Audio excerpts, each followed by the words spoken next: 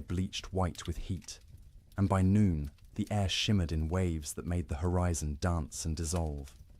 This wasn't the pleasant warmth of early summer, when green grass ripples under gentle breezes.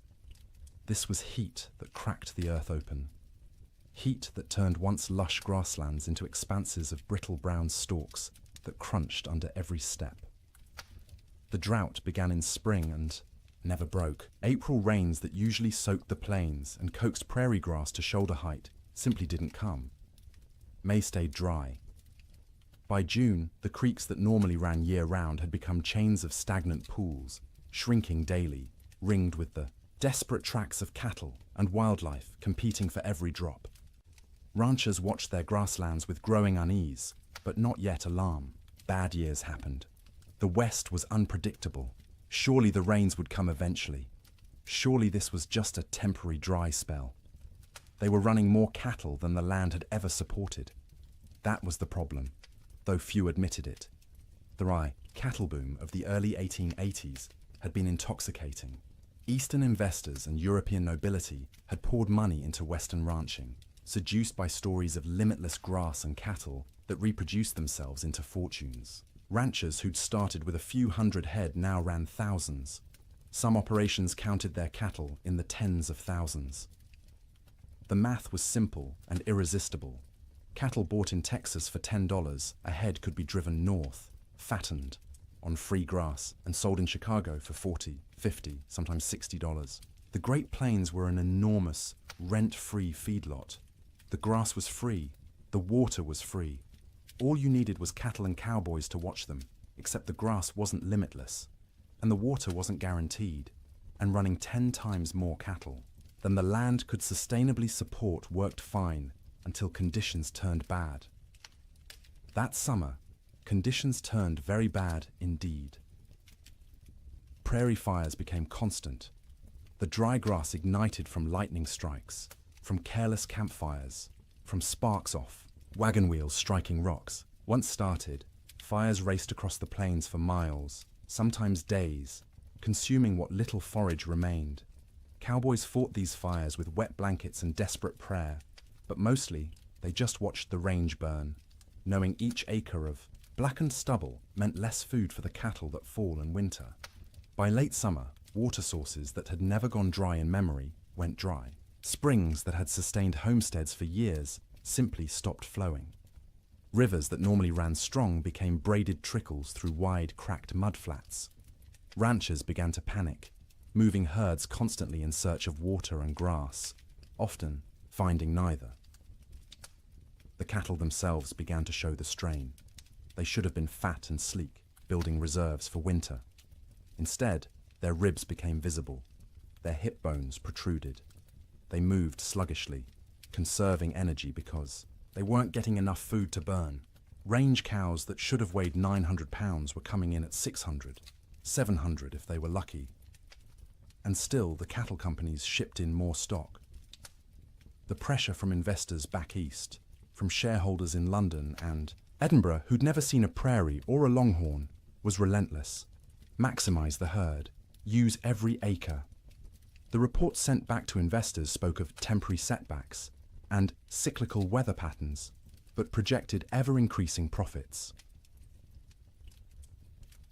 The cowboys knew better. In bunkhouses and around campfires, they talked about what was coming. You didn't need to be a genius to do the math. Cattle going into winter already weak, grass already depleted, and winter always came to Montana, always came to Wyoming and Dakota. The question wasn't whether winter would be hard. Winter was always hard. The question was whether the cattle and the men who tended them could survive it in their already weakened state. Then came the signs. The old-timers noticed first. In early November, almost a month earlier than usual, the geese began flying south, not in their typical leisurely migrations, but in huge, urgent flocks that darkened the sky and flew from dawn to dusk. They weren't stopping to feed in the prairie ponds. They were getting out. Beavers, whose lodges dotted every creek and river, were observed gathering more wood than anyone had ever seen. They piled branches and logs until their lodges looked like timber fortresses rising from the water. Animals preparing for something. The cattle themselves grew thicker coats, not just the usual winter hair, but shaggy, dense fur that made them look like bison. Ranch hands joked about it nervously. "Looks like the cows know something we don't," they'd say, and try to laugh, but the laughter always sounded forced. Weather-wise ranchers, men who'd spent decades reading the land and sky, felt it in their bones. The air pressure fluctuated wildly. The wind patterns shifted strangely. The autumn sunset cast peculiar colors across the clouds, orange and purple and sickly green, like bruises spreading across the horizon. November brought the first snow, not the gentle, melting dustings that sometimes came and went in autumn, but real snow. Serious snow. It fell for 3 days, accumulated to 8 inches in places, and when it finally stopped, the temperature dropped below zero for the first time that season. That snow melted eventually, as November snow often did, but it served as warning. Winter was coming early. Winter was going to be serious. The smart ranchers, the cautious ones, began laying in extra hay, stockpiling firewood, bringing cattle closer to ranch headquarters, where they could be watched and, if necessary, fed through bad stretches. But most didn't. Most couldn't. The scale of operations had grown too large. You couldn't barn 20,000 head of cattle. You couldn't buy enough hay to feed them through a Montana winter even if you wanted to. The entire business model of open-range ranching depended on cattle foraging for themselves, year-round, regardless of weather. This had worked mostly for years. The previous winters had been unusually mild. Cowboys spoke wistfully of the winter of '85, when temperatures barely dropped below freezing and cattle grazed comfortably all season. Or '84, when snow came late and melted early. They'd gotten complacent. The land had been kind, and they'd mistaken kindness for weakness. In December, the unease grew. The air felt wrong, too still, too heavy. The sky stayed overcast for weeks, a low ceiling of grey that pressed down like a lid. Snow fell intermittently, never enough to cause real problems, but enough to dust the brown grass white and make foraging harder for cattle already struggling. Christmas came and went. Cowboys celebrated in bunkhouses with what meager supplies they had. Some ranches managed a turkey or goose. Most made do with beans and bacon and whatever whiskey had survived the year. They sang songs and told stories and pretended everything was normal, but the worry was always there. A cold knot in every stomach. New Year's Day, 1887 dawned clear and brutally cold, -20 degrees in some places, but clear. You could see for miles, the snow-dusted prairie rolling away to a horizon sharp as a knife edge. Cowboys rode out to check on cattle, found them bunched in coulees seeking shelter from the wind, but alive, still managing. For 8 more days, the cold held, but remained bearable, survivable. Cattle poured through snow to reach grass. Cowboys kept fires burning in bunkhouses and took turns on night watch. Ranchers' wives cooked enormous meals, knowing their men needed calories to stay warm. And then came January 9th. The morning started deceptively calm. The killing wind from the north that had blown for days suddenly stopped. The temperature rose, slightly enough that men went out without their heaviest coats. There was even talk of a Chinook coming, one of those warm winds that could raise temperatures 40 degrees in an hour and melt snow in a day. But this wasn't a Chinook coming. This was something else entirely. The calm before the storm isn't just a saying. It's meteorological reality. The stillness that morning was the pressure dropping, the atmospheric conditions realigning, the sky gathering its strength to unleash something that would be remembered for generations. By mid-morning, the first flakes fell. By noon, the world had disappeared into white, and the temperature, instead of rising, began to fall, and fall, and fall, until cold became something no one on the northern plains had experienced before, until winter stopped being a season and became an enemy that wanted everything dead. The autumn of warnings was over. The winter of death had arrived. The bunkhouse sat low against the prairie, a squat rectangle of rough-hewn logs chinked with mud and moss that had dried and cracked over successive seasons. It wasn't designed for comfort. It was designed to be built quickly and cheaply to house as many men as possible in the smallest space and to provide just enough shelter to keep those men alive through winter so they could work come spring. Most bunkhouses were single rooms, maybe 30 feet long and 15 wide, with a ceiling, so low a tall man had to duck under the support beams. The logs were never properly squared, so gaps showed between them, filled haphazardly with whatever materials were at hand. Clay, newspaper, old rags, horsehair mixed with mud. In winter, you could stand in the middle of the room and see daylight, through a dozen cracks, and where light came through, so did wind. The door was thick plank, hung on leather hinges because metal hinges were expensive and had to be freighted in from distant towns. It never quite fit the frame, so a gap at the bottom let in a constant stream of cold air that flowed across the floor like invisible water. Cowboys stuffed rags under it every night. By morning, frost would have formed on those rags, turning them stiff as boards. There was usually one window, if you could call it that, a square cut in the logs, covered with oiled paper stretched over a wooden frame. Or if the ranch had any money, actual glass brought in at considerable expense and constantly at risk of cracking in the cold. Most bunkhouses just had the oiled paper, which let in a murky amber light during the day and absolutely nothing at night. The bunks lined both long walls, stacked 2 or 3 high depending on how many men the ranch employed. Each bunk was nothing more than a wooden frame, rope webbing stretched across it in a grid. And on top of that, if you were lucky, a thin mattress stuffed with prairie hay. If you weren't lucky, just the rope webbing and whatever blankets you owned.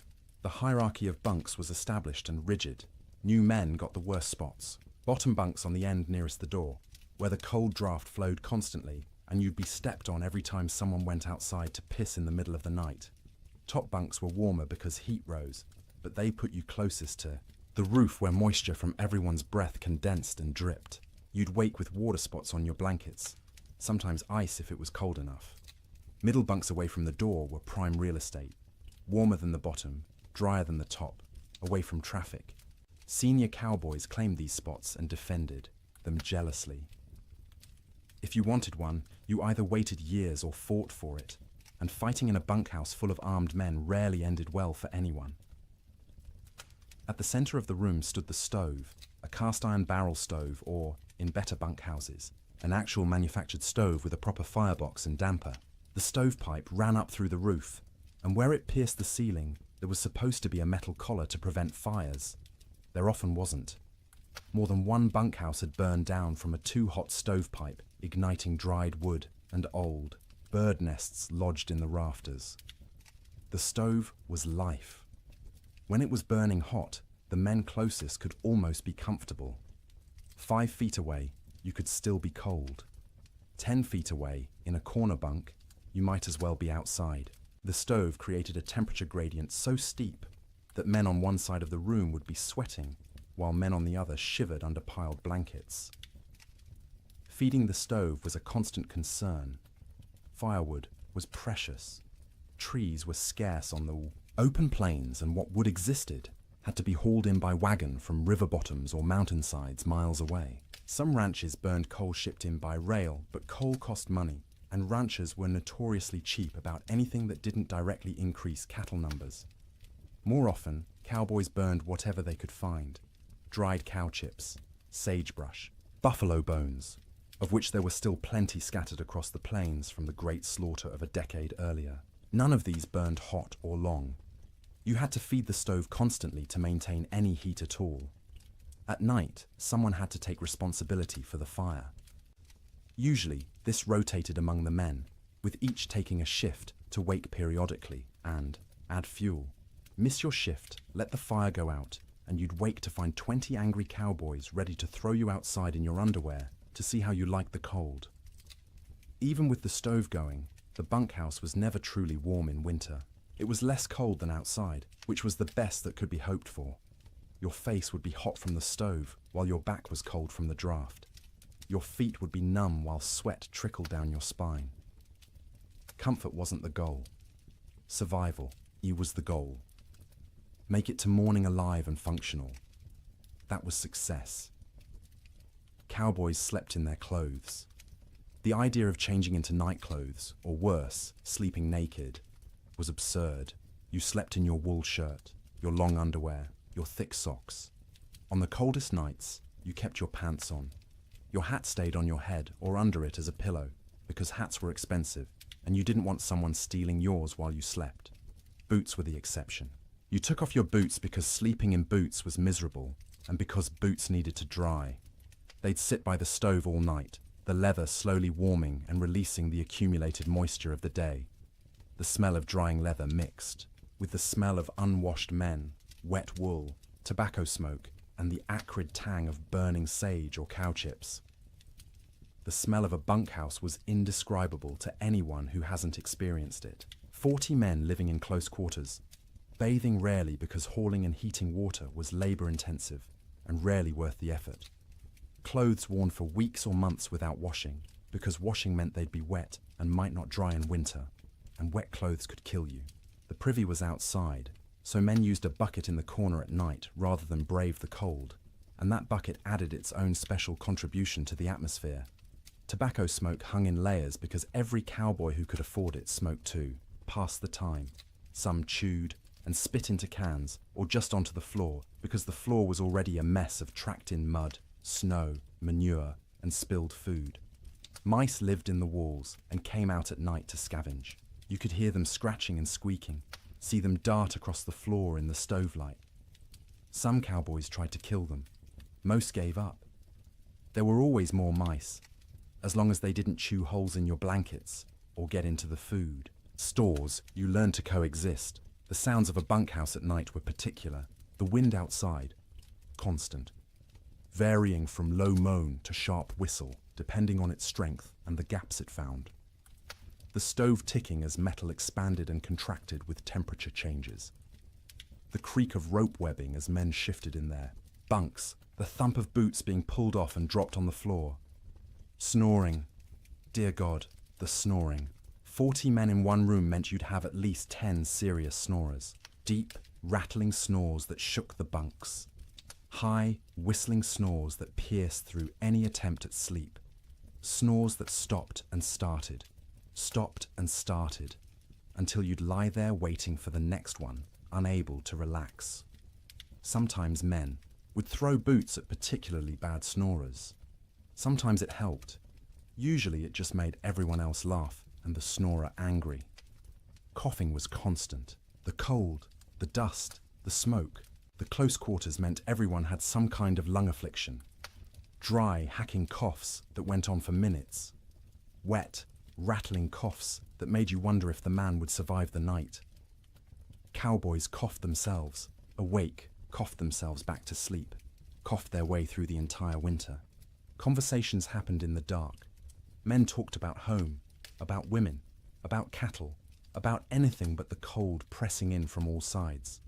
Some conversations were quiet, just between neighbors in adjacent bunks. Others involved the whole room, stories being told and retold, jokes that weren't funny but made everyone laugh because laughter was warmth of a different kind.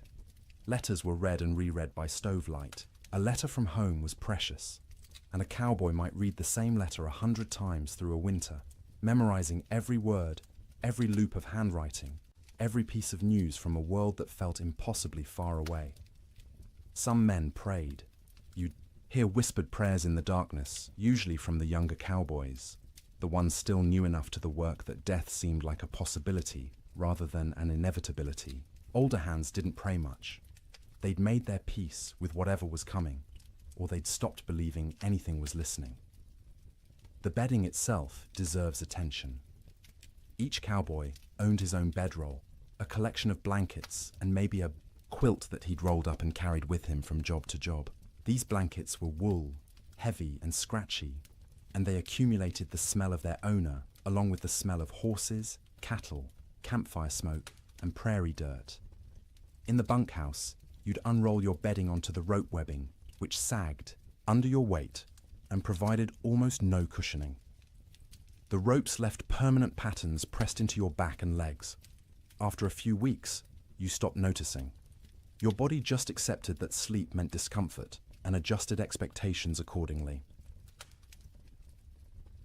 On the coldest nights, men piled every blanket they owned on top of themselves. 3 blankets, 4, 5 if they had them. The weight was crushing, but weight meant warmth, and warmth meant survival. Some cowboys, the poorest ones or the newest, didn't have enough blankets. They'd sleep in their coats, under their coats, wrapped in saddle blankets that smelled of horse sweat and mold. The truly desperate would share bunks, 2 men pressed together for body heat, which was awkward and carried implications, but was better than freezing. You'd see this more in the deepest cold, when propriety mattered less than waking up with all your fingers and toes. Getting into bed was a shock every night. The blankets had been sitting in the ambient temperature of the bunkhouse all day, which meant they were cold. Not frozen, but cold enough that sliding under them made you gasp. Your body heat would eventually warm the space between blankets, but it took 20 minutes, half an hour, of shivering and curling into yourself before that happened. Some cowboys heated rocks in the fire and wrapped them in cloth to put in their bunks. This worked for about an hour, providing a spot of genuine warmth for your feet or your hands. After that, the rocks were just heavy, cooling lumps taking up space, and you'd have to decide whether the effort of getting up and throwing them out was worth the loss of heat from opening your blanket cocoon. Sleep, when it finally came, was never restful. You were always partially aware of the cold trying to find you, aware of the fire and whether it was still burning, aware of the other men around you, their sounds and movements, aware that if something went wrong, a fire, a medical emergency, a blizzard bad enough that the whole bunkhouse might collapse, you needed to be able to wake and move. Cowboys learned to sleep light, a skill born of necessity. In summer, you slept light because you might need to deal with stampeding cattle or approaching storms. In winter, you slept light because the alternative was dying without noticing. The nights stretched long, 15, 16 hours of darkness in the depths of winter. You couldn't stay awake for all of it. Candles and lamp oil were too expensive to burn for light. So you slept in stages. A few hours, then wake when the fire needed tending. A few more hours, wake because your body was too cold or needed to piss. A few more hours, wake because someone else was moving around, or coughing, or because your back hurt too much to stay in one position. This broken sleep was exhausting in its own way. You'd wake in the morning having technically slept for hours but feeling like you'd barely rested at all. That was winter sleep in a bunkhouse. Not the deep, renewing sleep of comfortable beds in warm rooms, but the fitful, survival-focused sleep of men living on the edge of catastrophe. Every single night, for months on end. And when the great die-up came, when the temperature dropped to 60 below, and the wind tried to tear the roof off, and the cattle began dying by the thousands, that inadequate sleep became nearly impossible. Because how do you sleep when the world outside is ending? How do you close your eyes when you know morning might reveal losses beyond comprehension? You learn because you have no choice. You sleep because your body demands it. Brief, shallow, troubled sleep punctuated by periods of lying awake in the dark, listening to the wind scream, and wondering if you'll live to see spring. Morning came late on January 9th, the sun rising somewhere behind thick grey clouds that had settled over the plains like a lid. Cowboys rolled out of their bunks around 6, the usual time, groaning and stiff from another night on rope webbing and thin mattresses. The bunkhouse was cold, but not impossibly so. Maybe 20 degrees inside, which meant the fire had held through the night. That was a victory. They pulled on boots that had spent the night by the stove, the leather still warm to the touch, stomped their feet to get blood flowing, stretched arms and backs that ached from the perpetual cold. Someone got the coffee going, pouring water from buckets that had a thin skim of ice on top despite being inside. The foreman, a weathered man named Jack Thompson, on one particular ranch in Montana, stuck his head out the door to check conditions. The wind that had been blowing, hard from the north for days, had stopped completely, dead calm. The air felt heavy, thick, like you could almost chew it. Temperature had risen slightly overnight, maybe up to freezing, or close to it. Might be a Chinook coming, Jack said, and a few of the men perked up. A Chinook, that warm wind that could raise temperatures 40 degrees in an hour, would be salvation, would give the cattle a break, would let everyone breathe a little easier. But the old-timers in the room, men who'd spent 20, 30 winters on the northern plains, exchanged glances and said nothing. The calm felt wrong. The air pressure made their joints ache more than usual. This wasn't a Chinook. This was something else. Breakfast was the usual. Beans warmed up from the night before. Fried salt pork. Biscuits if the cook had bothered to make them, which he usually didn't. Coffee, hot and bitter and strong enough to dissolve the spoon. The men ate quickly, not talking much. Mornings were for eating and getting warm before heading out into the workday. By 8 o'clock, men were saddling horses, checking cattle in nearby pastures, hauling water from the creek, which involved breaking through ice that had gotten thicker each day. The world was grey and still. Snow covered everything in a lumpy white blanket, but it was old snow, crusted and dirty. Nothing new falling yet.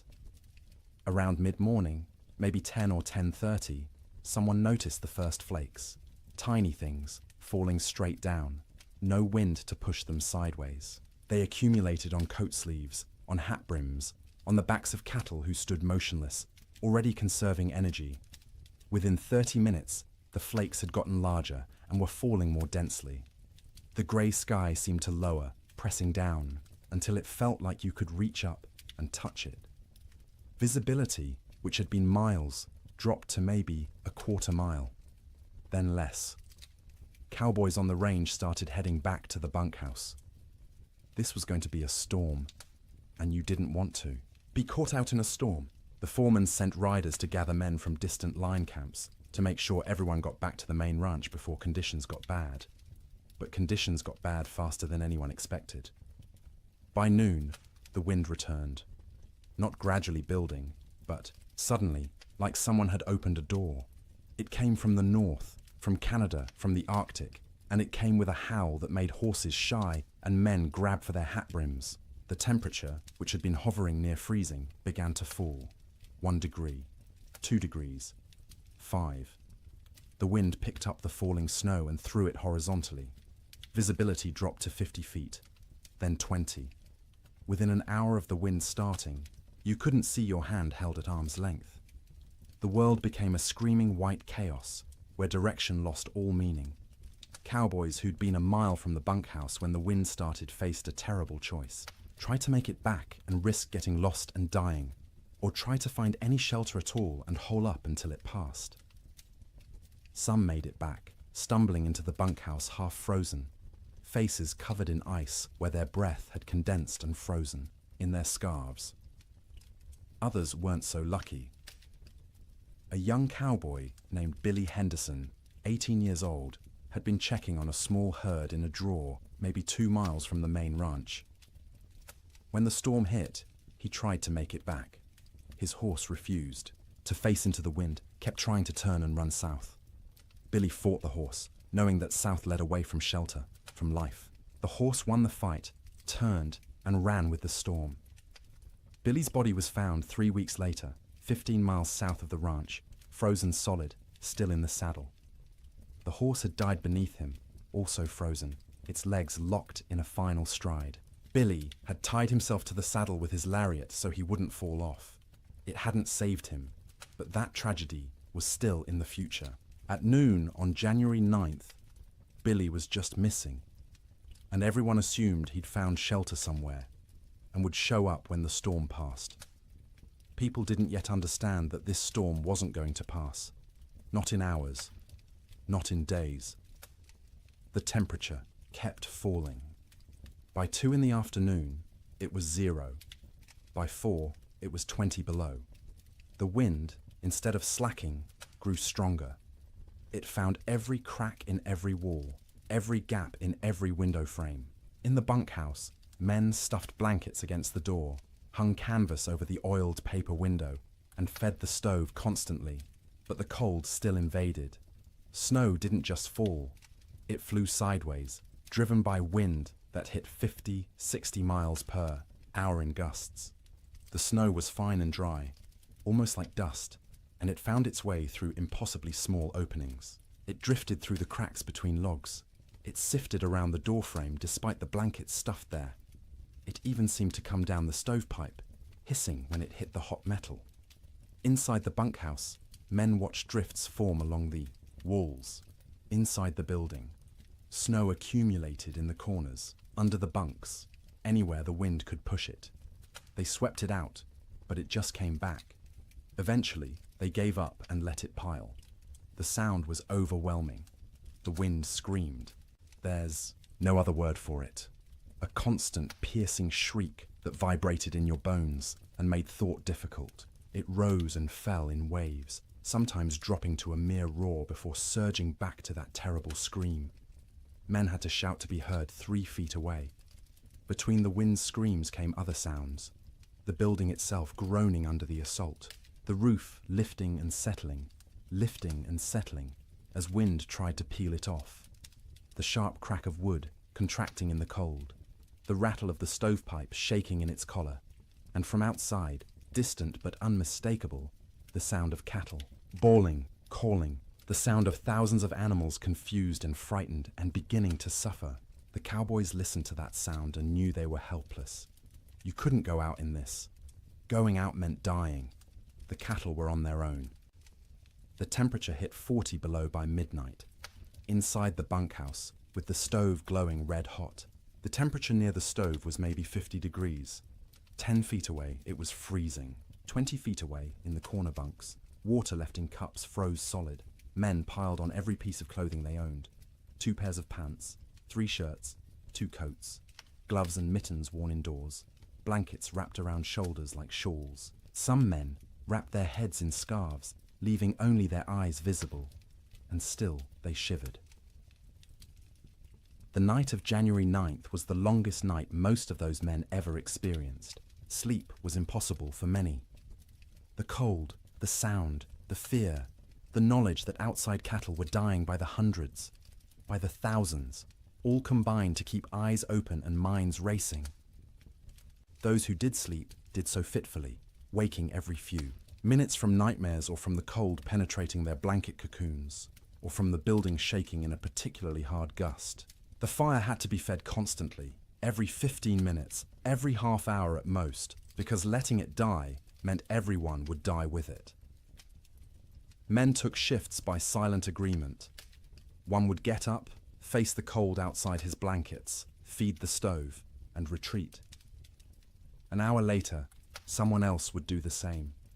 All night long through those terrible hours, they kept the fire alive, and the fire kept them alive. But just barely. By dawn on January 10th, 16 inches of snow had fallen, though you couldn't measure it accurately because the wind had sculpted it into drifts 20 feet high in some places, while scouring other areas down to bare ground. The temperature had dropped to 46 below zero. The wind hadn't slacked at all, and the storm was just beginning. This wasn't a 2-day blizzard that would blow through and leave clear, cold weather behind. This was the start of a meteorological siege that would last, with brief breaks, through all of January, through February, into March. The great die-up had begun. Men didn't know that yet, huddled in bunkhouses across Montana, Wyoming, and Dakota Territory. They thought they were waiting out a bad storm. A few days, maybe a week, and it would clear. The cattle would be weak and scattered, but they'd recover. Spring would come, as it always did. They didn't yet understand that the world outside was dying, that cattle were already freezing where they stood, eyes frozen shut, ice forming over their nostrils with each breath, slowly suffocating as they slowly froze. That the open range, cattle industry, the boom that had made fortunes and drawn investors from around the world, was ending in that screaming wind.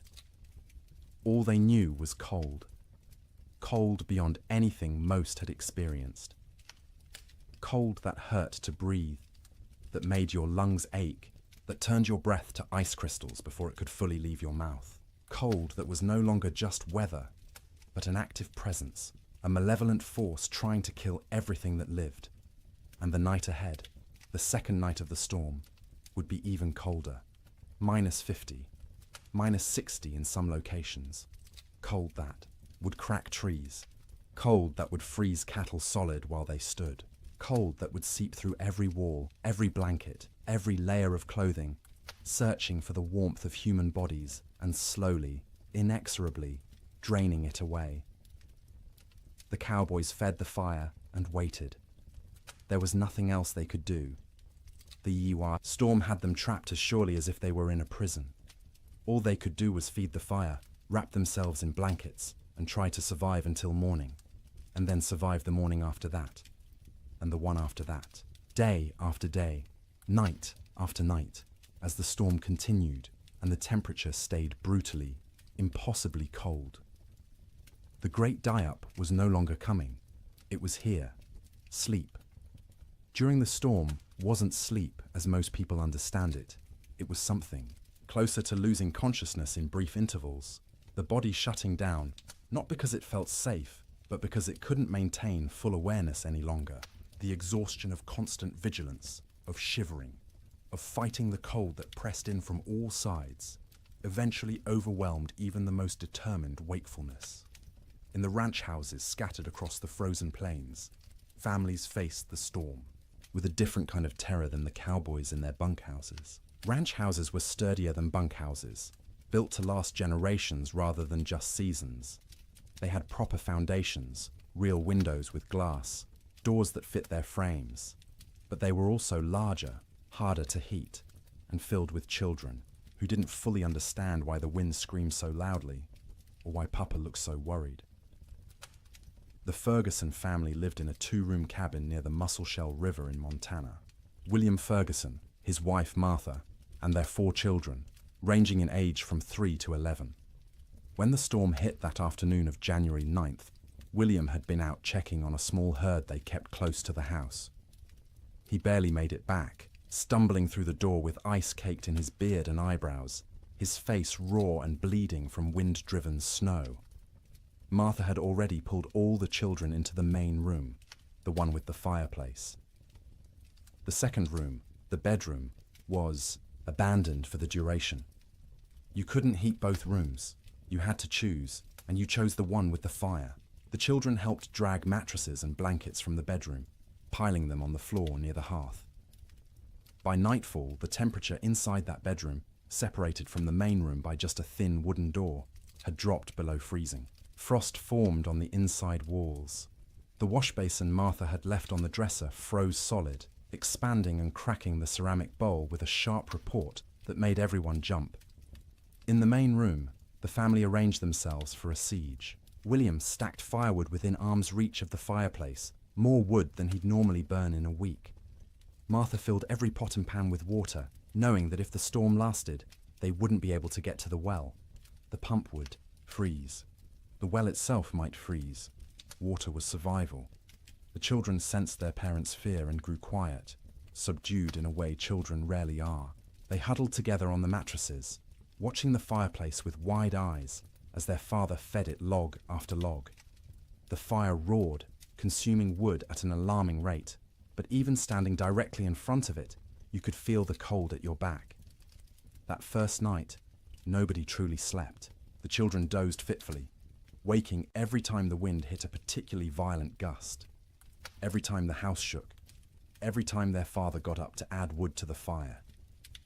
Martha sat up through most of the night, mending by firelight, her hands moving automatically through familiar motions, while her mind worried at the problem of how long their supplies would last.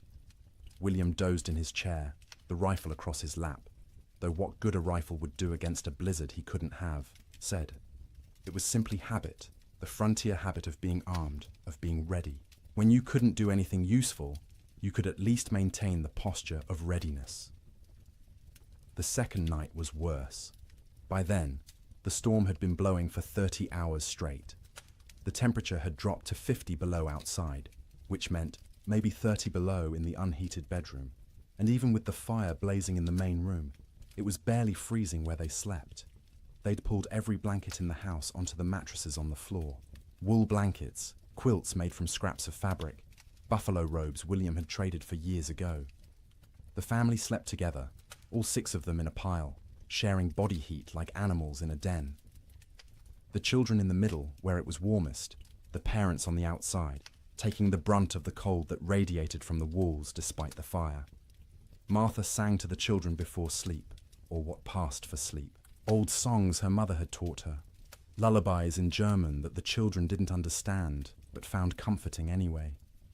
Her voice was soft, almost lost under the shriek of the wind, but the children pressed close and listened. William lay on, his back, staring at the ceiling, listening to the roof creak and groan. Every gust of wind made him tense, waiting for the moment when the roof would tear free and expose them all to the killing cold. It never did, but the fear never left either. Sleep came in stages. The youngest child, 3-year-old Emma, went first, exhausted from crying earlier in the day. She whimpered and fussed until her eyes finally closed and her breathing deepened. Her 7-year-old brother James followed, fighting sleep as long as he could, determined to be brave, to stay awake like the adults. But his eyes drooped, opened, drooped again, and finally stayed closed. The 2 older children, 11-year-old Sarah and 9-year-old Thomas, took longer. They understood more, worried more, and their minds wouldn't quiet. Sarah kept asking when the storm would end. Thomas asked if the cattle were all right, if Papa's horse had made it to the barn, if the chickens in the coop behind the house had frozen yet. Martha answered in soothing murmurs, not really answering at all, just making comforting sounds until the children's questions trailed off and their breathing slowed. She waited until she was sure they were deeply asleep before she allowed herself to close her own eyes. But closing her eyes wasn't sleeping. It was resting with her ears still alert, still tracking every sound. The fire crackling, William shifting position, the wind pounding against the walls, the house settling with creaks and groans. Her mind catalogued each sound, assessed whether it meant danger, and only when satisfied the house still stood did she allow herself to drift towards something like sleep.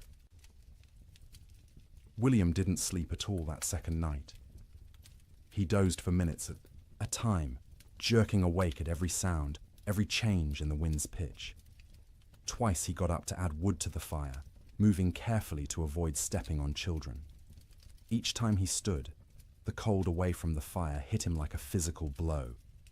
The air near the ceiling was noticeably colder than the air near the floor. Heat rose but couldn't escape fast enough through the gaps in the roof, so it pooled up there, wasted, while down where they slept, it was barely enough. Around midnight, by William's pocket watch, Emma woke crying. She was cold, she said, her teeth chattering. Martha pulled the child against her chest, wrapping her arms around her, trying to share warmth. Emma's feet were like ice, even though she wore wool socks and was buried under blankets. Martha rubbed the small feet between her hands, trying to restore circulation, terrified of frostbite. The child eventually quieted and fell back into restless sleep. But Martha stayed awake, feeling those cold little feet pressed against her stomach, wondering how much longer the storm could possibly last. The third night, exhaustion had set in so deeply that sleep came easier, even though conditions had gotten worse. The temperature outside bottomed out at 63 below zero. Inside, with the fire consuming wood at a frightening rate, they'd managed to keep the room at maybe 15 degrees, cold enough to see your breath, cold enough that the water in the pots near the fire had a skim of ice if you didn't stir it regularly, but not cold enough to kill. Not yet. The family had learned the rhythm of storm sleep. The children slept piled in the center, a tangle of arms and legs and shared warmth. The parents took turns in short shifts. Martha sleeping for 2 hours while William tended the fire and watched.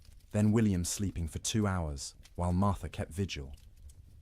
During her watch, Martha would sit close to the fire, feeding it, listening to her children breathe, and praying silently. She'd been raised Lutheran, not given to emotional displays, of faith, but now she prayed with desperate intensity, for the storm to end, for the wood to last, for her children to wake warm in the morning, for spring to come, impossible as that seemed in the howling dark. During his watch, William planned how to ration the wood, where to find more if it ran out, though going outside was suicide in these conditions. What they'd do when the food ran low. They had beans, flour, salt pork, and cornmeal. Enough for maybe 2 weeks if they were careful. But what if the storm lasted longer? What if they couldn't get to town when it ended because the snow was too deep?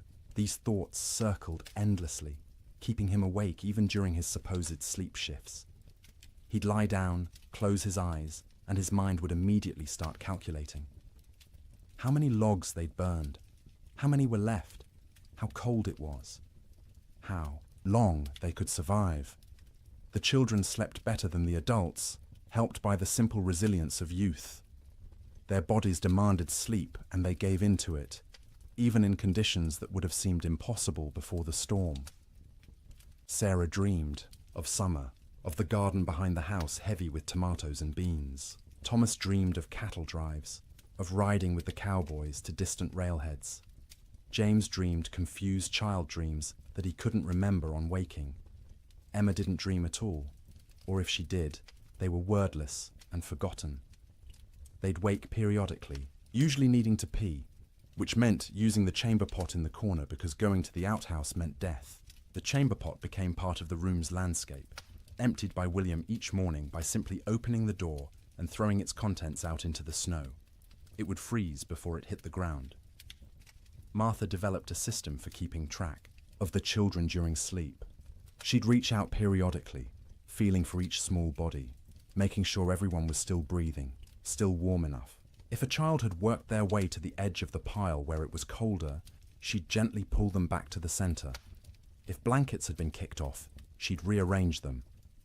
This constant vigilance meant she never truly rested. Even during her sleep shifts, part of her brain stayed active, monitoring. She'd wake fully alert if a child coughed or moved suddenly, ready for crisis.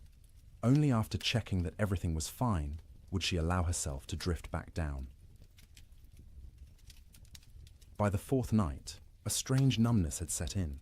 The storm continued, would continue, had always been continuing, and would always continue. It became hard to remember a time before the storm, hard to imagine a time after. The world had narrowed to this room, this fire, this pile of blankets, these bodies pressed together against the cold.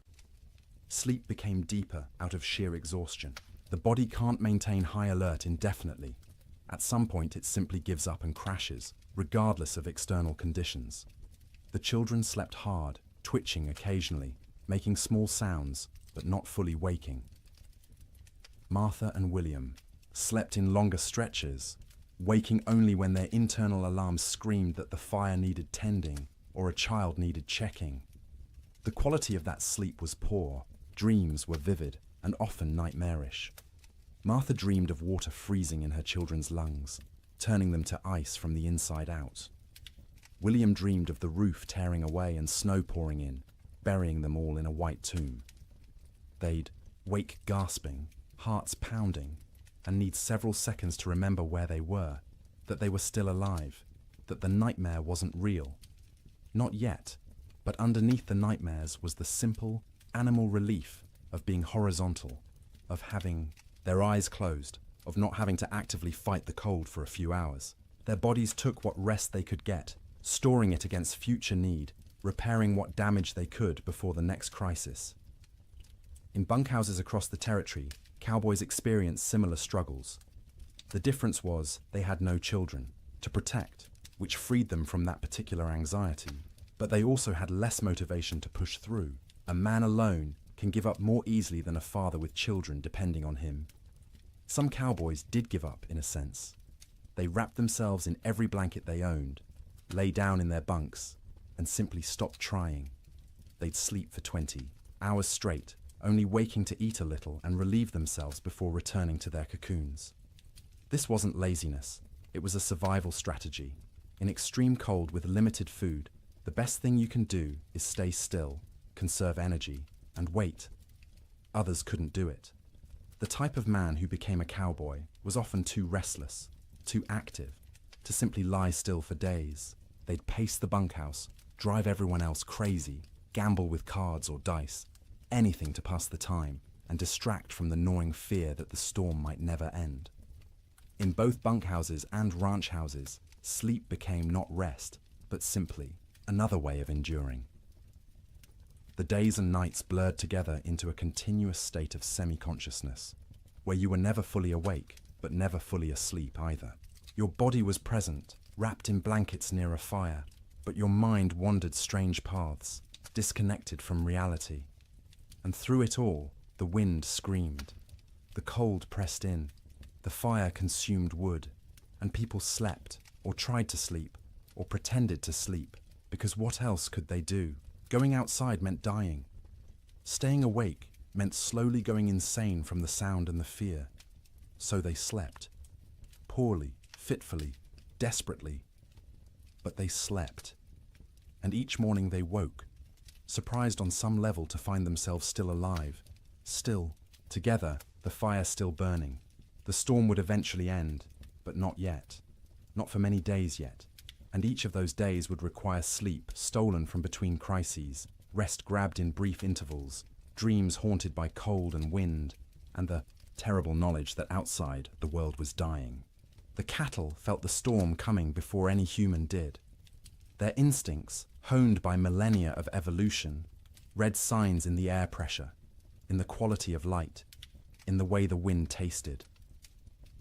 When the first flakes began to fall on January 9th, cattle across the northern plains began to move, not panicked running, purposeful drifting, south, always south, away from the north wind that carried death in its teeth. They moved in groups, small herds combining into larger herds, thousands of animals flowing across the white landscape like a slow river seeking lower ground. Consider one cow, a 3-year-old Hereford mix, red and white, branded with the Rocking M brand on her left hip. She'd been born on this range, knew every coulee and creek, had survived 2 previous winters without particular hardship. She was carrying a calf, due in spring, and the pregnancy had left her thinner than usual going into winter. Not starving, but without the thick layer of fat that would have been ideal. When the snow started falling heavily and the wind began to rise, she was grazing, in a shallow draw with perhaps 50 other cattle. They'd been pouring through existing snow to reach the dried grass beneath, working methodically, conserving energy. The new snow started covering the ground quickly, and the cow lifted her head, testing the air. The wind came from the north with a sound like tearing fabric. The cow turned her back to it instinctively, and every other animal in the draw did the same. They began walking south, not because they knew south led to safety, but because south meant away from the wind, and the wind had to be avoided. They walked steadily for hours.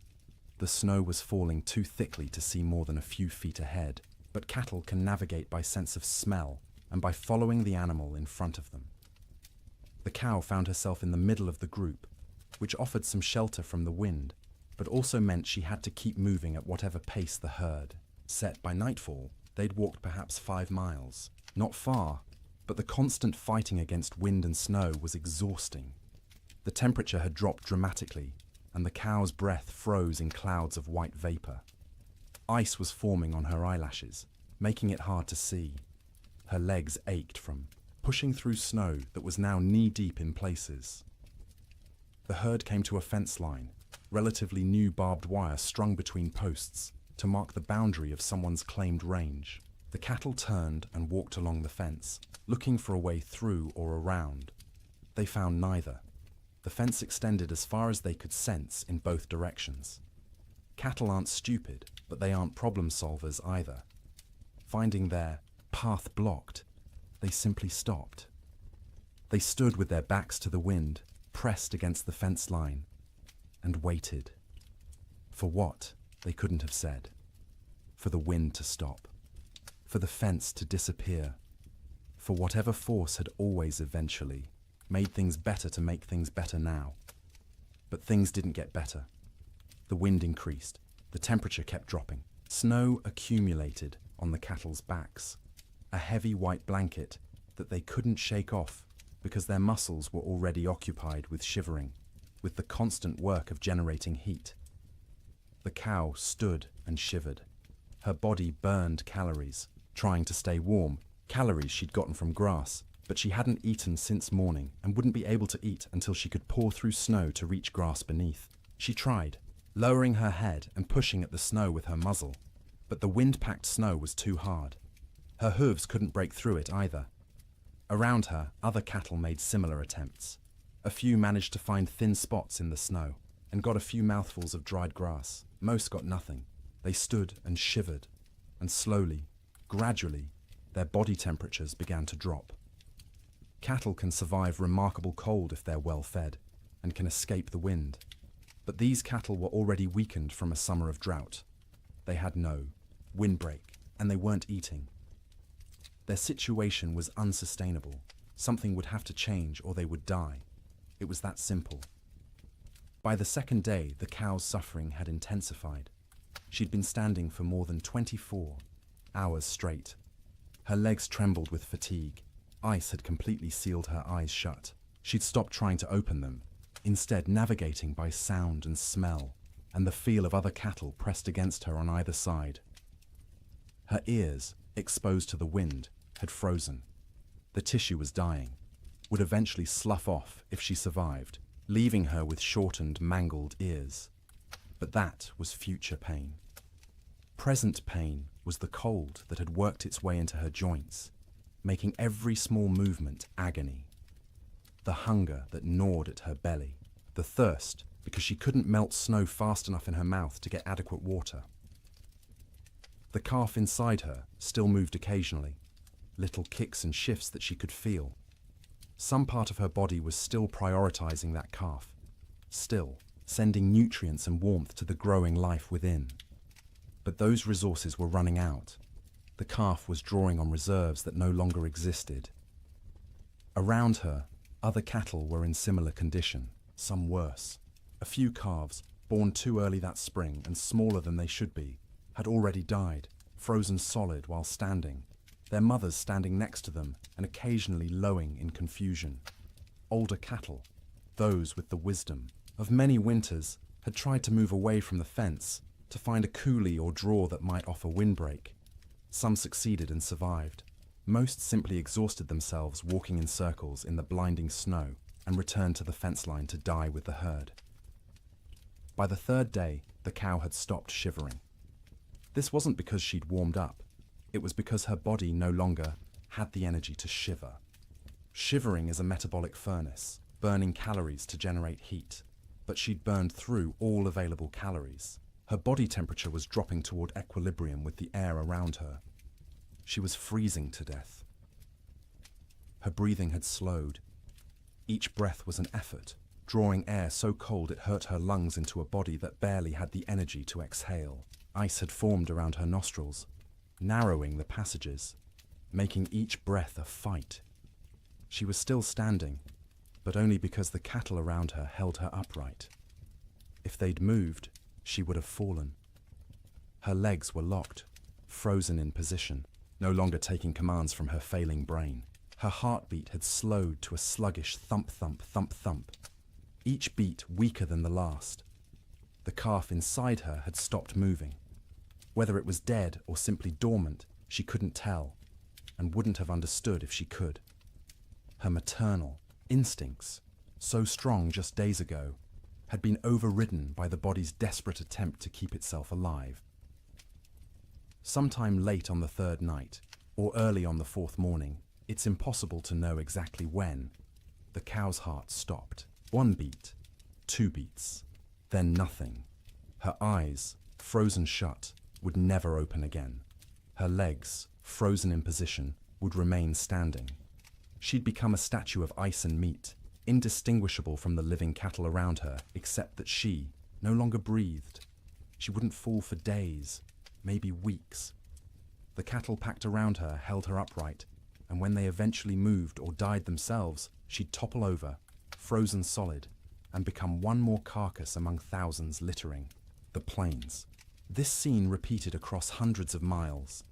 Fence lines became death traps where cattle bunched up and died in groups. Ravines that should have offered shelter instead became graves as cattle crowded in so tightly they couldn't move, couldn't forage, and slowly froze together into a single mass of bodies. Riverbanks saw some of the worst carnage. Cattle seeking water found the rivers frozen solid, but their thirst drove them to try anyway. They'd crowd onto the ice, break through into the water beneath, and be unable to climb out. The current would push them under the ice, where they'd drown and freeze simultaneously.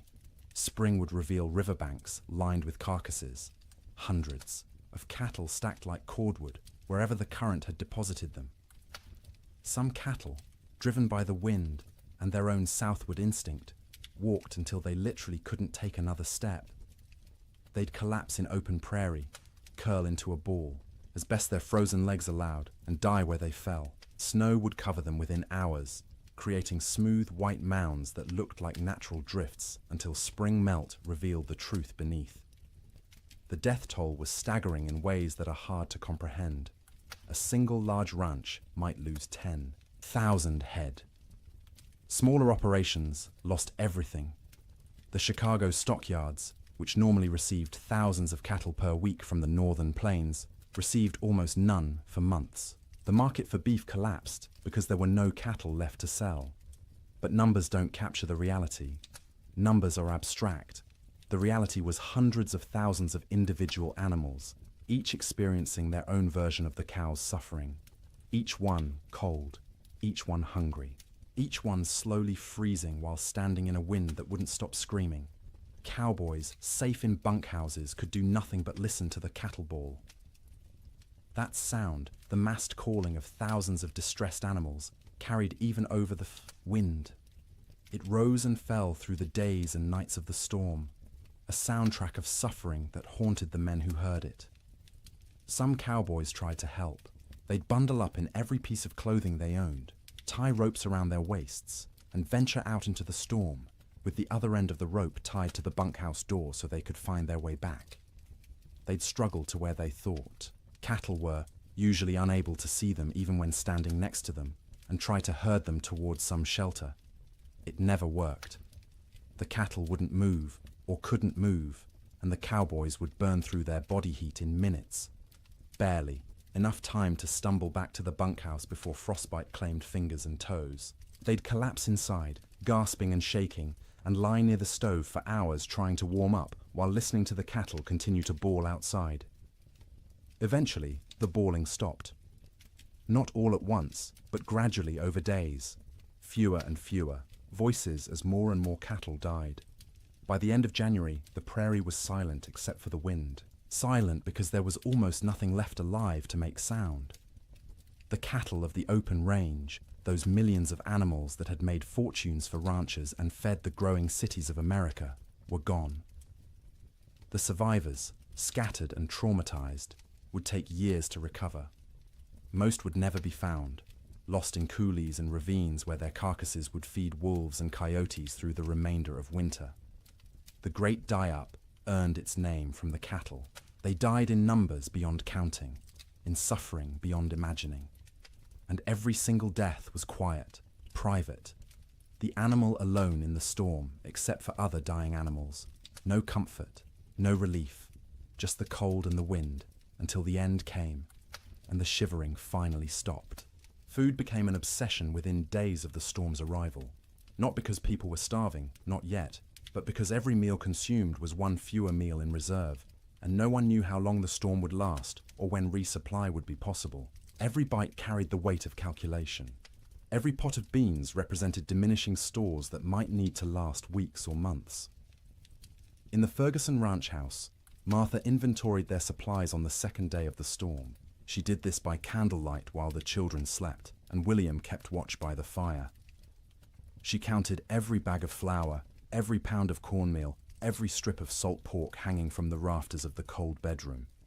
She measured beans by the cupful, rice by the handful, and wrote everything down in careful columns in a ledger book.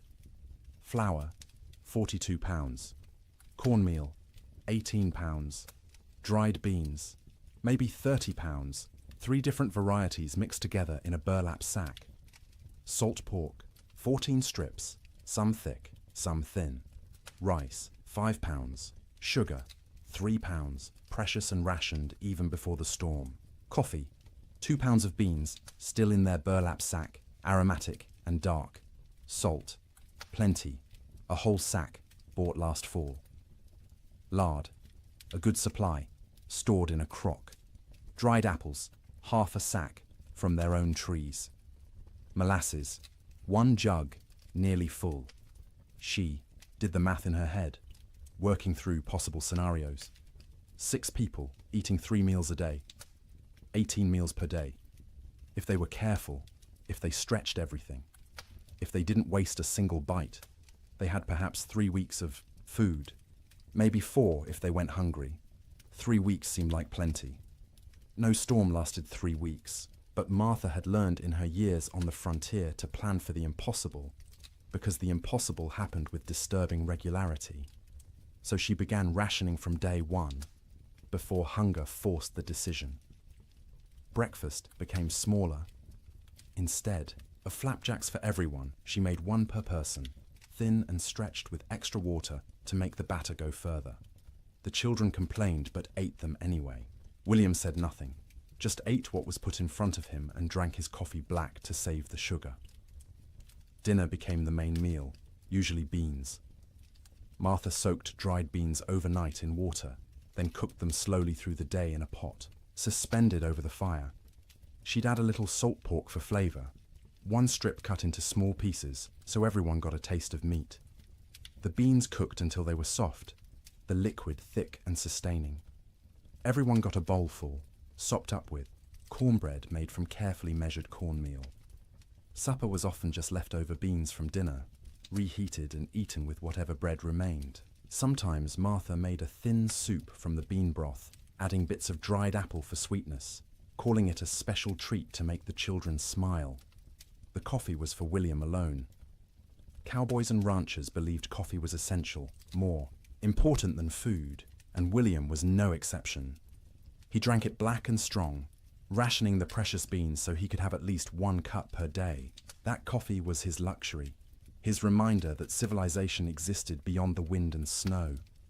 Martha drank tea when she drank anything, made from herbs she'd dried the previous summer. Mint that grew wild along the creek, sage gathered from the prairie, rose hips collected in autumn. The taste was thin compared to real tea shipped from China or India, but it was warm, and it was hers, and it didn't consume their stores. The children drank water or milk, though the milk supply was problematic. They had 1 cow, a gentle Jersey, kept in the barn, and William had to venture out twice a day to milk her. The trip to the barn was only 50 feet, but felt like a mile. He'd bundle in every piece of warm clothing he owned, wrap his face in a scarf until only his eyes showed, and step out into the wind. The cold hit him like a fist every time. In the few seconds it took to cross from house to barn, exposed skin would start to freeze, his eyes would water, and the tears would freeze on his cheeks. His lungs would ache from breathing air that felt like shards of glass. But he made the trip because the cow had to be milked or she'd sicken, and they needed the milk. The children needed the milk. It was protein and fat and calcium and all the things growing bodies required. So twice a day, through the entire storm, William made that 50-foot journey and considered himself lucky the barn was so close. The cow produced less in winter, maybe 2 quarts a day instead of her usual gallon, but those 2 quarts were precious. Martha skimmed the cream off the top and used it sparingly. The milk itself went to the children, divided equally, measured carefully, so no one got more or less than their share. Cooking in extreme cold presented unique challenges. The fire had to be hot enough to cook food, but not so hot it consumed wood too quickly. Martha became expert at judging the flames. adding just enough fuel to maintain cooking temperature while stretching the wood supply. Water was perhaps the most critical resource. William filled every bucket and pot with snow scooped from outside the door, then left the containers near the fire to melt. It took hours for snow to melt into usable water, and the water that resulted tasted flat and strange because it had no mineral content. But it was wet, and it was clean, and it kept them alive. They couldn't wash dishes properly, couldn't waste water or wood heating water for washing. Instead, Martha wiped plates and bowls clean with rags, rinsed them quickly in cold water if necessary, and called it good enough. No one got sick from dirty dishes. There were larger concerns. Personal hygiene went by the wayside entirely. No baths, no washing hair, no changing clothes. Everyone wore the same shirts and pants for weeks, adding layers when cold, removing them when near the fire. The smell in the main room became oppressive, but you stopped noticing after a few days. It was just how things were. In the bunkhouses, cowboys faced similar but different challenges. They had supplies, but those supplies were designed for men doing hard physical labor in normal winter conditions, not for men trapped indoors during the worst cold in recorded history. The typical bunkhouse larder consisted of dried beans, rice, flour, cornmeal, salt pork, bacon, maybe some beef jerky made from cattle slaughtered in the fall, coffee in large quantities because cowboys lived on coffee, sugar, salt, lard, sometimes canned goods if the ranch could afford them, but usually not. Canned goods were expensive and the freighting costs were prohibitive. The cook, if there was one, was usually an old cowboy too stove up for regular ranch work. He'd preside over the cast-iron stove like a priest at an altar, creating meals from limited ingredients with whatever skill he possessed. Good cooks were treasured. Bad cooks were tolerated because the alternative was cooking for yourself, and cowboys were generally incompetent in the kitchen. One particular bunkhouse in the Judith Basin had a cook named Old Pete, called that to distinguish him from young Pete, who wasn't a cook and wasn't even particularly young, but was younger than Old Pete. Old Pete had cooked in army forts, in mining camps, on trail drives. He knew 100 ways to cook beans and could make bread in a Dutch oven that rivaled anything made in a proper kitchen. But even Old Pete struggled with the storm's duration and intensity. His usual recipes assumed men would be working hard, outside, burning thousands of calories daily. Now they were sitting around trying to stay warm, burning far fewer calories. They didn't need as much food, but they were bored and hungry from boredom, and managing those competing needs was delicate. He started making meals smaller but more frequent. Instead of 3 large meals, he made 4 smaller ones, gave the men something to look forward to every few hours, something to mark the passage of time.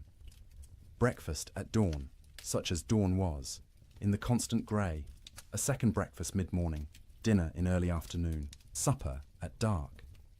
Each meal was simple: beans cooked with salt pork, cornbread or biscuits, coffee always, constantly, the pot never empty. Occasionally he'd make a stew if there was meat available, though meat was running short. Most ranches had slaughtered a beef or 2 in the fall and hung the quarters to freeze. But accessing that meat meant going outside to the meat cache, which was difficult or impossible depending on the day. The men ate without complaint, mostly. Cowboys weren't complainers by nature. You ate what was put in front of you and were grateful to get it. But you could see them calculating, same as Martha Ferguson, counting days, estimating stores, wondering how long until starvation became a real concern rather than a theoretical one. Coffee was its own category of essential supply. Cowboys drank coffee the way other people breathed, constantly and without thought. A pot of coffee sat on the stove at all times, thick and black and strong enough to float a horseshoe. Men would pour themselves cups throughout the day and night, warming their hands on the tin cups, savouring the bitter heat. Old Pete guarded the coffee supply jealously. He knew exactly how many pounds they had, how much they consumed daily, how long it would last. When supplies began running low, he started stretching the coffee by reusing grounds. First brew was strong for the morning pot. Those same grounds would be used again for the afternoon pot, weaker but still coffee. Sometimes he'd use them a third time, creating a thin brown liquid that was more idea than substance, but the ritual of drinking it was as important as the caffeine. Sugar went into coffee for those who used it, though most cowboys drank it black. Sugar was also used sparingly in baking, a spoonful in a batch of biscuits to help them rise and add a hint of sweetness. But sugar was running low everywhere, and by the end of January, most outfits were out entirely. Salt, at least, was plentiful. Salt preserved meat, flavored food, and was cheap enough that even poor ranches had plenty. Cowboys ate salt with everything, needed it to replace what they lost sweating despite the cold. Their bodies burned hot from shivering, from the constant work of staying warm, and salt was essential. The mental aspect of food during the storm was almost as important as the physical nutrition. Mealtimes provided structure to otherwise formless days. They were events to anticipate, rituals that reassured everyone that civilization persisted despite the chaos outside. Children needed this structure especially. The Ferguson children learned to recognize mealtimes by the smells from the fire, by their mother's movements, by the rattle of bowls and spoons.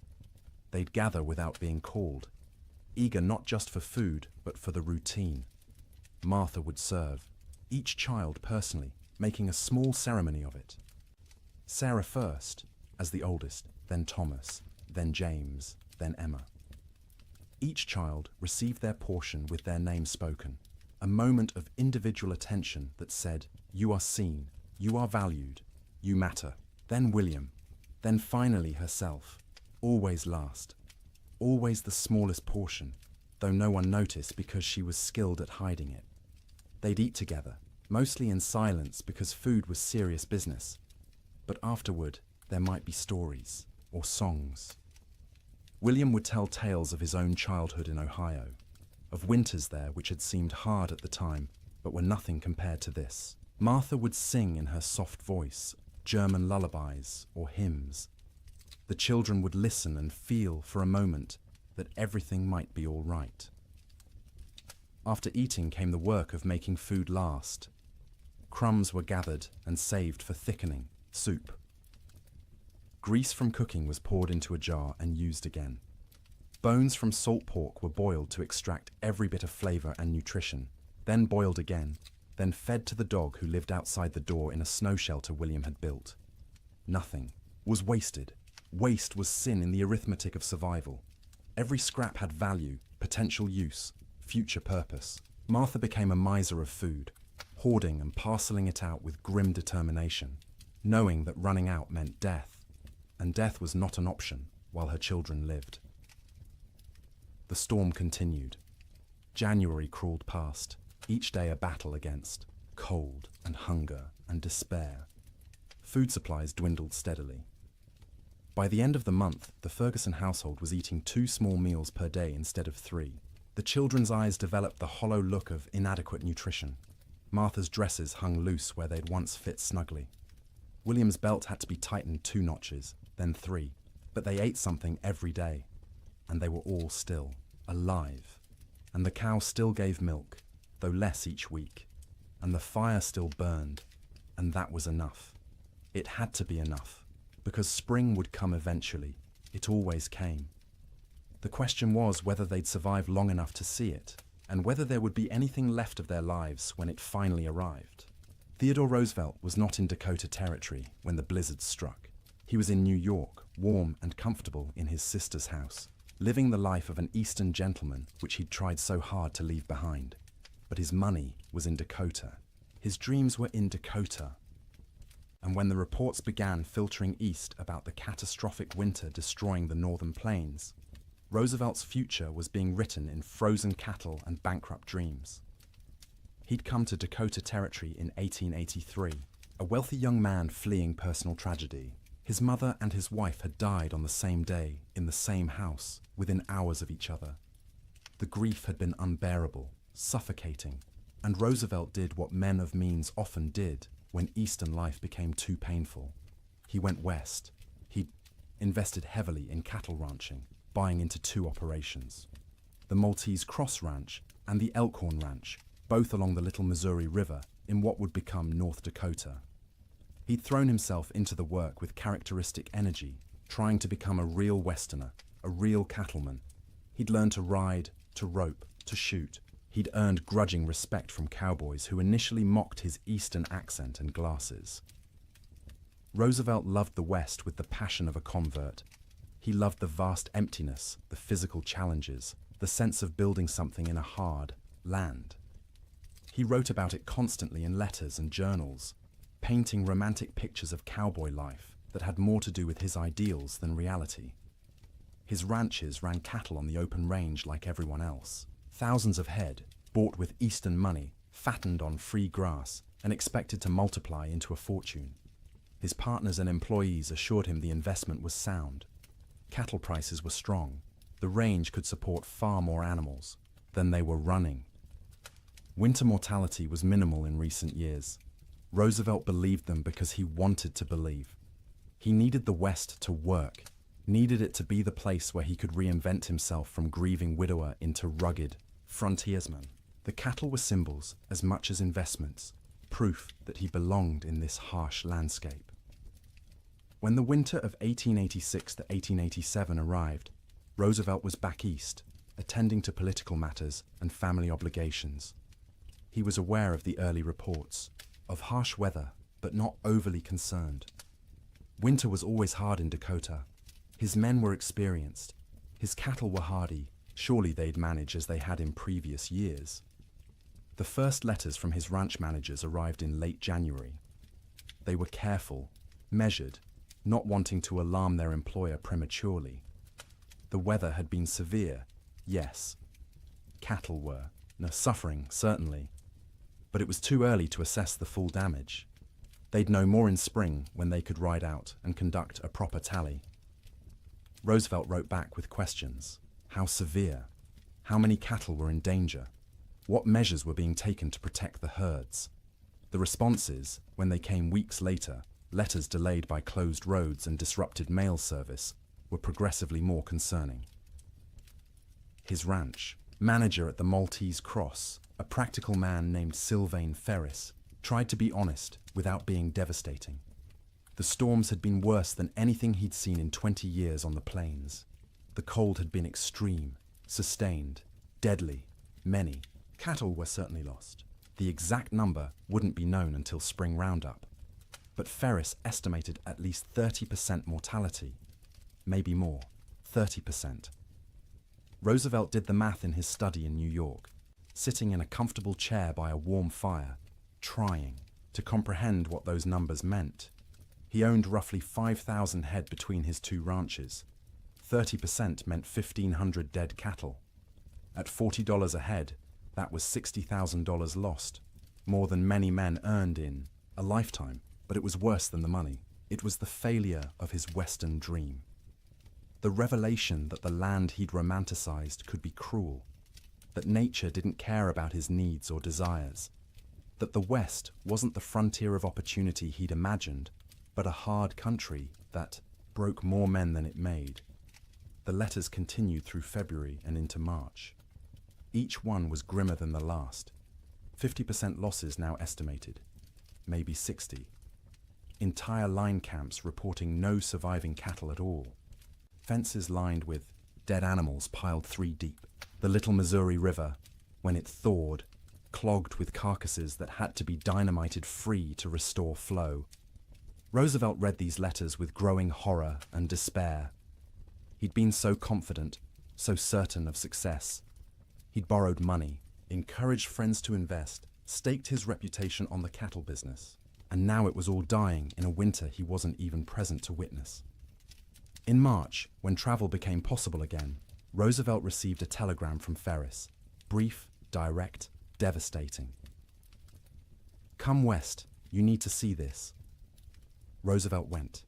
He took the train to Medora, the small town near his ranches, arriving in early April to a world transformed by death. The snow was melting, revealing what had been hidden. And what it revealed was carnage beyond anything he'd prepared himself for. He rode out with Ferris and other ranch hands to assess the damage. Everywhere they looked, cattle. Dead cattle. Frozen cattle. Cattle that had been dead so long the coyotes and wolves had already been at them. Cattle piled against fences. Cattle in ravines. Cattle scattered across the prairie like obscene statues. The smell was overwhelming. Thousands of rotting carcasses perfuming the air with decay. Roosevelt, who'd prided himself on his toughness, on his ability to handle frontier hardships, had to dismount and vomit. He wasn't alone. Even hardened cowboys were sickened by the scale of death. They rode for days, making tally, trying to determine what remained of the herds. Of Roosevelt's 5,000 head, fewer than 2,000 could be found alive. 60% losses. Some of those survivors were in such poor condition they'd likely die anyway. His investment, his dream, reduced by 2/3 in a single winter. The financial blow was severe. Roosevelt had invested approximately $80,000 in his cattle operations. He'd now lost at least $50,000. Maybe more when accounting for lost breeding potential, disrupted operations, and the collapse of cattle prices as the market flooded with emergency sales from desperate ranchers. But Roosevelt was wealthy by birth. His family money cushioned the financial loss. He could absorb $50,000 and remain solvent, which most ranchers could not. What he couldn't absorb as easily was the emotional and philosophical blow. He'd come west believing in self-reliance, in the nobility of honest labor, in the frontier as a proving ground for American character. The Great Die-Up revealed those beliefs as naive. Self-reliance meant nothing when nature decided to kill everything. Honest labor couldn't prevent disaster driven by forces beyond human control. The frontier proved nothing except that it could kill you regardless of your character. Roosevelt spent several weeks at his ranches that spring, helping with the cleanup, the salvage operations, the grim work of trying to build something from the ruins. He participated in roundups, searching for surviving cattle, trying to assess what could be rebuilt. At night, he slept in the cabin at the Maltese Cross Ranch, the same cabin where his cowboys had weathered the storm. The bunks were still there, the stove, the smoke-stained walls. He'd slept here before on previous visits, treating it as an adventure, roughing it among the men. Now he slept in those bunks, knowing what they'd endured, what this room had protected them from. The cabin was small, cramped, cold even in April. Roosevelt lay on a rope bunk under wool blankets that smelled of smoke and men, and tried to imagine what January had been like. The wind screaming outside, the cold pressing in from all sides, the sound of cattle dying in the darkness, the knowledge that your livelihood, your future, everything you'd worked for was ending, and there was nothing you could do. He couldn't fully imagine it. He'd missed the actual storm, been warm and safe in New York while his employees fought for survival. That distance, that absence, haunted him. He'd been the investor, the gentleman rancher playing at being a cowboy. When it mattered, when the real test came, he hadn't been there. This realization changed him. Not immediately, not in one dramatic moment, but gradually over the following months and years. The West was no longer a romantic escape. It was a hard place where hard things happened, where nature was indifferent to human suffering, where the rules that governed Eastern society didn't apply. This understanding would shape his later conservation work. As president, Roosevelt would set aside millions of acres as national forests and parks, would push for scientific management of natural resources, would argue that the West's resources weren't infinite and needed protection. The cattle disaster of 1887 was the seed of that understanding. But in the spring of 1887, Roosevelt was just a wealthy young man surveying the wreckage of his dreams. He walked among the dead cattle, rode across ranges that should have been covered with livestock but were eerily empty, and made calculations about what could be salvaged. His ranch managers were exhausted, traumatized by the winter they'd survived. Roosevelt listened to their stories with growing respect. These men had faced conditions he'd only read about and emerged alive, if not unscathed. Ferris told him about nights when they weren't sure the bunkhouse would stand, about mornings when they'd wake to find new snow drifted inside through the cracks, about the constant work of keeping fires burning, of rationing food, of listening to cattle die and being unable to help. Roosevelt paid his men bonuses, unexpected and generous, acknowledging what they'd endured. It was the least he could do, given that he'd been warm and safe while they'd nearly frozen. He also made a decision. He would not abandon his Dakota ranches entirely, but he would not rebuild to previous scale. The open range era was over. The land couldn't support the numbers they'd run. The climate was too unpredictable, the investment too risky. He kept the Elkhorn Ranch as a retreat, a place he could visit and remember why he'd come west in the first place. But the cattle operation was downsized dramatically. A few hundred head, manageable, with hay put up for winter feeding.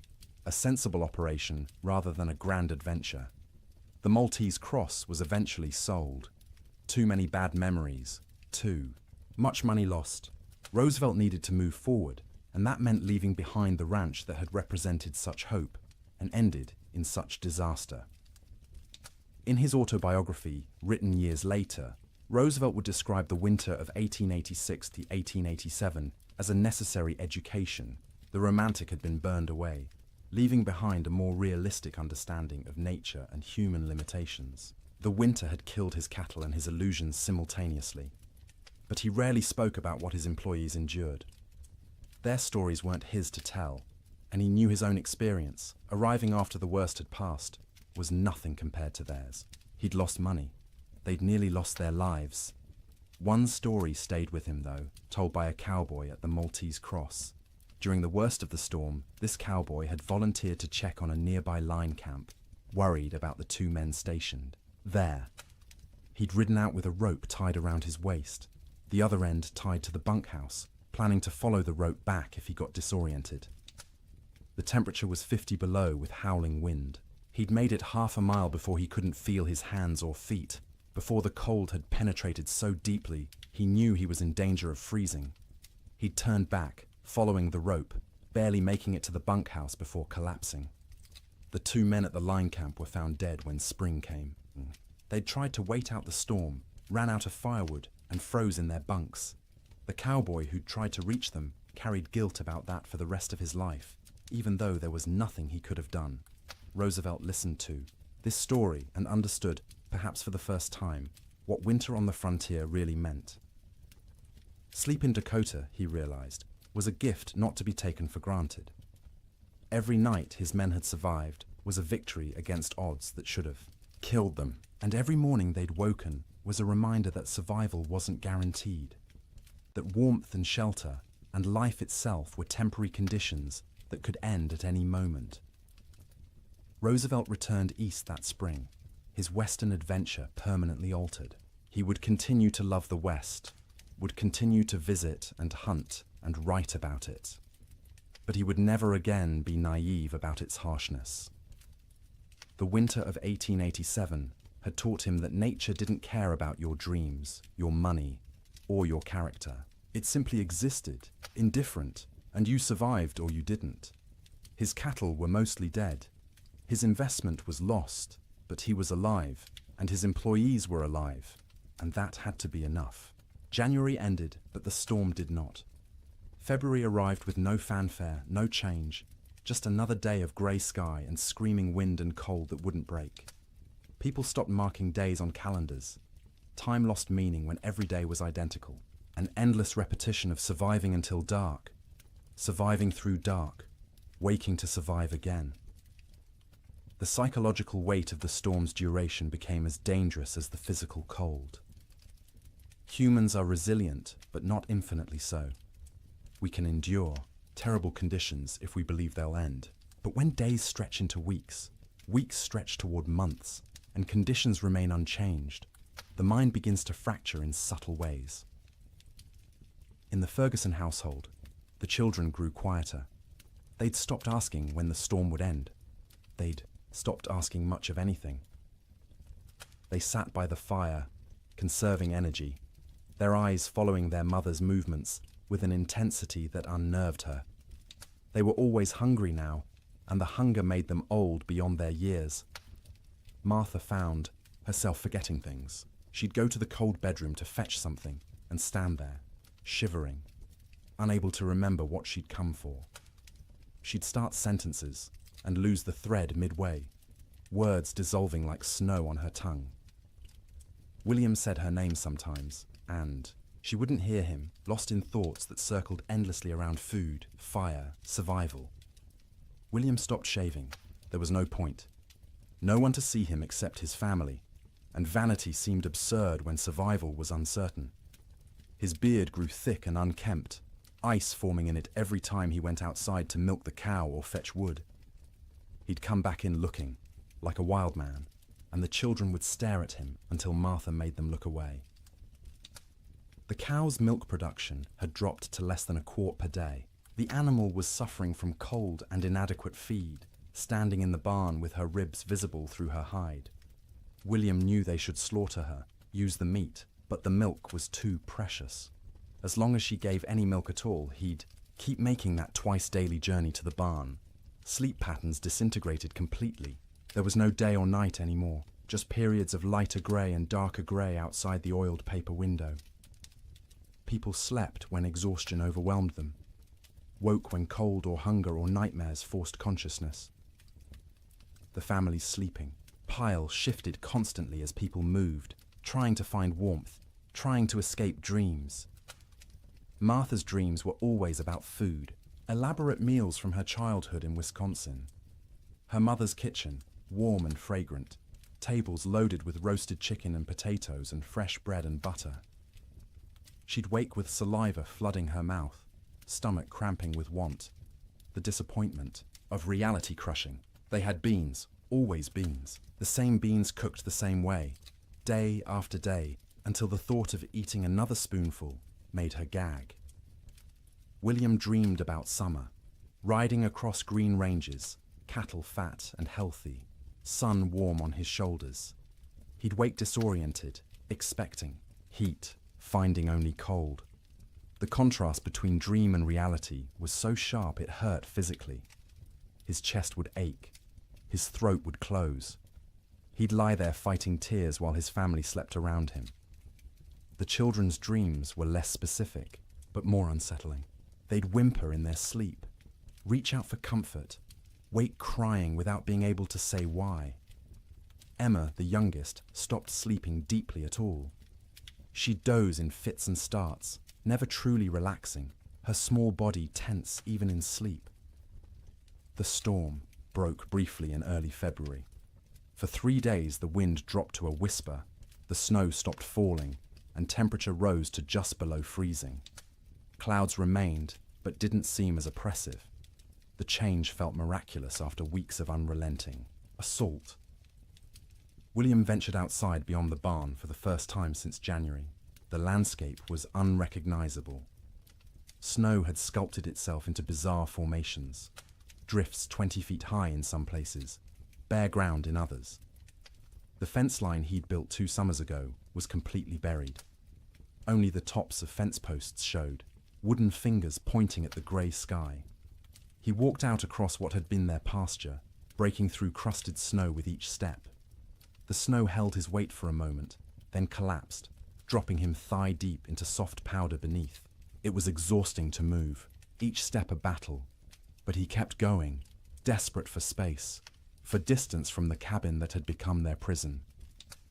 He found a dead cow half buried in a drift.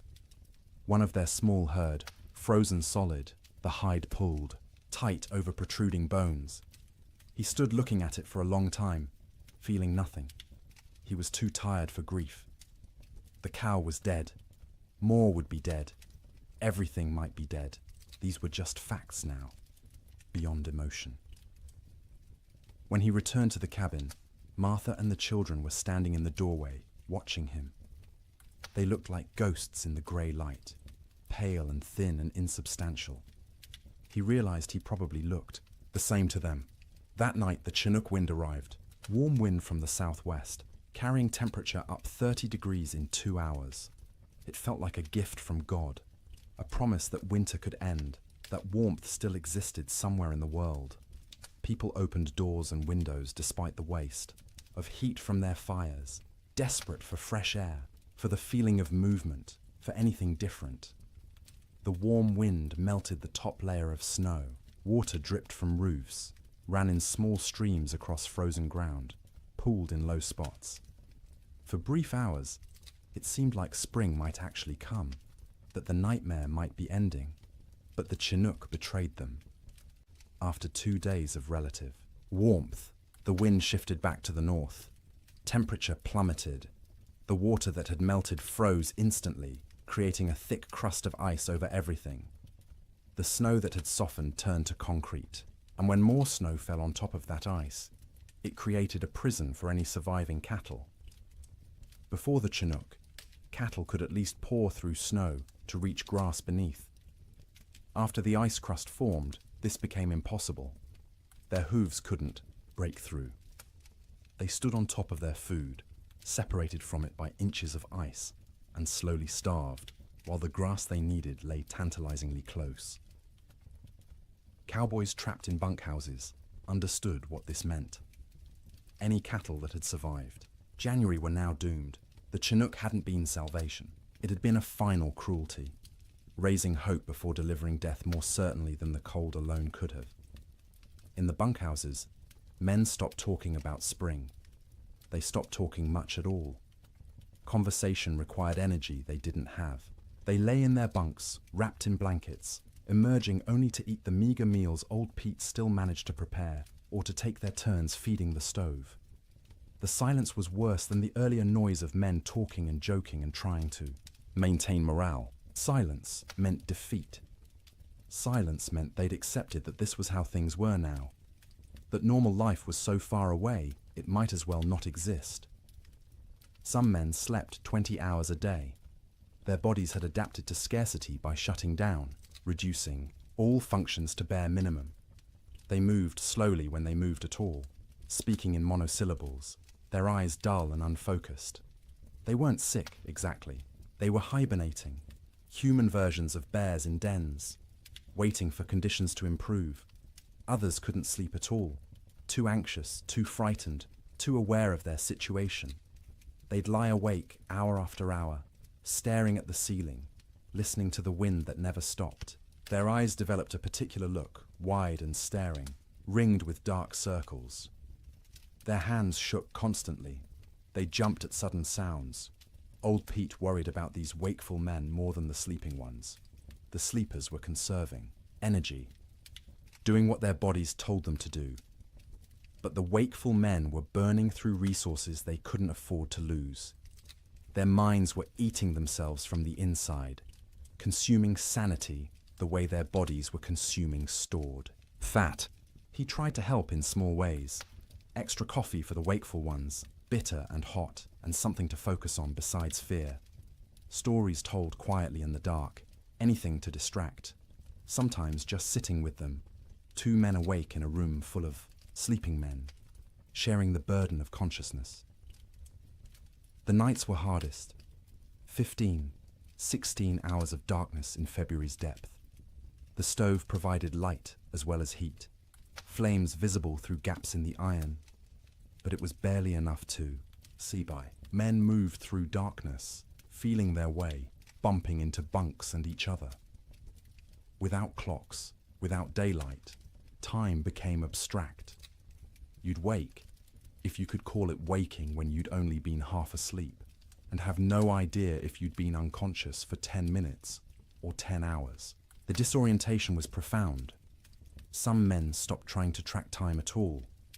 They ate when food appeared, slept when they couldn't stay awake, existed in a perpetual present with no past or future.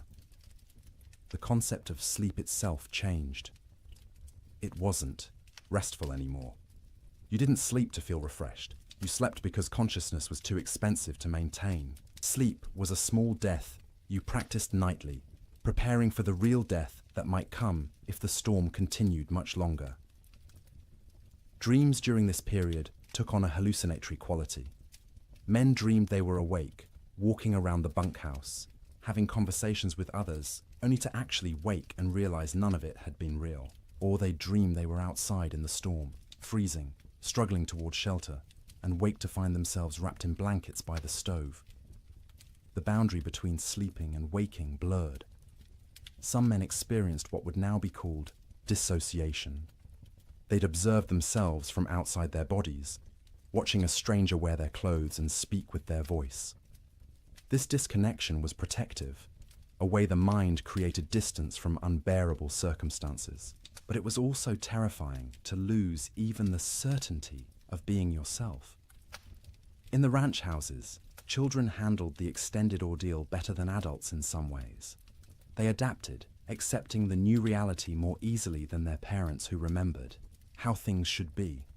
To the children, this was simply how life was now: cold, hungry, confined, but normal within its own context. But they also suffered in ways adults didn't. Their growing bodies needed more food than they were getting. Their development was being stunted by malnutrition. Sarah Ferguson, 11 years old, stopped growing taller. Her monthly bleeding, which had just started that fall, stopped entirely. Her body shut down non-essential functions to preserve life. Thomas developed a cough that wouldn't go away, a deep rattling in his chest that scared Martha. She'd give him extra portions of the thin soup she made, sacrificing from her own bowl, but it didn't help much. The cough persisted, worsening at night, keeping him and everyone else awake. James, 7 years old, stopped talking almost entirely. He'd answer questions with nods or shakes of his head, but volunteered nothing. He'd sit for hours staring at the fire, his face expressionless. Martha worried about him most of all, this strange, silent child who'd been so vibrant just months. Emma, the baby, clung to her mother constantly.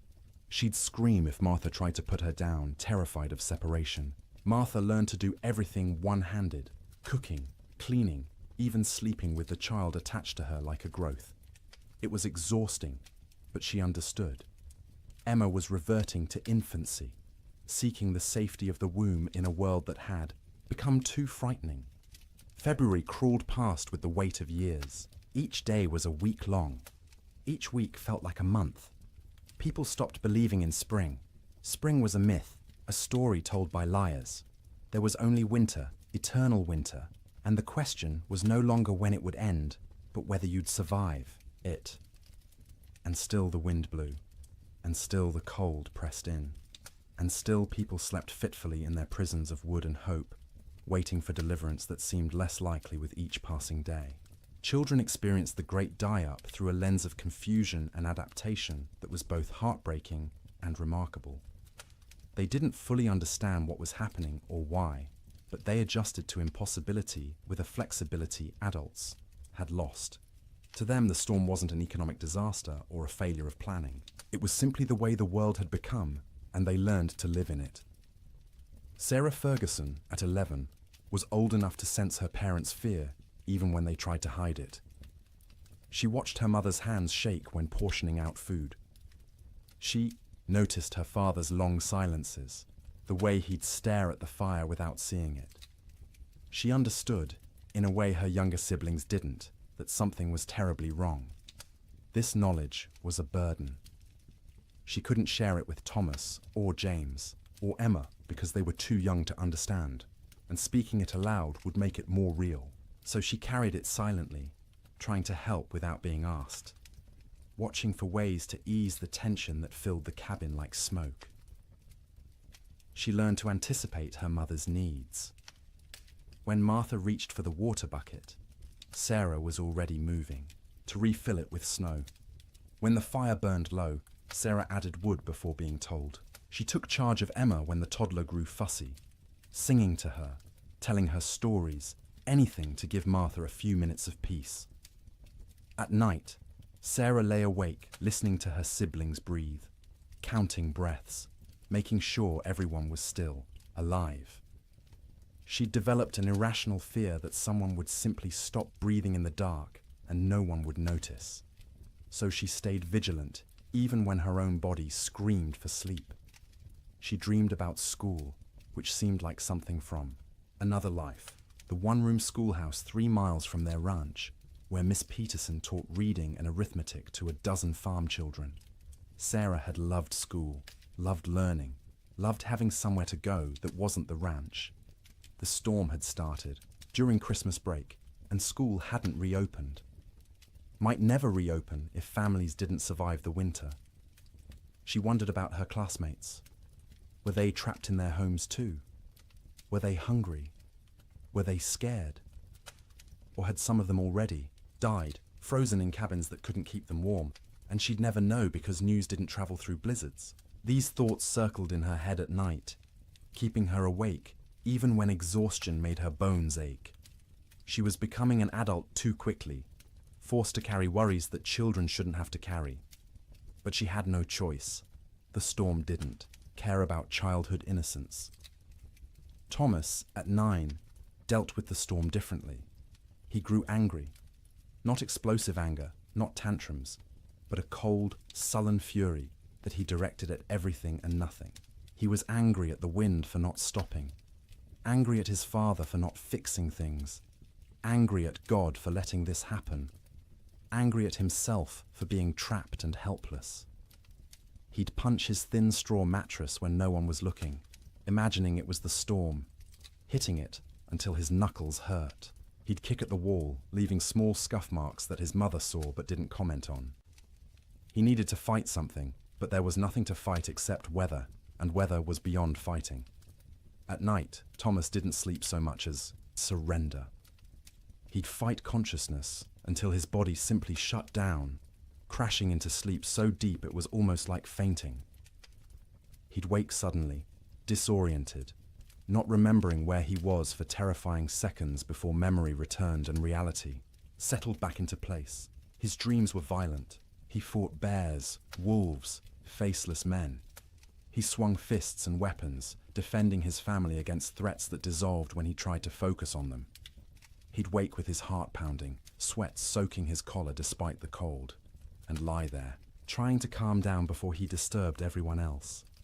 He was hungry all the time, a gnawing, constant hunger that made him think about food obsessively. He'd remember meals from before the storm, special occasions when they'd had roasted chicken, or beef, or his mother's apple pie. The memories were so vivid he could taste them, and the disappointment when he opened his eyes to find only reality was crushing. His mother noticed his anger, but didn't know how to help. She'd try to hug him, and he'd tolerate it stiffly, uncomfortable, with comfort, needing to be tough. He was the man of the house when his father was outside. He had to be strong. He couldn't let himself be a child, even though he was desperately, urgently still a child who needed reassurance that everything would be all right. James, at 7, retreated into silence and fantasy. He created elaborate stories in his head, imagining himself as a hero who could control weather, who could make the sun come out and melt all the snow. In his fantasies, he'd save his family, save the cattle, save everyone. People would thank him. His father would be proud. These daydreams, occupied hours. He'd sit by the fire, face blank, living entirely in his imagination where he was powerful instead of helpless. His mother worried about his silence, not understanding it was protection. If he didn't talk, he didn't have to acknowledge reality. He could stay in his head where things made sense and he had control. At night, James slept deeply but unrestfully. He'd thrash and kick, fighting battles in his dreams, sometimes crying out words no one could understand. His siblings had learned to sleep away from his feet because he'd kick without waking. Martha would sometimes reach over and touch his forehead, checking for fever, but he was just hot from the exertion of his dreams. When he did talk, it was often about summer. He'd ask when they could go outside and play, when they could go fishing in the creek, when the cattle would come back. His questions broke Martha's heart because she had no answers. She'd deflect, saying soon, or when winter ends, knowing these were lies, but unable to tell a 7-year-old that winter might not end, that nothing might come back. Emma, just 3 years old, understood least and suffered most in some ways. She knew something was wrong but couldn't articulate what. Her world had shrunk to one room, a fire, and the immediate presence of her family. She didn't remember clearly how things had been before the storm. This cold, confined existence was becoming her normal. She cried often, not from any specific pain, but from generalized distress. Hungry cries, cold cries, tired cries, scared cries. Her vocabulary wasn't sufficient to express what she felt, so she cried and clung to her mother and refused to be put down. Martha carried her constantly, the child's weight a familiar burden. Emma was getting lighter instead of heavier, losing weight she couldn't afford to lose. Her ribs showed through her thin dress. Her eyes seemed too large for her face. She looked like children in pictures of famine, skeletal and haunted. At night, Emma slept fitfully, waking every few hours crying for her mother even though Martha was right there. She'd need to be held, rocked, soothed back to sleep, a process that took longer each time. Martha would hold her daughter and feel the tiny heart beating too fast, the small body too hot one moment and too cold the next, and wonder if Emma would survive even if the storm ended. Emma's dreams, when she could describe them in her limited vocabulary, were simple and sad. She dreamed of being warm, of having enough to eat, of going outside to play. She dreamed of summer in fragments, sensory impressions rather than coherent narratives. Sun on her face, grass under her feet, the feeling of running without being cold. The children had created small rituals to mark time and maintain some structure. Every morning, however they defined morning, Sarah would lead them in a counting game. They'd count to 100 together, which took Emma's entire concentration and distracted her from crying. Then they'd count by twos, by fives, by tens, math as comfort, numbers as proof that some things remained stable. In the afternoon, Thomas would tell stories. He'd inherited his father's storytelling ability and would spin tales about cowboys and cattle drives and adventures that took place in summer warmth. His siblings would listen, transported briefly to worlds where people weren't trapped and cold and hungry. Emma had a doll, a simple thing made from rags stuffed with more rags, with button eyes and yarn hair. She carried it everywhere, talking to it in her baby voice, explaining things. The doll was hungry. The doll was cold. The doll wanted Mama. Through the doll, Emma processed her own feelings, giving voice to fears she couldn't express directly, the EE. Children learn to read their parents' moods and adjust their behavior accordingly. When Martha looked particularly strained, they'd be quieter, more cooperative.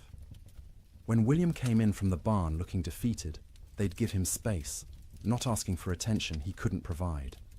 They became expert at making themselves small, at not adding to the household's burdens. But they were still children, and children need play. They'd create games from nothing, counting cracks in the ceiling, making shadow figures on the wall with their hands when the fire was bright enough, building towers from the few wooden blocks they owned, then knocking them down and building again. Sarah taught Emma songs, the same songs their mother had taught her. Simple rhymes about animals and weather and daily life. Emma's favorite was about a bird that flew south for winter, which seemed especially relevant. She'd sing it over and over, the words slurring together, while her siblings tried not to show their irritation. The children also absorbed lessons they shouldn't have needed to learn so young. That food was precious and must never be wasted. That fire was life and must be watched constantly. That cold could kill and must be respected. That sometimes adults didn't have answers, didn't know what to do, were as frightened and helpless as children, but had to pretend otherwise. They learned what their parents looked like when pretending to be brave, the slight tremor in their mother's voice when she said everything would be fine, the way their father's smile didn't reach his eyes. They learned to accept these performances without comment, understanding that challenging them would make things worse. In later years, the Ferguson children would remember the winter of 1887 as a blur. They'd recall specific images. The fire, always the fire, and their mother's face in its light, and the sound of wind that never stopped. But the timeline would be confused, events blending together because days had no distinct markers. Sarah would remember being hungry but never being fed, Thomas would remember being angry, but not knowing why. James would remember his fantasy world more clearly than reality, which was probably for the best. Emma would remember almost nothing directly, just a vague sense of having been cold once, long ago, for longer than seemed possible. But they'd also remember warmth of a different kind. The feeling of sleeping piled together, siblings in a heap like puppies, their mother's songs in the dark, their father's hands, rough and gentle, checking them for frostbite. The way Sarah would hold Emma when Emma cried. The way Thomas would share his tiny portion of food, even though he was starving.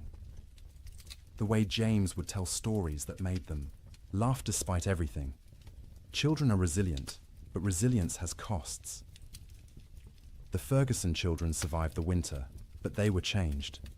Sarah grew old before her time, burdened with worries she couldn't set down. Thomas's anger would last years, manifesting in ways that troubled his parents. James would remain in fantasy longer than he should, reluctant to engage with a world that had proven so harsh.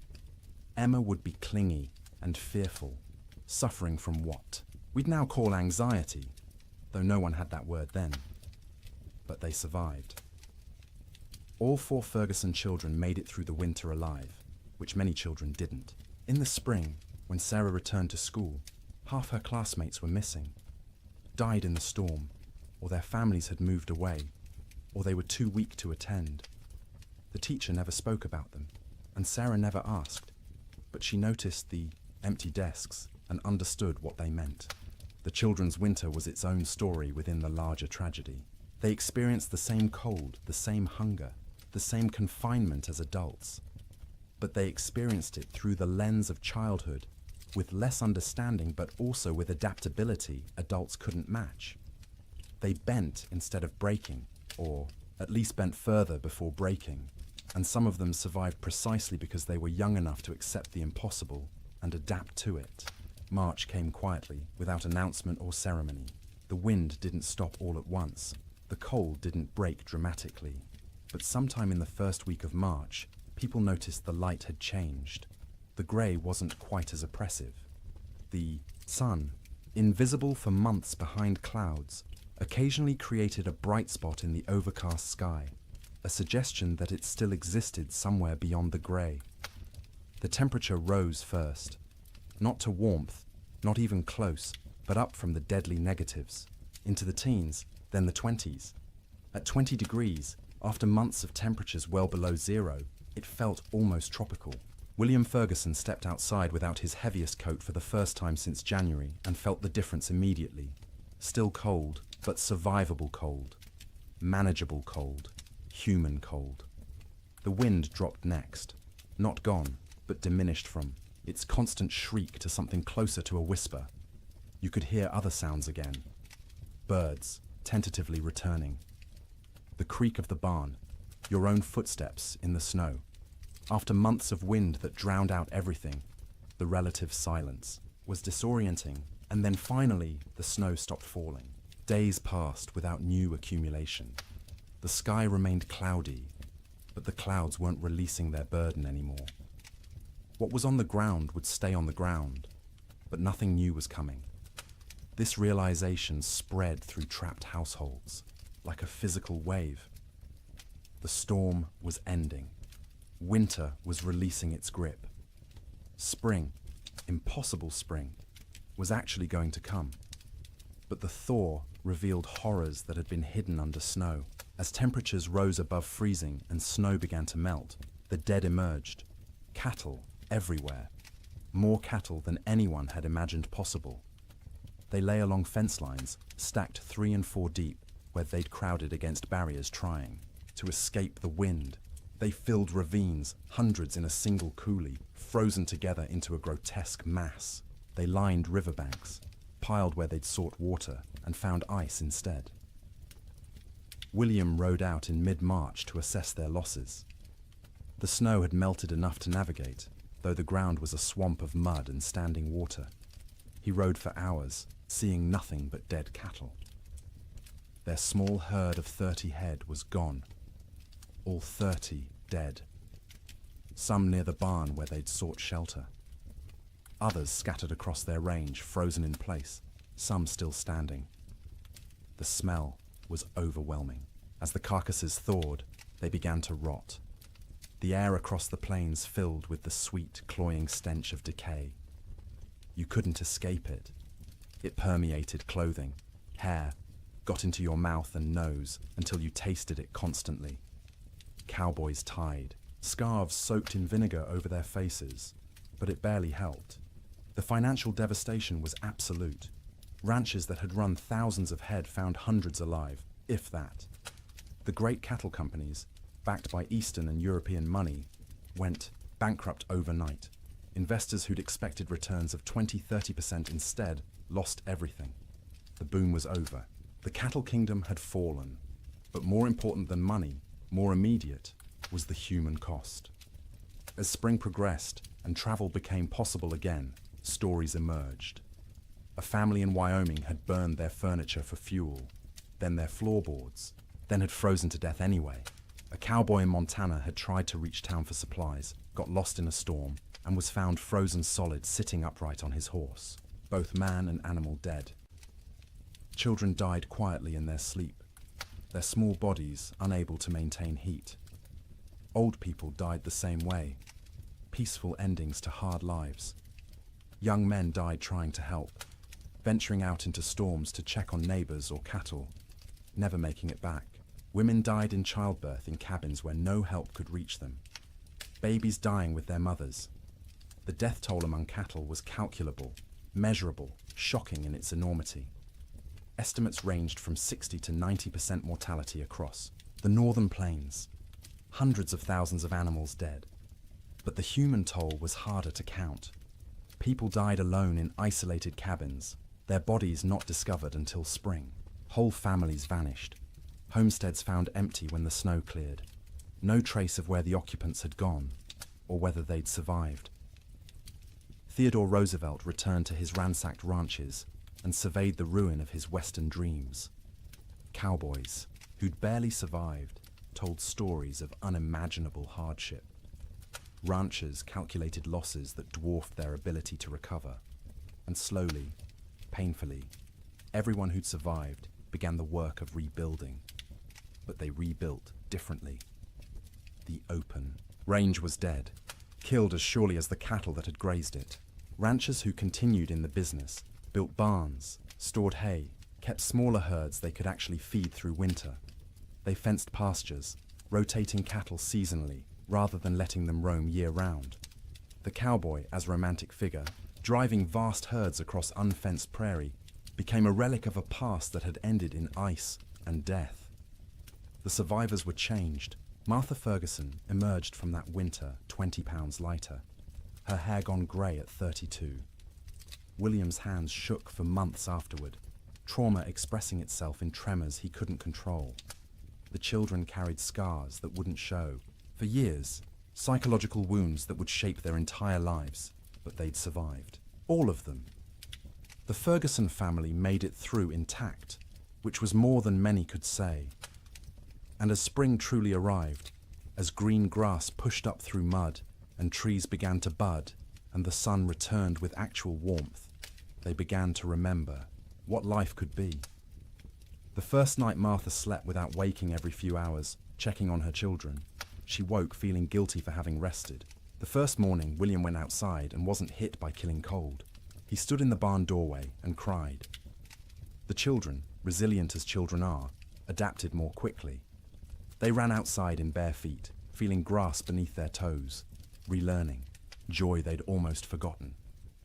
Sleep in spring was different from sleep in winter. The fear was gone, the vigilance unnecessary.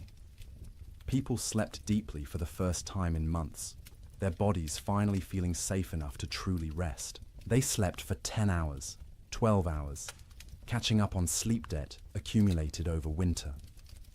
They woke refreshed, amazed at the feeling, remembering what normal had felt like. But the dreams remained. For years afterward, survivors would wake from nightmares about the winter of 1887. They'd dream of being trapped, of being cold, of hearing cattle die, and being unable to help. These dreams would fade over time, but never entirely disappear. The winter had carved itself into their psyches, a permanent scar. And now, dear traveller through this story, we've reached the end of our journey through the coldest winter in wild West history. We've walked with cowboys in their bunkhouses, huddled with families around failing fires, witnessed the death of cattle and dreams, and an entire way of life. The Great Die-Up of 1887 was catastrophic. It killed hundreds of thousands of animals, bankrupted fortunes, and ended the era of open-range ranching forever. But more than that, it tested human endurance in ways few events ever have. It asked people to survive the unsurvivable, to sleep, in conditions where sleep seemed impossible, to maintain hope when hope was absurd, and they did. Not all of them, not even most of them without terrible cost, but enough survived to tell the story, to rebuild, to ensure that the lessons learned would protect future generations. As you lie in your warm bed tonight, safe from cold and storm, let yourself feel the profound gift of that warmth. The pioneers of the Wild West would have considered your comfort miraculous, impossible luxury beyond imagining. Central heating, insulated walls, blankets made in factories rather than woven by hand. You live in the future they could only dream of, the safety they fought to reach. Their struggle made this possible. Every improvement in building techniques, every advance in weather prediction, every system we have now to survive winter grew from lessons learned in disasters like the Great Die-Up. They suffered so that eventually people wouldn't have to suffer, so that sleep could be restful rather than survival, so that winter could be endured without terror. Let their memory settle over you gently now. Let the wind that screamed across the Montana plains become the whisper of your fan. Let the cold that killed become the pleasant coolness of your air conditioning. Let the hunger that gnawed at them become the satisfaction of knowing you can eat when you wake. You are safe, you are warm, you are comfortable in ways they couldn't have imagined. And as you drift towards sleep, carry with you gratitude for that safety. Honor their endurance by appreciating what you have. Remember their suffering by cherishing your comfort. The winter of 1887 is over. It has been over for more than a century, but its story remains, a testament to human resilience and the terrible power of nature. The cowboys and ranchers and children who lived through it are long gone, but their experience echoes forward to us, teaching us about survival, about courage, about the precious gift of a warm place to sleep. So sleep now, deeply and peacefully. Let the weight of blankets comfort rather than burden you. Let the darkness be restful rather than fearful. Let your dreams be gentle rather than haunted. The storm has passed. Spring has come. The long winter night is over, and you, in your warm bed, in your safe room, can rest without fear, can close your eyes without vigilance, can surrender to sleep, knowing you'll wake to warmth and safety. The Great Die-Up claimed so much, so many cattle, so many dreams, so much hope. But it couldn't claim everything. It couldn't kill the human capacity to endure, to adapt, to survive impossible conditions, and emerge, if not unscathed, then at least alive. Still capable of love, still capable of rebuilding, still capable of hope. That resilience lives in you too. You carry it in your genes, inherited from ancestors who survived winters and storms and hardships we can barely imagine. Their strength is your strength. Their determination is your determination. Their ability to close their eyes in terrible circumstances and wait to face another day is yours as well. You don't need it tonight. Tonight, you can simply rest. Let the story of the Great Die-Up fade like snow melting in spring sun. Let the cold recede. Let warmth embrace you completely. Sleep well, knowing that winter always ends, that spring always comes, that the coldest night eventually gives way to dawn. The pioneers of 1887 learned this truth at terrible cost. But they learned it, and they survived. And because of them, you live in a world where winter is manageable, where cold is temporary, where sleep is Safe. Close your eyes now. Let your breathing slow. Feel the weight of your body sink into your mattress, supported and comfortable. You've traveled a long way tonight, through a winter that ended before you were born. You've witnessed suffering and endurance and the slow arrival of relief. Now it's time to find your own relief, your own rest, your own peaceful surrender to sleep. The wind has stopped screaming. The cold has lost its teeth. The cattle are grazing on green grass in valleys where snow once piled 20 feet deep. And you are here, warm and safe, ready to sleep, ready to dream gentle dreams, ready to wake refreshed to a world where the great die-up is history, where winter is a season rather than a death sentence, where sleep is rest rather than survival.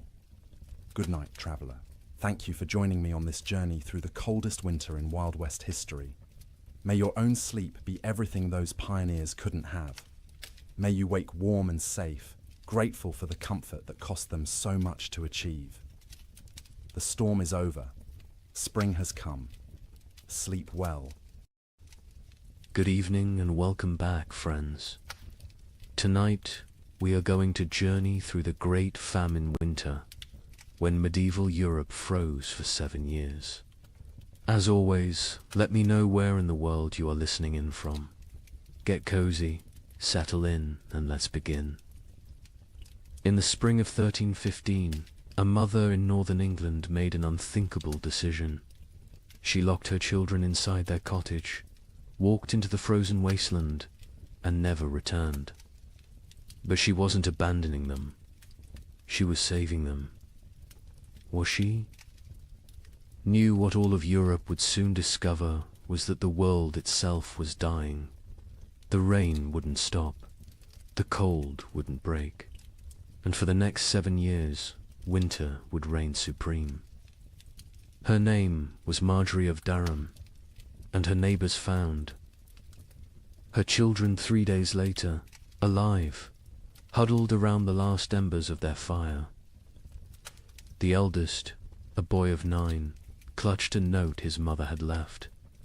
The priest who recorded it wrote that his hands shook as he read her words aloud. My flesh will buy them grain. My absence will grant them mercy. Tell them I walk toward God, not away from them. You see, Marjorie had understood something terrible. Something that would take the rest of Europe months to grasp. This wasn't just another harsh spring. This was the beginning of an extinction. The marketplace where she'd traded her body for bread had made the calculation clear. A living mother meant 5 mouths to feed. A missing mother meant for orphans. The church had to shelter, and the church still had grain, still had walls, still had hope that this nightmare would end. But here's what makes Marjorie's story so haunting. She wasn't unique. Parish records from 1315 show hundreds of similar disappearances.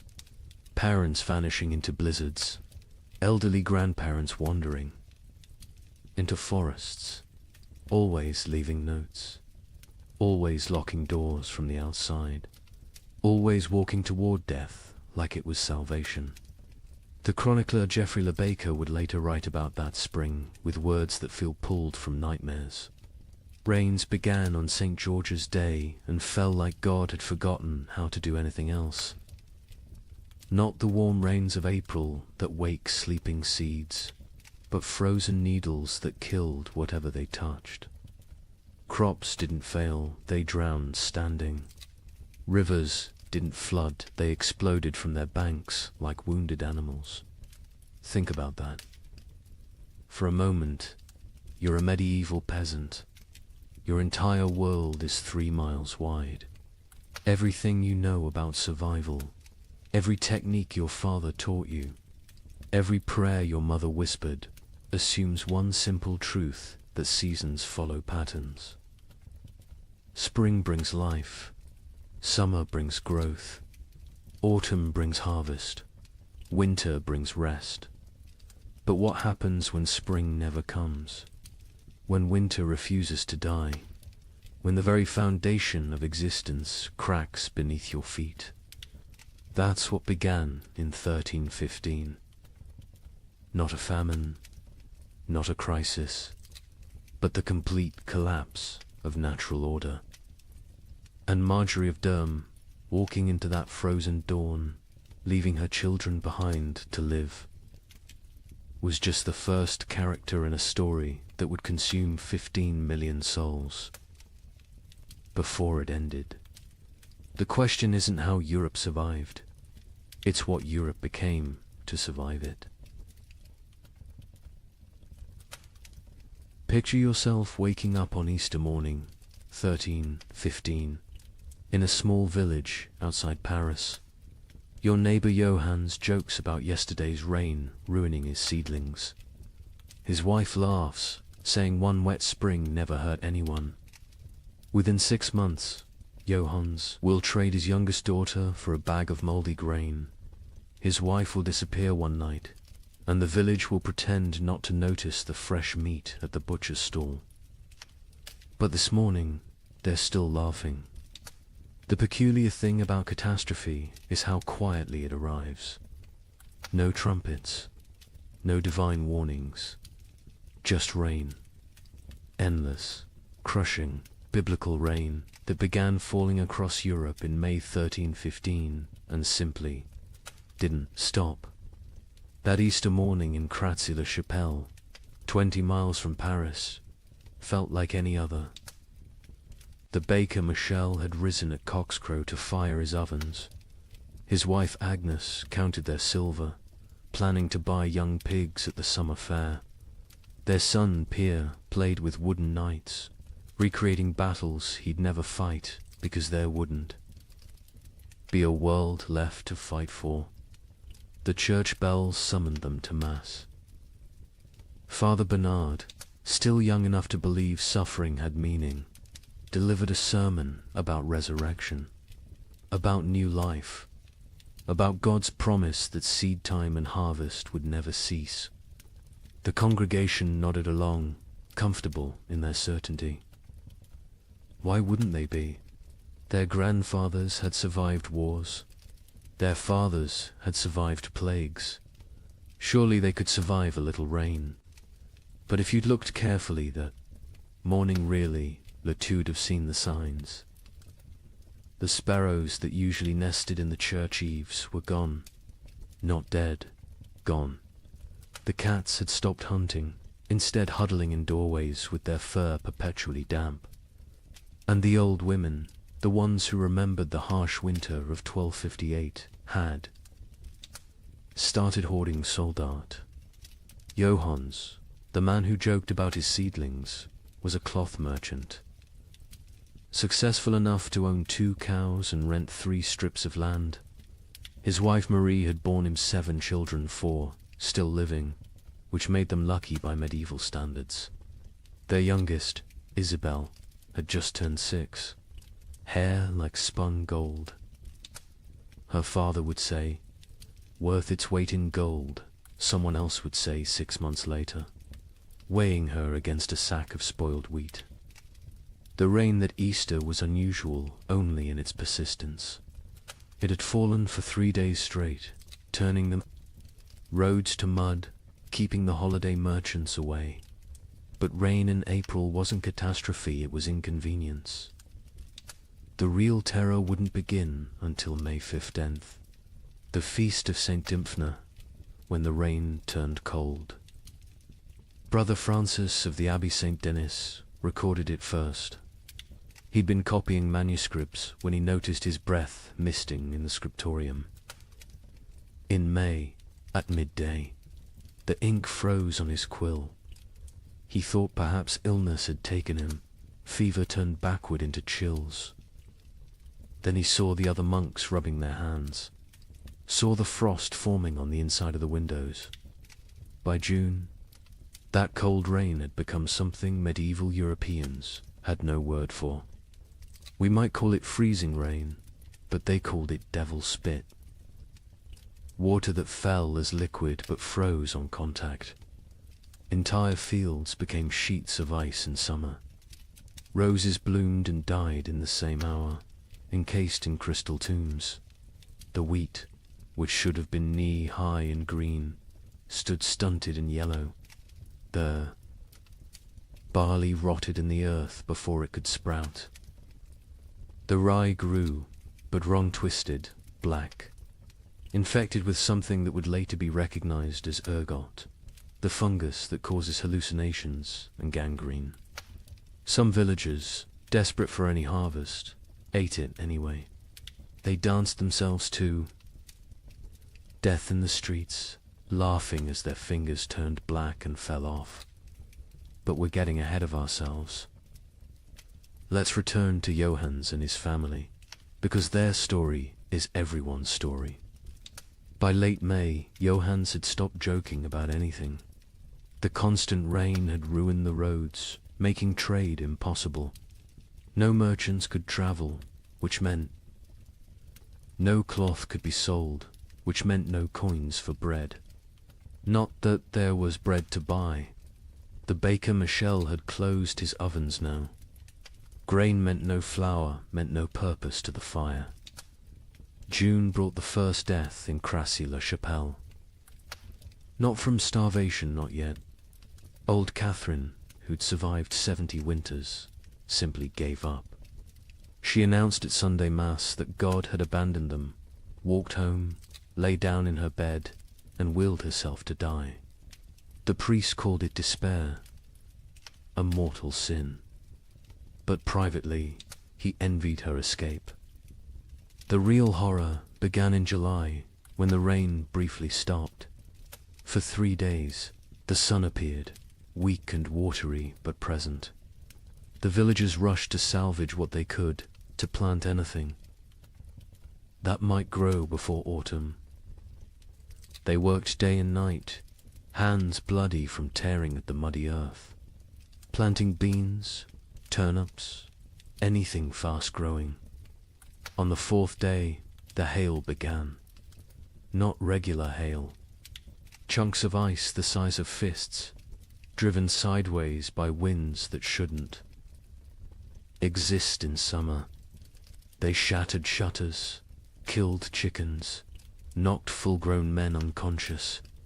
When it stopped, nothing remained of those desperate plantings. The fields looked like they'd been trampled by an army of giants.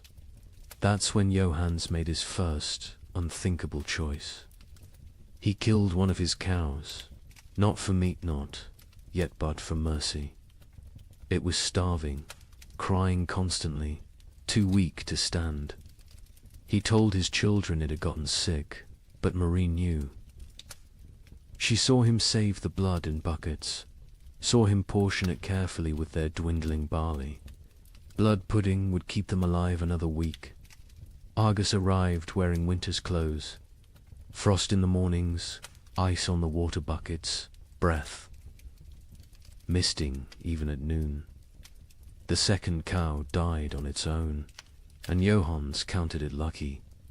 They ate everything: the meat, the organs, the marrow from the bones. They boiled the hide for soup. They ground the bones for flour. Nothing was waste, because waste meant death. Brother Thomas of Westminster Abbey wrote something strange in his chronicle that summer. The heavens have forgotten how to cease their tears. At first, monks like Thomas saw it as God testing their faith. A brief punishment, maybe for the wars between England and Scotland, maybe for the French king arresting the Pope. Surely it would pass. But then came the letters from sister monasteries. From Cologne, our fields are lakes. From Florence, the Arno has swallowed 3 villages. From Krakow, the children ask what the sun looked like. What terrified Thomas wasn't the rain itself, it was the temperature. In July, the height. Of summer he could see his breath while saying morning prayers. Ice formed on the altar wine. And still the rain fell. The monastery's chronicle, which Thomas kept with meticulous care, tells us exactly when normal ended and nightmare began. June 23rd, the eve of St. John, traditionally celebrated with bonfires that burned until dawn. That year, no fire would stay lit. The rain fell horizontally, driven by winds that belonged to December, not midsummer. Thomas wrote, "The brothers attempted 7 times to light the sacred fire. Each time, the rain doused it before a single prayer could be spoken. Prior William declared it a sign of what he dared not say." Thomas had been corresponding with monasteries across Christendom for 20 years. His position as chronicler meant he received letters from abbeys in Scotland to Sicily, from Ireland to Poland. Usually, these letters discussed theological matters, requested copied manuscripts, or shared news of appointments and deaths. But starting in July 1315, every letter carried the same message, dressed in different words.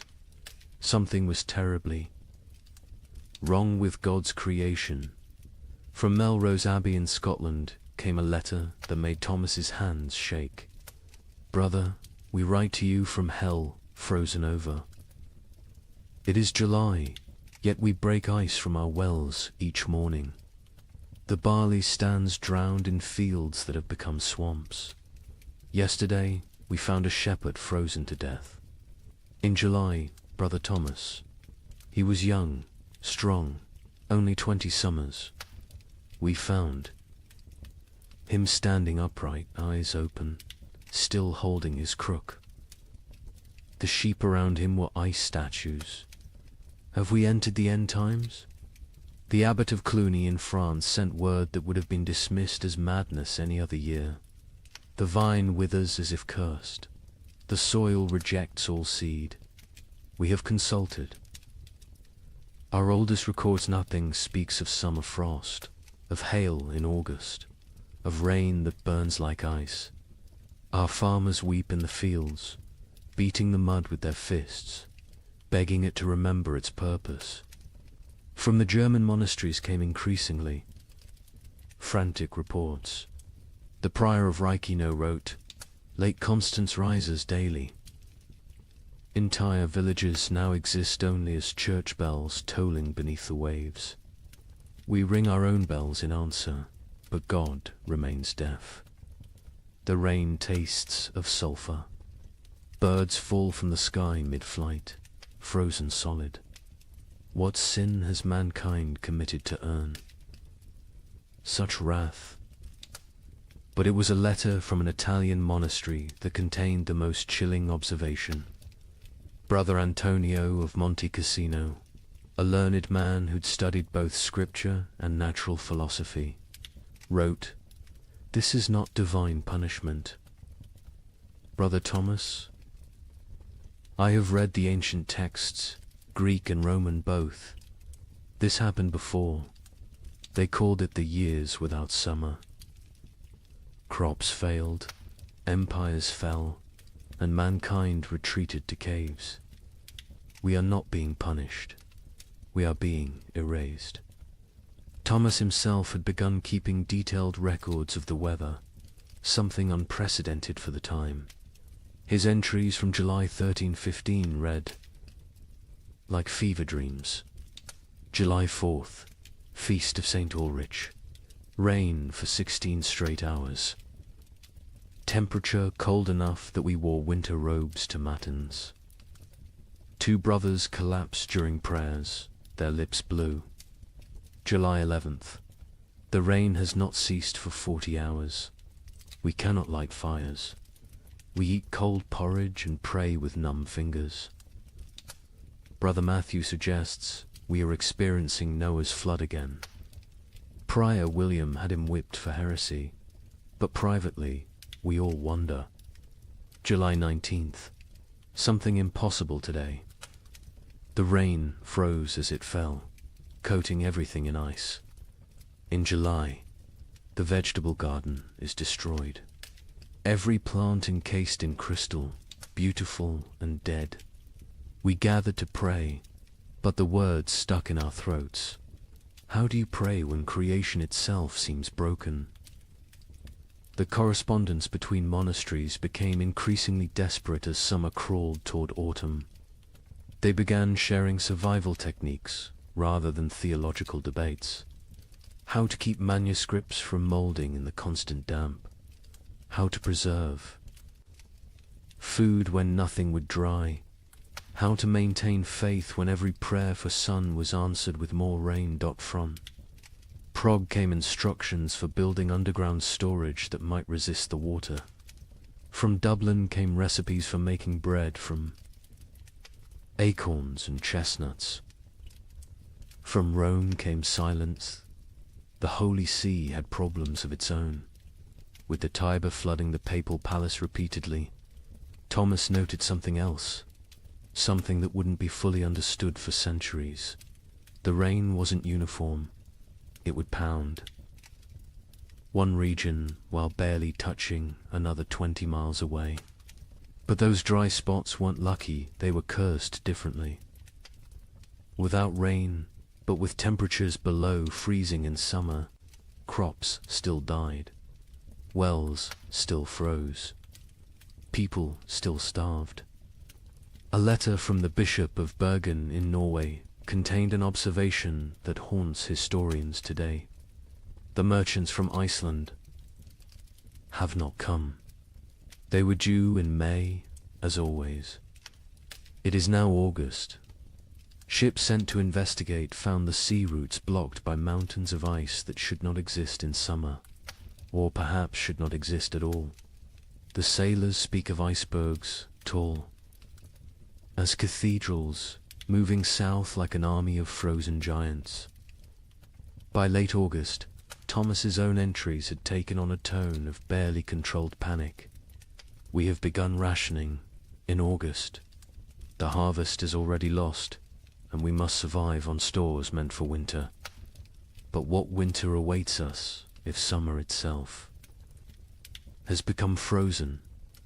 Prior William no longer speaks of God's tests. He speaks of God's absence. The most telling entry comes from September 3rd. Brother Francis asked me today why I still write these chronicles. Who will read them? Who will survive to care about the weather of a dead year? I had no answer. I write because the act of writing means I still believe in tomorrow. When I stop writing, I stop hoping.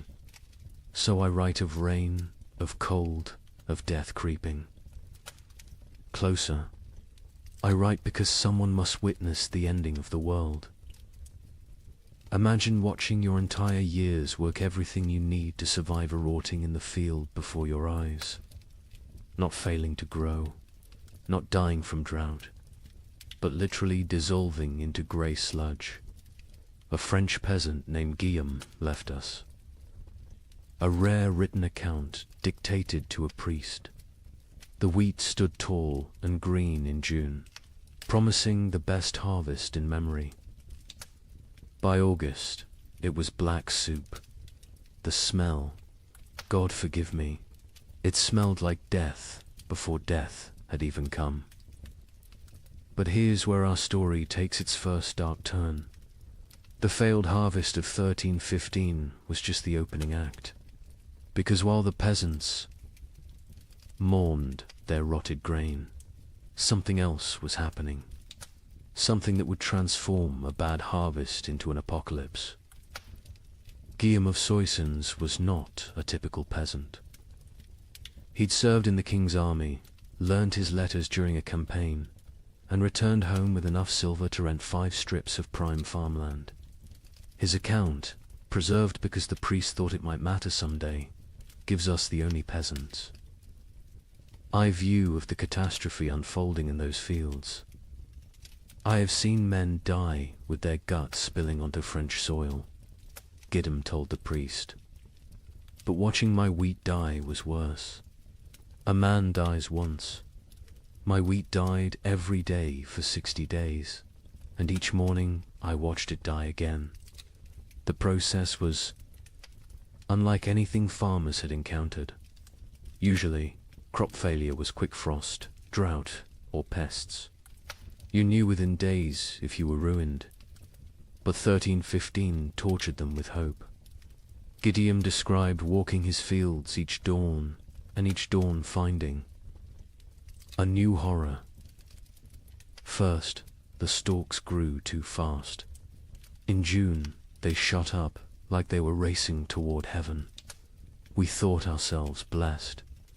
My wife danced between the rows, saying we'd have enough to sell, enough to buy that ox we'd dreamed of. The children planned what they'd eat at harvest feast: honey cakes, white bread, meat every Sunday until Christmas. But the unnatural growth was a warning, not a blessing. The constant rain and bizarre temperature swings had triggered something in the planter. Desperate attempt to reproduce before dying. The stalks grew tall but hollow. The kernels formed but never filled. By July, the color started changing. Not all at once. First, little spots like rust on a blade. We told ourselves it was nothing, just moisture. It would pass, but the spots spread. They merged, they consumed. A field that was green at sunrise would be brown by sunset. What Gideon was describing, though he couldn't know it, was a perfect storm of plant diseases. The cold, wet conditions had created ideal breeding grounds for multiple fungi. Stem rust, leaf blight, and ergot attacked simultaneously. But ergot was the cruelest. It didn't just destroy the grain, it transformed it into poison. The heads of wheat turned black and swollen, like fingers left too long in water. When you touched them, they burst, releasing clouds of black dust that made you cough blood. My neighbor Henry, trying to save something, anything, gathered these black kernels. His family ate bread made from them. Within 3 days, his children were screaming about devils in the walls. His wife's fingers turned black and fell off. Henry himself danced naked in the square until his heart burst. The aristocracy, watching from their castles, initially felt secure. They had stores from previous years, contracts with merchants, the ability to import grain. The Lord of Soissons, Robert de Courtenay, even rode through the failing fields in July, telling the peasants not to despair, that he would reduce their taxes, that no one would starve. But Lord Robert didn't understand what Gideon understood. This wasn't one bad harvest. This was the end of agriculture itself. The ground changed. Gillam explained. It wasn't soil anymore. The rain had been falling so long, so hard, that all the good earth washed away. What remained was grey clay.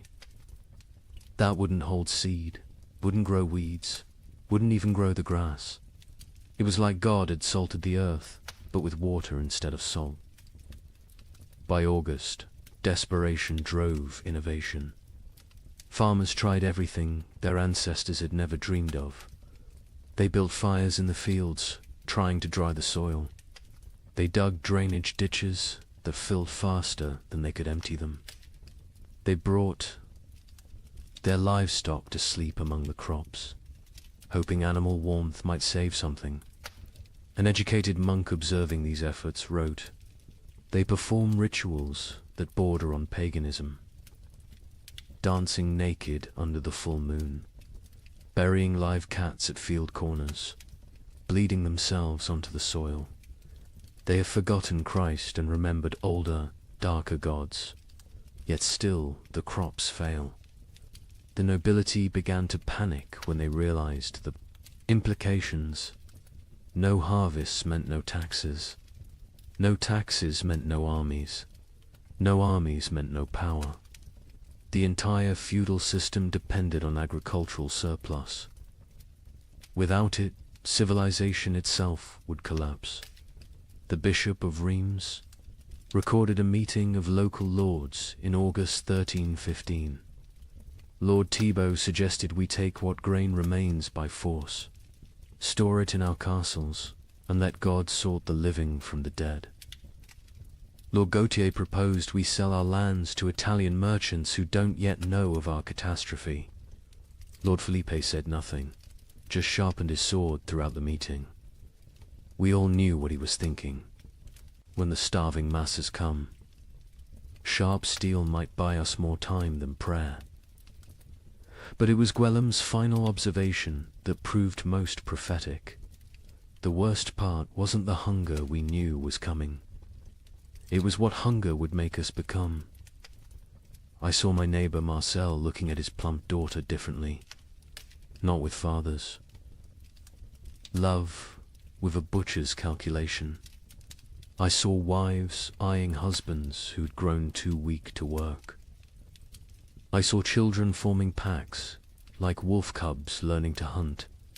The priest asks me what I think God wants from us. I tell him God is done wanting. Now he's taking, and he's going to keep taking until there's nothing left but rain and mud and sigh. And mud and sigh. The memory of what men used to be before they became animals again. The failed harvest of 1315 wasn't measured in bushels of lost grain. It was measured in the systematic destruction of hope. Every rural community in Europe had lived with the same rhythm for 1,000 years. Plant in spring, tend in summer, harvest in autumn, survive on stores through winter. That cycle was civilization. And in 1315, the cycle broke. By September, even the weeds had given up. Fields that should have been golden with wheat or barley were instead grey seas of mud, punctuated by the black skeletons of dead trees. The only things that grew were fungous, bulbous things that appeared overnight in colours nature had never intended. Purple, electric blue, sick yellow. Children who ate them died laughing. Adults who ate them died screaming. The recording priest added his own note to Gwillem's testimony. This man speaks truth. I have seen the fields myself. They look like God's own graveyard, waiting for the corpses that will soon fill them. We are not facing a famine. We are facing an extinction. May whoever finds this record pray for our souls, for by the time you read this, we will surely be past praying for ourselves. In September 1315, a strange sickness appeared among the cattle of Norfolk. Within days, it spread to sheep, then pigs, then horses. The animals didn't just die, they died screaming. A contemporary account describes cattle crying like humans. In their agony, their tongues swollen black, their eyes weeping blood. Modern historians call it marin, but medieval Europeans had another name for it. Devil's touch, because healthy animals would drop dead mid-step. A cow giving milk at dawn would be a corpse by noon, and the speed of transmission defied Logicantia herds gone in hours. But I haven't told you the worst part yet. The animals that survived, they changed. Horses began eating meat. Pigs turned feral, forming packs that hunted. And the rats. The rats disappeared entirely. Where did they go? That mystery wouldn't be solved for another 30 years, when they returned, carrying something far worse than hunger. The first recorded death was a prize bull named Samson, owned by the Earl of Norwich, worth more than most villagers earned. In a year, Samson was protected like royalty-sheltered stable, imported feed, 3 stable boys attending him constantly. On September 8th, he was healthy enough to breed. By September 9th, he was dead, his massive body twisted in angles that bones shouldn't allow. Foam tinged pink with blood dried around his mouth. The Earl's stable master, a methodical man named Walter, documented what happened next with the precision of someone who knew he was witnessing something unprecedented. The sickness jumped from Samson to the cows without touch, without sharing water, without even sharing air. They were in separate barns, yet by sunset, 17 were dead. Their deaths were not peaceful. They bellowed with voices that sounded human. They thrashed until their bones broke through their hides. They died with their eyes open, staring at something we could not see. Within a week, every cow in Norfolk was either dead or dying. But the disease didn't respect species boundaries. Sheep began falling next, their wool turning grey overnight before they collapsed. Then pigs, usually hardy enough to survive anything, started dying in ways that defied nature. They'd squeal for hours, a sound witnesses compared to children, screaming before their hearts simply exploded. A traveling merchant named Otto from Flanders recorded what he saw on the roads. "I have traveled these paths for 20 years. I know where every farm keeps its herds. Today, I counted 4,000 dead cattle between Lynn and Norwich.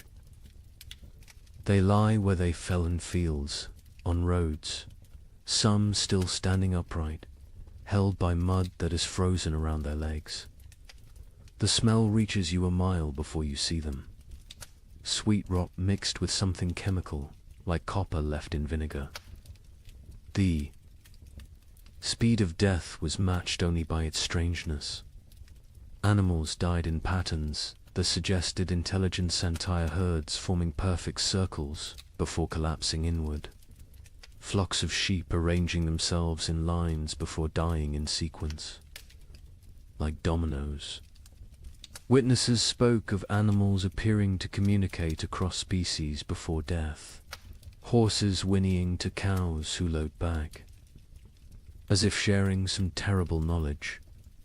But then came the transformations among survivors, and this is where chronicle accounts become almost too bizarre to believe, except that multiple independent sources confirm the same phenomena. Sir William de Ross, a knight with lands across Yorkshire, wrote to the Archbishop of York, "Your Grace must believe what I write, though it sounds like madness. My destrier, Caesar, a warhorse I've ridden into 3 battles, has begun hunting. Not grazing, hunting. I watched him corner a rabbit, kill it with his hooves, and eat it. He tears flesh with teeth never meant for meat. Other horses flee from him now. He stands alone in his paddock, blood on his muzzle, waiting for something none of us understand. The pigs were worse. Those that survived the plague didn't return to their pens. They grouped together in the forests, moving in coordinated packs. A woodcutter named Thomas testified to the Bishop of Ely.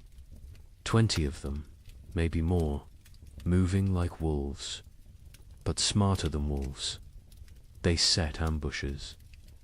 They used one injured piglet as bait to draw a merchant from his cart. When he climbed down to help him, the others came from the trees. We found his bones 3 days later, picked clean, arranged in a pile like they were showing off. The transformation wasn't limited to behavior. Physical changes occurred that medieval veterinarians couldn't explain. Horses grew longer teeth, sharp enough to tear meat. Pigs developed thicker hides that arrows couldn't pierce. Chickens that survived grew black feathers, regardless of their original coloring, and their eggs, when cracked, contained blood instead of yolk.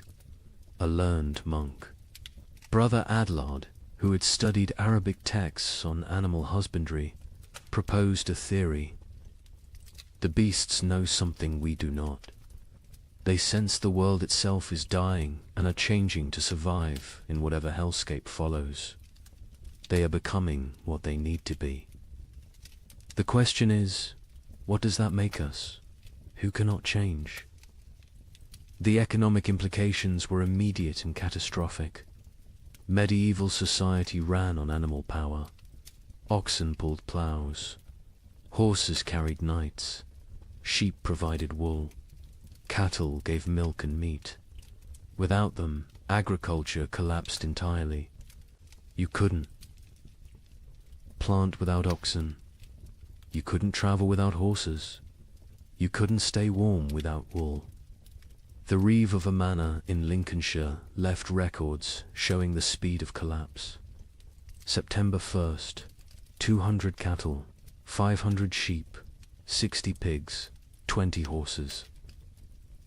October 1st, 3 cattle, 12 sheep, 0 pigs, 2 horses. The 2 horses that remain will not accept saddle or bridle. They watch us with eyes that show too much white. We dare not approach them. Desperate attempts at prevention failed spectacularly. Some communities tried isolating healthy animals, only to watch them die faster in confinement. Others attempted ancient remedies, hanging holly over stable doors, painting crosses in lamb's blood on barns, burying horse skulls at crossroads. The Bishop of Winchester ordered all animals blessed with holy water. They died mid-blessing, falling dead at the priest's feet. The most disturbing account comes from a monastery in Somerset, where Brother Francis observed something that shouldn't have been possible. The rats are gone. All of them. Not dead, we've found no bodies, simply vanished. The cats who hunted them sit in empty granaries, mewing at shadows. The barn owls have stopped hunting, stopped calling. Some have been found dead with full bellies, as if they ate something that killed them from within. But there are no rats. Where did they go? Into the walls, under the earth, or somewhere else entirely, somewhere they can wait out what's coming. This observation would prove prophetic. The rats had indeed gone somewhere deep into Eastern Eurpean forests, into cave systems, into places where they could breed and change and feast on the endless supply of corpses the famine would provide. When they returned in the 1340s, they brought the Black Death with them, as if they'd been preparing their revenge for 30 years. But in September 1315, all anyone knew was that the animals were dying or changing, and without them, human survival became nearly impossible. The social contract that had existed between human and beast for itself had declared war on civilization, and the animals were its first casualties. In London, December 1315, something unprecedented happened. A wealthy merchant named Richard de Barkin tried to buy bread with a gold coin worth more than most people saw in a lifetime. The baker laughed in his face. "Can your gold fill my children's bellies? Can it bring back the grain?" This is the moment medieval Europe's entire economic system shattered. For the first time in recorded history, food became more valuable than gold. The price of wheat increased 800% in 6 months. But those are just numbers. Let me tell you what that really meant. Richard de Barkin wasn't just any merchant. He controlled the wine trade from Bordeaux to London, owned 3 ships, and held contracts with the royal household. His wealth was legendary. He'd once bought an entire street in London just to evict a rival. On that December morning, he walked into Thomas Baker's shop on Bread Street carrying a gold noble, a coin worth 80 silver pence, enough to buy a horse. Thomas Baker His hand still dusted with the last of his flour, looked at the coin like it was a stone. "I have one loaf left," he said. "My last flour. When it's gone, I close my doors forever. That loaf goes to my children. Your gold cannot create grain from nothing." Richard, accustomed to gold opening every door, placed 2 more nobles on the counter. Thomas swept them onto the floor. "Take your metal to the Thames and see if the fish will trade bread for it. I'll keep my loaf." The story spread through London within hours, not because a rich man was refused bread, but because everyone suddenly understood. The fundamental assumption of civilization that money could buy necessities had died. The keeper of the Royal Exchange, Simon de Canterbury, recorded the complete collapse of monetary meaning. December 1st, 1 penny buys a loaf. December 15th, 1 shilling buys a loaf. December 30th, 1 pound buys a loaf. January 13, 16, no amount buys a loaf, for there are no loaves to buy. But the breakdown went deeper than inflation. The very concept of value imploded. A manuscript from Guildhall records an exchange that would have been incomprehensible months earlier. Margaret Carpenter traded her wedding ring, passed down 5 generations, for 2 turnips. John Smithson offered his house for a ham. The hams. Owner refused. The guild system, which had regulated trade for centuries, collapsed overnight. The worshipful company of bakers, once among London's most powerful guilds, disbanded when 8 of 12 members died trying to defend their shops from crowds. Their final record, dated January 3rd, 1316, states, "We dissolve this fellowship, as there is nothing left to fellow over. May God forgive what we have become."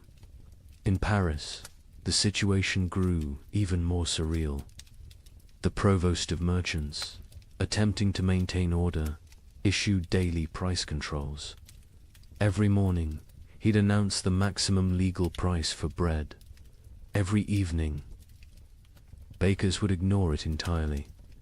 One baker, hauled before the provost for charging 30 times the legal rate, responded, "Hang me if you wish. My corpse will bake no bread. Pay my price or starve legally, those are your choices." The relationship between social classes inverted overnight. A peasant with a hidden store of grain wielded more power than a duke with chests of gold. The Chronicle of St. Denis's records, the Count of Champagne, among the realm's richest men, was seen begging at a farmer's door. The farmer, who once would have been flogged for looking the Count in the eye, kept him waiting 3 hours before trading a sack of mouldy oats for the Count's sword, armor, and signet ring. Venice, Europe's commercial heart, tried to maintain normalcy through imports. The Doge sent ships to Egypt, to Constantinople, to anywhere grain might exist. Most never returned. Those that did brought news that shattered hope. The catastrophe wasn't regional. From Ireland to Poland, from Scotland to Sicily, the earth had stopped providing. A Venetian merchant's letter to his partner survives. "I have 40,000 ducats in gold. Yesterday, I tried to buy bread with it all. The baker said he'd rather throw his last loaf to the fish than trade it for coins. I offered him my palazzo. He laughed and said, 'Can I eat marble? Can I digest paintings? We have invented money, created banking, built commerce. None of it matters when there is nothing to buy.'" The church, traditionally the provider of last resort, faced impossible mathematics. The Abbey of Cluny's accounts show their dilemma starkly. We have grain for 300 souls for 6 months. 7,000 souls crowd our gates. If we feed all 4, compassion's sake, all die in 3 weeks. If we feed only our brothers, we survive but lose our purpose. Christ multiplied loaves in Phaedrus. We can only divide and subtract. Some monasteries chose martyrdom through generosity, opening their stores until empty, then dying with those they tried to save. Others became fortresses, monks armed with clubs, defending walls, while starving crowds pleaded outside.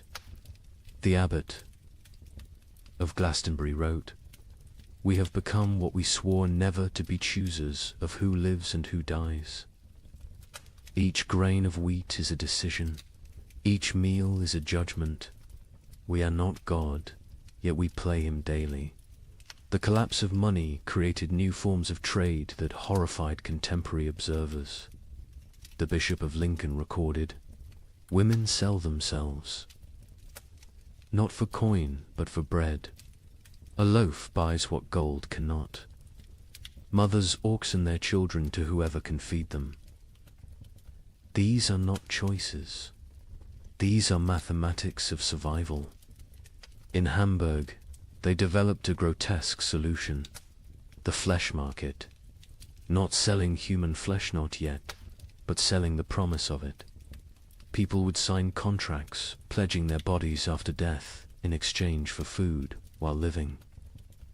A German merchant wrote, "The dying sell their future corpses for present bread. Buyers mark their purchases, waiting like vultures. When someone falls, arguments break out over whose property they've become." The English crown attempted to maintain control through force. Edward II issued proclamations making food hoarding punishable by death. The result: those with food hid it better. Royal agents searching for hidden grain often found families dead of starvation, sitting around empty tables, having hidden their food so well they couldn't find it themselves in their final delirium. A royal clerk named William de Dean recorded, "The futility. We hanged a man for hiding grain. The crowd watching the execution fought over his shoes before he stopped kicking. We cannot hang hunger. We cannot execute starvation. The king commands the rain to stop, the crops to grow, the natural order to restore itself. The rain continues. The king might as well command the dead to rise." By February 1316, even the concept of theft had changed. How could taking food be a crime when not taking it meant death? London's courts stopped prosecuting food theft after jurors refused to convict. One judge wrote, "A man stole bread from a child. The child's mother killed the thief with her bare hands. Who is the criminal? Who is the victim? Our laws were written for a world where food existed. That world is gone." The most profound change was in how people understood wealth itself. For 1,000 years, wealth meant gold, land, titles, power. Now it meant calories.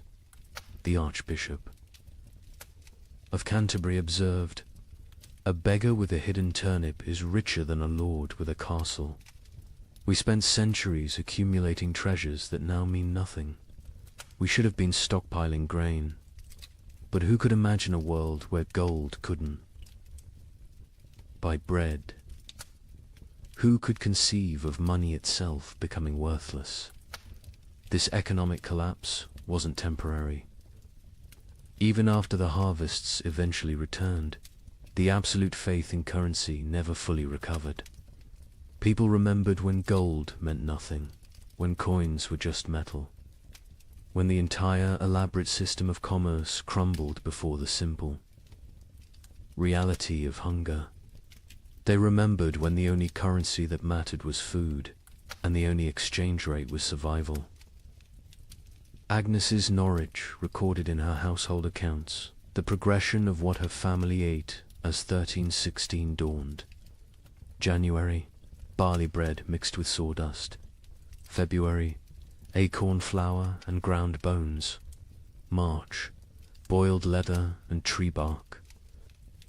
April's entry is just one line. We no longer record what we eat. The creativity of starvation is horrifying. Pine needles ground into paste.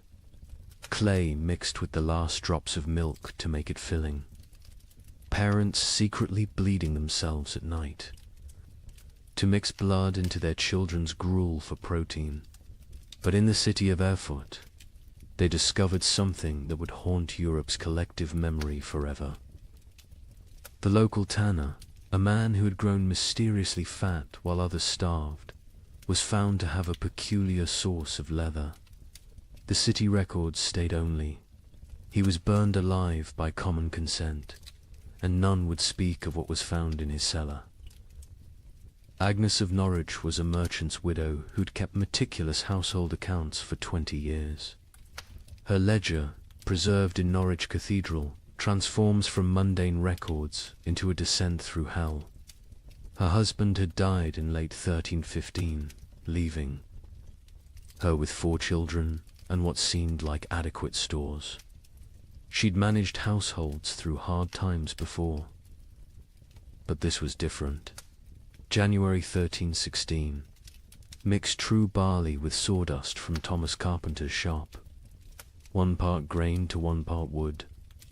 The children notice but do not complain. The sawdust fills their bellies even if it provides no sustenance. We tell ourselves it is fiber, like bran. We pretend not to see the splinters in their stall.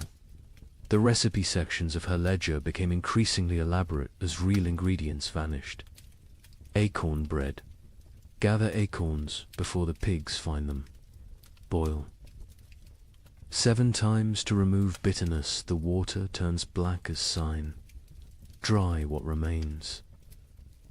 Grind with stone's mill wheels are too precious for such base material. Mix with water and anything that binds egg. If God provides, blood if he doesn't. Bake until it stops smelling of forest rot. By February, even her precise nature couldn't hide the desperation. Bone meal from the butcher, he claims it's sheep, but the fragments look human-sized. I do not ask. Mix with the last acorn flour. Add melted snow-clean snow from rooftops, not the ground where the dead have lain. The children eat, their teeth hurt from the grinding. Better tooth pain than belly pain. A travelling monk who sheltered with Agnes that February wrote his own account. The widow feeds her children soup that is merely hot water, with leather boiled until it releases some essence of the animal it once was. She watches them drink it, with such intensity as if her gaze could transform it into beef stew. The youngest boy asks what meat this is. She says it is shukau. He accepts this. The substitutions became a science. Flemish merchants developed detailed guides for extending food that read like alchemical texts. Pine needle tea provides the sensation of eating when boiled thick enough. Add chalk dust for substance. The stomach believes it is full for precious hours. Warning: more than 3 cups daily causes blood in the urine. In Paris, a baker named Henri Fouquet was arrested for his miracle bread that stayed fresh for weeks. Under torture, he revealed the secret. Ground bones mixed with plaster, baked with real flour, spread only on the outside. People see bread. Smell bread, initially tastes bread, he confessed. By the time they realize it's mostly limestone and corpse dust, they're too hungry to care. The Guild of Physicians in Montpellier documented the physical effects of these substitutions. Patients present with bellies swollen like pregnant women, yet they starve.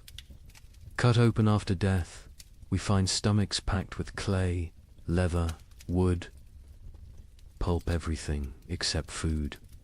They die full of nothing. Their bodies refuse to process tree bark into sustenance, no matter how finely ground, how carefully prepared. Children adapted faster than adults, developing tastes for the impossible. A priest in Reims wrote, "The young ones seek out specific trees, knowing which bark tastes less bitter. They have favorites: oak over ash, young wood over old. They teach each other which mushrooms cause the least pain, which grasses fill the belly longest." Children who should be learning Latin are instead becoming experts in eating the inedible. But March brought innovations that crossed into nightmare. Agnes's ledger, her handwriting now shaky. Martha Fisher says fresh blood from living animals goes further than from the dead. A cup drawn from a cow still walking provides more strength than meat from a week-old corpse. We take turns cutting our last goat, keeping it alive, taking just enough. It screams now when it sees us coming with the bowl. The monastery at Fulda recorded even darker adaptations. Brother Marcus suggests we bleed ourselves in rotation, each monk providing for others. The abbot forbids it, calling it cannibalism by degrees. But when the abbot falls ill, we find he's been secretly bleeding himself to feed the youngest novices. His arms are covered in cuts. He dies drained, literally and figuratively. In London, they discovered people grinding the mortar from between stones of ancient Roman walls. It contained traces of animal blood used in its mixing centuries ago. "They call it stone soup," wrote the sheriff. "They believe Roman blood maintains potency across 1,000 years. The city walls are disappearing as people eat our defenses." The absolute nadir came in Erfurt, where Hermann the tanner had maintained his weight while everyone else became skeletal. His neighbors noticed he always had meat, always had leather to work, even as all animals had died months ago. They noticed, too, that missing persons' clothes appeared in his shop, cleaned and folded. The investigation began when a mother recognized her missing daughter's distinctive birthmark on a piece of leather. The city records are deliberately vague. Found in his cellar, barrels of salt meat bearing no resemblance to any beast. Skins hanging that showed tattoos and scars. Bones too stray to be cattle, too thick to be pig. The mob didn't wait for trial. They sealed Hermann in his own tanning vat and boiled him alive. His screams lasted 3 hours. No one considered this excessive, but Hermann wasn't unique. Across Europe, the mathematics of survival created impossible choices. A Dutch merchant wrote, "In Amsterdam, we no longer ask what meat is served. We know, we all know, but we eat it and pretend it's pork. The alternative is death. God forgive us, but he's the one who sent this famine." Agnes of Norwich's final food relay entry, April 1316, is indeed just one line. We no longer record what we eat, but she continued writing other observations. May, my youngest son no longer asks for food. June, found Margaret's teeth in her bed. They fell out in the night. July, we have forgotten the taste of bread. August contains no words, just tally marks, possibly counting days, possibly counting deaths. The last entry, September 1316, in a different hand. Agnes died this morning. We found her in the garden, eating earth, smiling. She said it tasted like heaven. We buried her where she fell. The ground was already open from her feeding. We are what remains of her family. We have survived on what she taught us to eat. We have survived on what she refused to eat. Both lessons were love. The great substitution wasn't just about replacing food with non-food.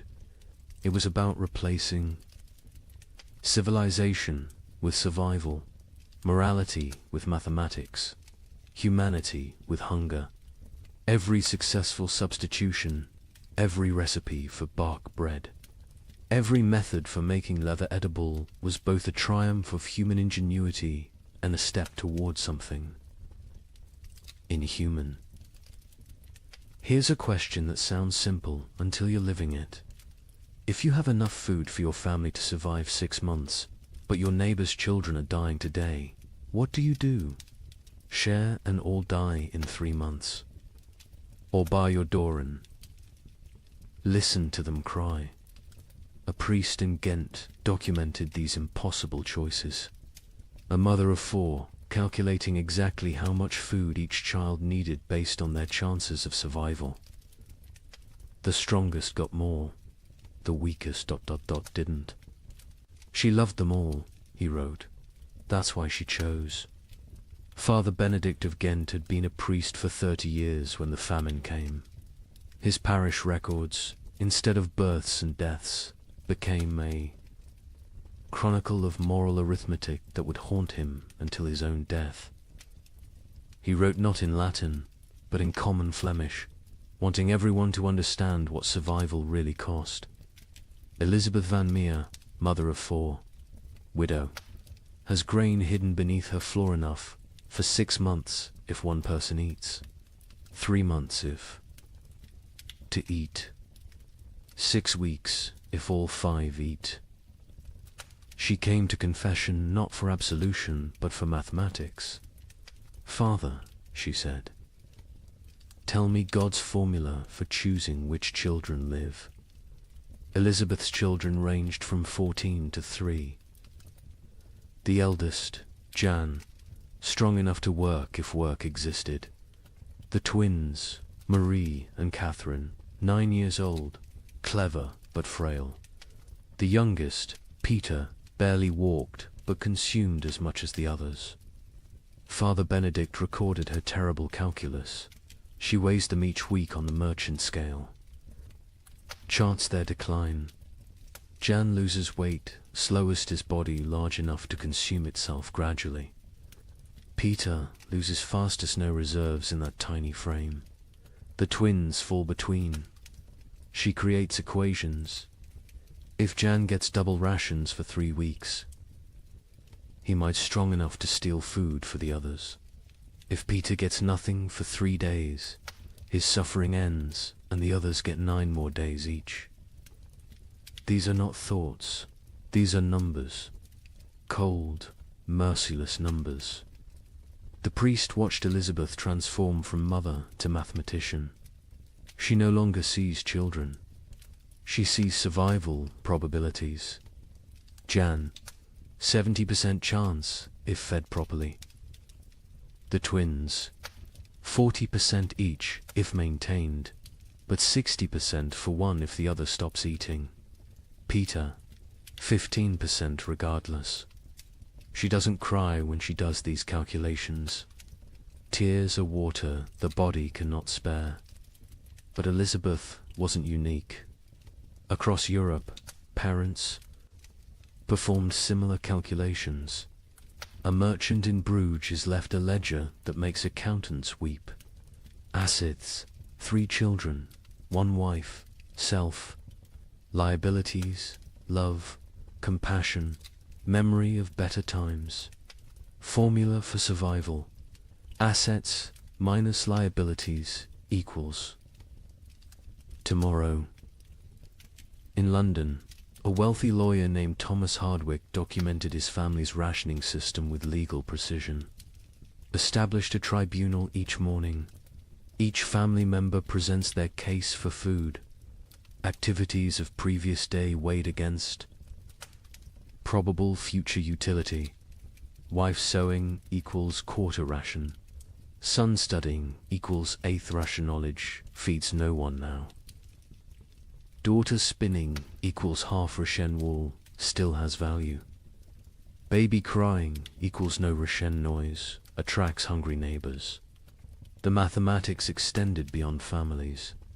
Entire communities developed survival algorithms. The village of Wickham created what they called the life lottery. Every Sunday, families drew lots. Winners got the week's communal food. Losers got nothing. But here's the insane part. Families could trade lottery tickets.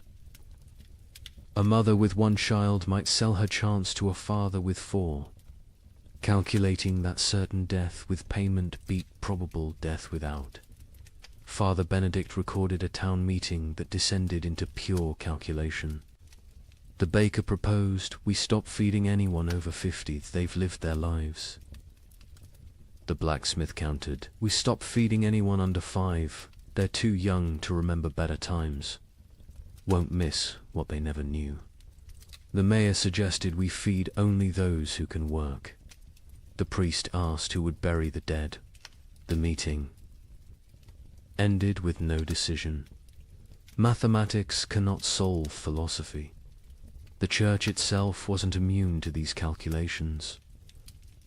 The Bishop of Tonnerre issued guidelines that read like actuarial tables. Orphans under 7, half rations. Orphans 7 to 12. Full rations if they work. Orphans over 12. No rations old enough to fend for themselves. Widows with children, proportional to number of surviving offspring. Widows without children, God will provide. A monastery in Liège developed even more complex formulas. Each monk assessed daily. Prayer hours multiplied by manual labor divided by food consumed. Those whose spiritual productivity falls below temporal consumption must fast until the equation balances. Brother Francis, young and strong, eats daily. Brother Augustine, old and weak, but whose prayers are powerful, eats thrice weekly. We have mathematized the soul. The most heartbreaking account comes from a school teacher in Cologne who tried to save her students. 23 children in my care. Food for 5. I create competitions. Best recitation gets bread. Fastest runner gets soup. But children understand. They know it's not about merit, but about choosing who dies educated. Little Wilhelm, bright as sunrise, asked me, "Teacher, if I die today, can Thomas have tomorrow's lesson and my portion?" He was 7. He understood the trade. Some communities tried to remove human choice from the equation entirely. In Basel, they built what they called the Wheel of Fortune, a great spinning disc with names. Each day, spin the wheel. Where it stops determines who eats. Pure chance. No favoritism, no guilt. The wheel chose who lived and died. Citizens preferred random cruelty to deliberate choice. A Venetian merchant named Carlo Dandolo wrote the most clinical assessment. Sentiment is luxury. Love is liability. Calculate thus. Calories needed per pound of human maintained. Work output possible per calorie invested. Return on investment measured in days survived. My eldest son provides best ratio, strong enough to forage, smart enough to steal. My youngest daughter provides worse, consumes without producing. The middle children are variables, depending on daily performance. I am not a monster. I am an equation. But perhaps the most disturbing mathematics came from those who calculated backwards, not from food to survival, but from death to food. How many must die for the rest to live? If the population halves, do rations double? These calculations appeared in secret documents, burned after reading. But Father Benedict saw enough to write. They draw circles on maps. This district has grain for 1,000. Population 3,000. Solution: ensure 2,000 die quickly. How? Bar thee. Gates: poison the wells. Spread disease. These are not plans of war. These are plans of peace. Peaceful elimination of excess population. The psychological toll of these calculations broke minds. Elizabeth Van Meer, the mother from the beginning, eventually snapped. Father Benedict found her one morning, feeding all her children equally, generously, using their entire store in one meal. She said. She solved the equation, he wrote. Everyone dies together, full, happy, as a family. No choosing. No survivors bearing guilt. Mathematical perfection. 0 equals 0. But she couldn't do it. At the last moment, she hid a portion, gave it to Jan, the eldest, and walked into the forest with the 3 younger children. They found her frozen arms around the little ones, all of them smiling. Jan survived, found by traders, raised by strangers. Years later, he became a mathematician, obsessed with solving unsolvable problems, never saying why. Father Benedict's final entry on the mathematics of survival: God gave us multiplication be fruitful and increase. The devil gave us division, choose who lives and dies. We have become expert in dark arithmetic, subtracting souls, dividing families, calculating the minimum viable population.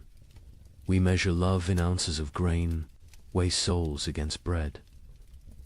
Calculate the exchange rate between mercy and survival.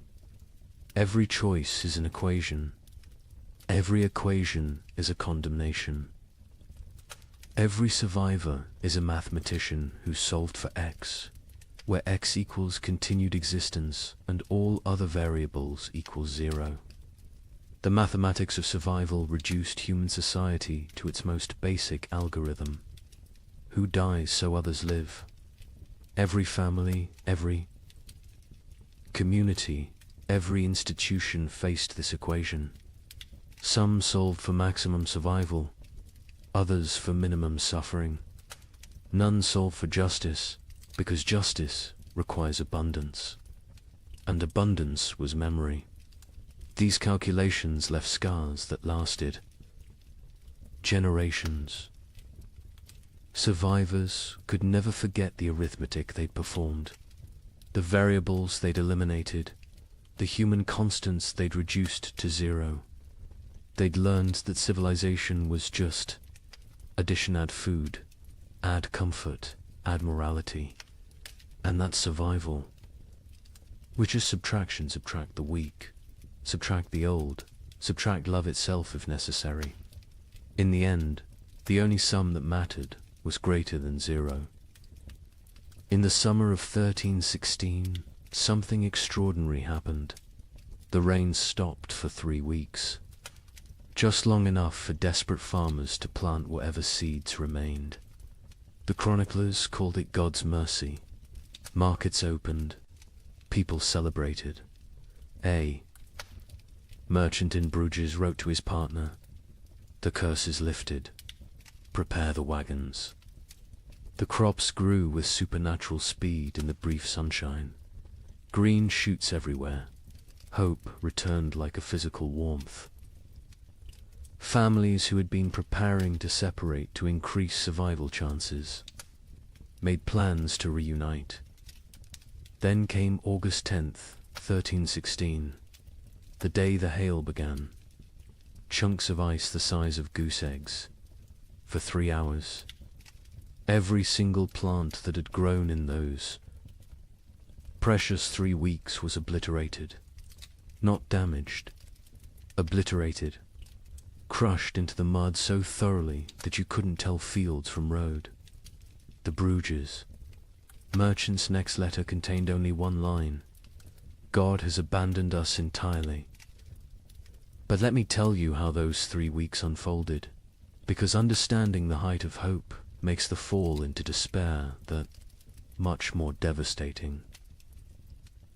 July 18th, 1316.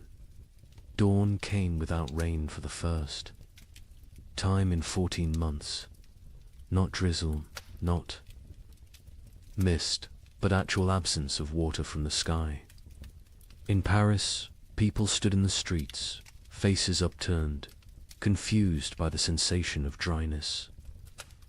Children who'd been born during the deluge touched sunlight for the first time and screamed they thought they were burning. Brother Michel of Cluny recorded the moment. The clouds parted like curtains drawn by God's own hand, light actual. Golden light poured onto the earth. Monks fell to their knees, not in prayer, but in disbelief. We had forgotten the sun could exist without water. Word spread faster than plague. Church bells rang continuously, not for death this time, but for resurrection. In every village, town, and city, people emerged from their homes like creatures crawling from caves. Pale, skeletal, blinking in brilliance they'd forgotten existed. The merchant Jacob van Bruges wrote to his partner Hans in Antwerp with trembling hand. The curse is lifted. God has remembered us. The rain has stopped. Prepare, the wagons will have grain to trade by autumn. Tell everyone survival is possible again. Markets that had been closed for months exploded back to life. Not with food, there was still no food, but with hope transformed into commerce. People traded promises, futures, possibilities. A farmer would pledge his upcoming harvest for tools. A baker would promise future bread for present shelter. The economy, dead for a year, gasped back to life on nothing but anticipated abundance. The seeds came from everywhere and nowhere, hidden in walls, buried in yards, hoarded in attics. Every kernel that had been saved, just in case, was brought into the light. Some families had protected seed grain while their children starved, betting everything on this exact moment. They'd been called monsters. Now they were visionaries. The planting was religious ecstasy mixed with desperate efficiency. In Normandy, the entire surviving population, nobles, merchants, priests, children, went into the fields. The Duke of Normandy himself, who hadn't touched soil in his lifetime, was seen on his knees, pressing seeds into earth with tears streaming down his face. A young girl named Marguerite wrote in her diary, "Papa says we're planting hope. Mama says we're planting survival. I think we're planting prayers and watching to see if God makes them grow." And grow they did. The crops erupted from the soil with impossible vigor. Wheat that should take weeks to sprout appeared in 3 days. Barley shot up overnight. Beans climbed their poles so fast you could watch them move. The chroniclers, usually skeptical men, wrote of agricultural miracle. It is as if the earth, starved for so long of its purpose, is making up for lost time, wrote the Bishop of Rouen. The crops grow with such speed that farmers sleep in their fields, afraid to miss the harvest moment. Green spreads across the land like God painting with life itself. The markets transformed overnight. The champagne fairs, dead for 2 years, announced their return. Merchants who'd hidden through the catastrophe emerged with old contracts, ready to trade. Ships that had rotted in harbors were hastily repaired. Trade routes abandoned to bandits and nature. were cleared by communities working together for the first time in months. In Florence, they held an impromptu festival. Not planned, just spontaneous explosion of joy. Musicians who'd sold their instruments, played drums, made from barrels. Dancers who'd forgotten how to smile, laughed until they cried. Children who'd never known celebration invented it on the spot. An Italian chronicler wrote, "We feast on nothing but hope, and it fills us better than bread ever did." Families made reunion plans. Fathers who'd sent sons away to increase survival odds sent word to return. Mothers who'd placed daughters in convents prepared to bring them home. Communities that had fractured into hostile fragments began to speak of reconciliation. The 3 weeks of sun didn't just grow crops, they grew possibility. A priest in Ghent gave a sermon that captured the moment. "We have walked through the valley of death's shadow. But see, the shadow lifts. The valley blooms. We are Job, tested and found faithful. We are Noah, watching the waters recede. We are Lazarus, called from the tomb." Even the nobility, who'd maintained distance from their starving subjects, joined. The collective delusion. The Count of Flanders announced a harvest festival for September, promising wine from reserves nobody knew existed. The King of France declared that all debts incurred during the unfortunate rain would be forgiven once. The harvest was complete. The Pope issued a bull declaring the famine officially ended by divine intervention. The crops grew so fast that some whispered of dark magic. In Germany, rumors spread that the plants were unnatural, fed by the corpses of the million dead, growing on human fertilizer. But even these whispers were dismissed. Who cared if the wheat grew from graves? The living needed bread. By August 9th, the fields were green carpets of promise. The wheat stood tall, the barley swayed golden, the beans hung heavy on their vines. Another week, maybe 2, and harvest could begin. Calculations were made not of who would die, but of who would live. All of them. All would live. The night of August 9th, strange clouds gathered. Not rain clouds, something else. They glowed with an odd green light. Lightning without thunder. Wind without direction.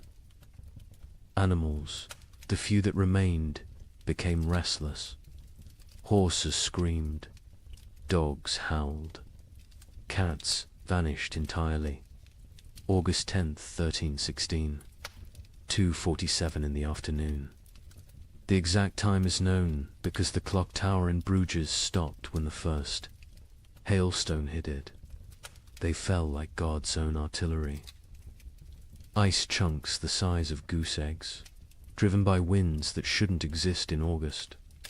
But these weren't normal hailstones. Witnesses described them as sharp, angular, some shaped like pyramids, others like daggers. They didn't just fall, they attacked in. The fields of Flanders, farmers tried to shield their crops with their own bodies. The hail broke their backs, shattered their skulls, left them dead atop the plants they'd tried to protect. Children sent to bring in animals were found hours later, beaten to death by ice from the sky. But the crops suffered worse. The hail didn't just flatten them, pulverized them, drove them so deep into the mud that archaeologists still find compressed plant matter at that geological layer. 3 weeks of growth erased in 3 hours. Not damage deleted. The fields looked like they'd been scraped clean by God's own hand. When it stopped, silence fell across Europe. Not peaceful silence, the silence of complete despair. People stood in their obliterated fields, unable to speak, unable to cry, unable to comprehend. The hope hadn't been gradually eroded, had been murdered in a single afternoon. Jacob van Vey. Bruges, the merchant who'd written so joyfully to his partner, sent one final letter. Not even a letter, just 8 words on a torn piece of parchment. God has abandoned us entirely. Do not come. The suicides began that evening. Not the slow suicide of starvation, but immediate, decisive ending. Entire families walking hand in hand into rivers. Farmers hanging themselves from trees that overlooked their destroyed fields. Bakers closing themselves in their ovens. The Diocese of Reims recorded 300 suicides in 3 days. Those were just the ones found. A chronicler in Paris wrote, "The cruelty was not in taking the crops. It was in letting them grow first, in letting us believe, in letting us hope. This was not God testing faith. This was God showing us faith is mockery. We are not Job. Job was loved enough to be tested. We are nothing." The 3 weeks of sun had been crueler than 14 months of rain. The rain had killed slowly, allowing adjustment, acceptance. The false hope killed instantly, crushing spirits that had just dared to unfold. Those who'd shared their last seeds, believing in tomorrow, now faced starvation with nothing. Those who'd emerged from hiding, trusting in recovery, were now exposed with nowhere to return. The miracle markets closed forever. When archaeologists excavate medieval marketplaces, they find a distinct layer dated to August 13th. Coins, rotted wagon wheels, and human remains of those who simply laid down where they stood and never got up again. Hope, it turns out, is the cruelest killer of all. You might think the nobility weathered this better. They had stores, armies, stone walls. Let me tell you about the Count of Flanders' winter feast of 1317. 40 nobles gathered in his great hall, the last of the wine flowing, the final reserves of grain baked into bread. They ate, they danced, they pretended the world wasn't ending. By morning, 12 were dead, not from poison, from shock. Their bodies, weakened by months of subtle starvation, couldn't process the sudden richness. The Count himself survived. 3 more days, long enough to dictate his final words. "My castle is my coffin. Let none enter until the curse lifts." They found his body 4 years later. He had burned his furniture, his tapestries, even his books for warmth. The richest man in Flanders died, gnawing on leather straps. The feast itself had been an act of delusion, dressed as defiance. Count Louis of Nevers had sent invitations in December 1316, written on vellum worth more than food. "Let us gather as nobility ought, to demonstrate that breeding conquers nature." The guests who arrived on January 6th, the feast of the Epiphany, looked like spectres playing at being lords. The Duchess of Brabant arrived in a carriage pulled by servants her horses had been eaten months ago. The Duke of Luxembourg wore armor that hung loose on his shrunken frame, clanking with every movement like bones in a box.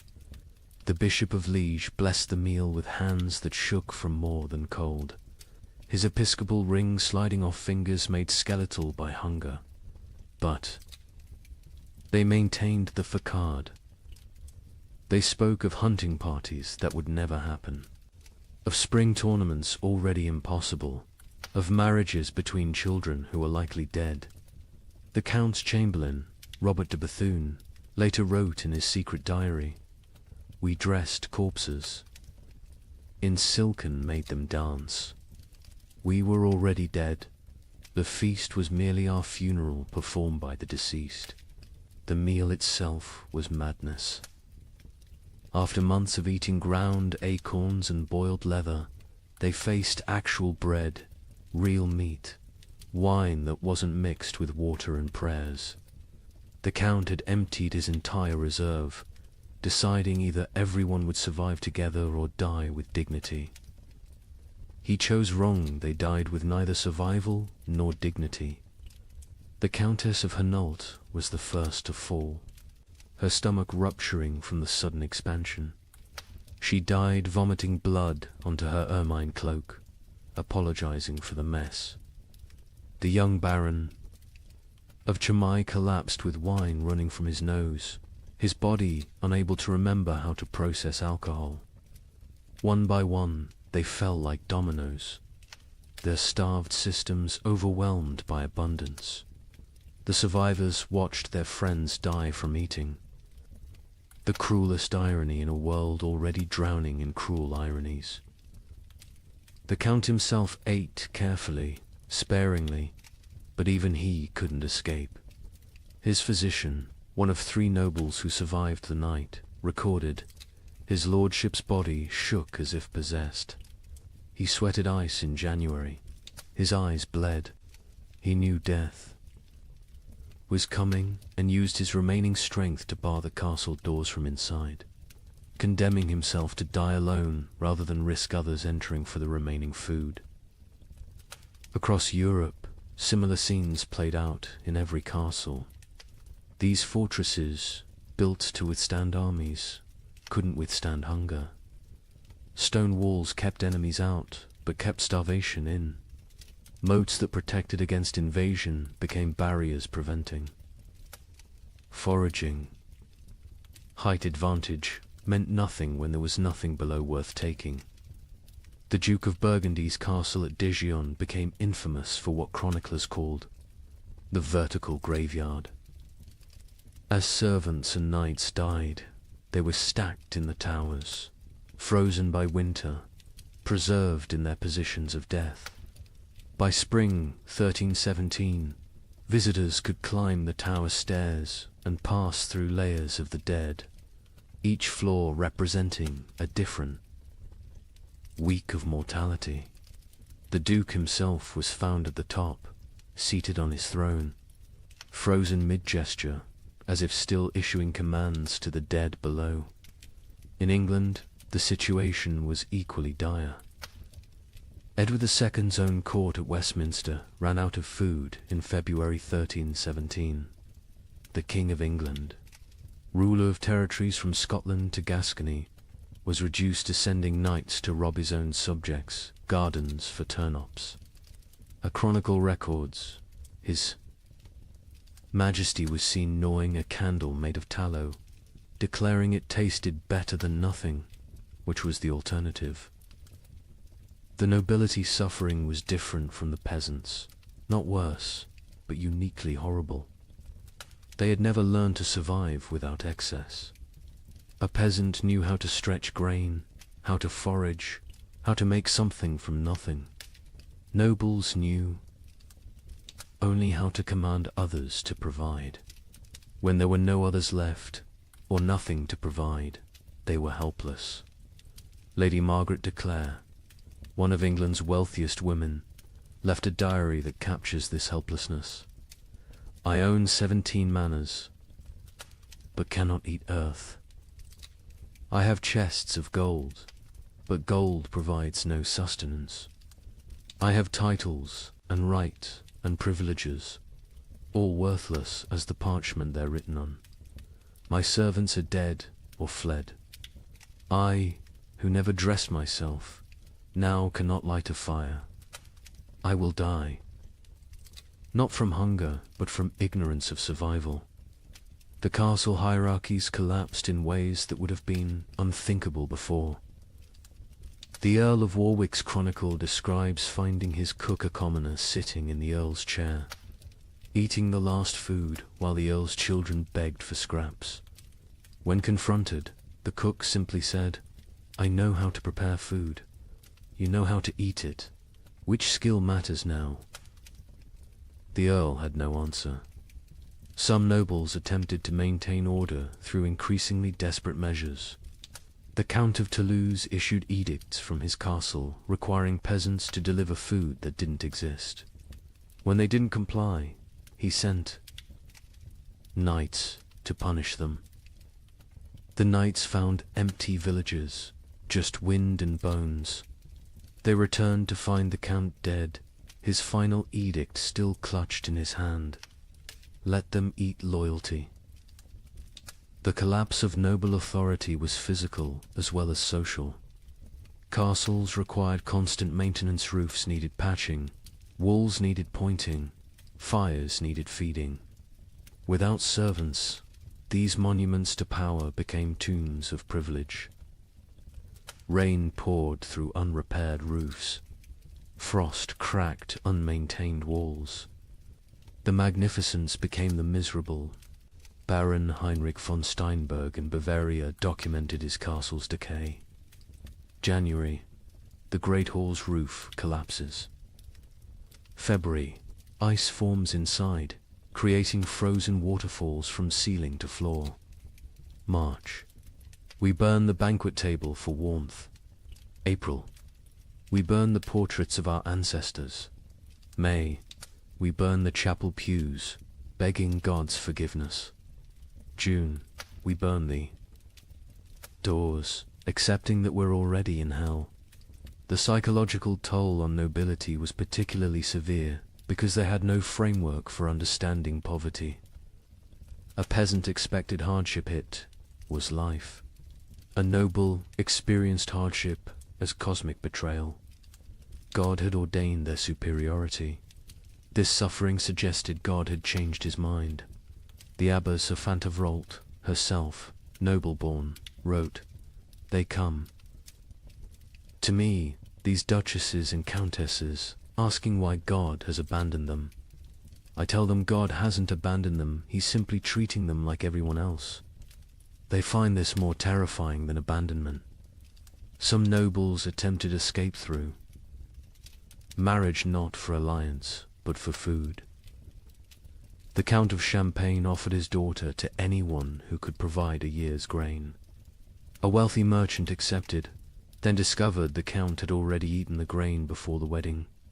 The merger of nobility and merchant class, which would normally take centuries, happened in months, paid for in bread. Others chose more extreme exits. The Duke of Austria held what he called the final tournament nobles, jousting not for honor but for the right to eat the loser's horses. The Duke himself participated and lost, whether deliberately or through weakness, unknown. His horse fed 12 people for 3 days. The Duke's body fed the crows. By the winter of 1318, castle after castle stood empty, not conquered, abandoned. The noble families that survived did so by abandoning everything that made them noble.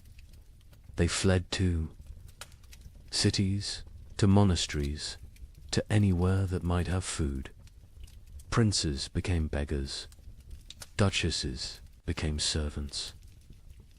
The feudal order didn't fall, it starved to death. The Count of Flanders' castle stood sealed for 4 years before anyone dared enter. When they finally broke down the doors in 1321, they found a scene from nightmare. The Count's body sat at his desk, quill in hand, having documented his own death. Day 1, alone with enough food for months if careful. Day 15, ate the cats. Day 30, ate the leather from books. Day 45, discovered one can chew tapestries for the illusion of eating. Day 60, weakness makes writing difficult. Day 71, God is silence. Day 80, I understand now, this castle was always my tomb. I just lived in it before dying in it. His final entry, barely legible. Nobility means nothing to hunger. Hunger recognizes No titles, no bloodlines, no divine right. We built these castles to protect us from enemies. We never imagined the enemy would be emptiness itself. Stone walls cannot keep out starvation. Golden crowns provide no nourishment. We ruled by God's grace. We die by God's indifference. Let whoever finds this know, we were not better, we were just better fed, until we weren't. In the midst of this frozen hell, something strange began happening. Groups of people started walking naked through the snow, whipping themselves, claiming the cold couldn't touch true believers. They called themselves the Brethren of the Cross. But locals had another name, Ice Apostles, their leader. A former monk named Heinrich preached that the famine wasn't God's punishment, it was God's gift. He freezes the world to preserve the faithful for paradise, Heinrich declared. His followers would stand naked in blizzards until they collapsed, believing hypothermia was religious ecstasy. But here's what the chroniclers don't usually mention. In villages where the ice apostle was passed through, the death rate dropped. Not from miracles, from mathematics. Every follower who froze to death meant more food for those who remained. Heinrich of Cologne had been a respectable Dominican monk until the winter of 1316. He'd studied theology in Paris, could read Greek and Hebrew, and was known for his reasoned sermons on divine mercy. Then something broke in him. Maybe it was finding his entire monastery frozen to death during morning prayers. Maybe it was the child who died in his arms asking why God made her hungry. Whatever the cause, Heinrich emerged from that winter transformed. His first sermon as leader of the Ice Apostles was delivered naked in a blizzard outside Mainz Cathedral. You cling to warmth as if warmth is life. You fear cold as if cold is death. But I tell you, the cold is God's own embrace. The frozen are the chosen. This ice age is not ending, but beginning. God is freezing the world to preserve his faithful like saints, relics preserved in crystal. The theology was insane, but internally consistent. Heinrich taught that the great famine was actually the beginning of paradise. The cold was purifying the world. The hunger was freeing souls from flesh.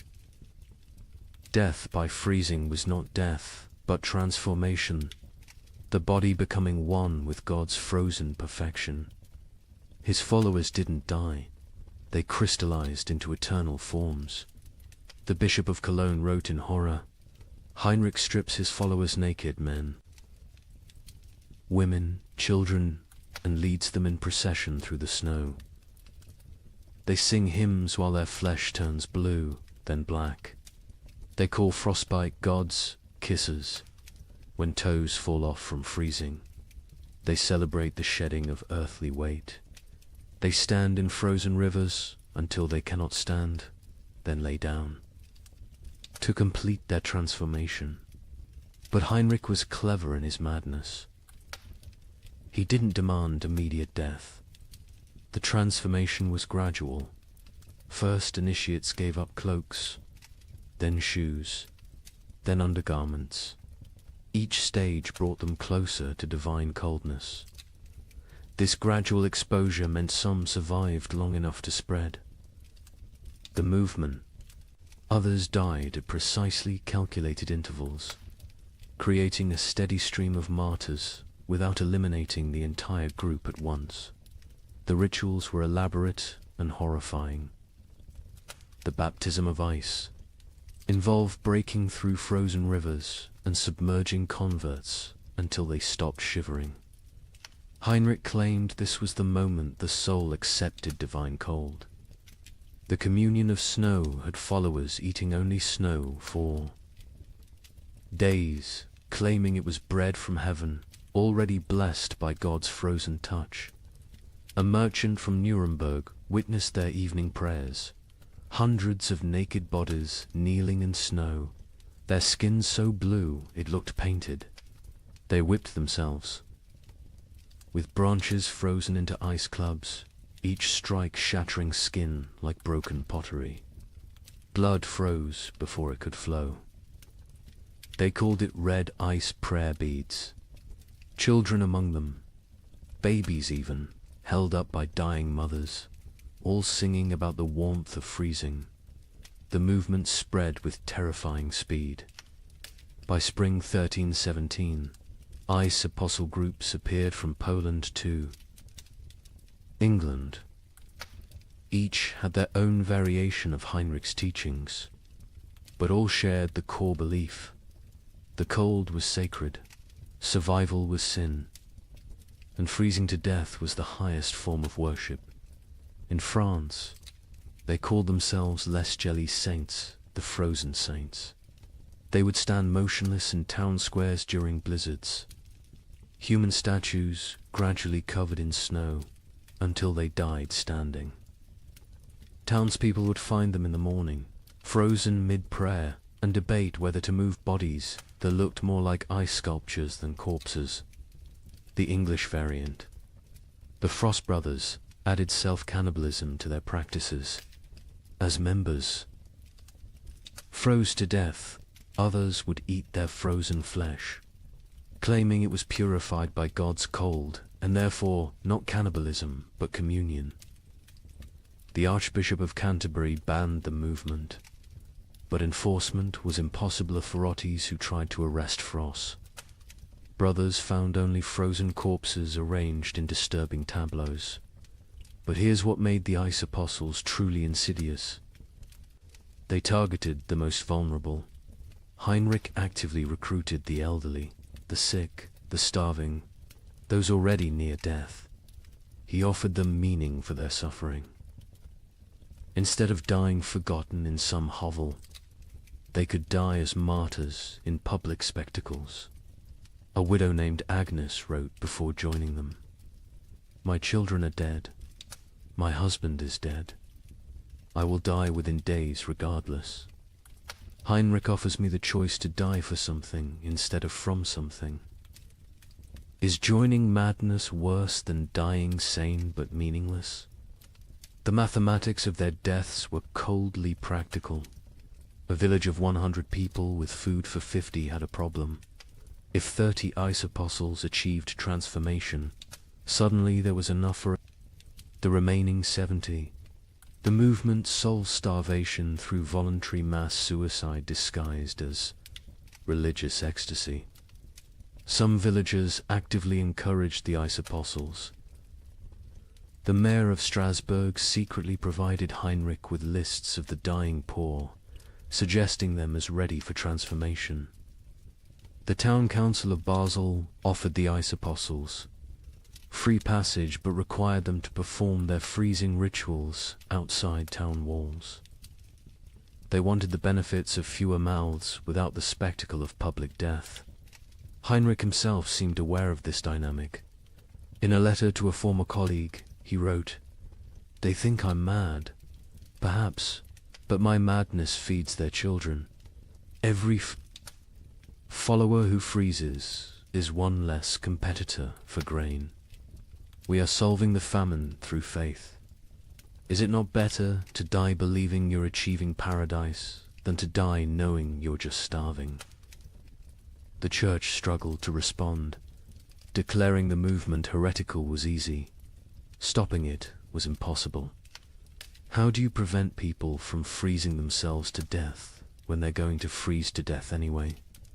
The Pope issued bulls condemning the ice apostles.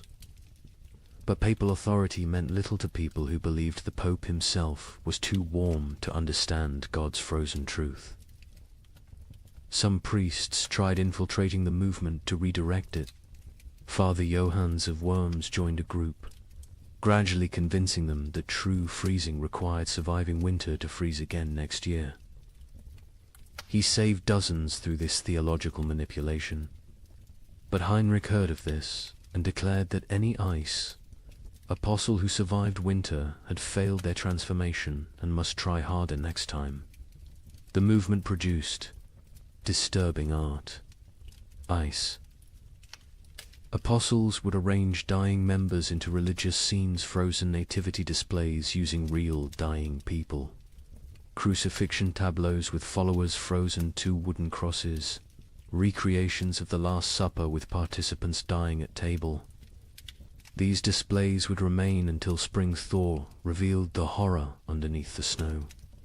Children raised in the movement knew no other reality. A boy named Wilhelm, rescued at age 7, couldn't understand warmth. He would scream when brought near. Fires, tear off clothes, stand outside during blizzards, begging to return to God's cold.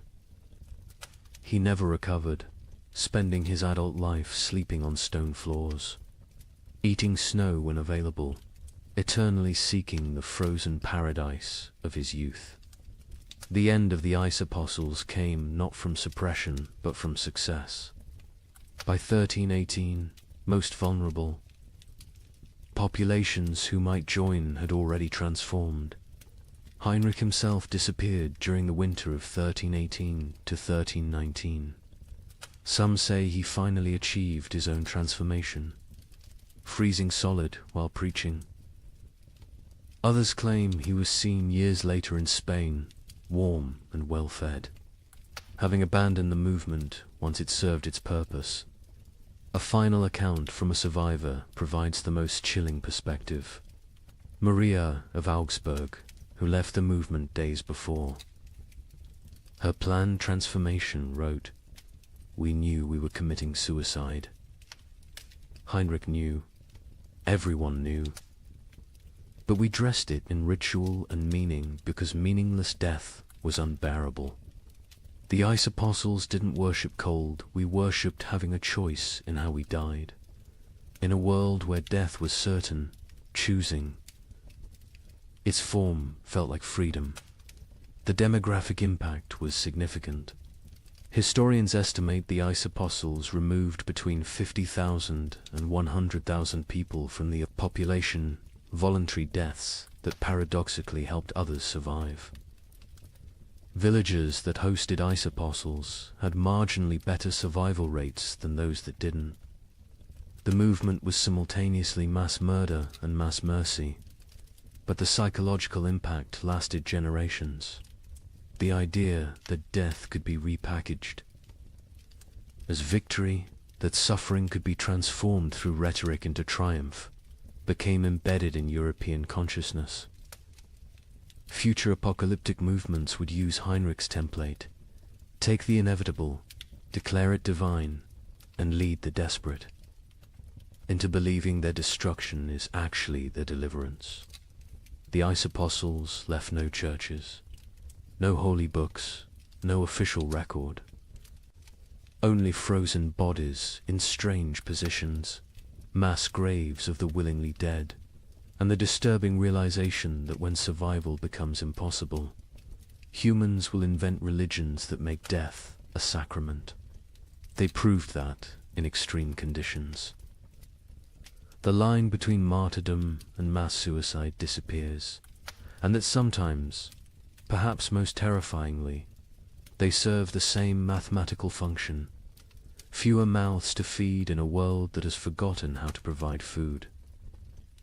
By 1318, the concept of nations began to dissolve. The King of England couldn't feed his army.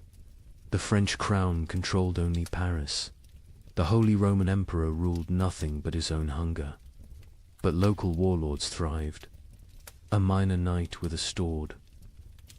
Grain supplies suddenly commanded more power than dukes. These frost lords, as they were called, built tiny kingdoms that lasted weeks or months. Their reigns ended predictably. When the food ran out, their followers ate them. The Bishop of Strasbourg recorded one such ending. Lord Wilhelm's men roasted him over his own hearth. They claimed he had grown fat on their suffering, so it was only just. His screams echoed across the frozen Rhine. When questioned, his captain said simply, "He tasted of betrayal." The traditional structure of medieval war for kings commanding. Lords commanding knights, commanding soldiers collapsed when soldiers realized their commanders had no food to offer. A knight's oath of fealty meant nothing to an empty stomach.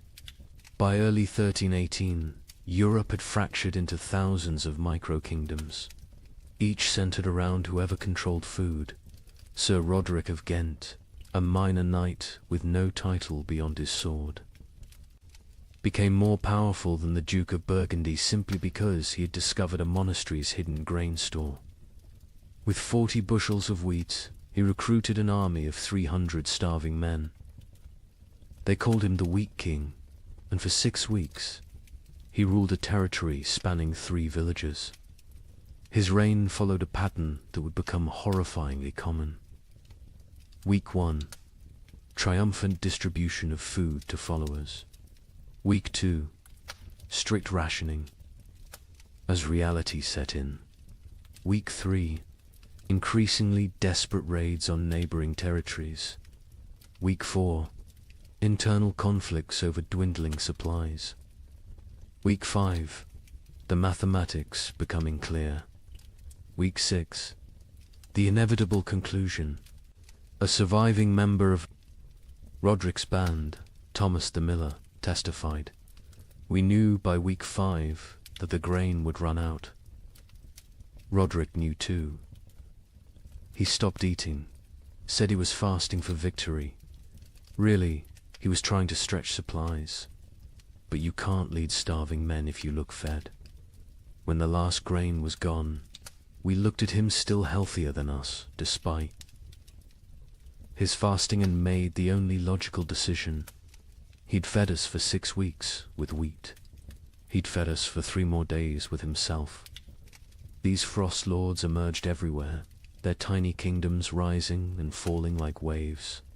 A tax collector with a hidden cache became Lord of Calais for 11 days. A merchant who'd hoarded salt pork ruled Antwerp for a month. A priest who'd discovered Roman-era grain stores in ancient ruins declared himself Pope King of Regensburg, and lasted 2 months before his congregation ate him during what they called the True Communion. The Bishop of Strasbourg's account of Lord Wilhelm provides the most detailed description of how these micro-kingdoms operated. Wilhelm had been nobody, a 3rd son of a minor lord, trained for priesthood but turned soldier. When the famine began, he was guarding a river crossing that nobody used anymore. But beneath that crossing, in caves known only to smugglers, lay tons of preserved food from decades of illegal trade. Wilhelm emerged from obscurity like a demon from ice, the bishop wrote. One day unknown, the next commanding 500. Men who called him Caesar. He built a frozen empire on dried fish and pickled cabbage, demanding absolute obedience in exchange for debts. He held court on a throne made from frozen corpses, dispensing justice measured in mouthfuls of food. Wilhelm's system was sophisticated for a frost lord. He created a complex hierarchy based on usefulness. Soldiers who brought back food from raids received double rations. Craftsmen who could maintain weapons got standard portions. The elderly and weak got quarter rations, enough to keep them alive as emergency food supplies, though this was never stated explicitly. He even minted his own currency, wooden tokens stamped with a wheat symbol. 1 token, 1 meal. The tokens became more valuable than gold in his territory. People murdered for them. Families sold children for them. The tokens were power crystallized into wood. But Wilhelm made the classic Frostlord mistake, he believed. His own mythology. He started eating more, justifying it as maintaining strength for leadership. He took multiple women as wives, claiming he was breeding a new nobility for the post-famine world. He built a palace from commandeered timber. While his followers sheltered in ruins, he grew fat while they grew thinner. The end came in March 1318. His captain, Hans Württemberg, later testified to church authorities. We could see his belly growing while ours shrank. He wore furs while we froze. He spoke of the kingdom we were building while we died building it. When the last preserved meat was distributed, none to us, all to his wives, we knew what had to be done. They didn't just kill Wilhelm, they ritualized it. They held a mock trial where he was accused of hoarding flesh while others had none. They sentenced him to share his flesh as he should have shared his food. They cooked him slowly, keeping him alive as long as possible, making him watch as they ate pieces of him.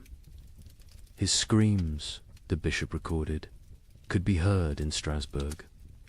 Across the frozen Rhine, the French crown attempted to reassert control but found their armies dissolving.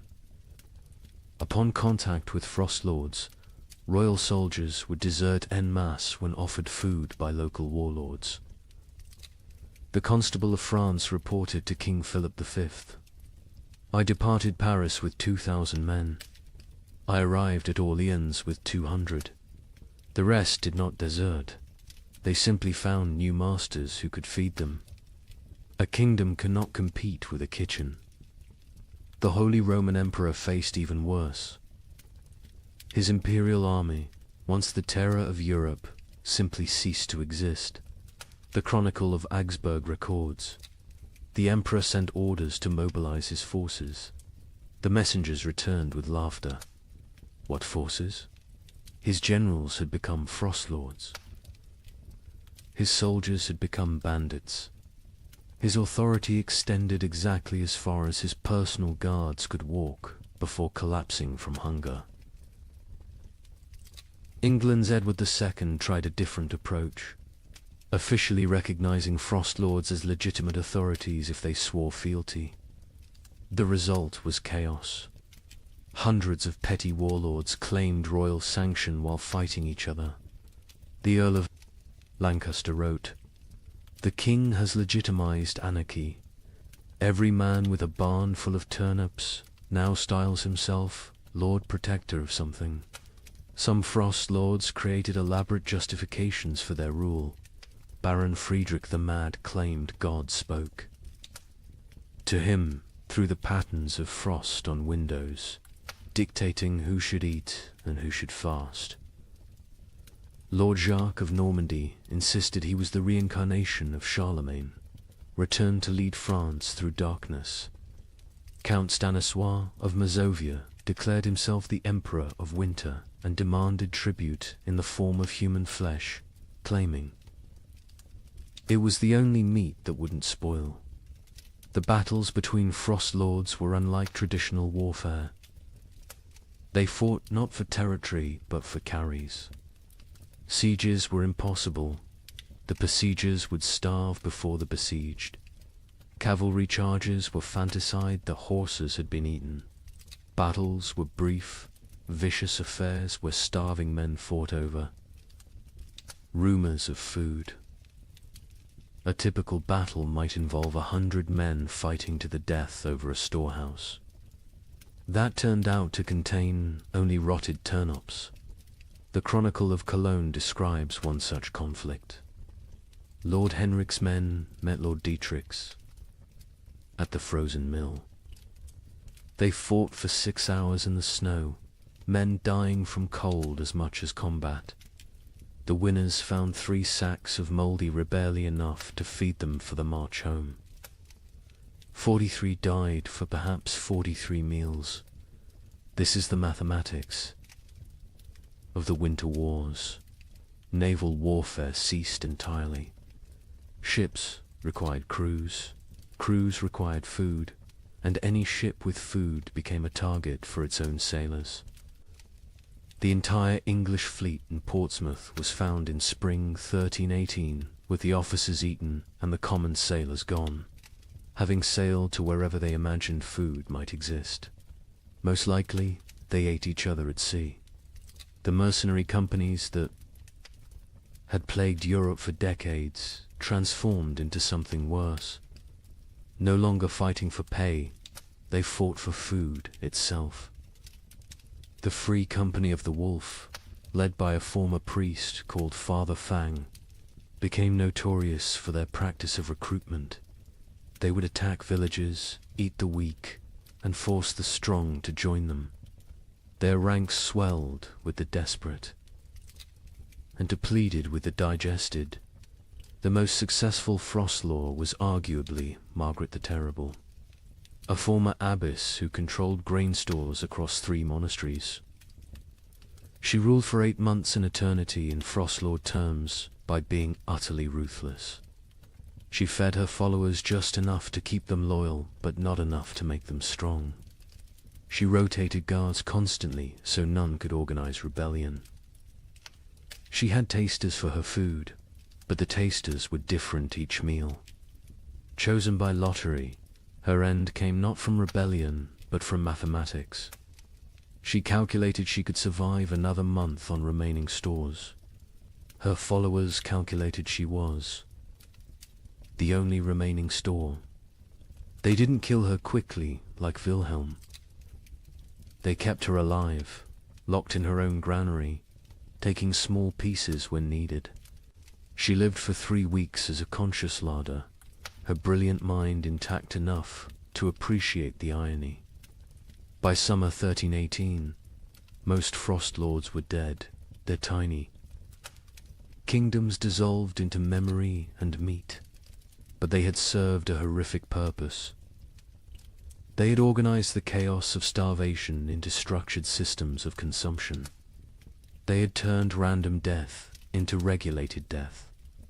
They had made the unbearable bearable by giving it hierarchy and meaning. A surviving chronicle summarizes the winter wars perfectly. Nations require shared purpose.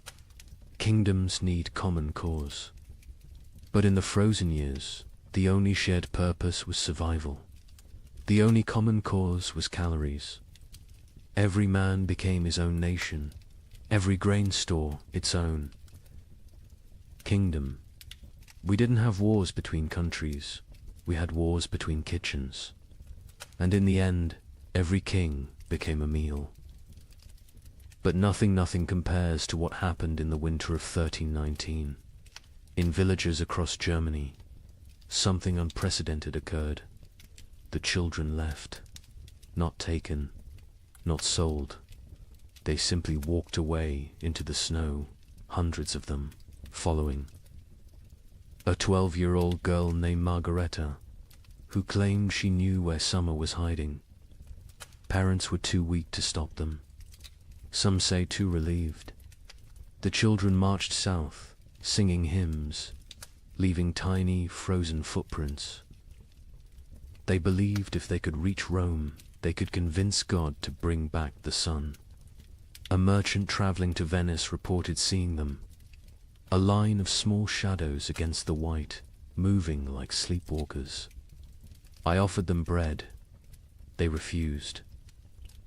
The girl at the front said they were already full of winter and kept walking. They never reached Rome. A woodcutter found them in an alpine pass the following spring.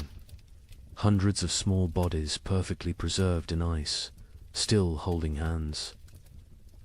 Still walking formation. Still heading south toward a summer that would never come. Margareta of Hamelin. Was nobody special before the winter of 1319? The baker's daughter? Middle child of 7, known only for her strange habit of speaking to sparrows that no longer existed. But in January 1319, something changed. She began telling other children about dreams where summer lived in a golden palace beyond the mountains, imprisoned by winter demons, waiting for children pure enough to free it. The priest of Hamelin, Father Ernst, recorded the beginning. The girl stands in the square each dawn, speaking of summer as if it were a person. She describes the taste of strawberries to children who have never seen fruit. She tells them about flowers, what colors they were, how they smelled.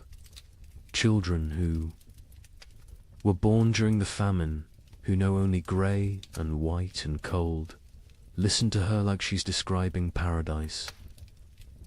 At first, adults dismissed it as childhood fantasy, a coping mechanism for horror. Let the children dream of summer while they starved in winter. But Margaretta's stories grew more elaborate, more specific. She claims summer sent her messages through ice patterns on windows. She said she could hear summer crying, trapped behind the wall of winter, begging to be freed. Summer is not gone, she preached to growing crowds of children. Summer is captured. The adults are too heavy with sin to rescue it. But we, children, light with innocence, can slip through winter's fingers and bring summer home. The theology was childish but compelling. Adults had caused the famine through their wars, their greed, their sins. Children were innocent victims. Therefore, children could be innocent saviors. The logic of a 12-year-old mind, but to other 12-year-olds it was revelation. By February, Margaretta had hundreds of followers, all children between the ages of 4 and 14. They met in secret, practicing for their journey. They would walk to Rome, she said, where God's representative lived. They would demand, not ask, demand that the Pope release summer from its prison. If he refused, they would find summer themselves. The preparation was heartbreaking in its innocence. Children stole their parents' shoes, too large for tiny feet, stuffing them with straw. They made summer cloaks from stolen blankets, decorated with charcoal drawings of flowers they'd never seen. They practiced walking in formation, the older children carrying the younger, believing that unity would protect them from winter's grasp. Hans Müller, a traveling merchant, encountered them preparing. They train like an army of ghosts.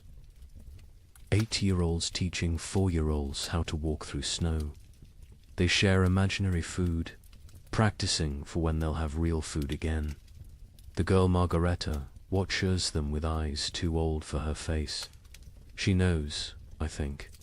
She knows where this leads. But she continues anyway. Parents were paralyzed by impossible mathematics. Stop your children from leaving and watch them starve slowly at home. Let them leave and maybe, possibly, they find food elsewhere. Or at least they die with hope instead of despair. The mayor of Hamelin wrote, "We cannot feed them. We cannot save them. If they wish to walk to their deaths, is that worse than sitting to their deaths? At least walking gives the illusion of agency." Some parents actively encouraged their children to join. Widow Brown pushed her 3 sons toward Margaretta, saying, "Follow her to summer or heaven, whichever comes first." Johann the smith told his daughter, "Better to die seeking warmth than to freeze knowing warmth will never come." On February 28, 1319, they left. 312 children walked out of Hamelin at dawn, singing a hymn Margaretta had taught. Them, summer sleeps beyond the mountain, dreams of green in halls of white. We shall wake it with our walking, turn the darkness into light.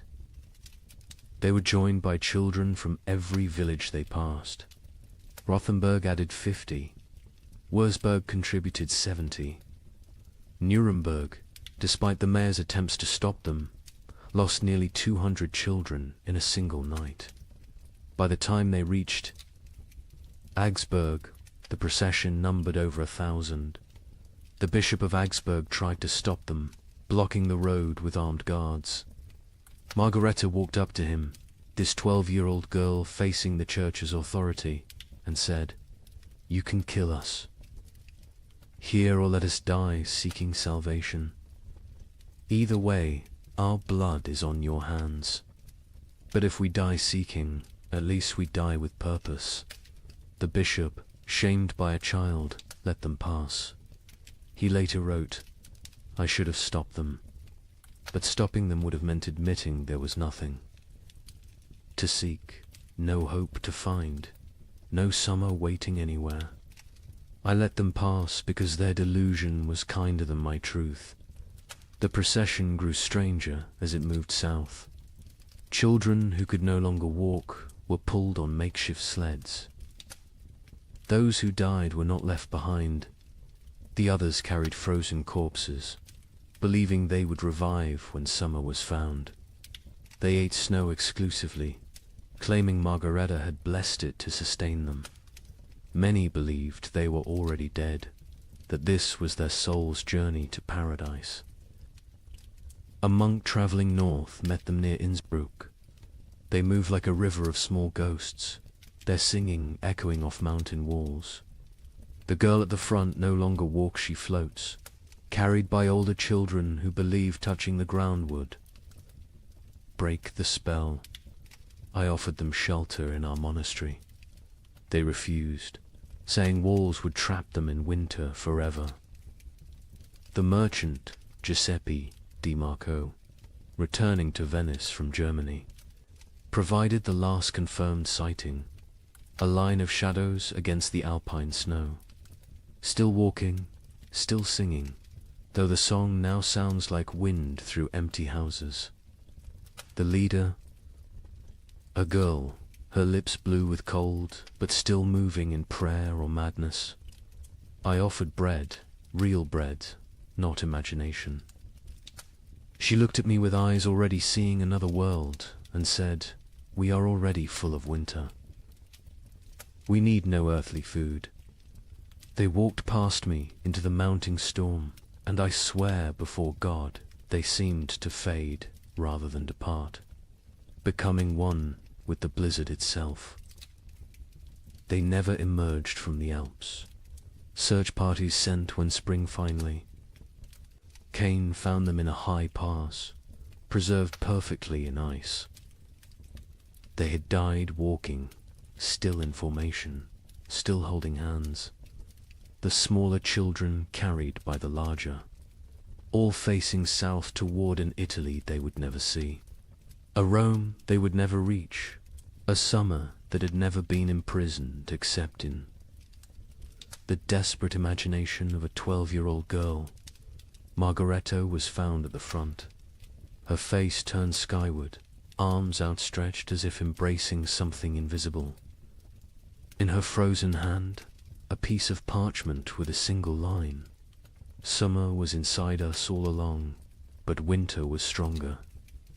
The bodies were left where they lay. The Archbishop of Salzburg declared the site sacred ground, saying, "They died as pilgrims, seeking God's warmth. Let them remain as monuments to faith or folly, no longer know the difference." But the story doesn't end with their deaths. When spring finally came in 1322, when the famine finally broke, wildflowers grew in unusual abundance along the route the children had walked. Skeptics said it was from the organic matter their bodies had left. Believers said it was summer finally answering their call, 3 years too late.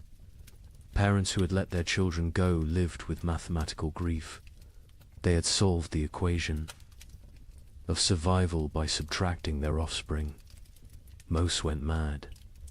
The baker of Hamelin, Margaret's father, spent his remaining years making bread he would leave outside his shop each dawn for when the children returned from summer.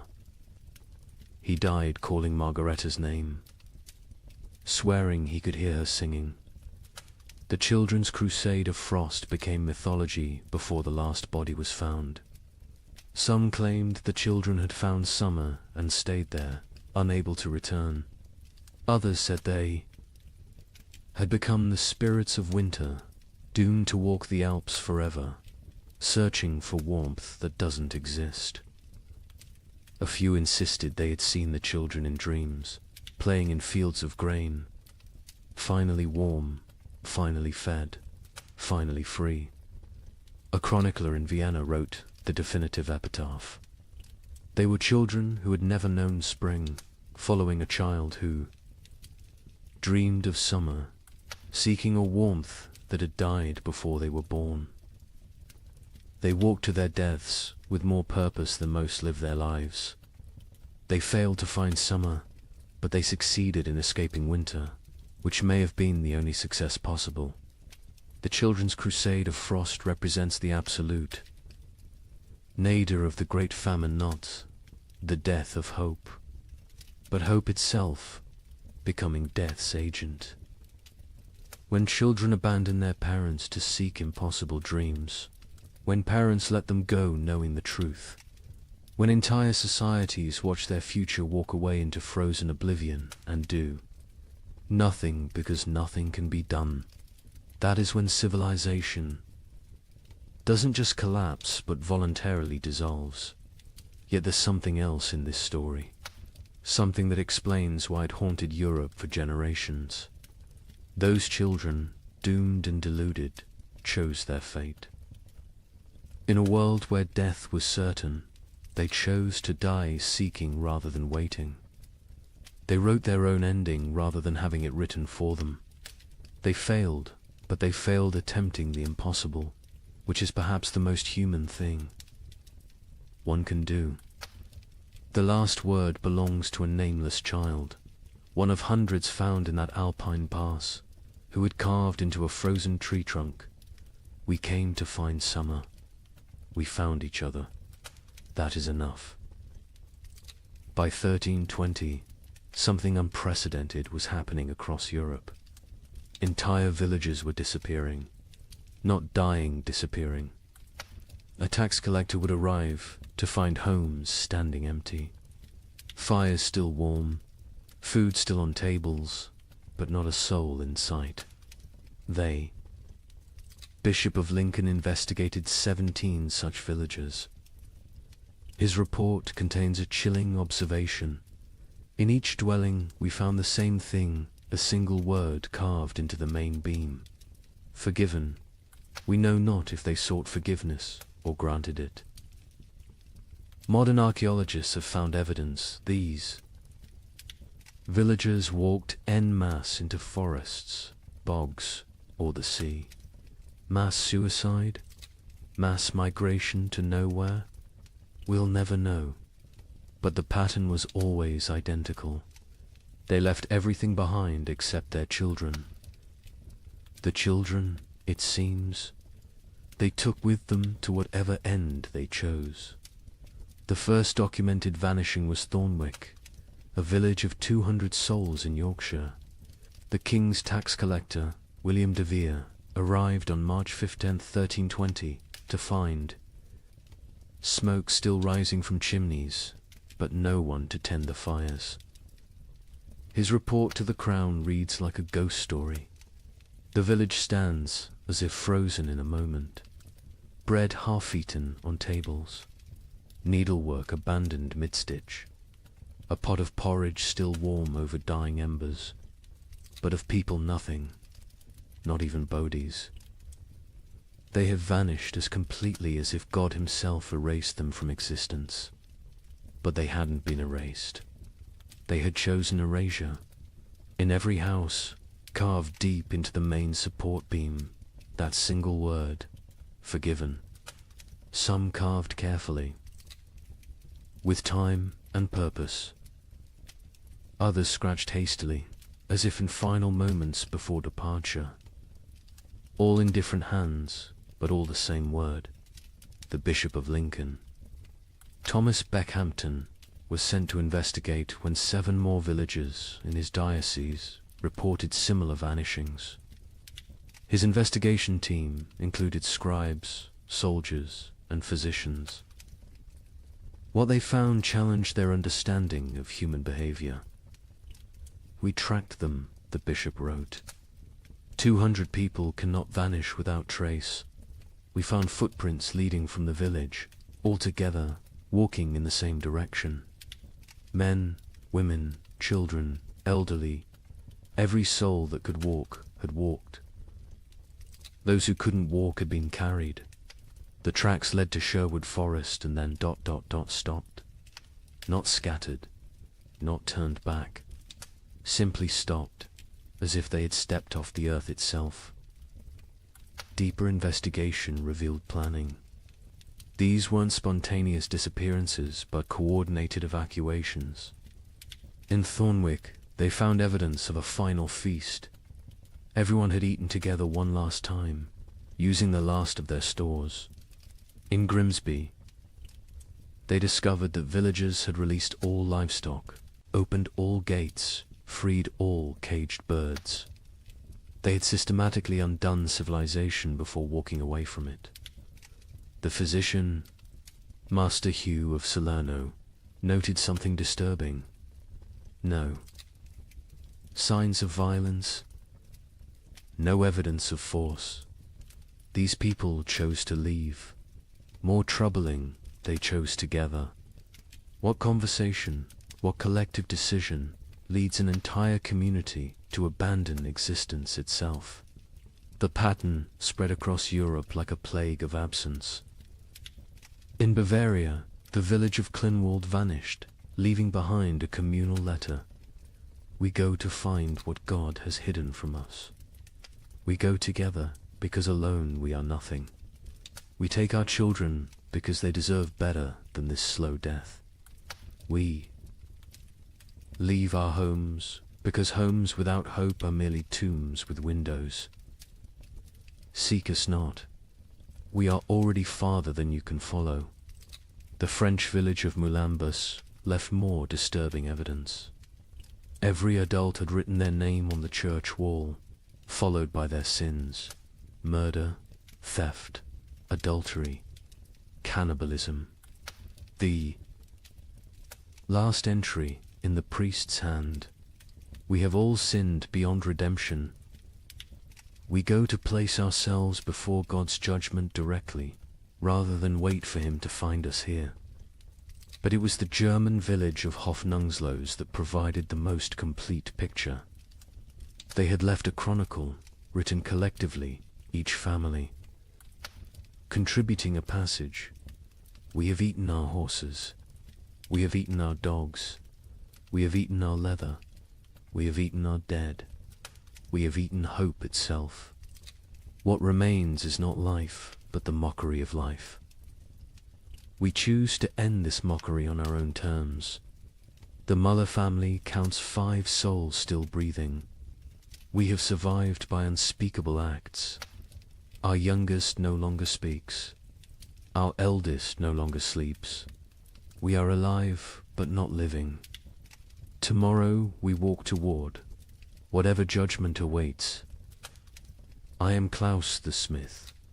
I have beaten plowshares into weapons, weapons into tools, tools into nothing. My hammer has nothing left to strike. My forge has nothing left to burn. I have nothing left to be. We go to become nothing together. The entries. Continued 4 pages. Each family's testament to horror endured and horror committed.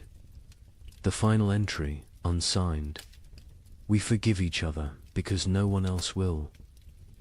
We forgive ourselves because we must.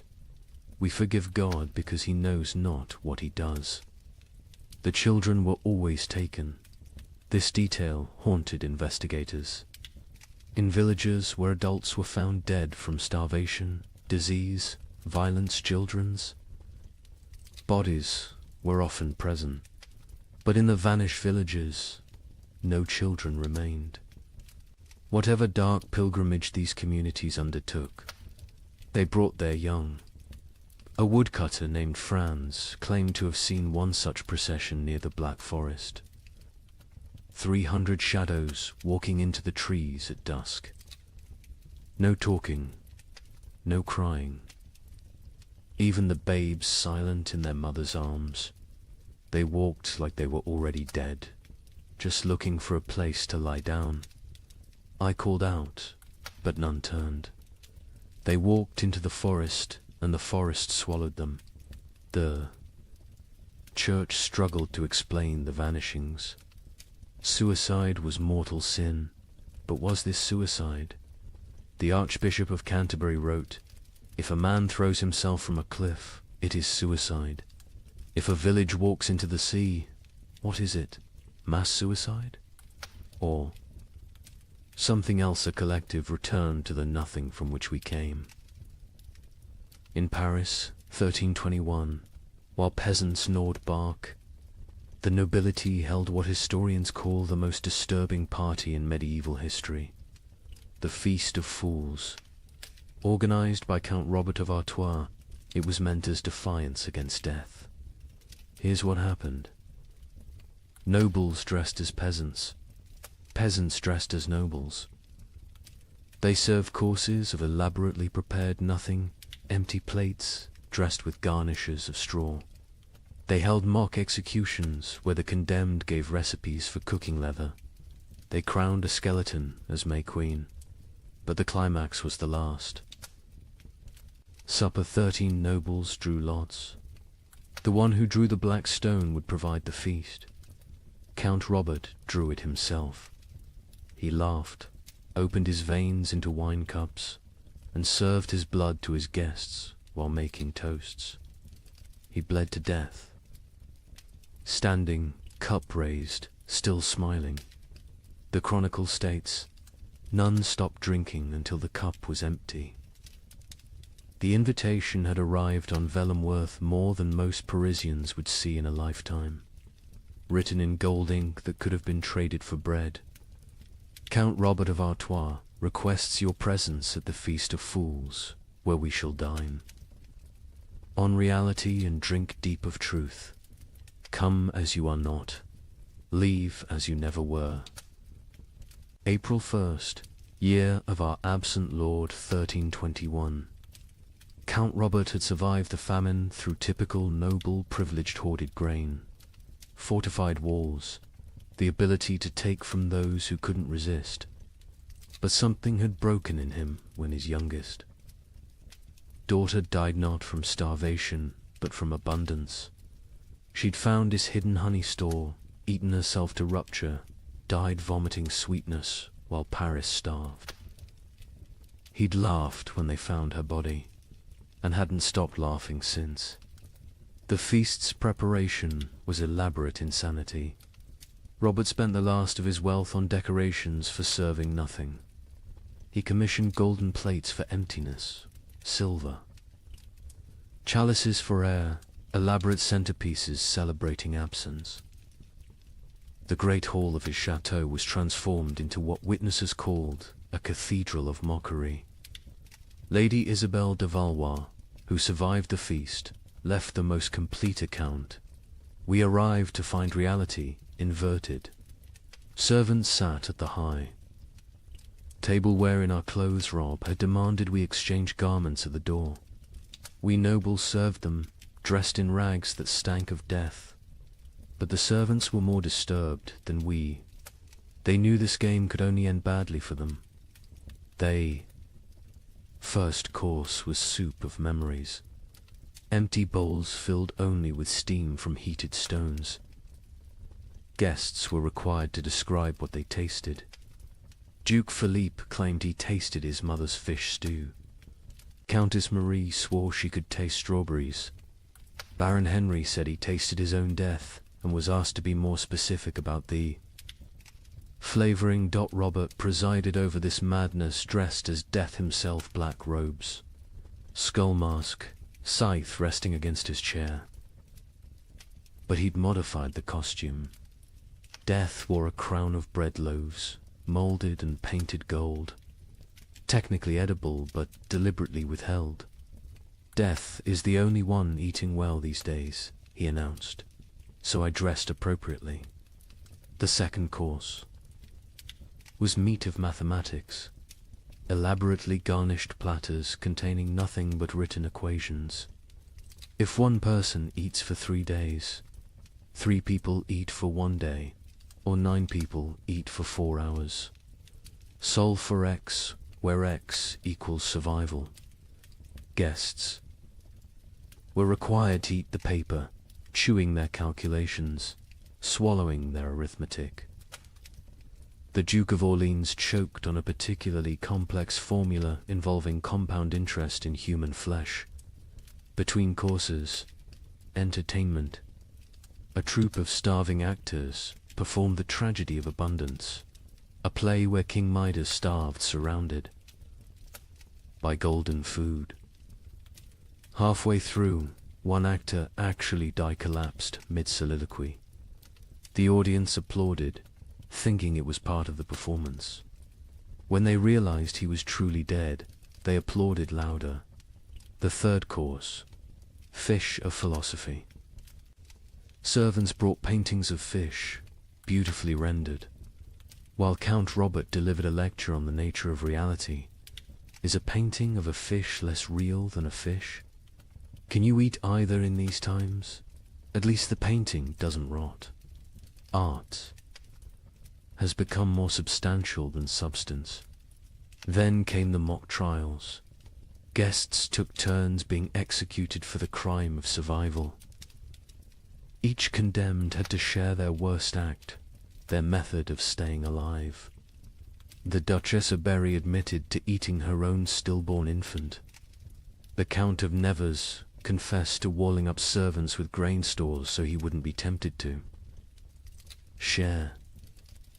The Bishop of Parisiaz, a bishop attended, revealed he'd been giving last rites with unconsecrated hosts because he'd eaten all the blessed ones. Each confession was met with mock judgment. Guilty of humanity, Robert would declare. Sentenced to continued existence. The crowd would laugh, but it was laughter like screaming, laughter like sobbing. Laughter because the alternative was acknowledging what they'd all become. The fourth course was vegetables of vanity, sculptures made from human hair and nail. Clippings arranged to look like salads. We consume ourselves, Robert explained. We always have. The famine just made it literal. Guests were required to eat these two. The Marquis de Toulouse vomited immediately. He was forced to eat that as well. Nothing wasted, Robert insisted. That's the new nobility. The entertainment grew darker. A puppet show where marionettes made from human bones performed a harvest dance. A choir of orphans singing recipes for preparing leather. A juggler tossing skulls who revealed, mid-performance, that they were his own children's skulls. The audience couldn't tell what was performance and what was confession. The fifth course, bread of betrayal. Actual bread appeared, one small loaf. The room went silent. Real food, after hours of elaborate nothing. Roberts explained the game. Tell us who you killed for food. The best story wins the bread. What followed was an auction of atrocity. The Baron of Anjou described smothering his elderly mother to inherit her hidden grain. The Countess of Blois explained how she'd poisoned her husband when she discovered he'd been secretly eating while she starved. The Duke of Normandy won with his tale of hosting a dinner party, serving his guests his own son, then revealing the truth after they'd eaten. He took one bite of the bread and vomited blood. The bread was made from sawdust and painted to look real. The sixth course, wine of wisdom. Empty goblets that guests had to fill with their own fluid stares, saliva, blood, whatever they could produce. We toast to truth, Robert declared. The truth that we are bags of liquid pretending to have purpose. They drank their own essences while Robert laughed and laughed and laughed. Then came the moment that would define the feast in history. Robert announced the Last Supper, 13 volunteers to recreate Christ's final meal, but with a twist. they would draw lots. 12 would feast. 1 would be the feast. The volunteers came forward, 12 nobles, so broken by horror they'd embrace any ending. Robert himself was the 13th. They drew carved bones from a jeweled box. Robert palmed the black bone, ensuring he drew it. Everyone knew. No one spoke. "I am the feast," he announced with genuine joy. "I am bread and wine. I am flesh and blood. I am the only honest noble lefty. Give myself to be consumed." He opened his veins with ceremonial precision, not to die quickly, but to fill 13 cups. He made toasts as his blood flowed, to abundance. Nervous laughter to the feast that never ends. Desperate drinking to the truth that we're all already dead. Silence, except for swallowing. He conducted himself like a summer lay describing vintages. Note the iron undertones, the hint of despair, the full body of wasted life. He grew paler with each toast, but never stopped smiling. Drink deep, friends. I'm a vintage that won't be repeated. The guests drank because stopping would mean acknowledging what they were doing.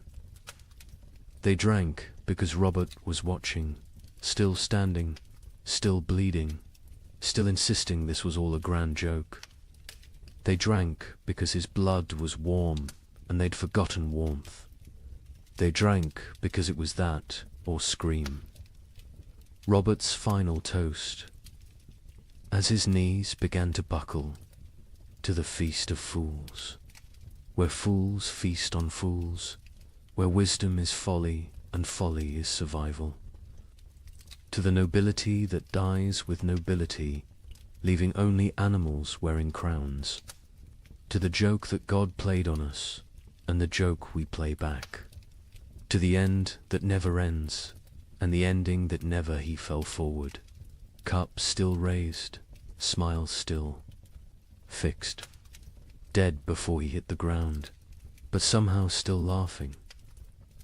The guests sat with empty cups, full stomachs, and the knowledge that they'd literally drunk noble blood while dressed as peasants in a world where symbolism had become sustenance. The aftermath was swift and terrible. The servants, forced to watch nobles drink noble blood, revolted, not politically aside. They stripped off the noble clothes, fled the chateau, most walking directly into the Seine to drown. The nobles, trapped in servant rags, covered in Robert's blood, stumbled into Paris streets where they were attacked by mobs who didn't recognize them or didn't care.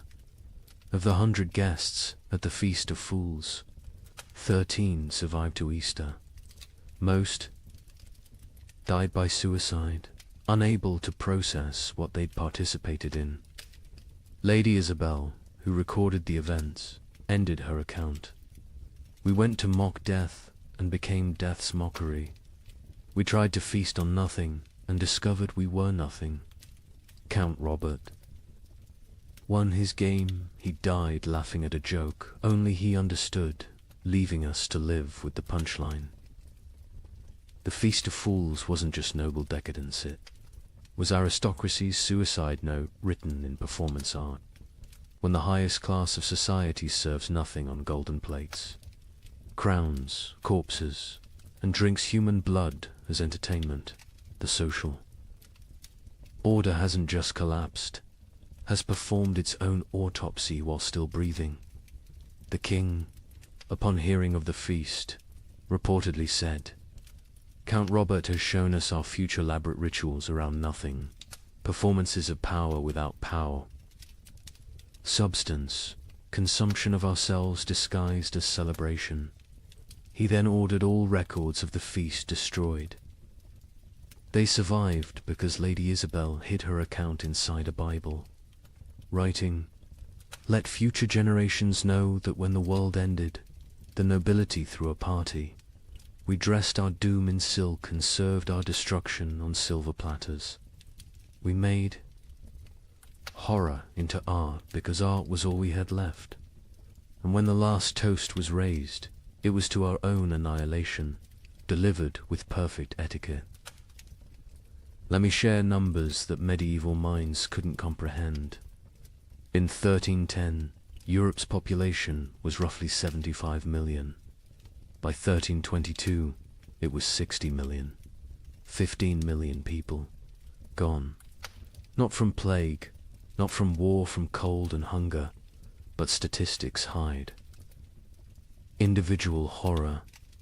In the town of Ypres, they kept exact records. Population 1315, 10,400. Population 1,322, 2,100. But here's the detail that haunts. Of those 2,100 survivors, only 300 were the original residents. The others, they came from elsewhere, drawn by rumors of food, only to find more death. The prior of Ypres wrote, "We no longer bury the dead. We stack them like cordwood, waiting for spring. But spring never comes warm enough to dig. The numbers tell a story that words cannot." The Abbey of Saint-Denis kept meticulous death records, originally for prayers for the departed. By 1318, they'd stopped recording names, just tally marks. 5 marks crossed through. 5 marks crossed through. Pages and pages of groups of 5, like a child learning to count, except each mark was a human soul. Brother Felipe, the abbey's mathematician, calculated the rate of death. In 1315, we lost 1 soul per week. By 1316, 1 per day. By 1317, 1 per hour. By 1318, we stopped counting because the living were too few to count the dead. Mathematics itself collapsed when the numbers exceeded comprehension. The Italian city-states, with their banking traditions, kept the most precise records. Florence's census of 1310 recorded 120,000 souls. The census of 1322 recorded 45,000. But hidden in those numbers was darker arithmetic. Of the 45,000 survivors, 30,000 had arrived during the famine, refugees from the countryside. The original Florentine population had dropped from 120,000 to 15,000. 7 of every 8 natives had perished. Venice's records reveal the geographic mathematics of death. The city's famous districts died at different rates. San Marco, where the wealthy lived, lost 40% of its population. Castello, where the poor crowded, lost 85%. But here's the cruel irony: the wealthy districts died faster in the final years. Once money meant nothing, poverty became an advantage. The poor knew how to starve. The rich only knew how to eat. In England, the Doomsday Book had recorded settlements since 1086. By comparing tax records from 1310 to 1322, we can track village-level devastation. In Norfolk, 40% of villages recorded in 1310 no longer existed. By 1322, not depopulated, erased. The land itself forgot humans had ever lived there. But let's look deeper at Ypres, because their obsessive record-keeping reveals the true mathematics of societal collapse. The town's cloth guild recorded not just deaths, but causes. 1,315. 500 deaths to 400 starvation. 100 disease 1316.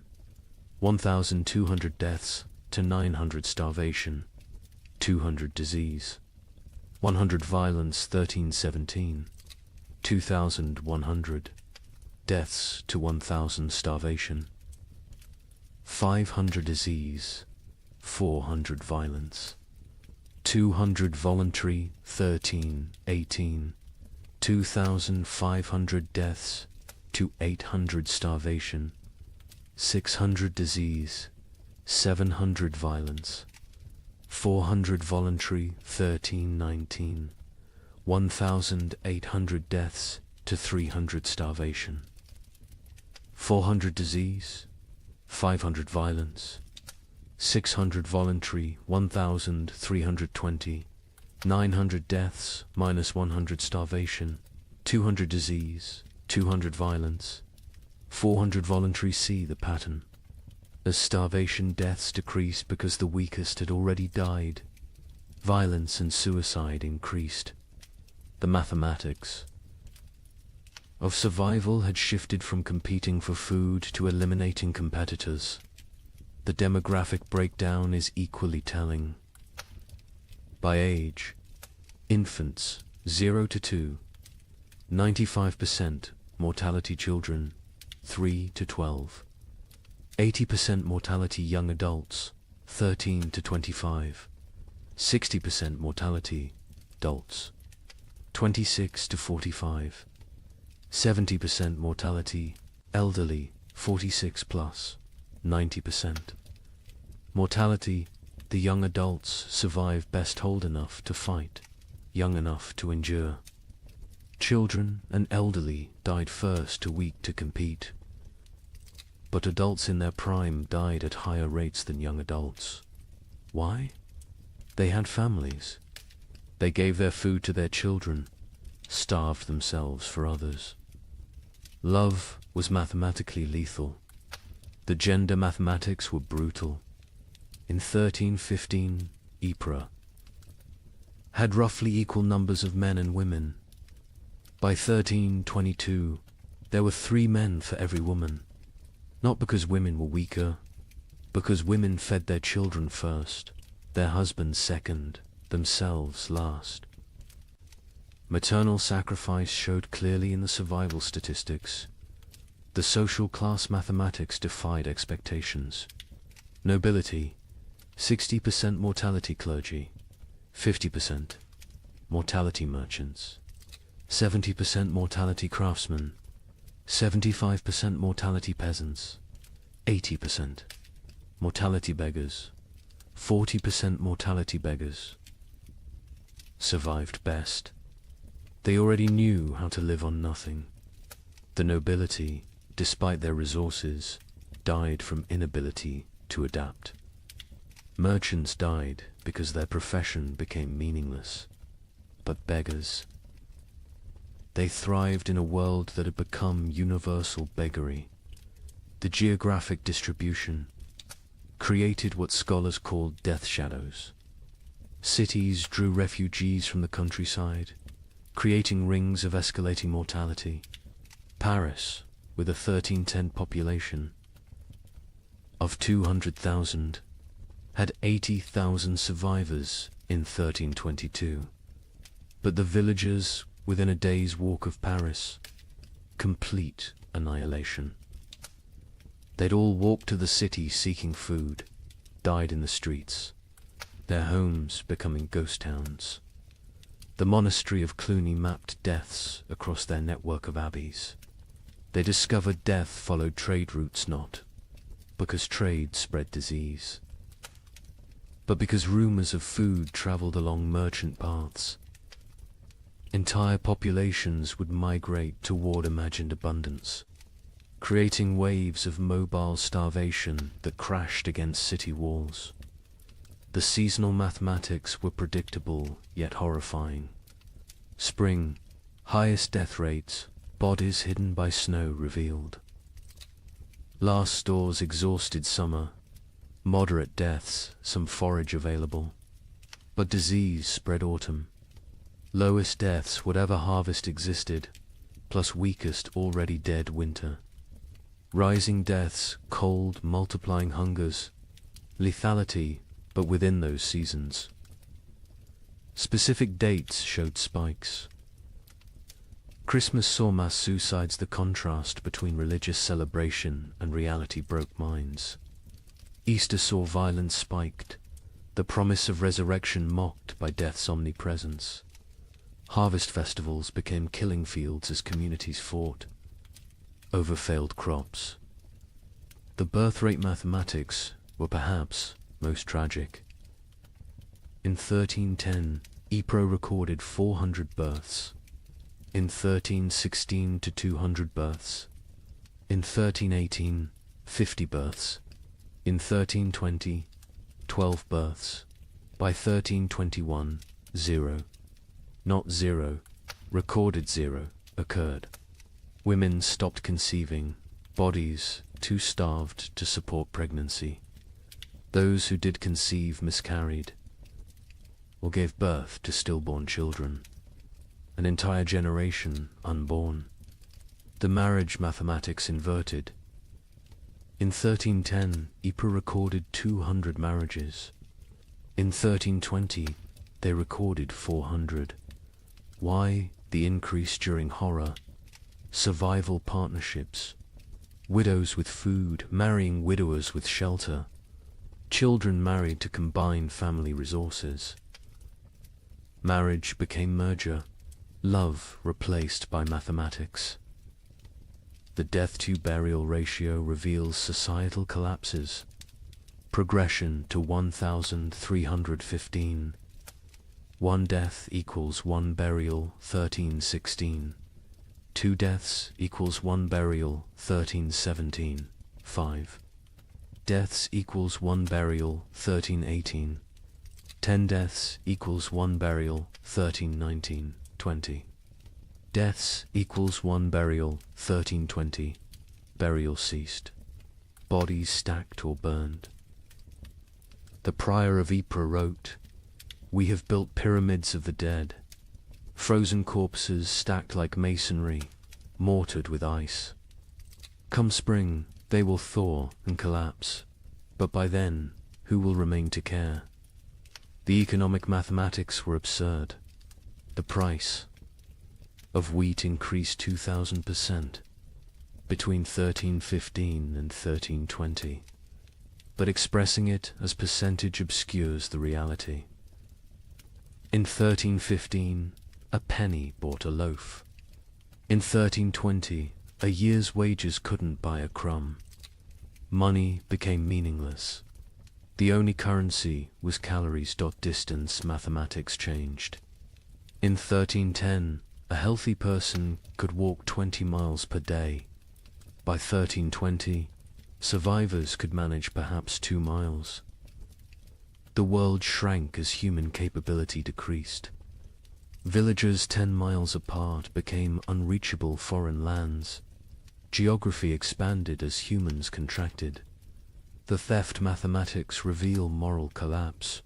1,315, 100 thefts. Mostly grain, 1316. 500 thefts, anything. Edible, 1317. 1,000 thefts. Including clothing and fuel, 1318. 2,000 thefts. Including children, 1319. Theft became meaningless. Nothing left to steal. The murder mathematics followed similar patterns, but with a crucial difference. Murders peaked in 1318, then declined not from returning morality, but from lack of strength. By 1319, people were too weak to kill.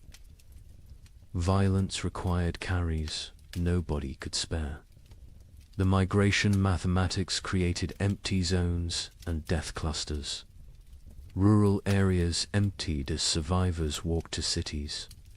Cities became graveyards as refugees died in streets. The population didn't just decline, it concentrated, then collapsed. Like a star becoming a black hole, the linguistic mathematics were subtle but telling. The Ypres records showed declining vocabulary over time. 1315 records use varied, complex language. By 1320, the same. Scribes used perhaps 200 words repeatedly. Hunger had literally reduced their ability to think in complex terms. Survival required all cognitive resources. The time mathematics warped reality. Survivors reported years feeling like decades, days feeling like minutes. The prior wrote, "We have lived 7 years that feel like 70. I am 40 but feel 400. Time itself has starved, moving slowly like everything else dying." The children's mathematics were most heartbreaking. In 1315, Ypres had 3,000 children under 12. By 1322, 45. Of those 45, only 3 were from Ypres. The others were orphans who'd wandered in from elsewhere. Their origins unknown, their parents dead, their futures non-existent. An entire generation deleted. Here's the mathematical truth medieval minds couldn't grasp. Exponential death. When food production drops 50%, population doesn't drop 50%, drops 80%. Because that 50% reduction creates competition, disease, violence, and suicide that multiply mortality beyond the initial cause. Famine doesn't just kill through starvation, kills through the mathematics of social collapse. The final statistic, the one that captures the true horror of the 15 million who died. Historians estimate only 5 million died directly from starvation.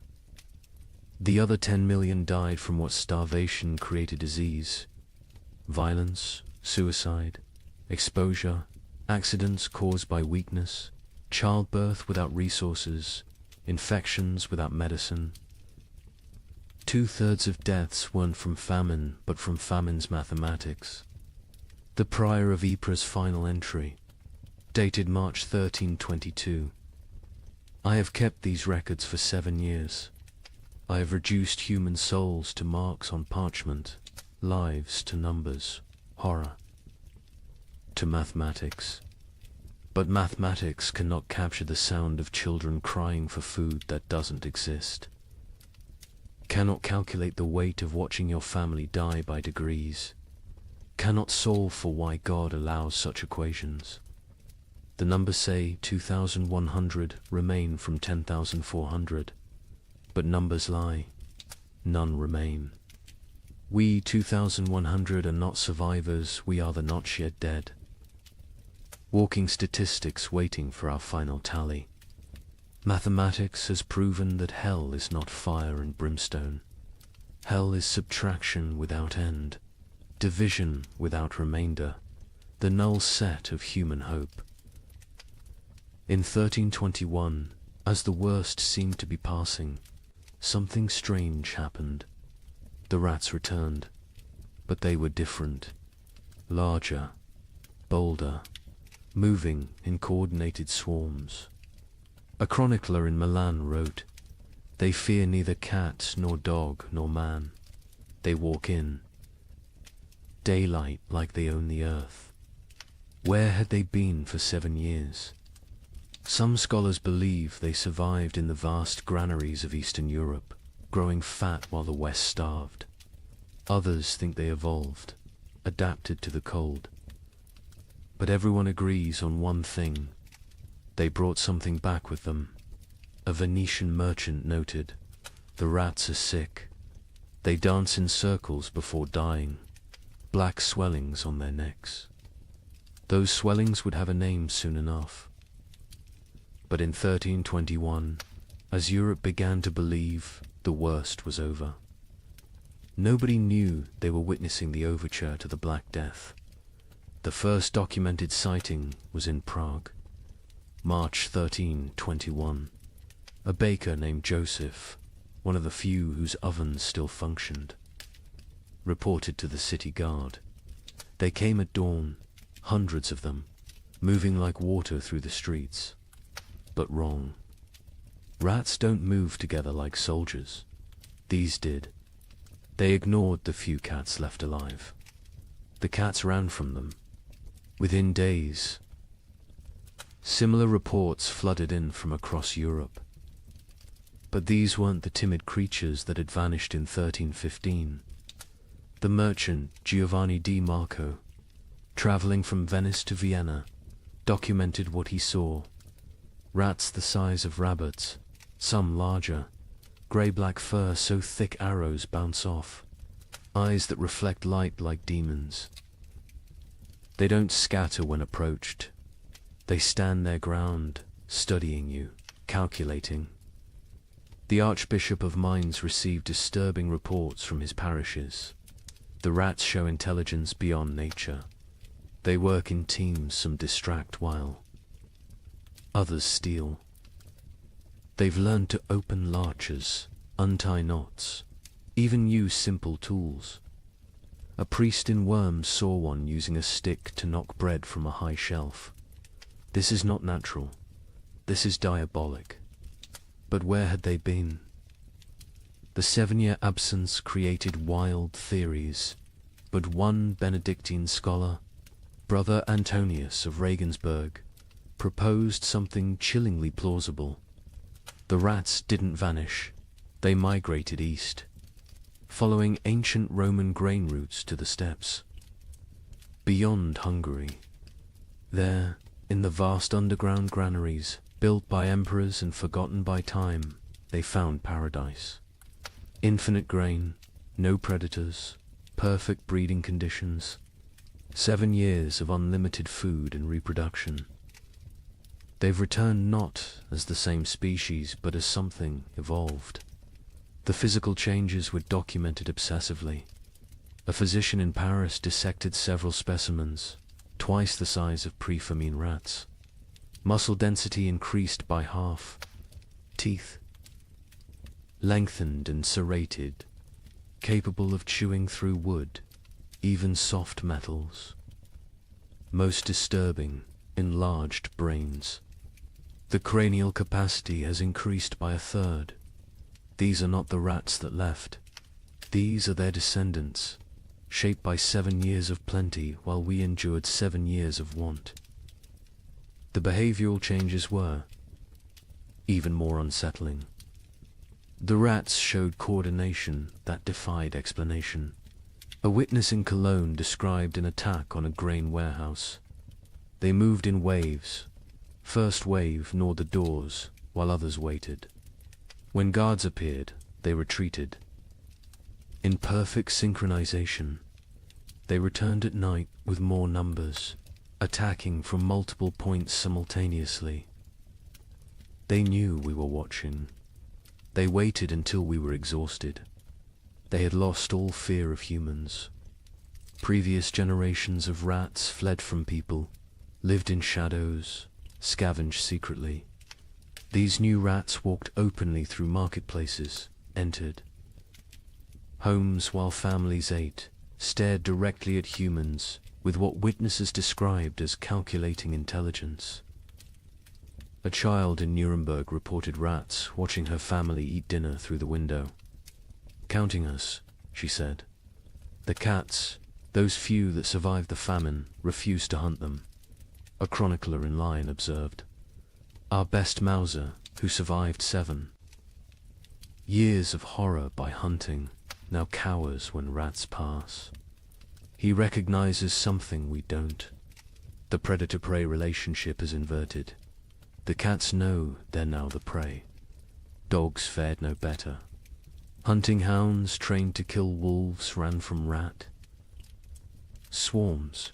A pack of street dogs in Milan, hardened by years of surviving on corpses, was found torn apart. Witnesses said the rats had hunted them like wolves hunt deer, driving them into a corner, exhausting them, then moving in for the kill. But it was the rats' relationship with the dead that proved most disturbing.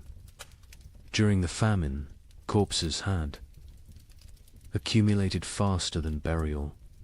Mass graves, body piles, frozen pyramids of the dead, all untouched for years.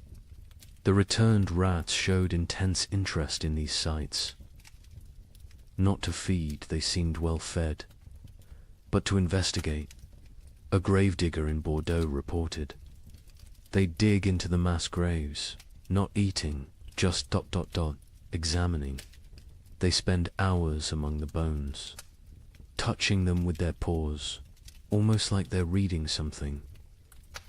Then they emerge and dance, spinning, leaping, falling over, getting up, spinning again, like they're drunk or mad. The dancing disease appeared first in the rats, then in the animals they bit, finally in humans. But in 1321, people thought it was just strange behavior. They didn't connect it to disease. Why would they? The rats looked healthy, even robust. Larger, stronger, more vital than any rats in memory. An Italian merchant named Carlo Benedetti made the crucial observation that historians would later recognize as prophetic. The rats congregate at trade routes, ports, and crossroads.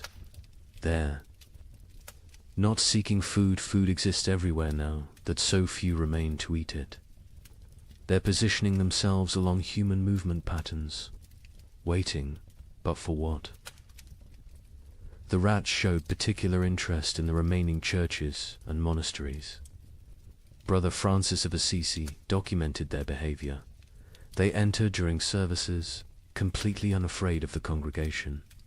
They sit in neat rows as if listening to the sermon.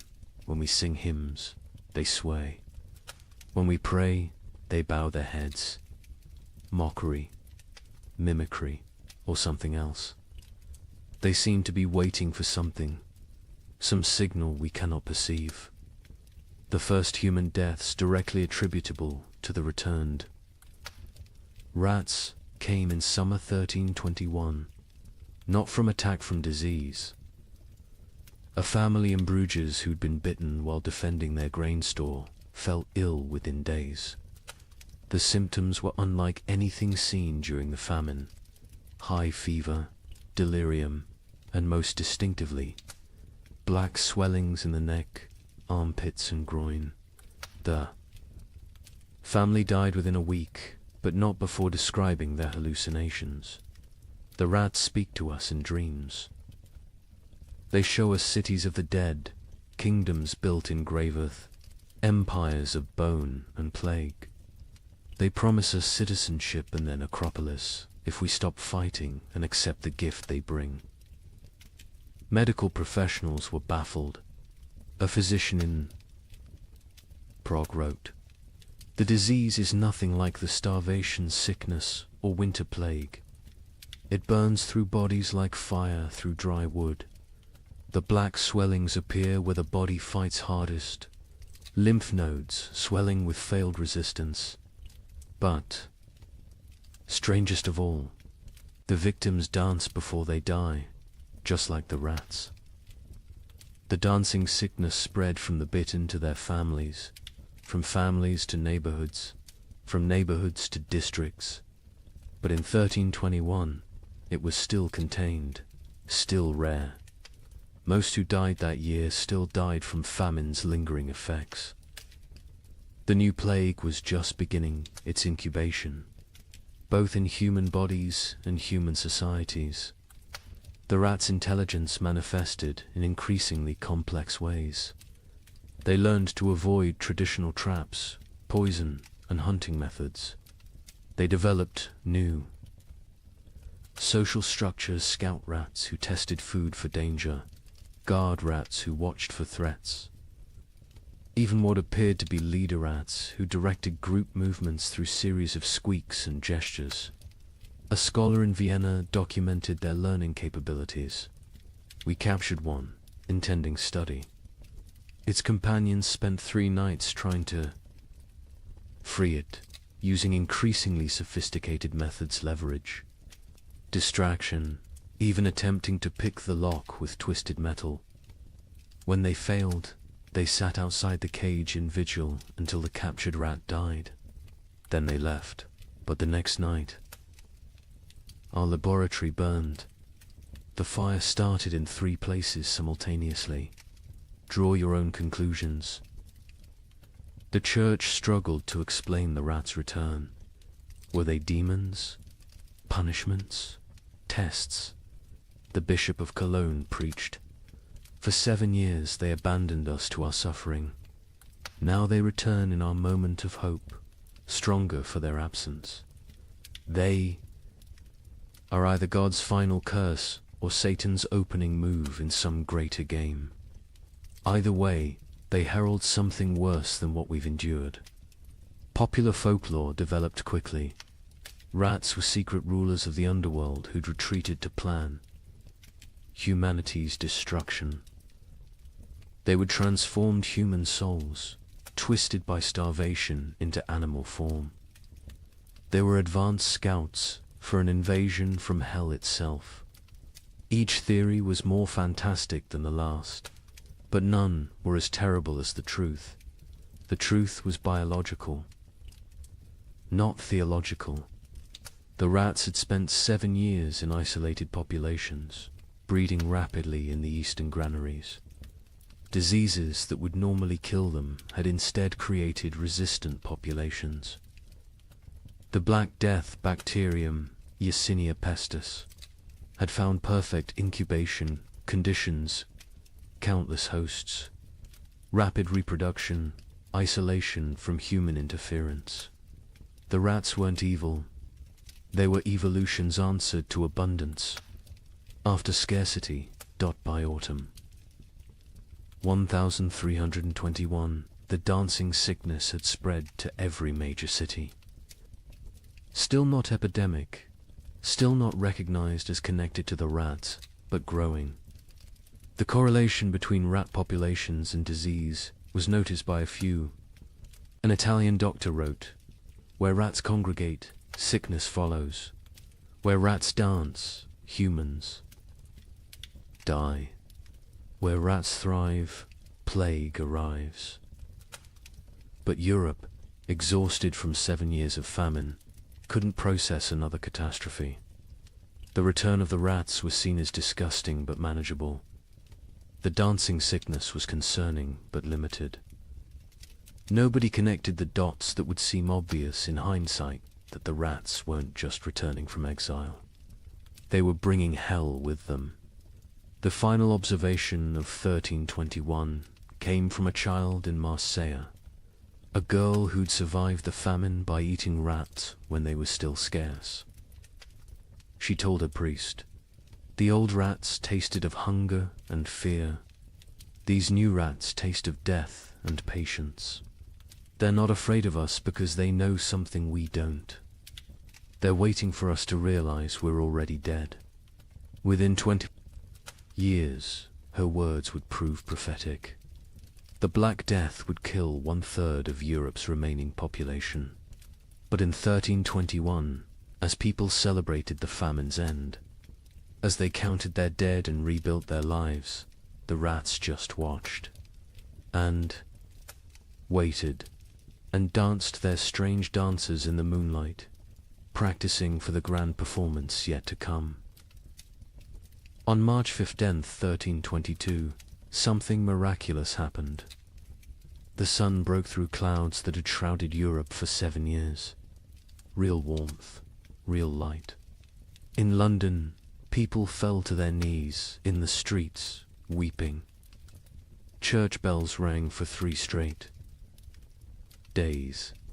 A young monk in Canterbury wrote, "We had forgotten the sun could hurt your eyes." Children who had never seen their own shadows screamed in terror at the dark shapes that followed them. But the thaw revealed horrors frozen in time.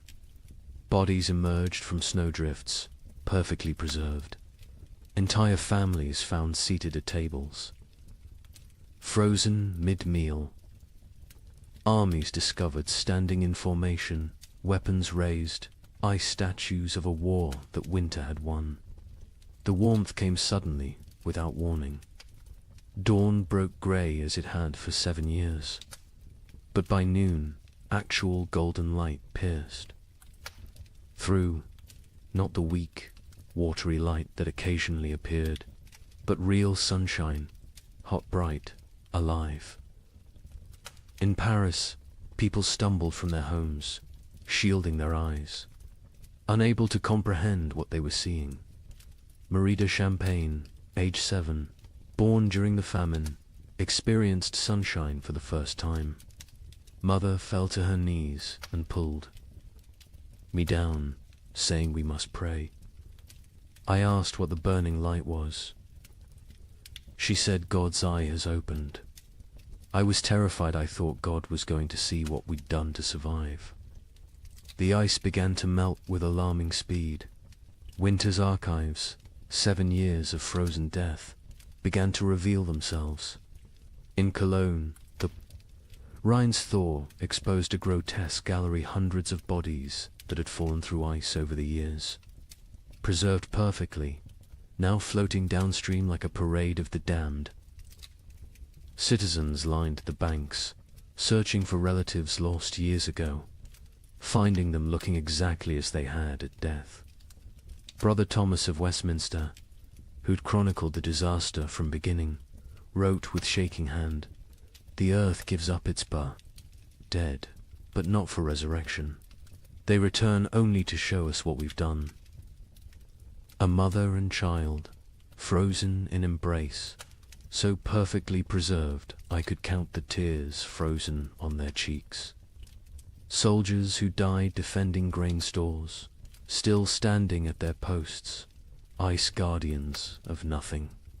God has kept perfect record of our failures. But with the thaw came something worse than revealed corpse. Truth-field truth. The ice had hidden the full scope of devastation. Entire districts thought to be empty were found to contain hundreds of frozen dead. Mass graves, hastily covered with snow, began to melt and shift, creating mudslides of human remains. The spring of 1322 didn't bring renewal. It brought archaeology of horror in the Alps. The thaw revealed the children's crusade of frost, perfectly preserved. A merchant reported, "They stand like an army of small angels, ice blue and beautiful. In their death, still holding hands, still facing south, still seeking summer that has finally come too late. Pilgrims are already calling it holy ground. I call it the world's guilt made manifest. Europe that emerged from the Great Famine was unrecognizable. Languages had changed, words for hunger had multiplied, while words for joy had been forgotten. Children born during the 7 years were stunted, marked forever by starvation. They would be called the famine generation, shorter, weaker, but survivors of the impossible. The social order had shattered. Peasants who survived owned land, for the first time inherited from the dead.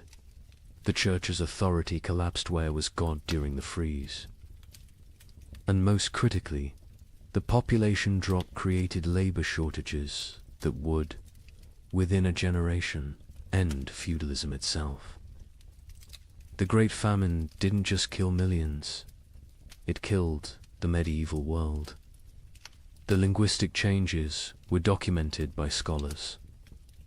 Attempting to translate pre-famine texts, the Abbot of Cluny wrote, "We have 23 new words for different types of hunger, but have lost the words for feast, abundance, and satisfaction. Children learning to speak, use, eat. As past tense only, they cannot conceive of eating as a present or future action. We've developed exact terms for the taste of leather, bark, clay, but forgotten words for flavors of meat. The famine generation bore physical marks that would last lifetimes.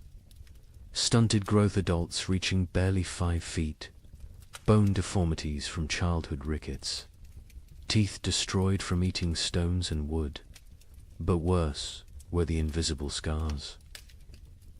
They hoarded food obsessively, even in plenty. They ate alone in darkness, unable to share meals. They counted every grain, weighed every crumb. A physician in Paris noted, "They survived famine, but remain imprisoned by it. Their bodies live in 1322, but their minds remain in 1318. The social revolution was immediate and irreversible. A third of Europe's nobility had perished, entire bloodlines extinct. Peasants squatted in abandoned castles, worked lordless lands, claimed ownership through occupation. The survivorship created overnight social mobility, a serfhood hidden. Grain became a merchant. A baker's assistant who'd outlived his master became a guild leader. A prostitute who'd hoarded food became a property owner. The church's authority evaporated like morning frost. 7 years of unanswered prayers had broken faith's monopoly. New sects emerged, some worshipping nature, others embracing nihilism. The Pope's call for renewed devotion was met with laughter. A graffiti in Rome read, "God starved. We survived. Who then is stronger?" Priests found congregations unwilling to tithe, unable to trust divine providence that had provided only suffering. But most revolutionary was the labor shortage. With 15 million dead, every survivor became valuable. Peasants demanded wages. Instead of feudal obligations, serfs simply walked away from their lords, knowing they'd find better conditions elsewhere. The statute of laborers, attempting to freeze wages at pre-famine levels, was universally ignored. A blacksmith could demand noble prices. A farmer could negotiate like a merchant. The medieval world built on hierarchy. Faith and agricultural abundance had been murdered by weather. What emerged was proto-modern, mobile, skeptical, calculating. The Great Famine didn't just kill people. It killed the very idea of divinely ordered society. The survivors knew now that God could forget them, that nobles could starve, that civilization was only 3 meals deep. Europe would rebuild, but never recover. The medieval dream was frozen in those 7 years, preserved like the corpses in ice, beautiful and dead forever. In 1323, an anonymous scribe in Bavaria wrote what might be the most important document of the entire famine. Not a chronicle of events, but a warning. To those who come after, know this. We thought ourselves masters of the earth. We built castles against enemies, churches against damnation, walls against nature itself. But when the sky turned against us, when the very air became our enemy, we learned that civilization is only 3 mills deep. Beneath that lies the animal, and beneath that ... lies something worse, something that would eat its own shadow if it could provide sustenance. We survived. That is not the same as living. Some costs can never be repaid. Some hungers never leave you, no matter how much you eat. We measured time in deaths. We measured love in shared suffering. We measured God in his absence. If the cold comes again, and it will come again, remember that the greatest danger is not the freeze. It's what the freeze reveals about your neighbor, about your family, about yourself. May you never be warm enough to forget what we learned in the cold. The document was found hidden in a monastery wall, wrapped in waxed cloth, deliberately preserved. The scribe continued, "I write this with fingers that consumed my own flesh. I write with eyes that watched my children choose which sibling would eat. I write with a soul that has been to hell and discovered hell is not fire. Hell is ice and the mathematics of survival. We who survived are not heroes. We are the ones who did what heroes couldn't. We chose ourselves over others. We calculated love against calories and chose calories. We learned that honor digests poorly, that mercy is a luxury of the fed, that civilization is just an agreement between people who aren't hungry yet. The sun has returned. The crops grow again. Markets open, bells ring. Children are born who will never know the taste of bark bread. They will call us the generation who endured. But endurance is just a prettier word for betrayal. Betrayal of everything we once believed. Made us human. When abundance returns, you will forget. You will must forget to stay sane. But someone should remember. Someone should know that we measured children's worth in weeks of food, that we drew lots for who would walk into winter, that we learned to distinguish the taste of different mortar. From ancient walls, so I leave this testament, not of what happened chronicles will tell that story, but of what we became.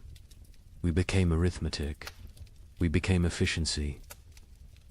We became the truth that underneath every prayer, every law, every noble sentiment, lies the animal that will eat its own tail if the circle of consumption demands it. Remember us accurately, not as victims of weather, but as humans revealed. The cold didn't change us, it showed us, and what it showed can never be fully hidden again. The thaw has come. Summer returns. But we who survived carry winter inside us forever, a frozen seed that whispers, "This is what you really are. Everything. Else is just the dream of well-fed men." In the spring of 1315, a mother in northern England made an unthinkable decision. She locked her children inside their cottage, walked into the frozen wasteland, and never returned. But she wasn't abandoning them. She was saving them. What, she knew what all of Europe would soon discover was that the world itself was dying. The rain wouldn't stop. The cold wouldn't break. And for the next 7 years, winter would reign supreme. Her name was Marjorie of Dereham, and her neighbors found her children 3 days later, alive, huddled around the last embers of their fire. The eldest, a boy of 9, clutched a note his mother had left. The priest who recorded it wrote that his hands shook as he read her words aloud. "My flesh will buy them grain. My absence will grant them mercy. Tell them I walk toward God, not away from them." You see, Marjorie had understood something terrible. Something that would take the rest of Europe months to grasp. This wasn't just another harsh spring. This was the beginning of an extinction. The marketplace where she'd traded her body for bread had made the calculation clear. A living mother meant 5 mouths to feed. A missing mother meant 4 orphans the church had to shelter, and the church still had grain, still had walls, still had hope that this nightmare would end. But here's what makes Marjorie's story so haunting. She wasn't unique. Parish records from 1315 show hundreds of similar disappearances. Parents vanishing into blizzards, elderly grandparents wandering into forests, always leaving notes, always locking doors from the outside, always walking toward death like it was salvation. The chronicler Geoffrey Le Baker would later write about that spring with words that feel pulled from nightmares.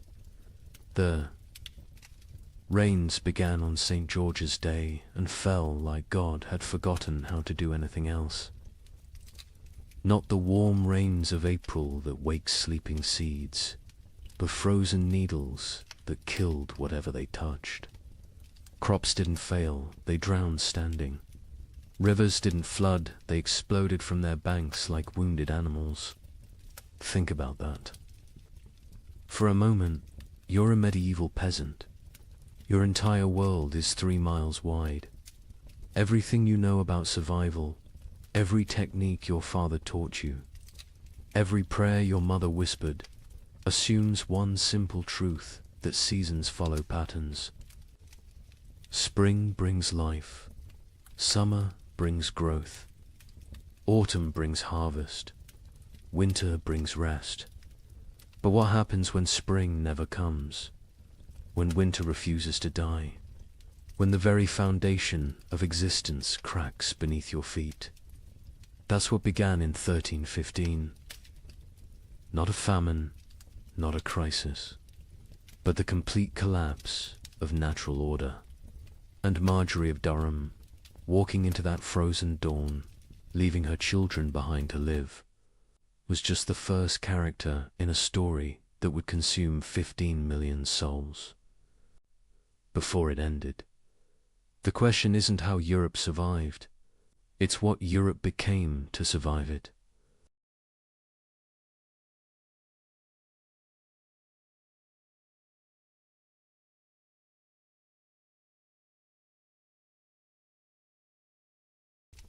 Good evening and welcome back, friends. Tonight, we are going to journey through the winter that never ended, America's forgotten ice years. As always, let me know where in the world you are listening in from. Get cozy, settle in, and let's begin. She stood at the frost-covered window. Her breath formed clouds in the June air. Outside, snow fell on what should have been green cornfields. Her children huddled by the dying fire. They wrapped themselves in every blanket the family owned. She whispered a prayer, the same prayer she had whispered every morning for weeks. She asked God when spring would finally come. She did not know this was only the beginning. Picture thousands of similar scenes across the American frontier. Thousands of windows, thousands of prayers whispered into the impossible cold. What happened in 1816 was merely a prelude, a warning that no one heeded. 20 years later, something far worse came to the American interior. This time it would last not 1 year, but 3 brutal winters. They bled into each other without mercy, without explanation, without end. Between 1836 and 1838, a climate catastrophe struck North America. It has been nearly erased from popular memory. Historians debate the causes today.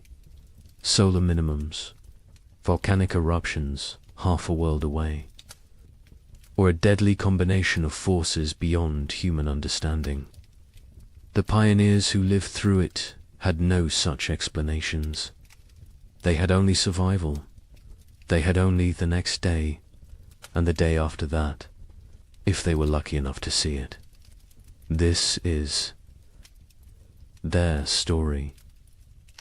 The story that America chose to forget. What you are about to hear challenges everything you thought you knew about westward expansion. Textbooks celebrate the march of civilization across the continent. They praise the brave pioneers, claiming their piece of the American dream. But they rarely mention the winters that nearly ended it all. They do not talk about the settlements that simply vanished. They do not discuss the mass graves discovered decades later, or the journals hidden in attics, journals filled with words that survivors could not bear to speak aloud. This is the story of the winter that never ended, and the people who somehow lived to see spring again. Late 1835. The American frontier hummed with optimism. The economy was booming. Land was cheap. Opportunity seemed limitless. Thousands of families poured westward into territories that promised fertile soil and new beginnings. Michigan Territory, Wisconsin, Illinois, Indiana, Ohio. These were the lands of promise. These were the places where a man could build something from nothing. A young couple in their early 20s had just claimed 160 acres in Michigan Territory. They were newlyweds. She was pregnant with their first child. He had spent the summer building a one-room cabin with his own hands. The logs were chinked with mud and moss. The roof was solid. The door hung true. They planned their first full harvest together. She planted a small garden near the cabin. Carrots, potatoes, beans. He cleared 3 acres for corn. At night they sat by the fire and talked about the future, about the children they would have, about the farm they would build, about growing. Old together on this land, an older family arrived in Illinois in the autumn of 1835. They had come from Pennsylvania, a mother and father with 3 children under 10 years old. They had sold everything they owned for this chance. The wagon journey had taken 6 weeks. The children were tired but excited. The father staked his claim near a creek. Good water, timber nearby, rich black soil that crumbled in his hands. He told his wife this was it. This was where they would prosper. She believed him. They all did dot in Ohio. A widower worked a small farm with his 2 teenage daughters. His wife had died of fever the previous summer. The grief was still raw, but he had responsibilities. Daughters to feed, a farm to maintain, a future to secure. For them, the older girl was 16, capable, strong. She helped with everything. The younger was 14, still learning, still growing. Together the 3 of them made it work. They honored the memory of the wife and mother they had lost by surviving, by building, by moving forward. This was frontier life in late 1835. Hard but hopeful. Isolated but connected through shared struggle. Communities were small but tight-knit. Neighbors helped neighbors. Barn raisings brought everyone together. Churches served as social centers. Sunday services were as much about community as worship. People traded labor, traded goods, traded gossip and news from back east. The isolation was real. Some homesteads were miles from the nearest neighbor, but people found ways to stay connected, to remain human in the wilderness. Daily routines followed the sun. Wake before dawn. Tend the livestock. Milk the cows. Feed the chickens. Collect eggs. Breakfast was simple. Cornmeal mush. Salt pork if you had it. Then the work began. Men cleared land, plowed fields, mended fences, chopped endless cords of firewood. Women tended gardens, preserved food, made soap, sewed clothes, raised children. Everyone worked. Even the smallest children had chores, gathering kindling, feeding chickens, watching younger siblings. There was no such thing as idle time on the frontier. As autumn 1835 arrived, families began their winter preparations. These were routines they knew well. They had survived winters before.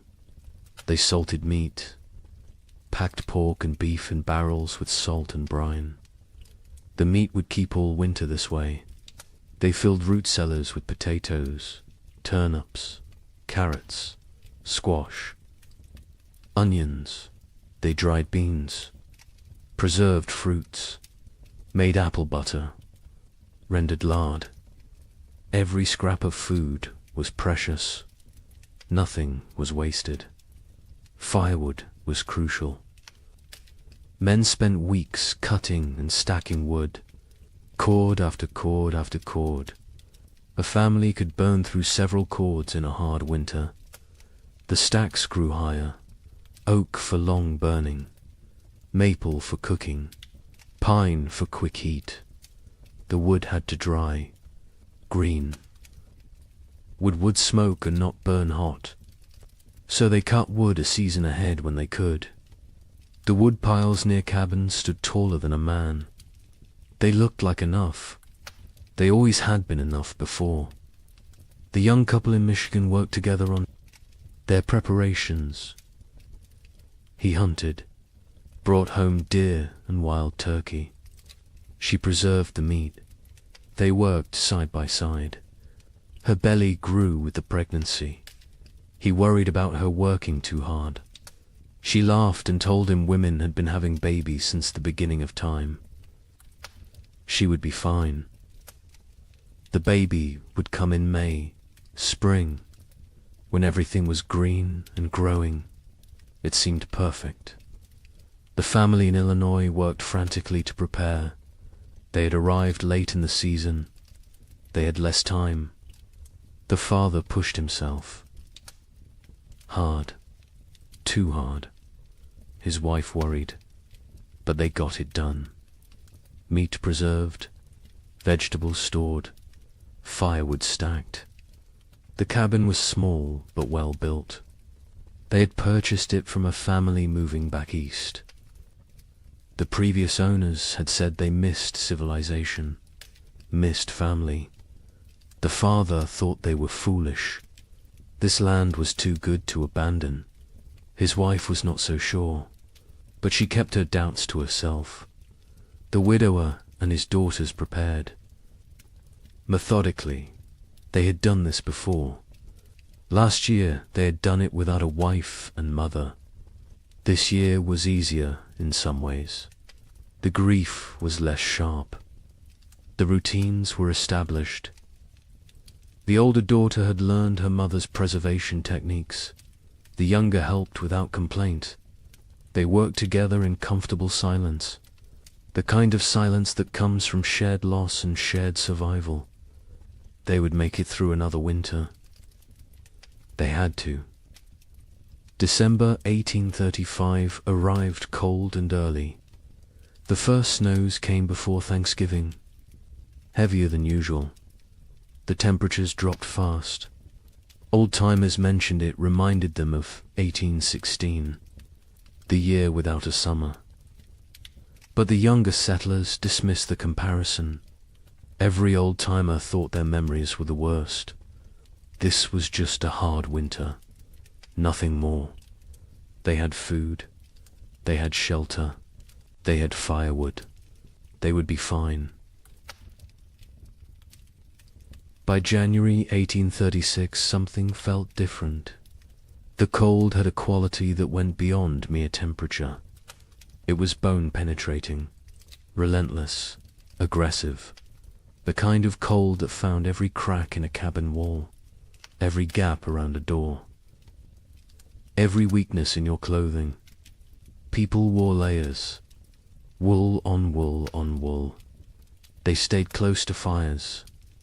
They moved less, conserved energy, conserved heat, conserved everything. Animals behaved strangely. Livestock refused to leave their barns. Horses stood in corners, unmoving. Even when offered food, cows produced less milk. Chickens stopped laying. The wildlife disappeared. Deer vanished from the forests. Rabbits seemed to evaporate. Tracks in the snow became rare, then non-existent. Hunters returned empty-handed day after day. Where had everything gone? The young man in Michigan noticed the silence first. The forest was always noisy.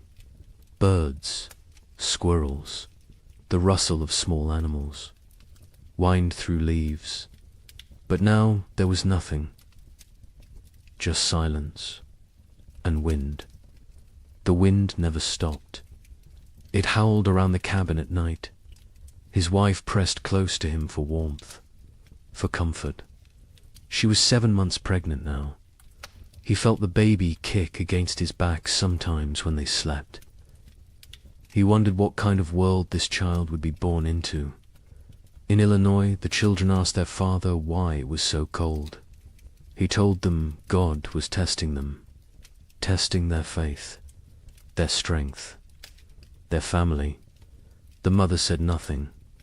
She watched. Their food stores. She calculated in her head. If winter ended in March like it should, they would be fine. But something in her gut told her March might not bring spring this year. The widower in Ohio kept a journal. He had started it after his wife died, a way to process grief, to feel less alone. In late January 1836, he wrote an entry that he would later try to burn. He wrote that the cold felt wrong, not natural, that he had a feeling of dread he could not shake, that his daughters felt it too, though they did not speak of it. He wrote that he was afraid, not of dying, but of failing to protect his girls, of not being enough. February arrived. It should have shown signs of weakening. Winter, longer days, occasional thaws, the promise of spring lurking beneath the cold. But February 1836 brought none of these things. It brought deeper cold, more snow, storms that lasted days. The sun appeared rarely. When it did, it seemed weak, pale, unable to warm anything. People began to worry, really worry. This was beyond a normal hard winter. Food stores were being depleted. Faster than expected. You burned more firewood in extreme cold. You ate more to maintain body heat. The calculations that had seemed conservative in November now seemed optimistic. Families began to ration. Smaller portions, fewer meals. Make it stretch. Make it last. Spring would come. It had to come. But as February turned to March, and March brought no relief, only more snow and more cold, a new emotion crept into Frontier.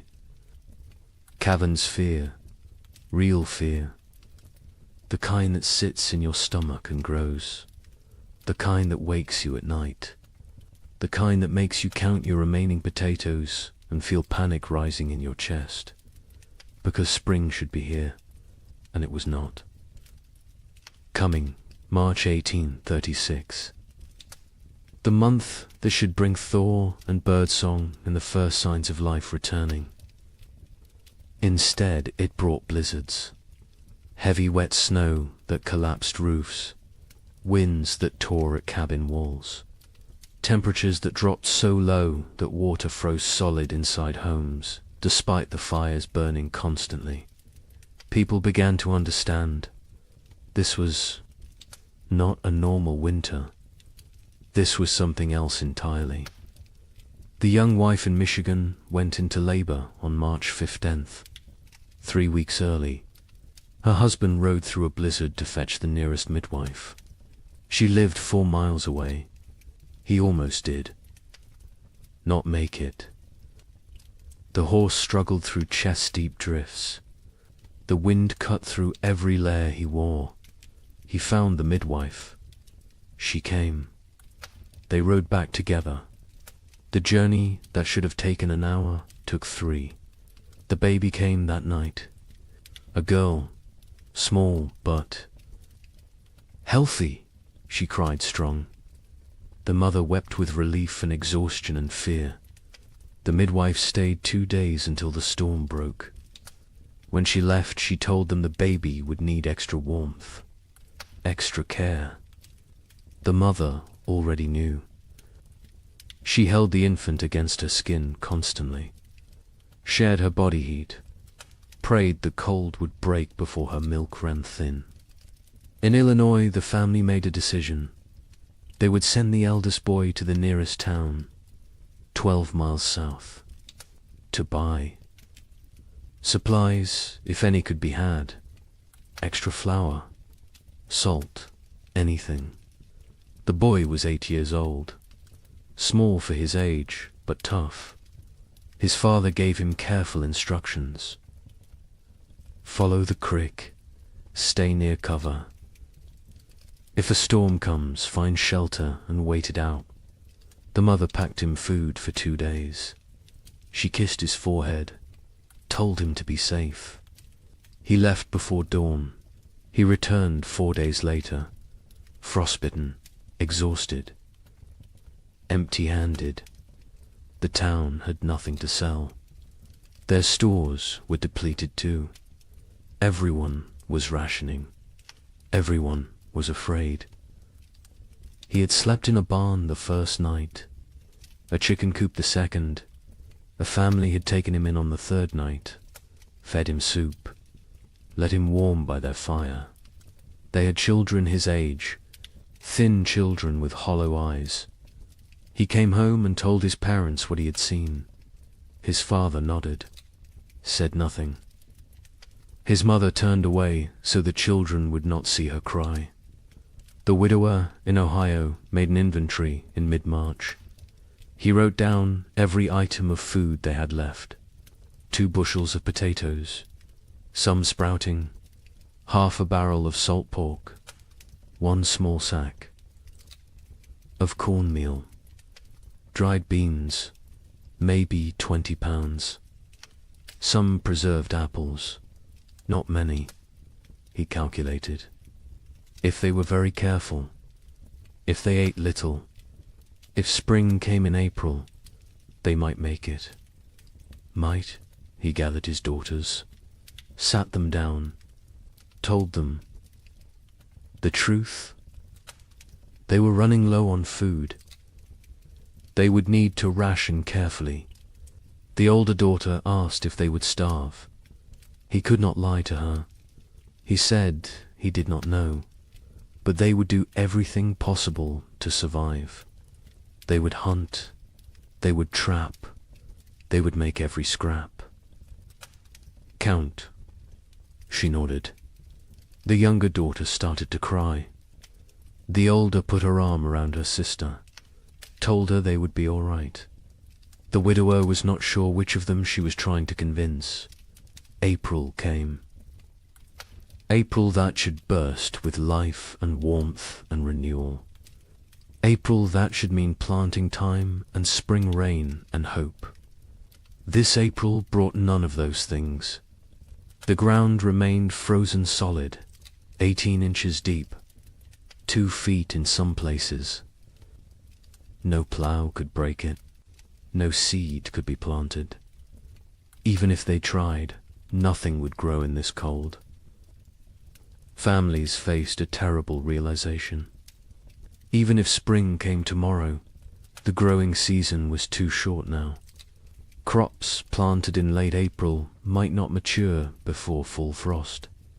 And full frost in this new reality might come in August, or July, or never. Leave it all? The cycle of farming that had sustained human civilization for thousands of years was broken, and no one knew how to fix it.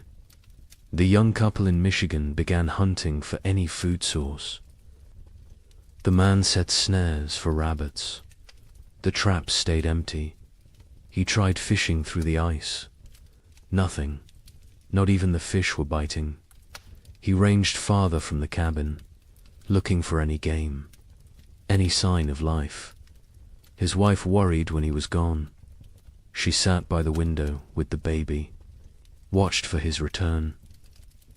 Sometimes he was gone for 2 days. When he came back with nothing, they did not speak of it. They simply held each other and their daughter and tried not to think about tomorrow. Neighbors began to disappear. The family 2 miles east was there. One day, gone the next. Their cabin door stood open. their belongings left behind. Only the food was gone, and their wagon, and their animals. They had fled south, or tried to. No one knew if they made it. More families followed. Every week someone else left. The community that had been tight-knit was fraying, unraveling. People made choices for their own survival now. There was no room for collective thinking anymore. Some tried to help each other still. Families with slightly more food shared with those who had less.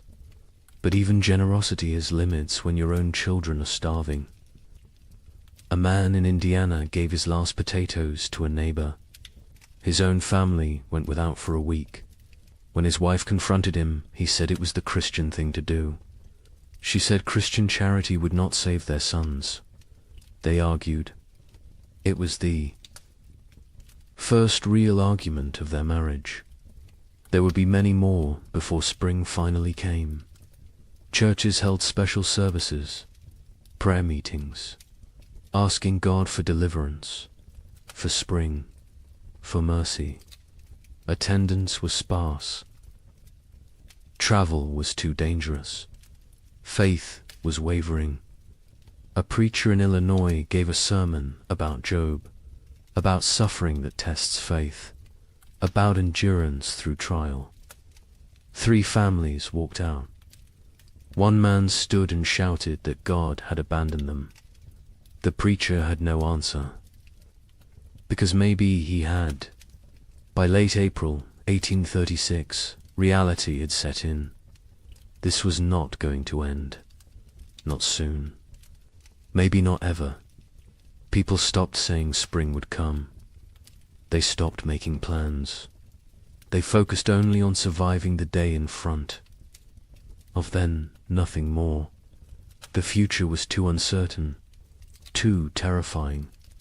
Better not to think beyond the next meal, the next night, the next morning if you were lucky enough to see it. The psychological toll was as brutal as the physical. People began to break under the strain. A woman in Wisconsin stopped speaking entirely, just sat by her fire, staring. Her husband tried everything. She would not respond. Their children were terrified. Eventually the husband took the children and left. He could not stay with a woman who had stopped being present. Some said he was cruel. Others said he did what he had to do. There was no right answer anymore. Marriages strained. Parents fought. Children grew silent and withdrawn. The pressure of constant survival wore away at human connections, at love, at compassion, at everything that made life worth living. People became hollow, going through motions, existing but not living, waiting for an end they could not see, and still the cold did not break. May arrive, May that should be warm and green, May that should mean gardens growing and livestock grazing. This May was grey and frozen. Snow fell on the 10th, again on the 18th, again on the 23rd. People stopped being surprised. They just accepted. This was the world now. Cold and dead and endless. But something else was coming. Something worse. Because as terrible as this first winter had been, it was only a prelude. The summer of 1836 would bring brief hope. Just enough to make people believe the worst was over. Just enough to make them vulnerable. And then winter would return. Colder, longer, more deadly. Wait until you hear what happens next. Spring refused to come. That is the simplest way to describe what happened in 1836. Spring simply refused to arrive. March became April, April became May, and still the ground stayed frozen. Still the snow fell. Still the temperatures remained far below what any living person had experienced. The young mother in Michigan Territory held her baby and watched the window. Every day she looked for signs, a bird, a patch of bare ground, anything that suggested winter was weakening. She saw nothing but white, endless white. Her husband ventured out less now. The cold was too dangerous. The exertion burned calories. They could not afford to lose. He sat by the fire and stared at the walls. She knew what he was thinking. The same thing she was thinking. How long can we last? Their food stores had dwindled to almost nothing. The potatoes were gone. The preserved meat was gone. They had cornmeal, perhaps enough for 2 more weeks if they were careful, if they made it thin, if they did not mind the constant gnawing hunger. The baby nursed, but the mother's milk was weak. She could feel it. Not enough fat, not enough nutrition. The baby cried more now. A thin, desperate sound that cut through the cabin's silence like a knife. In Illinois, the family faced their own crisis. They had 5 mouths to feed, 3 children, 2 adults. The mathematics were brutal. They cut their portions again. And again. The children stopped asking for more. They understood somehow, even the youngest. She was only 4, but she had learned not to complain. Learned that complaining changed nothing. The mother watched her children grow thinner. Their faces became angular, their eyes too large, their movements slower. She wanted to scream, to rage against the unfairness, but rage would not bring spring. So she stayed silent and counted the days. The father went hunting every few days. He never found anything, but he went anyway, because sitting in the cabin watching his family starve was worse than freezing in the forest. At least in the forest he was trying. At least he was doing something. He set traps. He checked them religiously. They stayed empty. He tried fishing through ice on the creek. Nothing. The fish had gone dormant or died. He did not know which. He returned empty-handed every time. His wife would look at him. He would shake his head. No words necessary. They both knew. The widower in Ohio and his daughters had become experts at survival. They burned furniture for warmth when the firewood ran out. A chair 1 week, a table the next. They ate 1 meal a day. Soup stretched so thin it was barely more than hot water. They trapped a squirrel once. 1 squirrel for 3 people. They made it last 2 days. They boiled the bones for broth, sucked the marrow, used every part. Nothing was wasted. Nothing could be wasted. The older daughter took on more responsibility. She was 17 now, though she looked younger. Malnutrition had stunted her growth, hollowed her cheeks, but her mind was sharp. She kept track of their supplies, rationed, carefully, made decisions about what to eat and when. Her father let her. He trusted her judgment. She had her mother's practical nature, her mother's strength. Sometimes he looked at her and saw his dead wife. It was comforting and heartbreaking in equal measure. The younger daughter was 15. She spoke less than before. The cold and hunger had made her withdrawn. She did her chores without complaint, helped where she could. But there was a distance. In her eyes, a remove. Her father worried about her, about what this experience was doing to her mind. To her spirit, he tried to engage her in conversation. She would answer in single words. Yes, no, maybe, then returned to silence. He did not know how to reach her anymore. Communities that had held together through the winter began to fracture. Trust eroded. A family in Michigan discovered their hidden food cache had been raided. Someone had broken in while they slept, taken half their remaining supplies.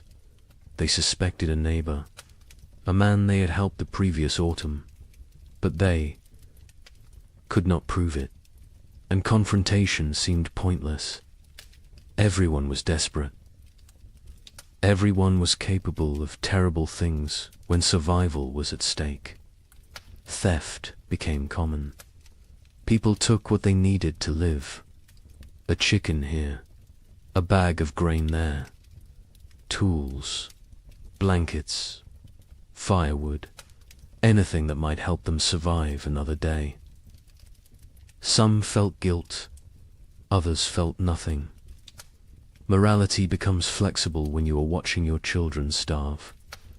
The social contract that held frontier communities together was dissolving, replaced by something more primal, more brutal.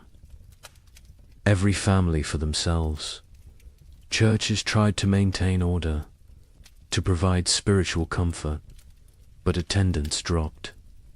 People could not afford the calories to walk to services, could not spare the time away from survival, could not reconcile a loving God with this endless cold. A preacher in Indiana Territory gave his final sermon in April. He told his sparse congregation that God worked in mysterious ways, that suffering brought them closer to heaven, that this was a test of faith. A farmer stood up, said his 3-year-old daughter had died 2 nights before, asked what she was being tested for. The preacher had no answer. The church never held another service. Parents made impossible choices. A couple in Illinois debated whether to eat their last seed corn. It was meant for planting, for the future, for hope. But their son was dying, 6 years old and dying of starvation. They could see it, his body consuming itself, his ribs visible through his shirt, his eyes sunken. They ground the seed corn into meal, made bread, fed him. He ate slowly. His stomach had shrunk. He could not eat much, but it was something. They had chosen survival today over the possibility of food tomorrow. They would live with that choice for the rest of their lives. Livestock died. Cattle froze in their barns. Horses became too weak to stand. Pigs huddled together for warmth, but still succumbed to the cold. Chickens stopped laying entirely. People slaughtered their animals, not according to any plan, just when they became desperate enough. Each slaughter was a small tragedy. That cow represented future milk, future. Calves, future security. But future meant nothing when you might not survive the week. So they killed and ate and tried not to think about tomorrow. The meat from livestock helped, but it went fast. A family could butcher a pig and eat well for a few days. Then the meat was gone, and they were back where they started. Hungry, desperate, counting down to nothing. Some families tried to preserve the meat, to make it last, but without sufficient salt. Without proper cold storage that did not involve simply leaving it outside where wolves might take it, the meat spoiled, or got stolen, or disappeared in the night. May arrived with no warmth, no green, no life. May there should be planting season brought instead more snow, more cold, more death. People stopped keeping track of dates. What was the point? Time had lost meaning. There was only day and night, hunger and cold, Survival and death. Nothing else mattered. Nothing else existed. The young man in Michigan made a decision. They had to leave, had to try to reach his brother's farm in southern Ohio. It was 200 miles, through frozen wilderness, with a 4-month-old baby. His wife thought he was insane, said they would die on the road. He said they would die here.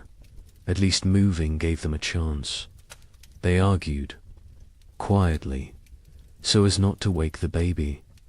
He wanted to leave immediately. She wanted to wait for weather to break.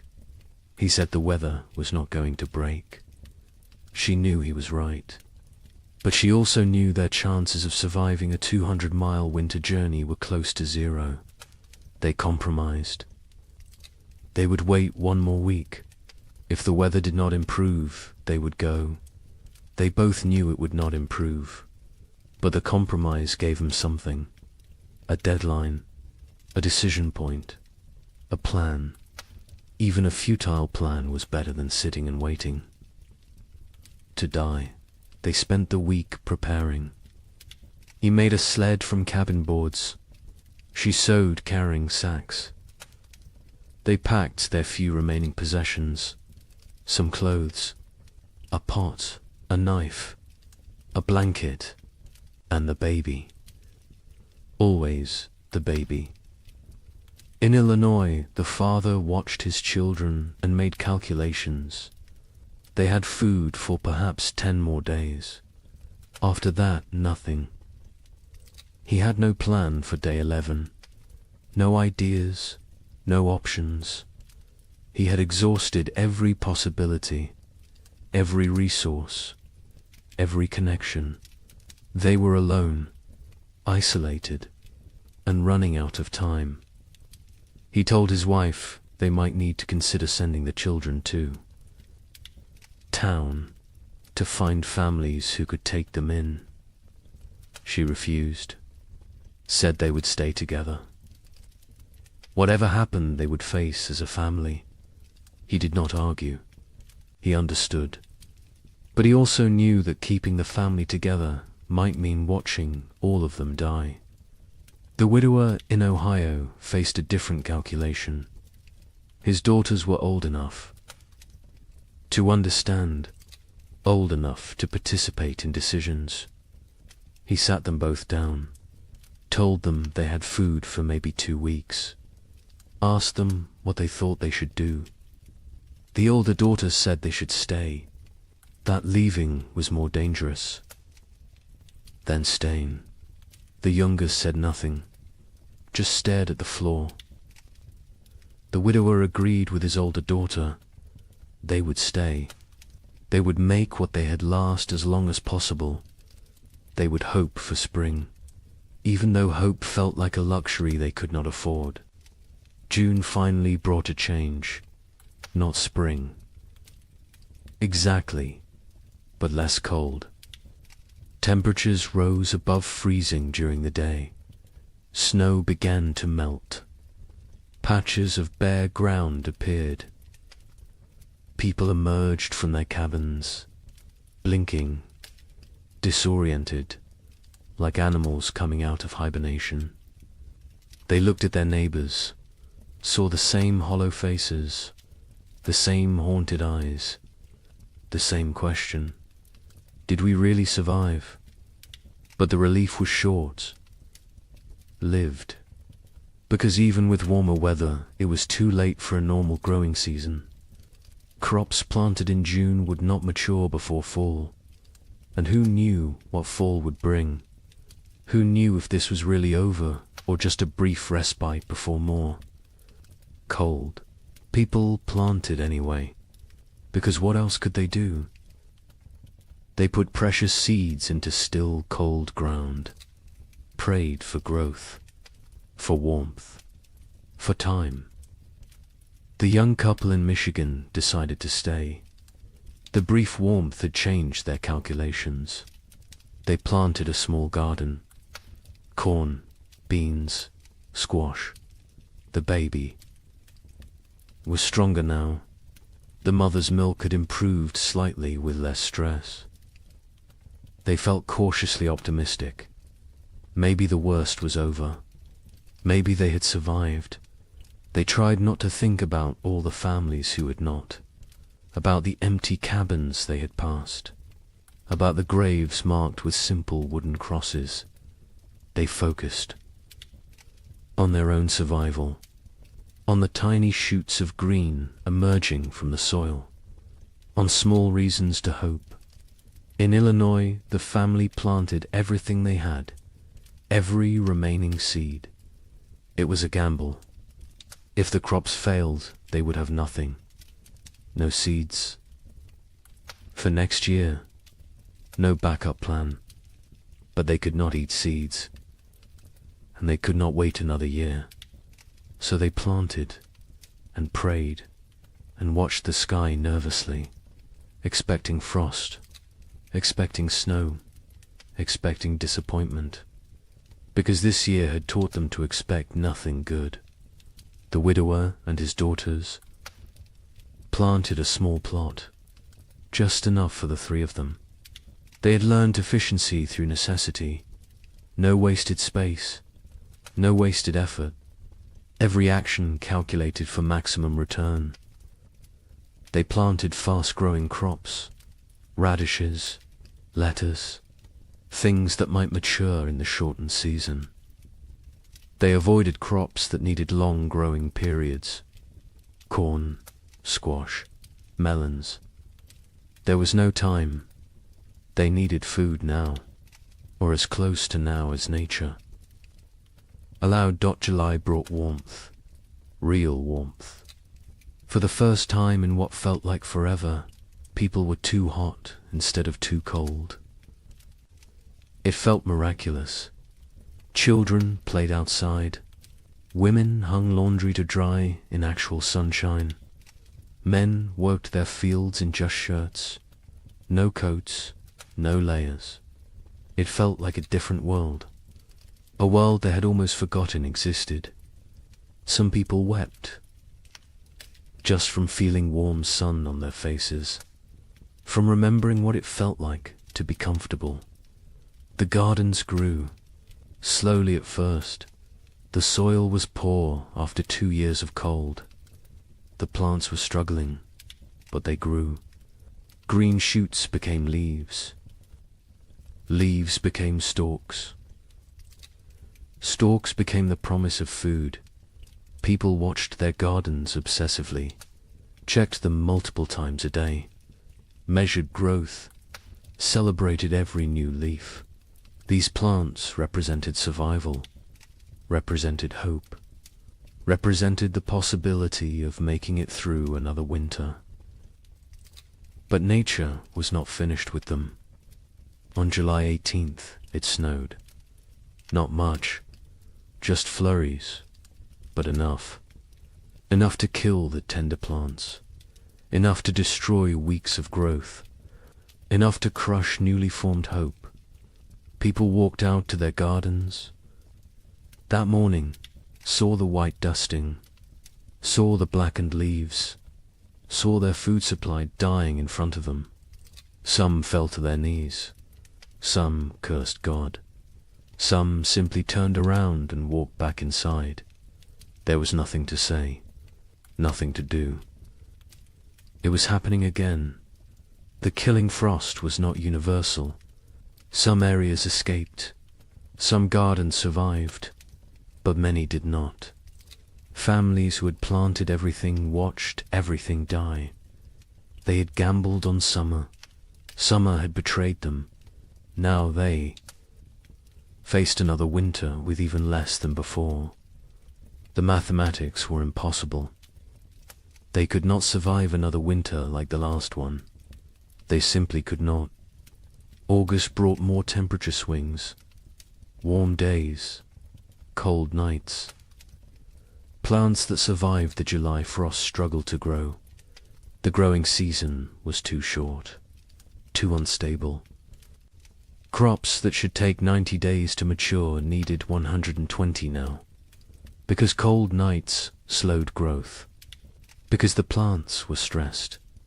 because nothing was normal anymore. People harvested what they could: small potatoes, stunted corn, vegetables that in normal times they would have discarded. But these were not normal times.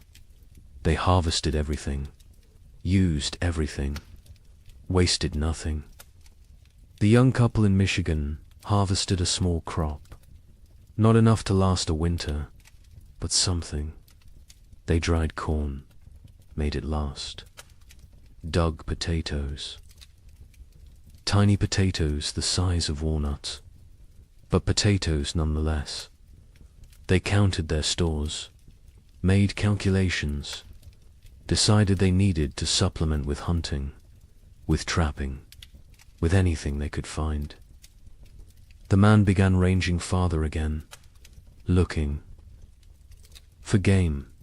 The game was returning. Slowly, deer appeared in the forests, rabbits in the fields. He killed a deer in late August, his first successful hunt in months. They celebrated, ate fresh meat, felt strong for the first time in forever. In Illinois, the family harvested almost nothing. Their garden had been hit hardest by the frost. Only a few plants survived. They gathered what they could: a handful of beans, some small squash. It was not enough, not even close. The father knew they could not stay, could not survive another winter here. He told his family they would leave before the snow came, go south, find warmer land, find food, find a way to survive. His wife agreed. The children said nothing. They had learned not to question adult decisions, learned that arguing changed nothing. The widower and his daughters harvested a better crop. Their fast-growing vegetables had matured before the frost. They had radishes, lettuce, some early peas. It was not much, but combined with careful rationing, it might be enough. Might. The older daughter did the calculations, told her father. They would need to find additional food. He nodded, said he would try. She knew what that meant: hunting, trapping, foraging, taking risks. She did not argue. They needed food. Risk was unavoidable. September arrived cold. Too cold for September. People looked at each other with understanding. It was starting again. The brief summer was over. Winter was returning. And this time they knew what to expect. This time there would be no surprise, no shock. Only grim preparation. Only the knowledge that they had barely survived the first time. And now they had to do it again, with less food, less strength, less hope.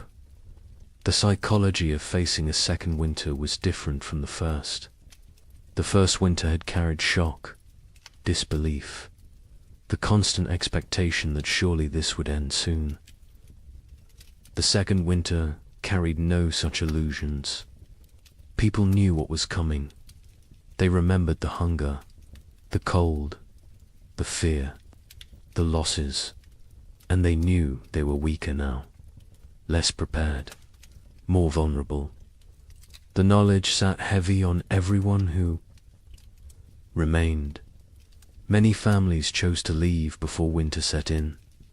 Migration south became a steady stream. Wagons loaded with whatever possessions people could carry.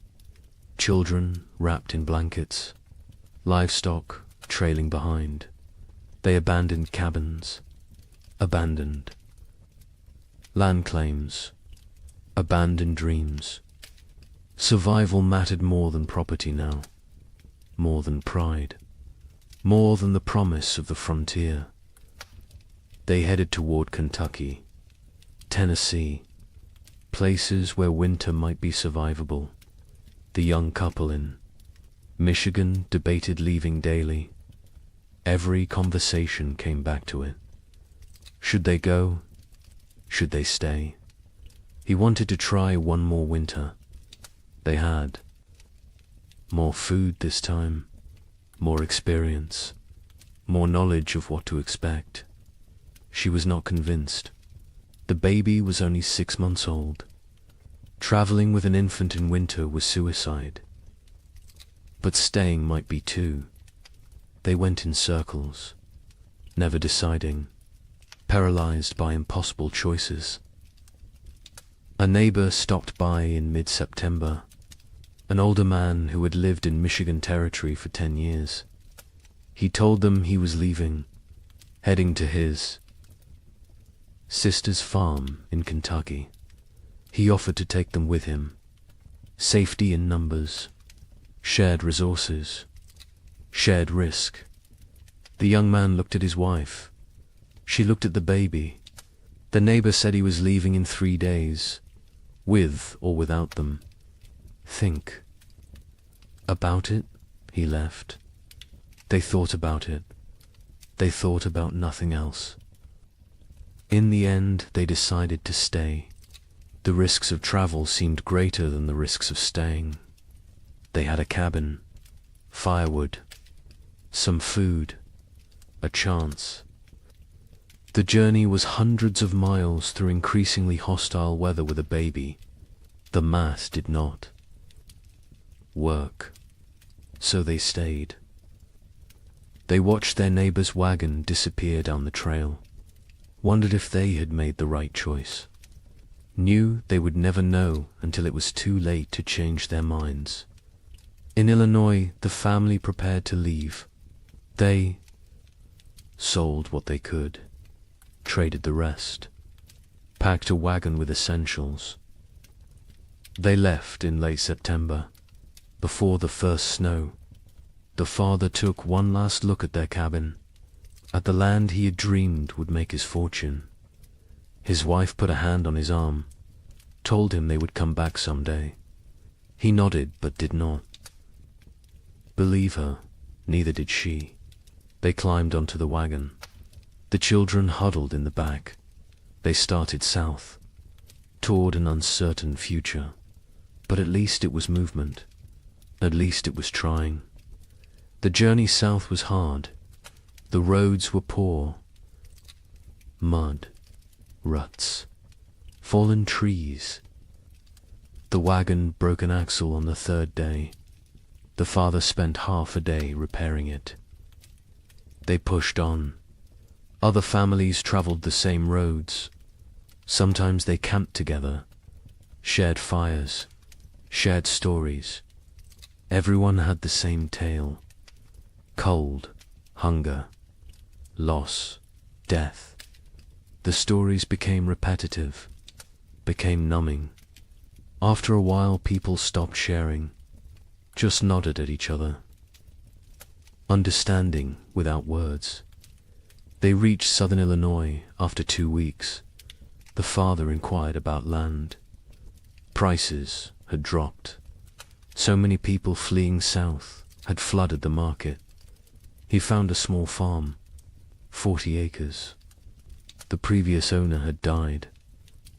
His widow was selling. The father offered what he had. It was not much. She accepted anyway. She just wanted to go back east, back to family, back to safety. The Illinois family had a new home, farther south, maybe far enough. The widower and his daughters stayed in Ohio. They had discussed leaving, but decided against it. The older daughter argued they knew this land, knew where to hunt, where to trap, where to find water. Starting over somewhere new meant learning everything again, meant being vulnerable in unfamiliar territory. Better to face the devil you know. Her father agreed. The younger daughter said nothing. She rarely spoke anymore, just existed. Moving through routines mechanically, October brought the first hard freeze, earlier than normal, earlier than even last year. People who had hoped for a longer autumn were disappointed. Winter was not waiting, was not merciful. It arrived with force and fury. Temperatures dropped below zero. Snow fell heavy and steady. Within 2 weeks, the world was white again, frozen again, dead again. The young couple in Michigan settled into survival mode. They knew the rhythms now, knew how to ration, how to stay warm, how to maintain hope when everything felt hopeless. The man hunted when weather permitted. He had learned to read the cold, to know when going out was risk versus suicide. He caught rabbits occasionally. Small game, it helped. Not enough, but something. The woman focused on the baby, keeping her warm, keeping her fed, keeping her alive. The baby was their reason to continue. Without her, they might have given up, might have laid down and waited for the end, but she needed them, depended on them. So they kept going, kept trying, kept fighting, even when they were exhausted, even when they wanted to quit. They looked at her face and found strength they did not know they had. Communities that had not already dissolved finished dissolving. People stopped visiting, stopped checking on neighbors. The isolation became total. Each family alone in their cabin, alone in their struggle, alone in the dark. The only sounds were wind and cold and occasionally wolves. The wolves had returned, hungry, desperate, like everyone else. They came close to cabins at night, howling, looking for weakness, looking for opportunity. A family 3 miles from the young couple disappeared in November. The husband went to check on them after not seeing smoke from their chimney for several days. He found the cabin empty, the door hanging open. Snow drifted inside. No signs of struggle, no blood, no bodies, just absence. They had left, or something had taken them. Or they had died and been buried or dragged off. He did not know, would never know. He went home, told his wife. They barred their door that night, and every night after, death became common. Expected. A family in Indiana lost their youngest child, a boy of 3. He simply did not wake up one. Mourning. Malnutrition, cold, pneumonia. Probably all 3. They buried him in snow because the ground was frozen, marked the spot with stones, planned to give him a proper burial in spring. If spring came, if they survived to see it. The mother stopped speaking after that, just rocked in her chair, staring at nothing. The father tried to reach her, could not. Eventually he stopped trying. Illness spread through weakened populations. People with no reserves, no immunity, no strength to fight.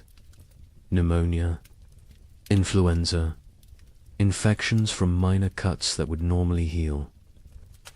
Bodies shutting down under relentless stress.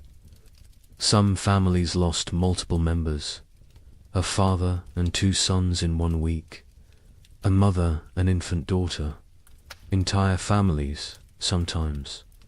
Cabins found empty in spring, everyone gone, questions no one wanted to answer.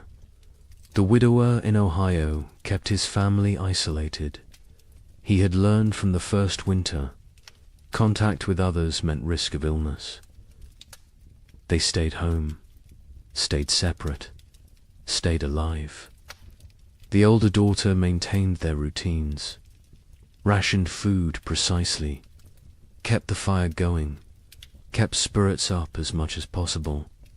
The younger daughter helped when asked, but remained distant, locked inside her own mind, traumatized by 18 months of horror. The widower worried about her, but keeping everyone alive took precedence over mental health. Survival first, healing later. If there was a later, December arrived. The darkest month. Short days. Long nights. Endless darkness, both literal and metaphorical.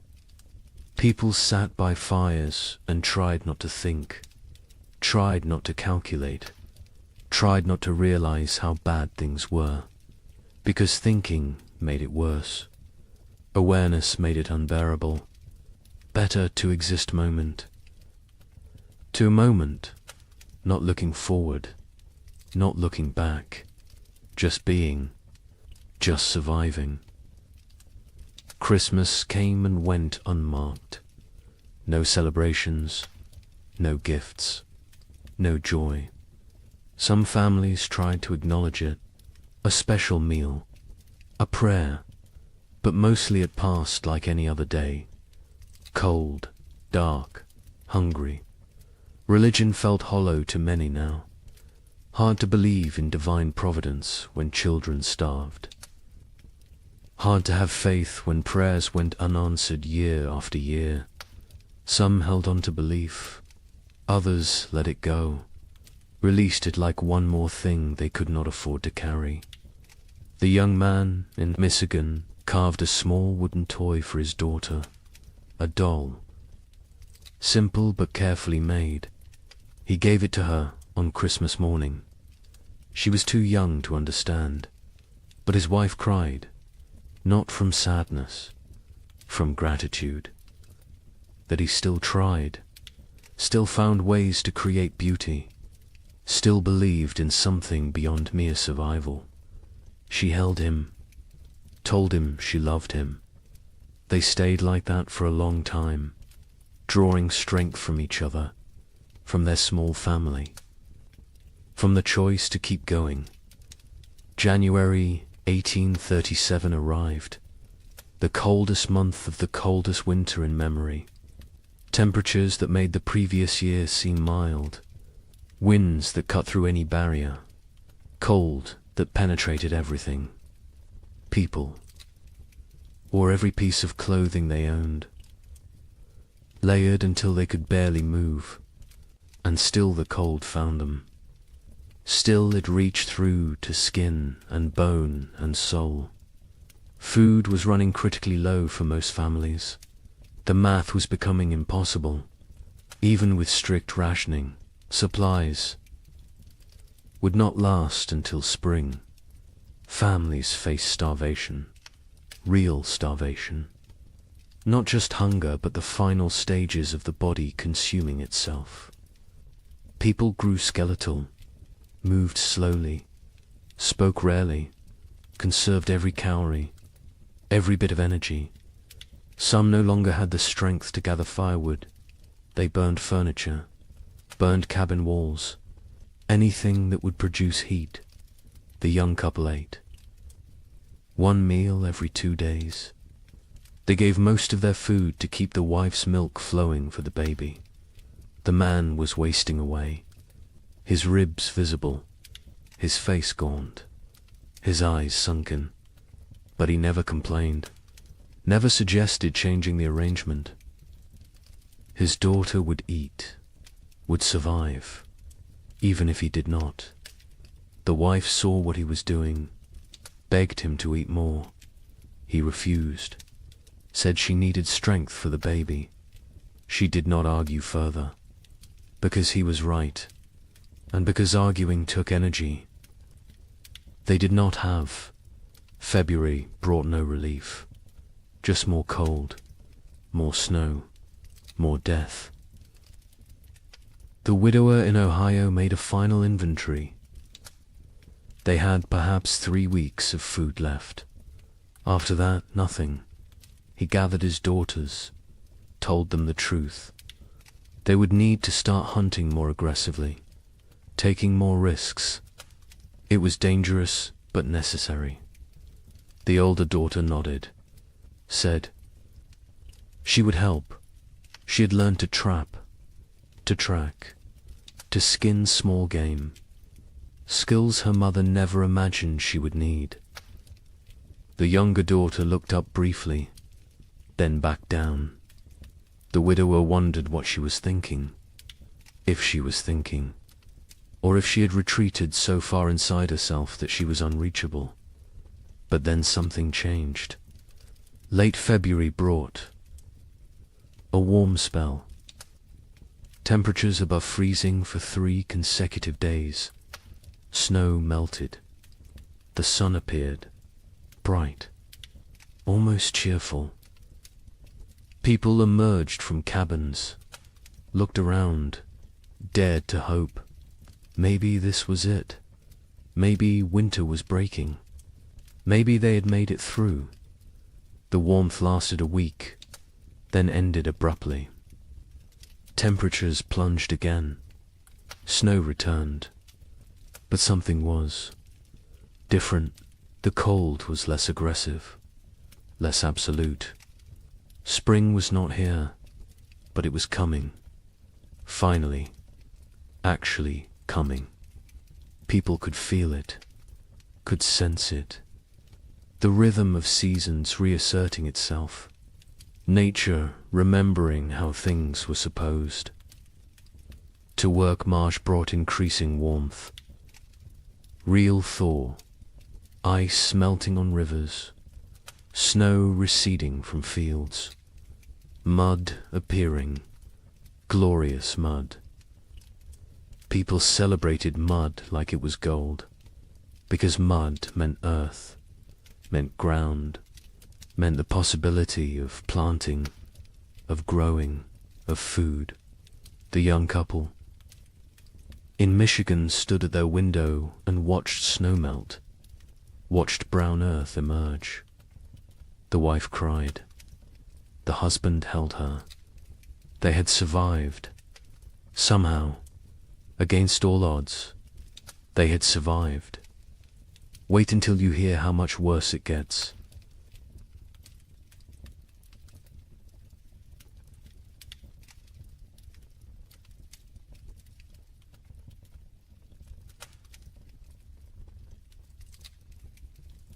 The relief of March 1837 was short-lived.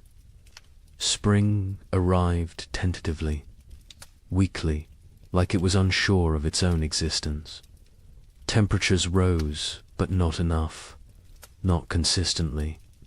Warm days followed by cold nights.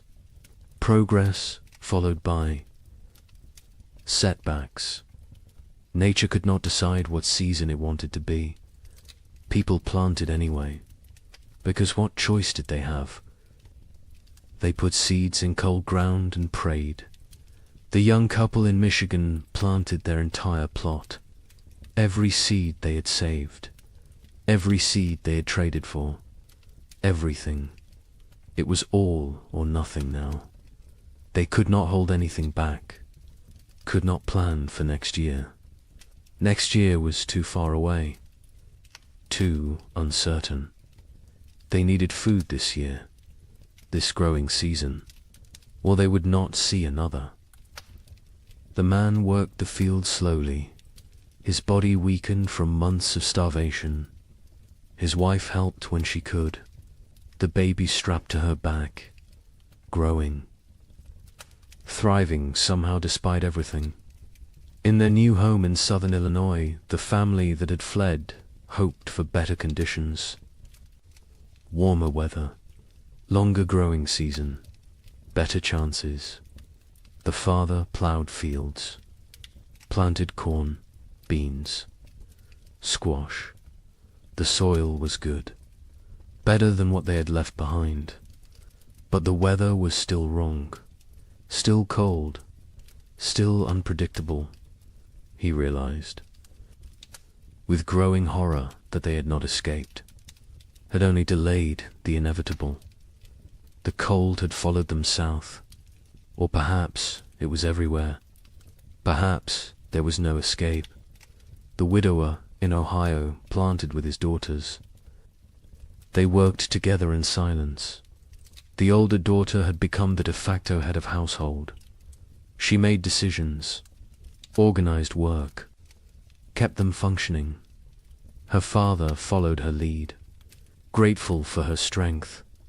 The younger daughter worked mechanically, planting seeds, covering them with soil, watering. Her face remained blank, empty.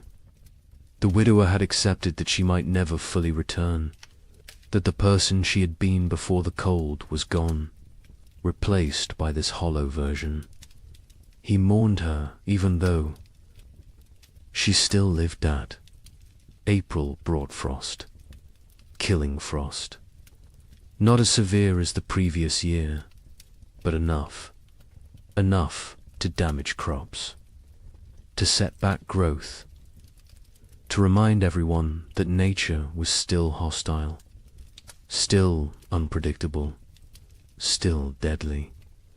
People watched their seedlings blacken and die, watched weeks of work destroyed overnight.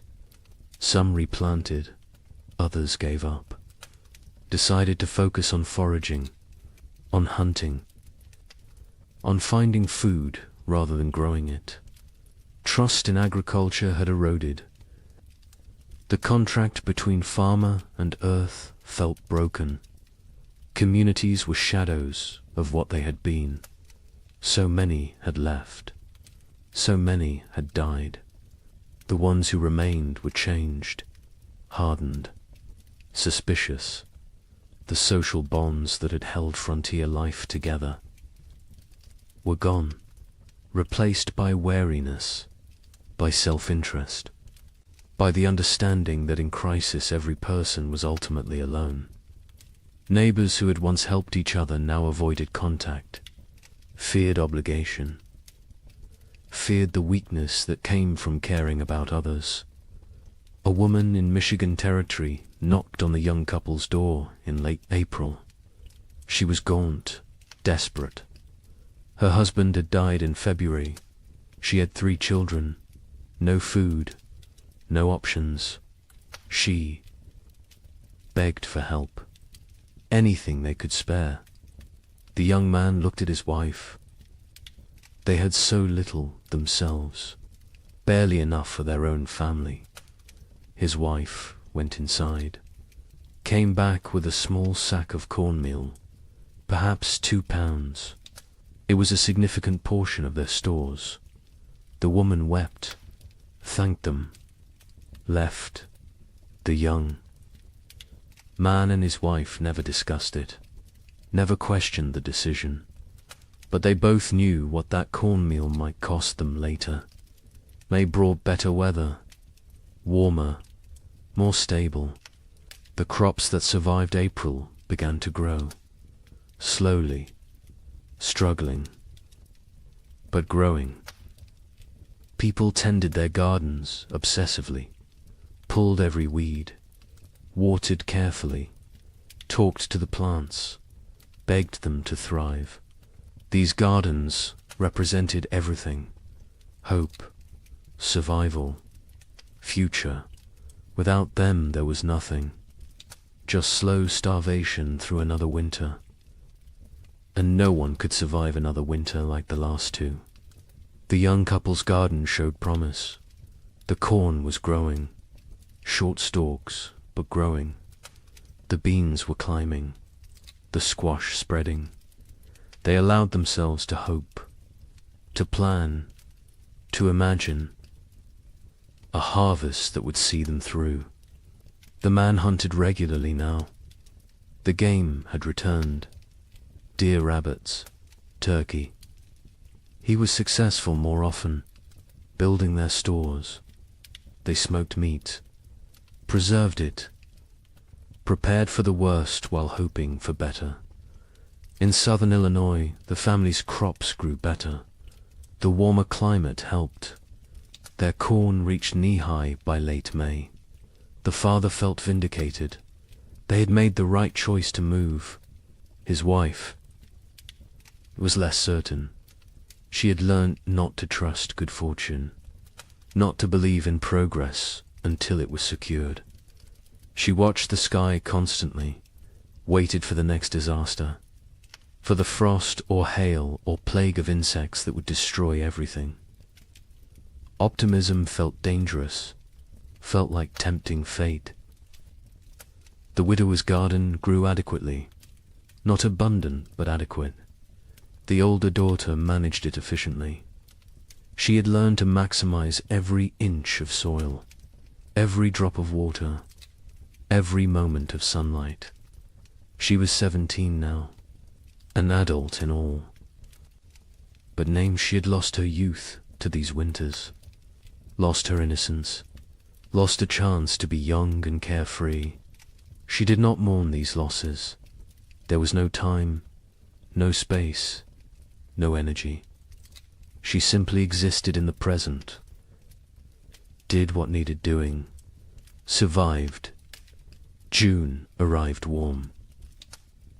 Summer finally asserting itself. People shed layers, felt sun on skin, remembered what warmth felt like. Children played outside, really played. Not just huddled for warmth, but ran and laughed, and acted like children.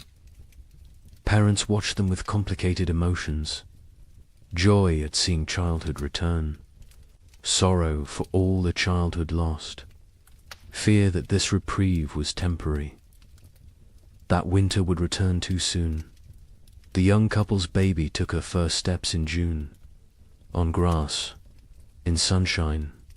Her mother cried watching her. This tiny person who had known only cold and hunger and fear was walking, growing, living. It felt miraculous. The man picked up his daughter, spun her in the air. She laughed. The sound was pure joy, untainted by the suffering around her. Too young to understand, too young to remember. They both hoped she would never remember these years, never carry the scars they carried. July was hot, genuinely hot. People complained about heat, then laughed at themselves for complaining. Heat was blessing. Heat was life. Heat meant crops growing, meant long days, meant hope. The gardens flourished. Corn grew tall. Beans produced pods. Squash spread across the ground with heavy fruit. For the first time in 2 years, abundance seemed possible, not guaranteed, but possible. But nature had taught them not to trust. On July 23rd, a hailstorm struck southern Indiana. Hail the size of eggs. It shredded crops, destroyed gardens, killed livestock. Families who had been preparing for harvest lost everything in 20 minutes. The storm passed, left devastation. People walked through destroyed fields in shock, corn beaten into the ground, beans stripped from vines, squash smashed. Months of work, all their hope, gone. The Allure family was spared. The storm passed north of them, but they heard about it. Heard about families losing everything. The father thanked God. The mother said nothing. She had stopped thanking God, stopped blaming God. God was absent from this struggle. They were alone. They survived or died based on luck and effort. Nothing more, no divine plan, no greater purpose, just random chance and brutal nature. August brought the harvest. For those whose crops survived, it was a time of desperate work, gathering everything before weather could destroy it, before animals could take it, before anything else could go wrong. People worked dawn until dark, harvesting, preserving, storing, building supplies for the winter they knew was coming, because winter always came, and it came early, and it stayed late, and it tried to kill you. The young couple in Michigan harvested a reasonable crop, not abundant, but enough. Combined with the meat the man had preserved in careful rationing, they might have enough, might make it through. The woman calculated and recalculated, added numbers, divided portions, tried to make the math work.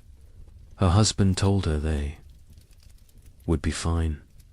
She wanted to believe him, but she had learned not to believe in fine. Fine was a luxury. Fine was an assumption they could not afford. The widower and his daughters harvested their garden methodically.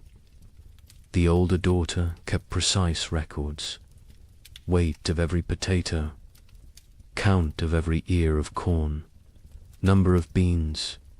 She created an inventory, made a plan, calculated daily rations for each of them. Her father was impressed, told her so. She shrugged, said it was just practical. Someone had to do it. He realized she had become the leader of their family. Somewhere during these terrible years she had taken control. He was grateful and sad. No 17-year-old should have to be this responsible, this hard. This adult September came cool, cooler than it should be. People noticed, worried, hoped. They were imagining it, hoped it was just normal September weather. But they knew better.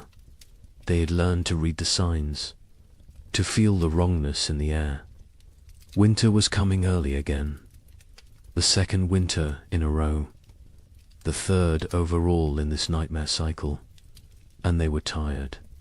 So tired. Tired of fighting.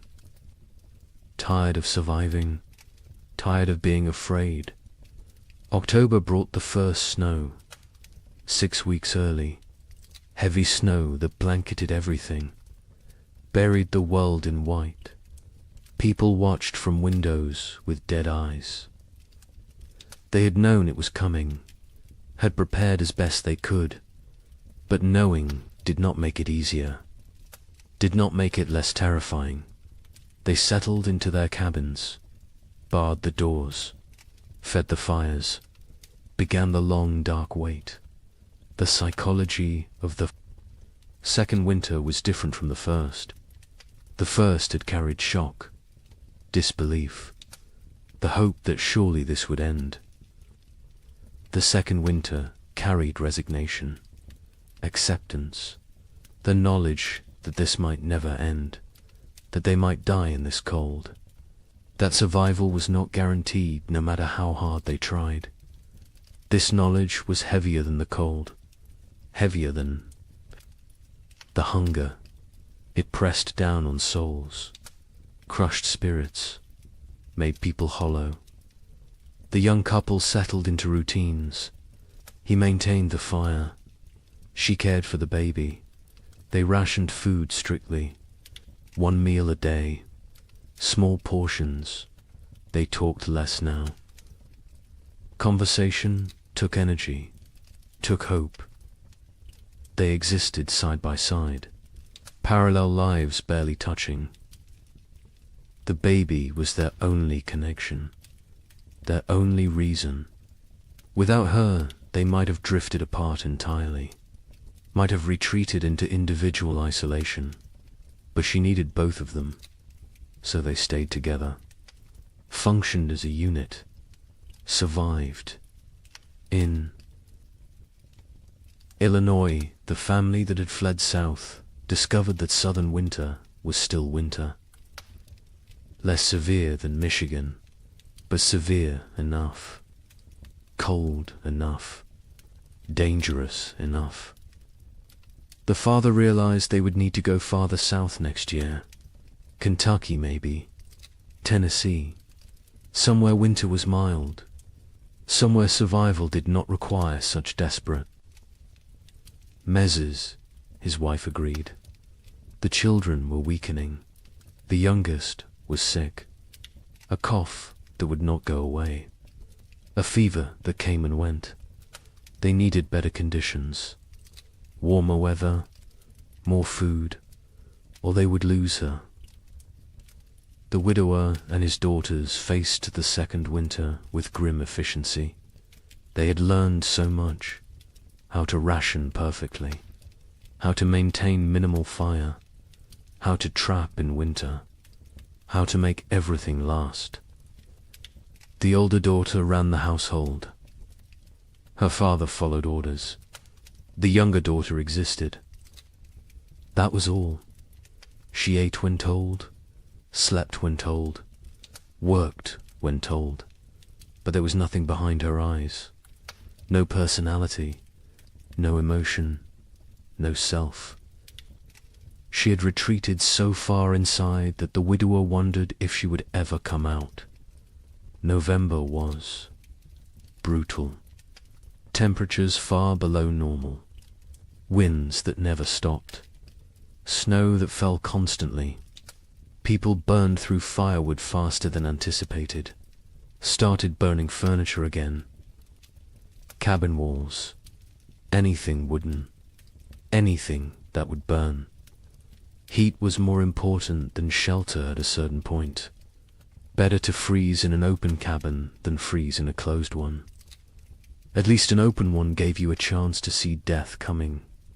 Food became critical. Families ran low faster than expected. The cold required more calories. The body burned fuel trying to stay warm. People ate more, depleted stores more quickly. By mid-November, some families were already rationing desperately, making soup with water and a single potato, boiling bones multiple times to extract every bit of nutrition, eating things that would normally be considered inedible, tree bark, leather, anything that might contain some caloric value. A family 4 miles from the young couple knocked on their door in late November. A father with 2 sons. Their wife and mother had died in October. Pneumonia. They had no food left. Nothing. They were starving. The father asked for help. His sons stood behind him, thin, shaking, eyes too large in gaunt faces. The young man looked at his wife. She looked at the baby.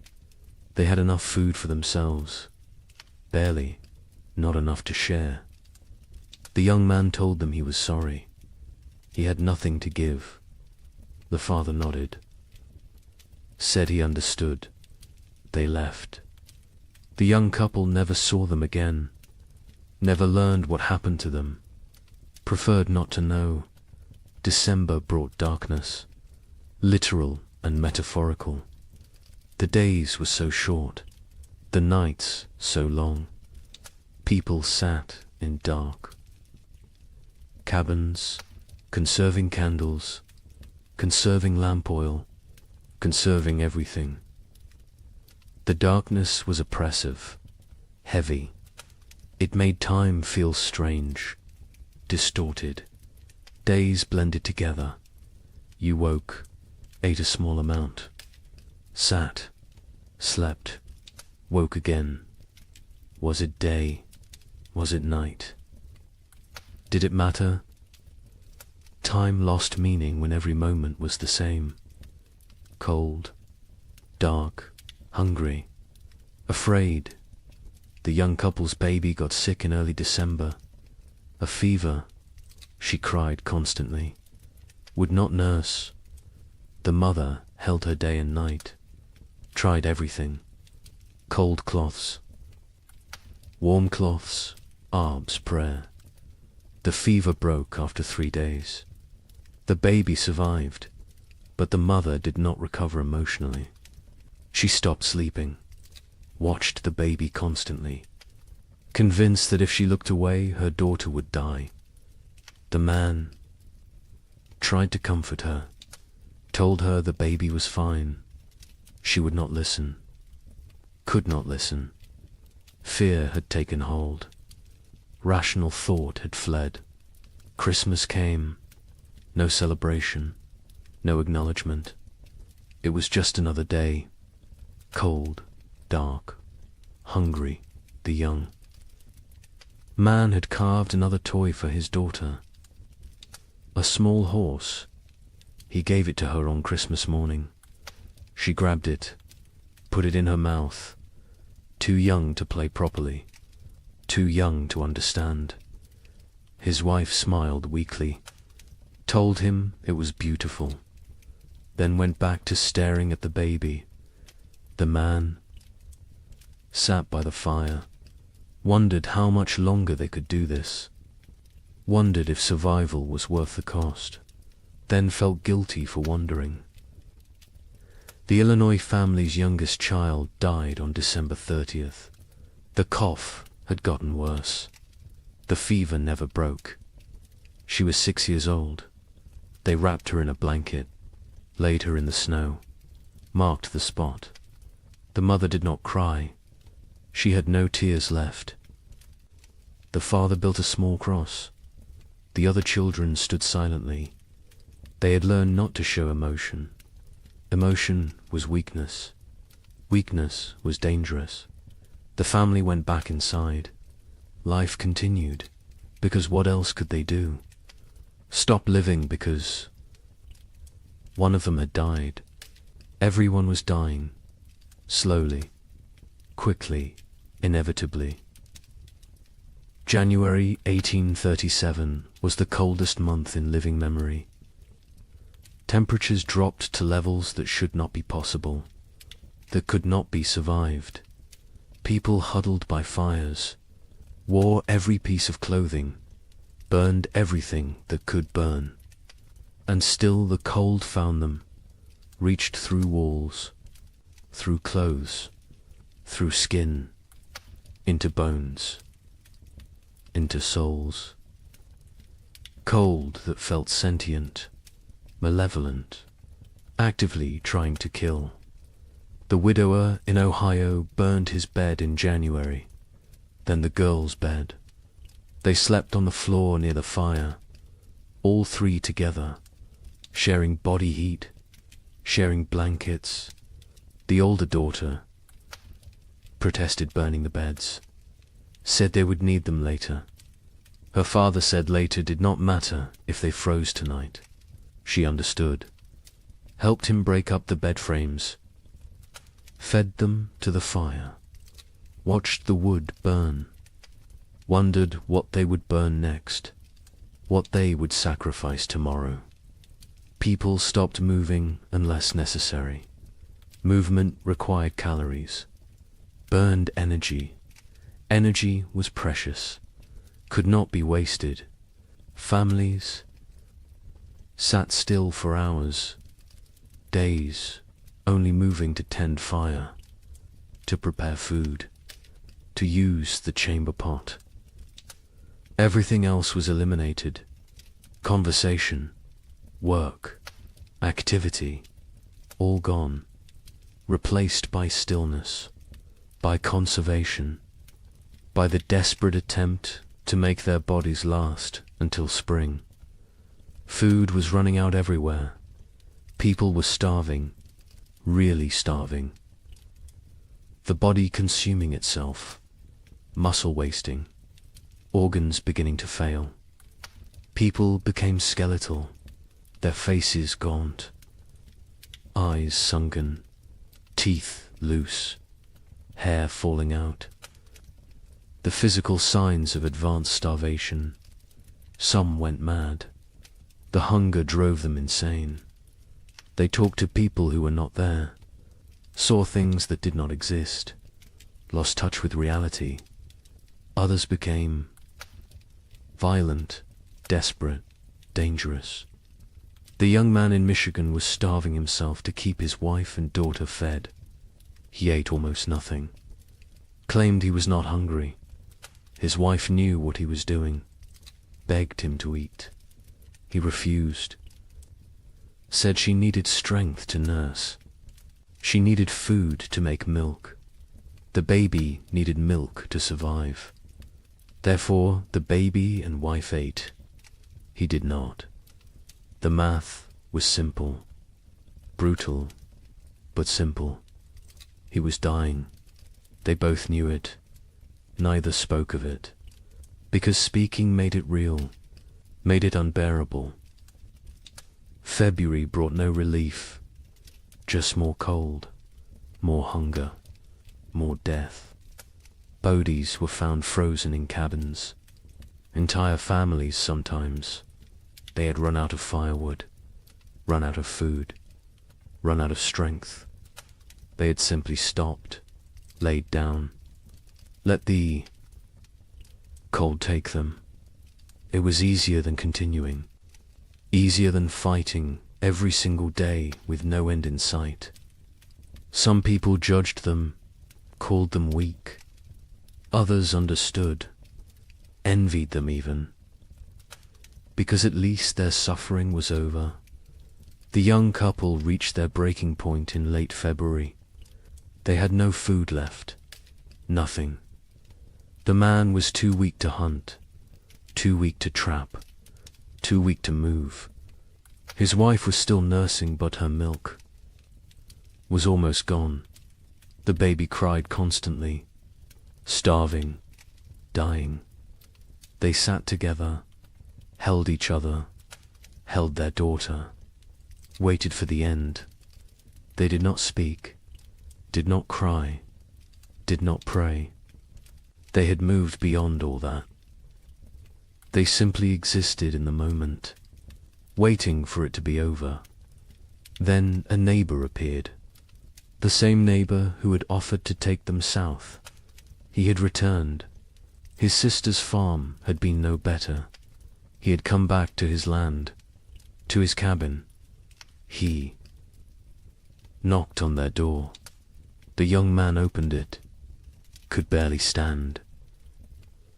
The neighbor saw the situation immediately, went to his wagon, brought back food, salt pork, cornmeal, dried beans. Not much, but something. He told them he would check on them weekly, share what he had. The young man tried to thank him, could not find words. The neighbor nodded, said they were neighbors. That was enough. He left. The food saved them. They rationed it carefully, made it last. The wife's milk returned. The baby stopped crying, started nursing properly.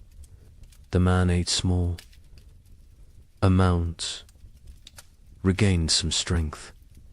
Not much, but enough to function, enough to survive. They knew they owed their lives to the neighbor, knew they could never repay him, but they would try. Someday, if they lived that long. March finally brought real thaw. Not false hope this time, real warmth, sustained warmth. Snow melted, ice broke up on rivers, mud appeared everywhere. Glorious mud. People emerged from cabins, looked around, counted who was left. So many were gone, dead or fled. The survivors looked at each other with hollow eyes. They had made it, somehow, through a second winter, through horror that should not be survivable. They had made it, but at what cost? Wait until you hear about the third winter. Asterisk. Spring 1837 arrived broken, not absent like before, but damaged, wounded, like nature itself was exhausted from the struggle. The warmth came, but felt fragile, tentative, as if it might retreat at any moment. People planted again, because they had to, because there was no alternative. But the hope that had sustained them through previous plantings was gone. replaced by grim determination, by obligation, by the mechanical act of putting seeds in ground without believing. Anything good would come from it. The young couple in Michigan planted their field. The man was skeletal now. His body had not recovered from February, probably never would, but he moved through the motions, ploughing, planting. His wife helped, the baby on her back, growing despite everything, thriving in ways that defied logic. Children were resilient, more resilient than adults. She embodied hope even when her parents had none. They worked for her, survived for her, continued for her. The neighbor who had saved them helped with planting. He had lost his own family in the first winter. Wife and 2 daughters. He never spoke of them, never explained what happened, but the grief lived in his eyes, in his movements, in the way he threw himself into work. Helping others was how he survived, how he found meaning. The young couple became his purpose, his reason to continue. He checked on them weekly, shared food when he had extra, fixed things around their cabin, asked for nothing in return. In Illinois, the family that had lost their youngest daughter planted in silence. The mother moved mechanically, planting, watering, weeding, but her spirit was elsewhere, with her dead child, with the life they should have had. The father tried to engage her. She responded in single words. Yes, no, maybe. Their remaining children watched their parents fracture, watched the marriage dissolve under the weight of grief. The oldest boy, now 9, took on more responsibility, helped his father, tried to shield his younger siblings, became an adult too soon. Like everyone else, the widower in Ohio planted, with his older daughter, just the 2 of them. The younger daughter had stopped functioning entirely.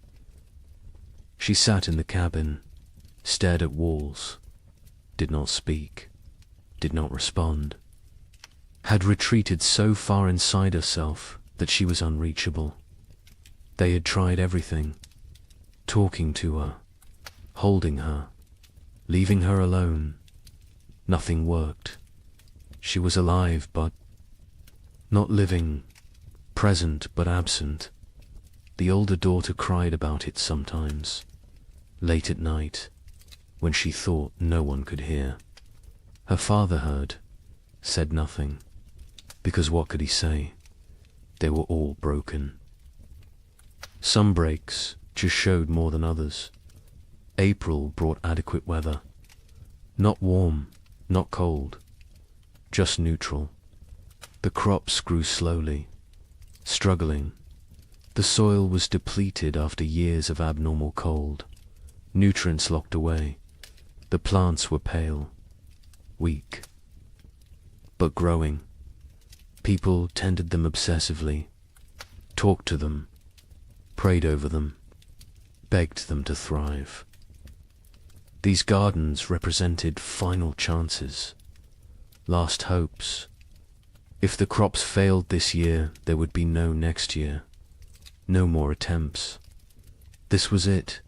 May arrived cooler than normal, not catastrophically cold, but not warm either. The growing season was compromised again, shortened. Plants that needed 100 days to mature might only get 80, maybe less. People did what they could, fertilized with anything available. Manure, ash, compost, watered constantly. Protected seedlings from cold nights, fought for every plant, every stalk, every leaf. Communities barely existed now. The population had dropped so dramatically that calling them communities felt generous. Collections of isolated families, strangers occupying the same general area. No cooperation, no shared resources, no collective identity, just individuals fighting separate battles. The social structures that had once defined frontier life were dead, replaced by atomization, by loneliness, by the understanding that in the end everyone dies alone. The young couple saw other people rarely. Weeks would pass without contact. When they did encounter neighbors, the interactions were brief, uncomfortable. No one wanted to share information about food stores, about successes or failures, about anything that might reveal vulnerability. Trust was gone. Community was gone. Only wariness remained. Eyes that assessed whether you were threat or opportunity. Calculations about whether helping you would benefit them. Nothing was given freely anymore. Everything had price. June brought better weather. Finally, real warmth. Sustained warmth. The crops responded. Grew with vigor they had lacked before. Corn shot up. Beans produced. Squash spread. For the first time in 3 years, gardens looked healthy, looked productive, looked like they might actually yield harvests. People allowed themselves to feel something close to hope, not real hope. That was too dangerous, but cautious optimism. The possibility that maybe, possibly, they might have enough food. The young man hunted successfully in June. Deer were abundant again. The population had recovered, or perhaps the human hunters had diminished enough that game was plentiful. He killed 2 deer in 3 weeks. They smoked the meat, stored it carefully, added it to their supplies. The wife calculated, recalculated. If the garden produced even half of what it promised, combined with the smoked meat, careful rationing, they would make it. Would survive another winter. The math finally worked. But the wife had learnt not to trust good fortune. She waited for disaster, for the frost, the hail, the blight. Something would go wrong. Something always went wrong. She checked the garden multiple times daily, examined every plant, looked for signs of disease, of insect damage, of anything that might threaten their harvest. Her husband told her to relax. She could not. Relaxing felt like inviting catastrophe. Vigilance was all. That kept them safe. She believed that. Needed to believe that. Because if vigilance did not matter, then nothing they did mattered. And that was too terrifying to accept. July was hot, scorching, the kind of heat that in normal times would be complained about. But these were not normal times. Heat meant growth, meant long days, meant crops maturing.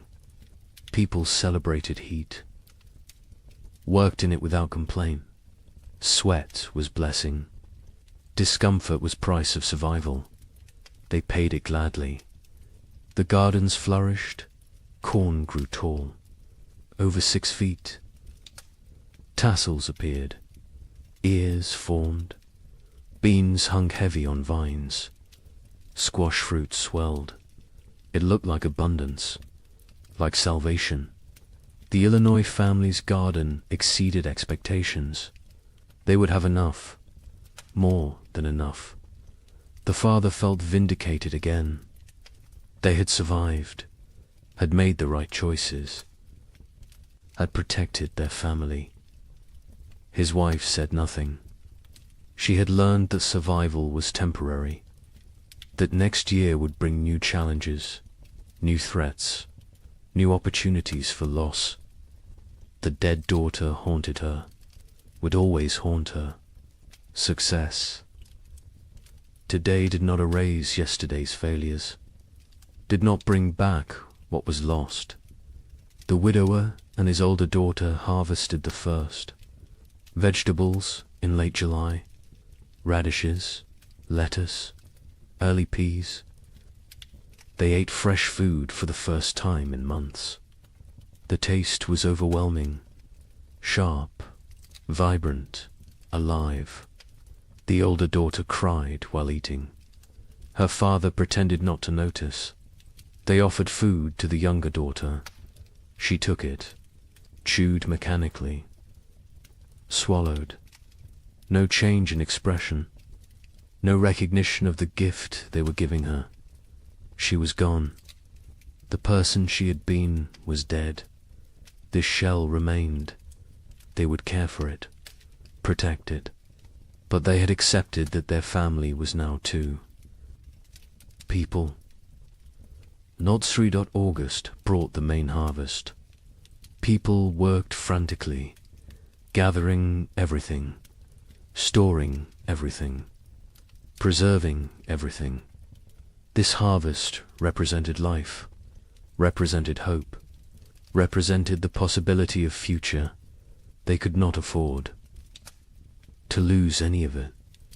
Every ear of corn mattered, every bean, every squash. They worked dawn to dusk, exhausting themselves, not caring.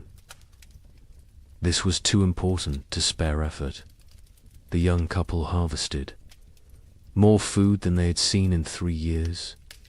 Corn beans, squash, combined with the smoked venison, they had enough. Actually enough. Not barely enough. Not maybe enough. But truly enough. They stood in their cabin looking at the stores. The wife started laughing, then crying, then laughing again. The man held her. They had made it, had survived, had beaten the odds. Their daughter played at their feet, oblivious, perfect. A miracle they did not deserve, but received anyway. The neighbor helped them preserve food, showed them techniques for long-term storage, how to keep corn dry, how to prevent mold, how to protect against rodents. He had learned so much in his years on the frontier. Before the cold years he had been successful, prosperous even. Now he was just surviving, like everyone else. But he remembered the old knowledge, the techniques that worked. He shared them freely, asked nothing in return. The young couple offered to pay him, with food, with labor. He refused, said neighbors helped. Neighbors, even though neighbors barely existed anymore. Even though community was dead, he held on to the old ways, the old values. It was how he honored his dead family. September arrived cool. People tensed, waited for the cold, for winter to come early again, for the pattern to repeat, but it did not. September stayed temperate, pleasant even. Leaves changed color on schedule. Geese flew south at the normal time. Nature seemed to be remembering how to be normal, how to follow the rhythms that had existed for millennia.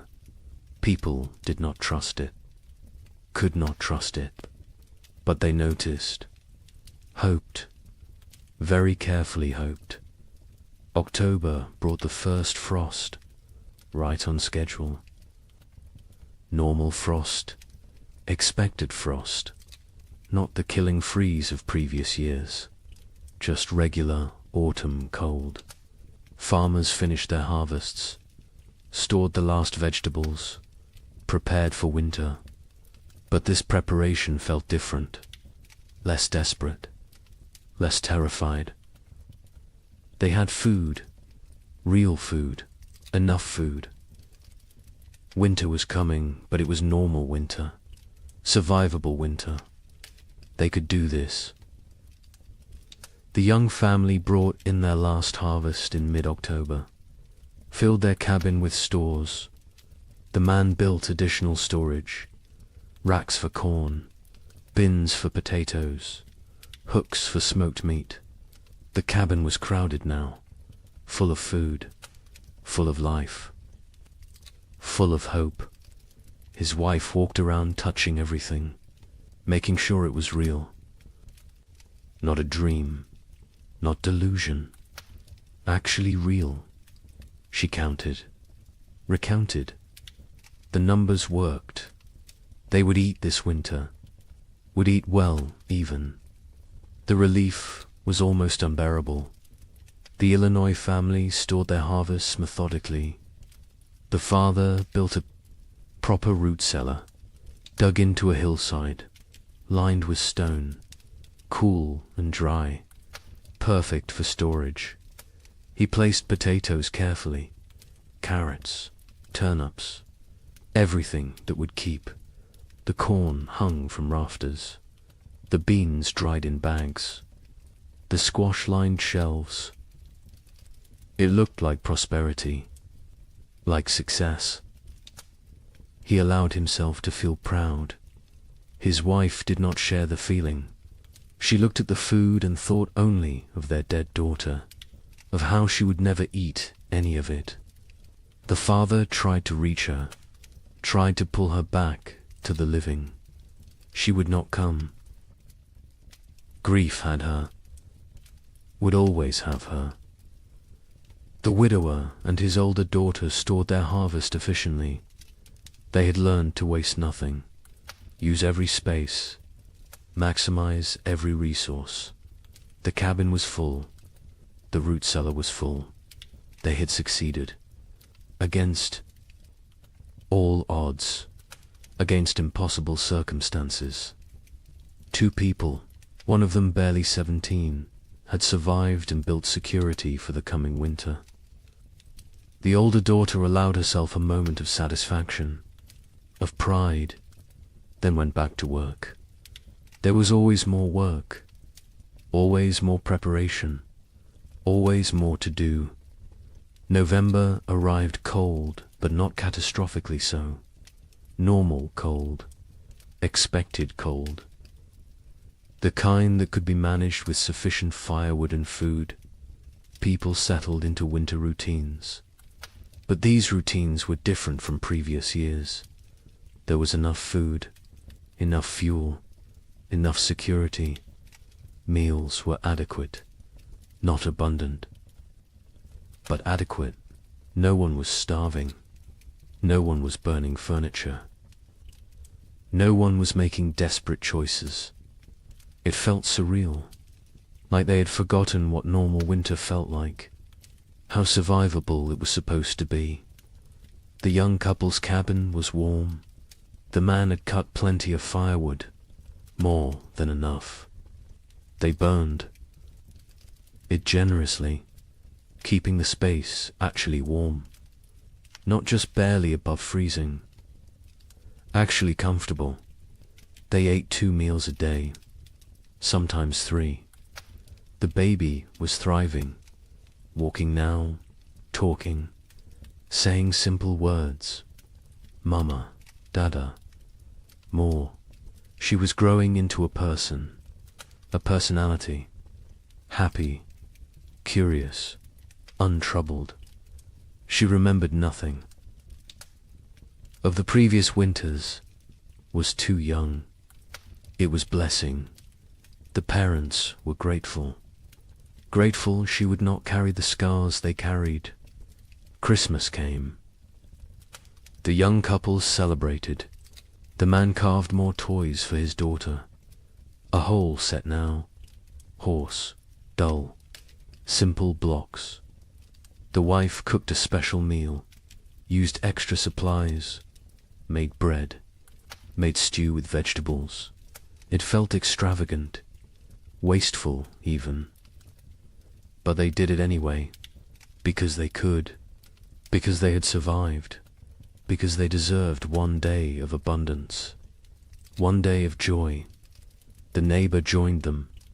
They ate together, talked, laughed even. It felt foreign, strange, but good. So good, though. Illinois' family marked Christmas quietly.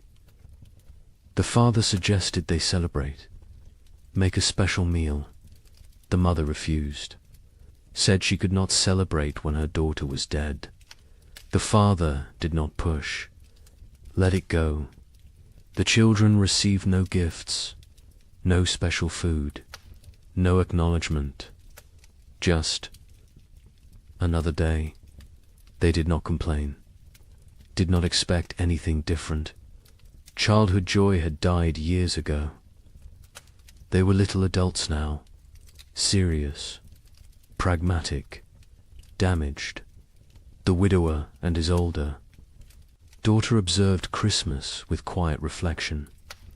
They made a slightly larger meal, said prayers, remembered the wife and mother who was gone, remembered the sister and daughter who was gone in a different way.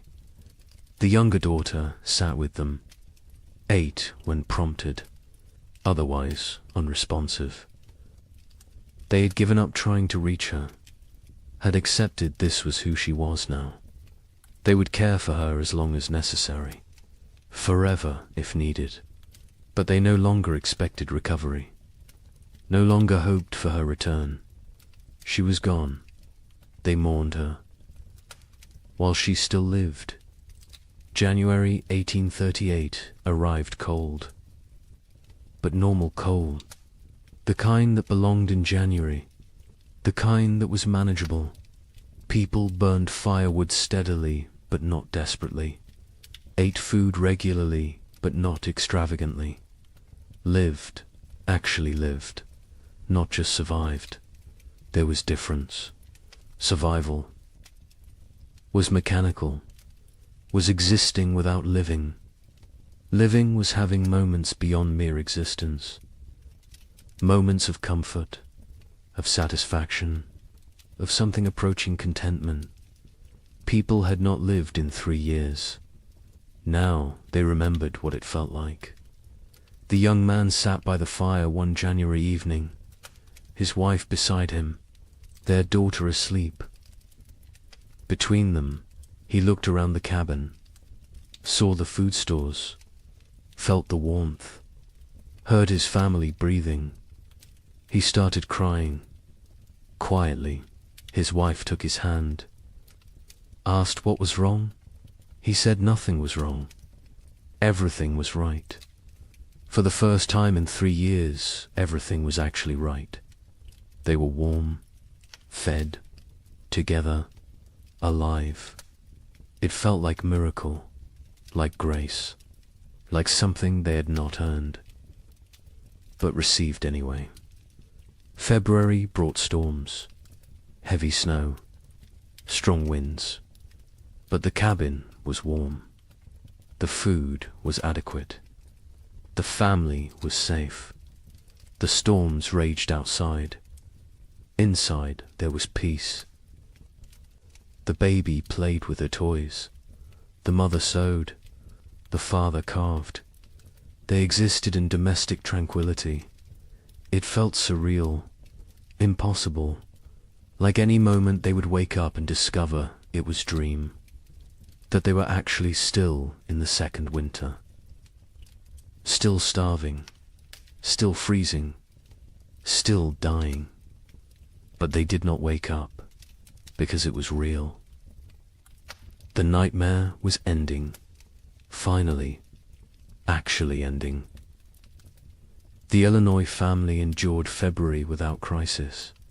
They had enough of everything, enough food, enough fuel, enough supplies. The physical needs were met, but the emotional damage remained.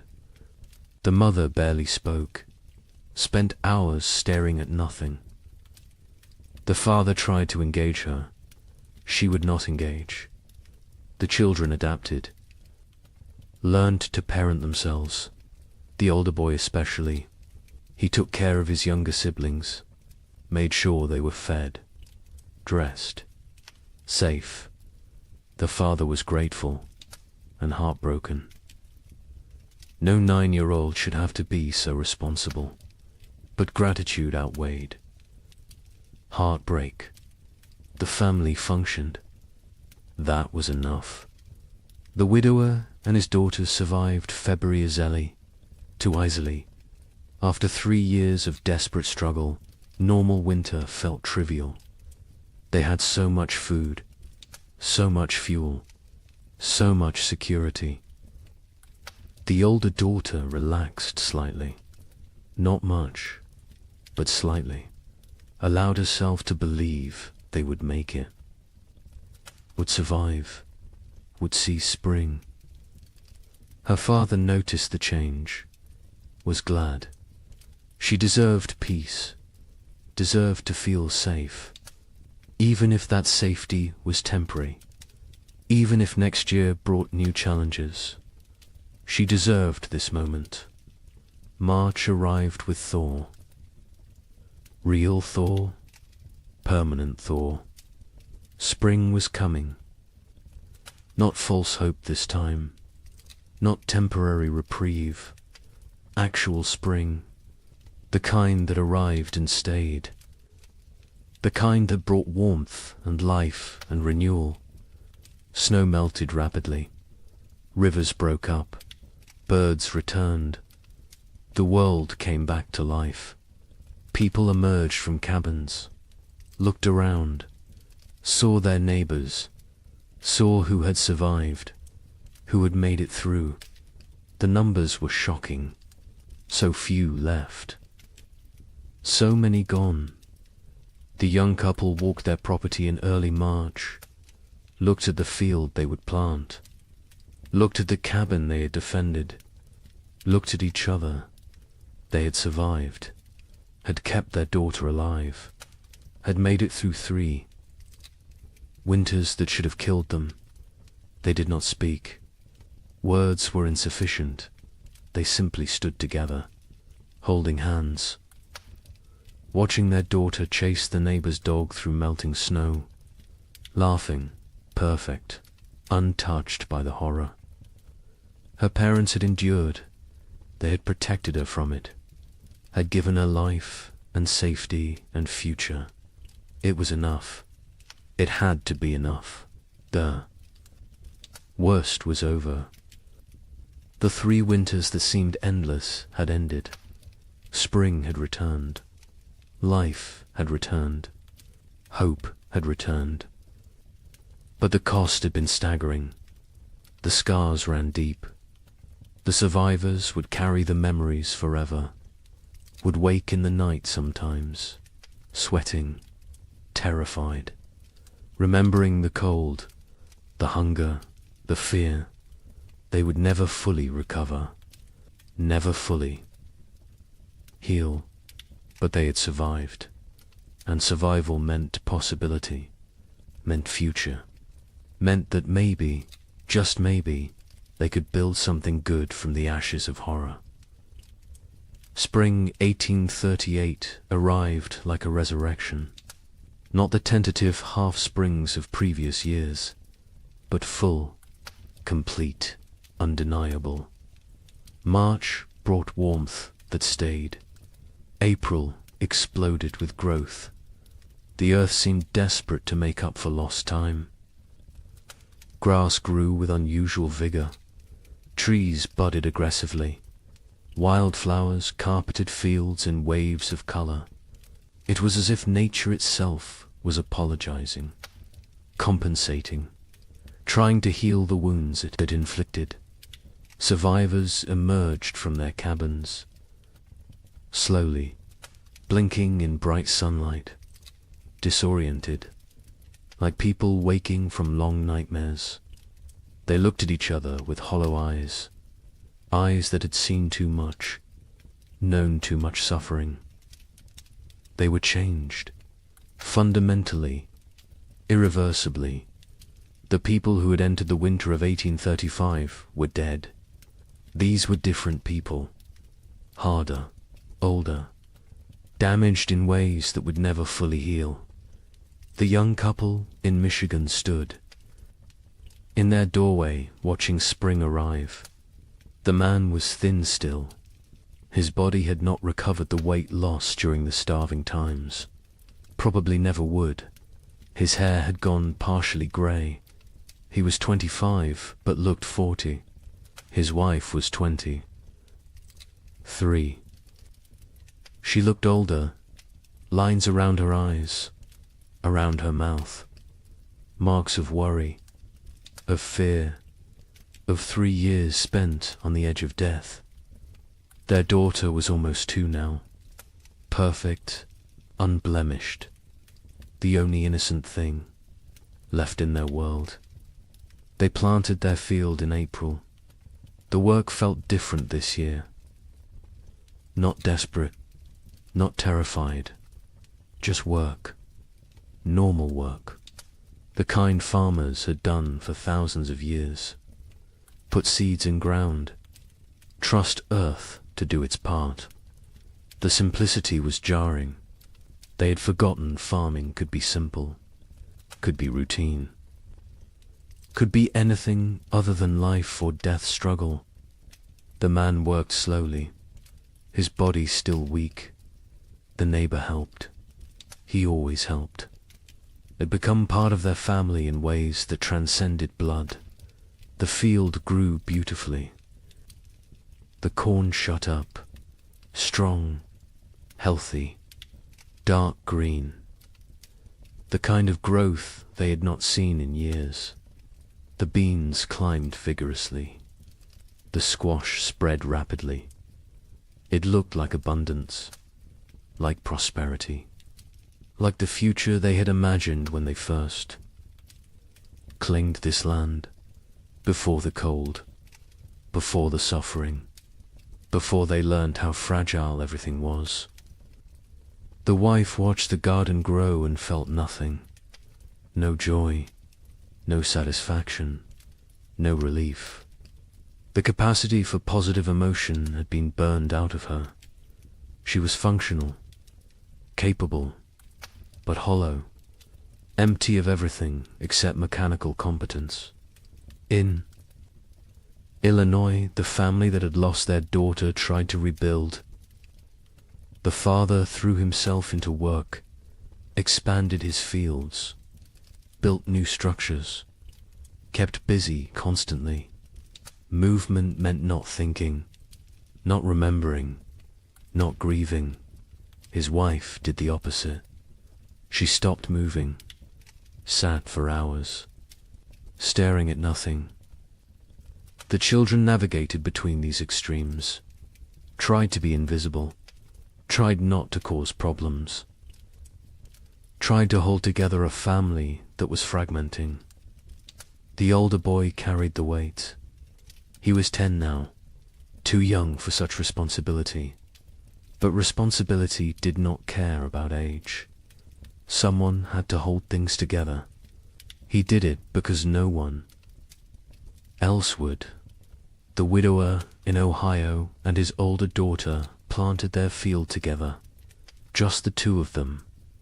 The younger daughter remained in the cabin, unresponsive, present but absent. They had tried everything to reach her. Doctors when they could afford them, medicines, prayers, time. Nothing worked. She was locked inside herself, trapped in whatever mental prison the winters had created. They cared for her, fed her, kept her clean, but they had stopped hoping for recovery. Hope was too expensive, too painful when it failed. Better to accept reality. She was gone. They would tend her shell for as long as necessary. Other families across the frontier faced similar struggles. The physical danger had passed. Food was available. Weather was normal. But the psychological damage remained. People suffered from what we would now recognize as severe trauma, depression, anxiety, what was then called melancholy or nervous. Exhaustion. They startled easily, had nightmares, struggled with crowds, with noise, with anything that reminded them of the hard years. Many never fully recovered, carried the scars until death. Communities began to reform, slowly, hesitantly. People who had isolated for survival started reaching out again, started talking to neighbors, started attending church, started rebuilding the social structures that had dissolved. But it was different now. The easy trust was gone. The assumption of mutual aid was gone. People helped each other, but warily, with limits, with boundaries. The innocence of early frontier community had died, been replaced by something more cautious, more cynical, more realistic. A traveling minister came through Michigan territory in May, held revival meetings, promised salvation, promised explanation for the suffering, promised that God had a plan. Some people came, desperate for meaning, desperate to believe their suffering had purpose. The young couple attended once, listened to the minister talk about divine testing, about Job, about how suffering brought people closer to God. The wife stood up, walked out. Her husband followed. They never went back. If God had done this to them, then they wanted nothing to do with God. If God had not done this, then he was powerless to prevent it. Either way, church offered nothing they needed. Others found comfort in religion, clung to faith as the only thing that made sense of senselessness, believed that heaven waited, that their dead children were safe, that suffering on earth was temporary, that eternity would compensate for temporal pain. The young couple did. Not judge them. Whatever got you through was valid, but they could not share that faith. Had lost it somewhere in the second winter, when their daughter was dying and prayers went unanswered, when they realized they were alone, truly alone. Number. God, no providence. Just luck and effort and random chance. Summer brought abundance. The crops matured perfectly. The harvest was extraordinary. People gathered more food than they had seen in 5 years. Barns filled, root cellars filled, cabins filled. It was almost obscene. This wealth after such poverty, this abundance after such scarcity. Some people hoarded reflexively, stored food they would never eat, could not stop gathering, could not trust that next year would also be good.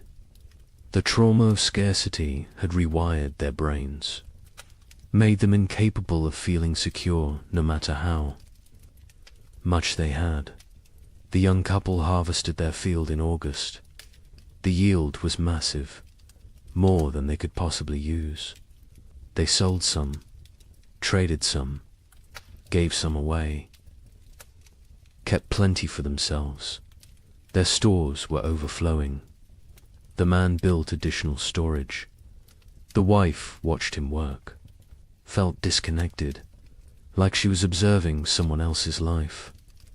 She went through motions, cared for their daughter, cooked, cleaned, did everything a wife and mother should do, but felt nothing, was numb, had been numb since February of the second winter. She wondered if she would ever feel again, or if this numbness was permanent, the price of survival. In Illinois, the abundant harvest did not heal the broken family. The father worked obsessively, made more money than they needed, bought things, built things, kept moving. The mother remained withdrawn, lost in grief, The children adapted, learned to function without real parenting, became independent too soon. The family existed together but separately. Parallel lives in the same space, not connected, not whole, just adjacent. The widower and his older daughter harvested successfully. Their fields produced well. They had security for the coming winter. The older daughter was 18 now. An adult, she had offers of marriage. Young men who saw her competence, her strength, her capability. She refused them all, said she could not leave her father, could not leave her sister, could not abandon her responsibilities. Her father told her to go, to live her life. She refused. They both knew why. She had lost too much already, could not risk caring about anyone new, could not risk more loss.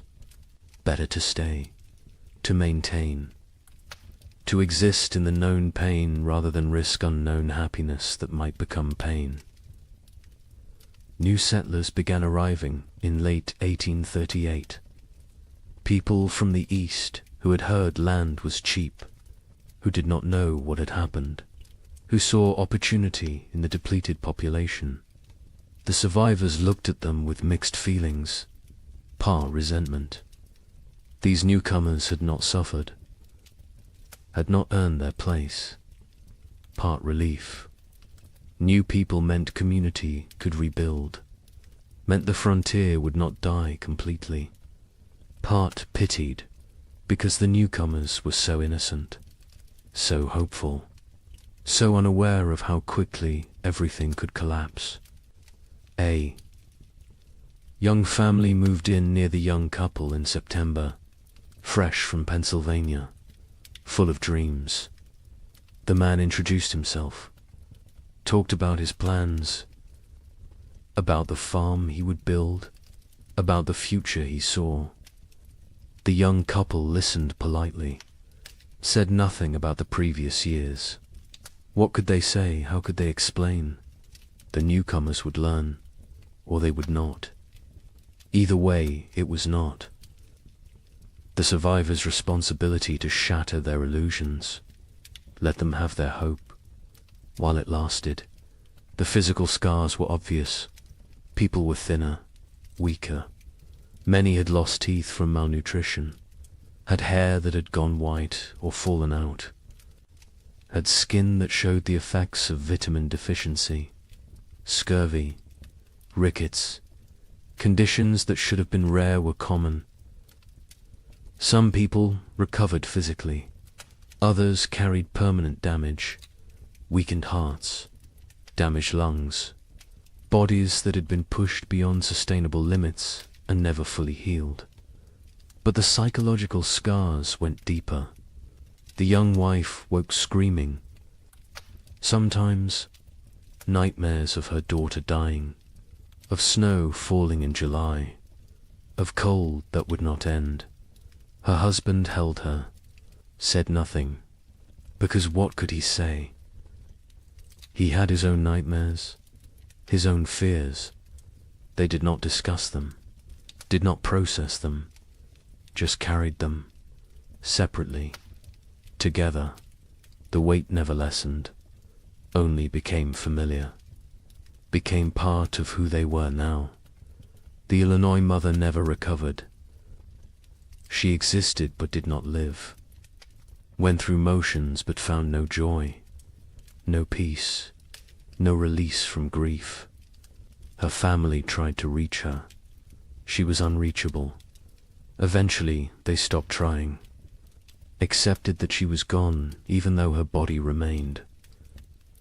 The father took over her duties, cooked, cleaned, cared for the children, worked the farm, did everything.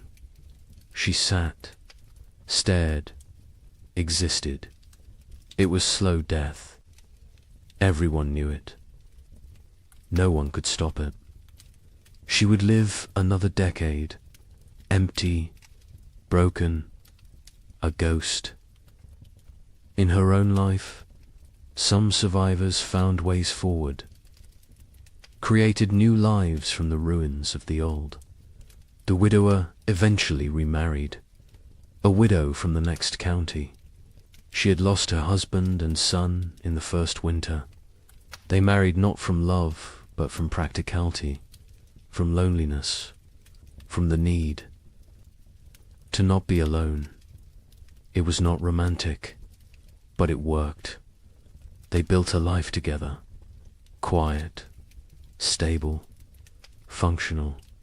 His older daughter never married, stayed home, cared for her sister, became essential to the household, found purpose in duty, in responsibility, in maintaining. She never seemed unhappy, but she never seemed happy either. Just existed in the middle, neither satisfied nor dissatisfied.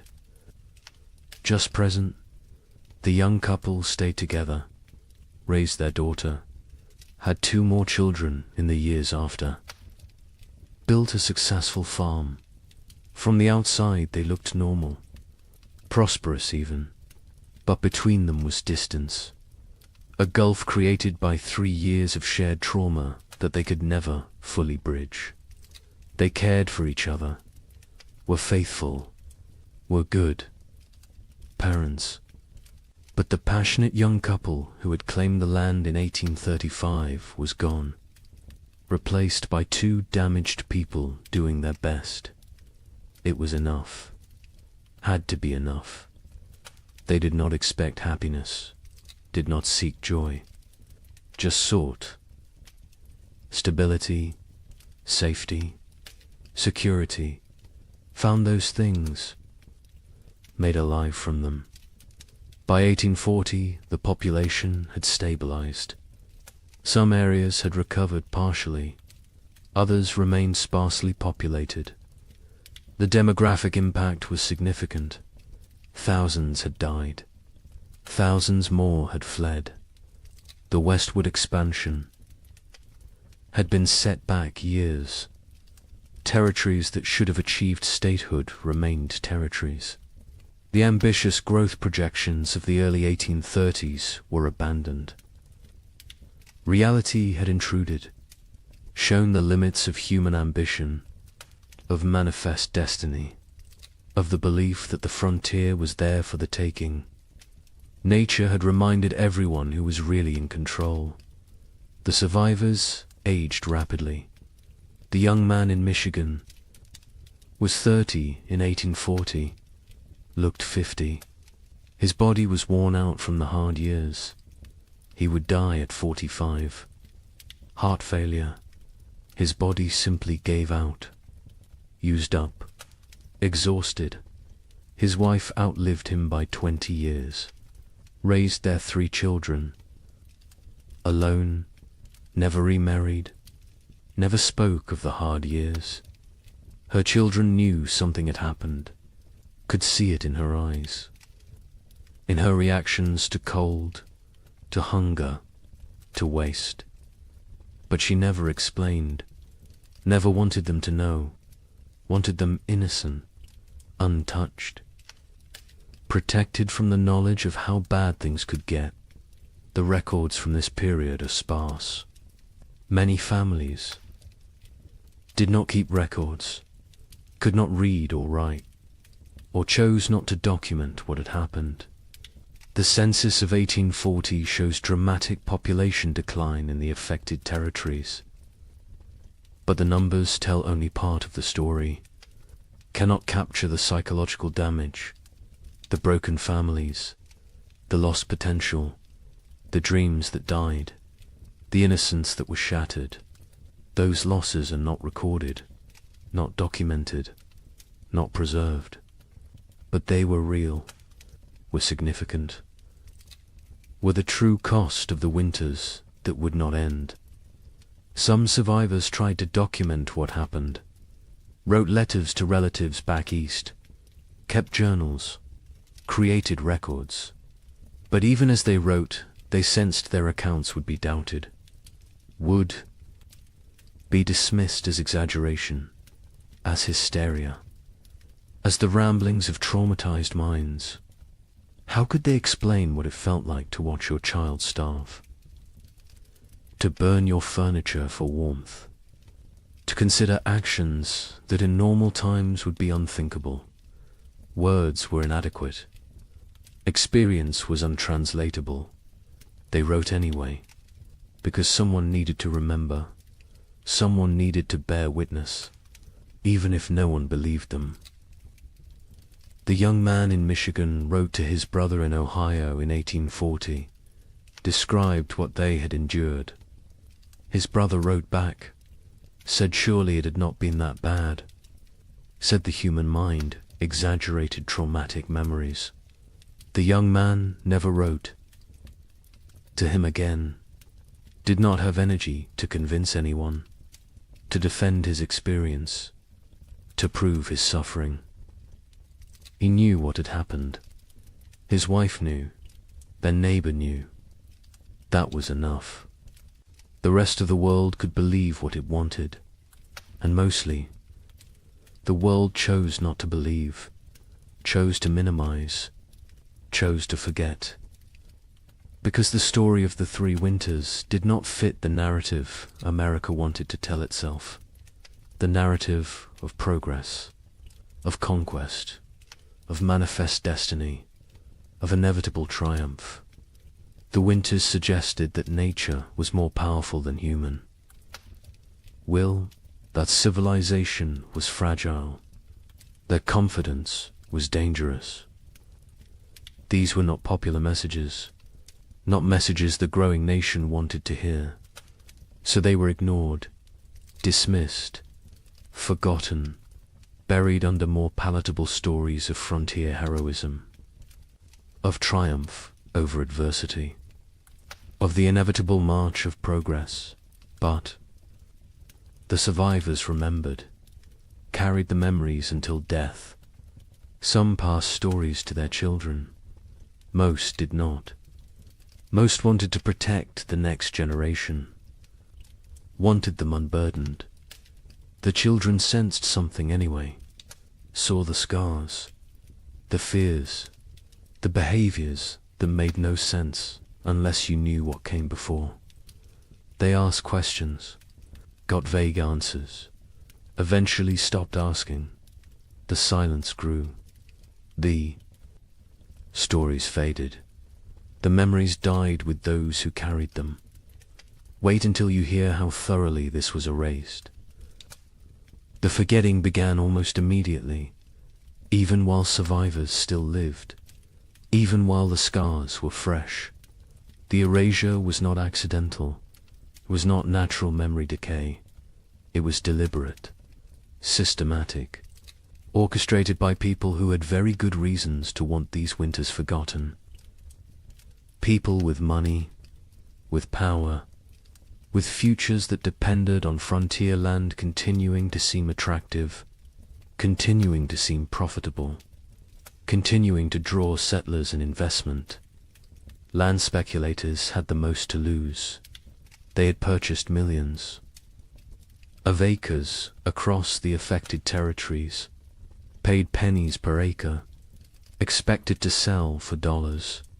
Their entire business model depended on continued westward migration, on families believing the frontier offered opportunity, prosperity, future. Stories of 3 consecutive winters of mass death were bad for business, very bad. So the speculators acted, quickly, decisively, with coordinated purpose. Eastern newspapers began refusing letters from survivors. Editors received instructions, guidance, sometimes bribes. Do not publish accounts from the territories. Do not run stories about crop failures, about deaths, about settlements failing. Focus on success. Stories on prosperity, on opportunity. A newspaper in Philadelphia received a letter in 1839 from a Michigan survivor. detailed account of the 3 winters, the suffering, the deaths, the horror. The editor filed it away, never published it. Years later asked why. He explained simply, no one wanted to read depressing stories. People wanted hope, wanted optimism, wanted to believe in American progress. His job was to give them what they wanted. Territorial governments actively suppressed information. Official reports downplayed casualty numbers, listed families who had disappeared as relocated rather than dead or missing. Death certificates were not issued for people who died isolated on homesteads. If no one reported the death officially, then officially it did not happen. Population records were adjusted, made to show growth rather than decline. The manipulation was not subtle, but it was effective. Future historians looking at official records would see steady population growth, would see successful territorial expansion, would see nothing that suggested catastrophe. Land companies published promotional materials in 1839 and 1840, glossy brochures, detailed descriptions of fertile soil, mild climate, abundant opportunity. They made no mention of the previous years, no acknowledgement of hardship, no warning of risks. New settlers arrived with these brochures, with these promises, found a very different reality. By then, the land companies had their money. The deception had served its purpose. The newcomers were stuck, had to make the best of it, or abandon their investment and flee. Most stayed, tried to succeed. Never knew they had been deliberately misled. A land office clerk in Michigan Territory received orders in 1839. Adjust the records. Families who had disappeared needed to be listed as relocated to other territories. Deaths needed to be minimized. The numbers needed to show growth, success, progress. He complied. His job depended on it. His family depended on it. He made the changes, falsified documents, erased people from existence. Years later, guilt-ridden, he confessed to his wife, told her what he had done. She told him he had no choice. Everyone had to survive somehow. He accepted this, but the guilt never left. He carried it until death, never told anyone else, never made it right. Just carried the weight of erasing thousands of people to protect property values. Railroad companies were equally invested in suppressing the truth. Their business plans required population growth in the territories, required towns, commerce, customers. Empty land was worthless. They needed settlers, needed them desperately. Stories of mass death were obstacles, barriers to profit. So they acted, funded newspapers that told the right stories, hired writers to create promotional content, paid for testimonials from satisfied settlers, built a narrative of success and opportunity that bore little resemblance to reality. The suppression extended to personal correspondence, letters from survivors to relatives. Back east were sometimes intercepted, lost, destroyed. Postal clerks received instructions. Letters containing certain content should not reach their destinations, should disappear.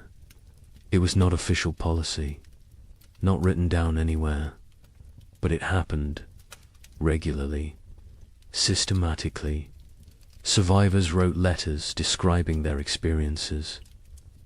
Melt them. They never arrived. The relatives back east never learned the truth, continued to believe the promotional literature, continued to encourage others to move west. The cycle continued. Churches participated in the suppression, not overtly, not deliberately, perhaps, but they promoted a narrative that made the hard years easier to ignore. Suffering was divine testing. Those who died were called to heaven. Those who survived were blessed.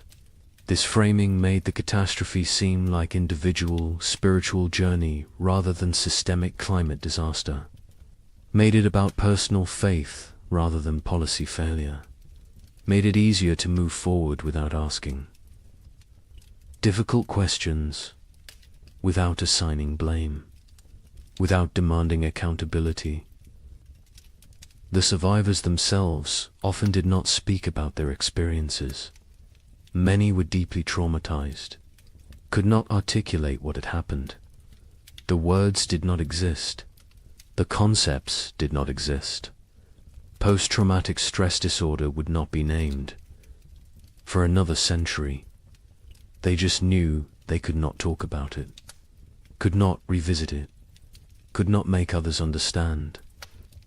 So they stayed silent, kept the memories locked inside.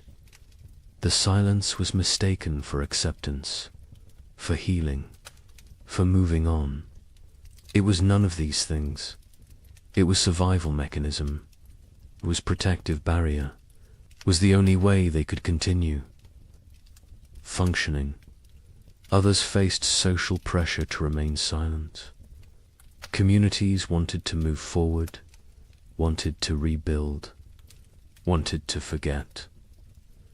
People who dwelt on the hard years were seen as weak, as complainers, as obstacles to progress. A woman in Illinois tried to talk about losing her daughter, about the starvation, about the cold. Her neighbors told her to stop living in the past, to focus on the future, to be grateful for what she had. She stopped talking, but the memories did not stop. They never stopped. She just carried them alone, in silence, until they consumed her.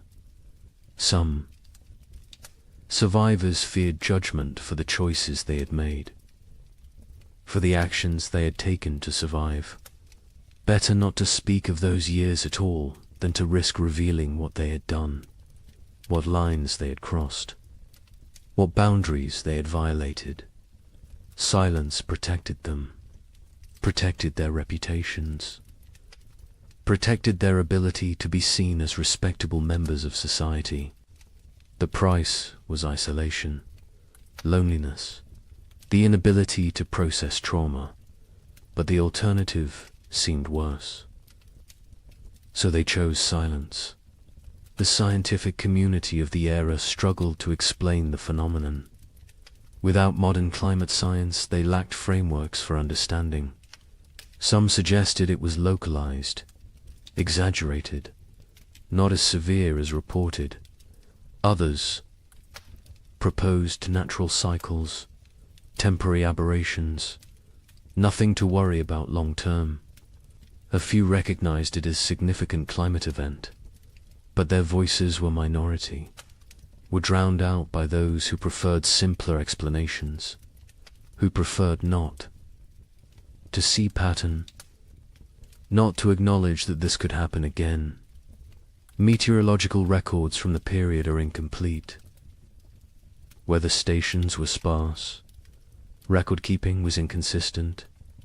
The data that exists shows temperature anomalies, shows unusual patterns, but gaps in the record allow for interpretation, allow for doubt, allow for dismissal. Later research, looking at the fragmentary data, could conclude it was not that bad, could argue the survivors exaggerated, could minimize the catastrophe. The incomplete record became excuse for incomplete acknowledgement. By 1850, just 12 years after the final winter ended, the 3 winters were rarely mentioned. Textbooks focused on westward expansion, on Oregon Trail, on Gold Rush, on the exciting narrative of American growth. The dark years from 1836 to 1838 were footnote at best. More often, they were completely absent. A generation of children learned American history without knowing thousands had died in the supposedly empty territories, without knowing their parents or grandparents had survived horror. The erasure was nearly complete. The Civil War cemented. The forgetting. After 1861, the nation had new trauma, new deaths, new catastrophe to process. The frontier winters seemed distant, irrelevant. Why dwell on old suffering when new suffering was everywhere? The few survivors who tried to tell their stories found no audience, found a nation consumed by present crisis. Unwilling to hear about past pain, they gave up, accepted that their experience would die with them, that no one would remember, that no one cared. The American mythology of the frontier required triumph, required success, required the narrative of bold pioneers conquering wilderness, building civilization, creating something from nothing. The three winters did not fit this mythology, could not be incorporated, so they were excluded. The myth was more important than history. The story was more important than truth. America needed heroes, needed victories, needed to believe in manifest destiny, needed to believe that will and work were enough, that nature could be tamed, that progress was inevitable. The erasure served another purpose. It protected those in power, politicians who had encouraged westward expansion, who had promoted territorial development, who had promised safety and opportunity. Acknowledging the winters meant acknowledging failure, meant admitting they had. Sent people into danger, had promised what they could not deliver, had prioritized expansion over safety. This admission was politically unacceptable, so the winters were forgotten. And the politicians continued promoting westward movement, continued making promises, continued prioritizing growth over caution. Survivors who tried to speak faced ridicule, disbelief, accusations of exaggeration, of hysteria, of attention-seeking. The young man in Michigan attempted to tell his story to a traveling writer in 1845. The writer listened politely, then suggested perhaps the cold had not been quite as severe as remembered. Perhaps trauma had distorted memory. Perhaps things had been difficult but not impossible. The young man stopped talking mid-sentence, realized there was no point. People would believe what they chose to believe. Truth was irrelevant. He never tried to tell his story again. The conspiracy of silence was not organized. No one coordinated. The suppression, no central authority dictated what could be said, but the incentives aligned perfectly. Land speculators needed silence. Railroads needed silence. Governments needed silence. Churches preferred silence. Survivors chose silence. The result was comprehensive, effective, devastating. Within 20 years, the three winters had been nearly erased from collective memory. Within 50 years, they were completely forgotten. A climate catastrophe that killed thousands and destroyed. Hundreds of settlements simply disappeared from history, vanished, as if it never happened, but evidence remained, buried, hidden, waiting, in journals stuffed in attics, in letters preserved by accident, in graveyards with too many children's stones dated 1836 to 1838, in the population records that did not add up, in the archaeological evidence, in the tree rings, in the ice cores, in the gaps in genealogies where entire families simply ended. The evidence was there, scattered, fragmentary, ignored, but there, waiting for someone to look, someone to ask questions, someone to remember. Wait until you hear what we found. Modern science has uncovered what deliberate forgetting tried to erase. The evidence exists, scattered across disciplines, buried in places most people never think to look. But it is there, consistent, compelling, undeniable. The 3 winters happened, were as severe as survivors claimed, perhaps more severe than they could articulate. The truth has emerged slowly, piece by piece, building into a picture that validates everything the survivors tried to tell us. Tree ring analysis provides the most objective evidence. Trees record their growing conditions in their rings. Wide rings mean good growing seasons. Narrow rings mean stress, cold, drought, poor conditions. Researchers examining old-growth trees across the Midwest discovered something remarkable.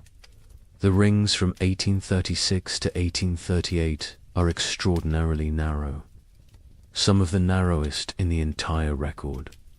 These trees were stressed, struggling, barely growing. The pattern is consistent across species, across regions, across thousands of individual trees. The cold was real, was widespread. With severe ice core samples from Greenland tell a similar story. Each layer of ice preserves atmospheric conditions from when the snow fell. Chemical analysis reveals volcanic particulates, sulfur compounds, evidence of major eruptions. The layers from 1835 and 1836 show unusually high concentrations, multiple eruptions. The volcanic material entered the upper atmosphere, circled the globe, blocked sunlight, lowered temperatures, created the conditions for catastrophic cooling. The ice remembers what humans forgot. A volcanic eruption near Japan in late 1835 was particularly significant. Mount Osama, not as famous as Tambora, which caused a year without summer in 1816, but substantial, combined with other eruptions in the Pacific. In Central America, the cumulative effect was devastating. The particulates in the atmosphere created a cascade of cooling, blocked solar radiation, disrupted weather patterns. The effects were most severe in continental interiors, places far from moderating ocean influences, places like the American Midwest. Soil analysis from archaeological sites shows frost penetration to unusual depths. In normal years, frost might penetrate 12 to 18 inches. In the affected years, it went deeper, 24 inches, 30 inches. In some locations, the ground never fully thawed. Permafrost conditions in places that should never experience them. The soil remembers, holds evidence of cold that survivors described but scientists initially dismissed as impossible. Mass grave sites have been discovered during modern construction projects. A housing development in Michigan in 1985 uncovered a burial site. 47 bodies, men, women, children, no markers, no records. Carbon dating placed them in the late 1830s. The bones showed signs of extreme malnutrition, scurvy, rickets, starvation.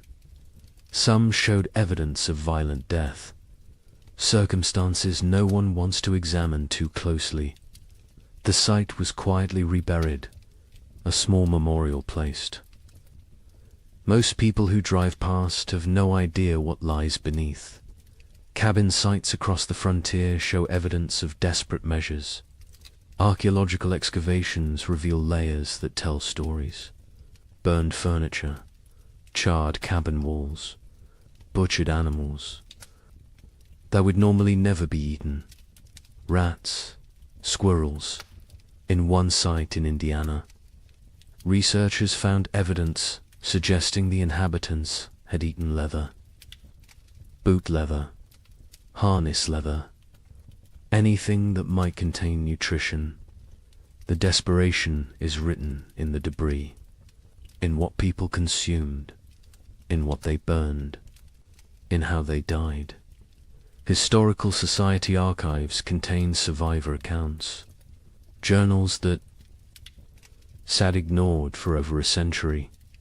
A diary from a woman in Illinois was donated in 1923, filed away, not examined until 1998. It documented day-by-day survival through all 3 winters.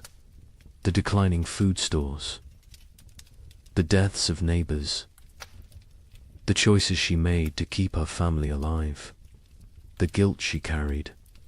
The final entry was in March 1838.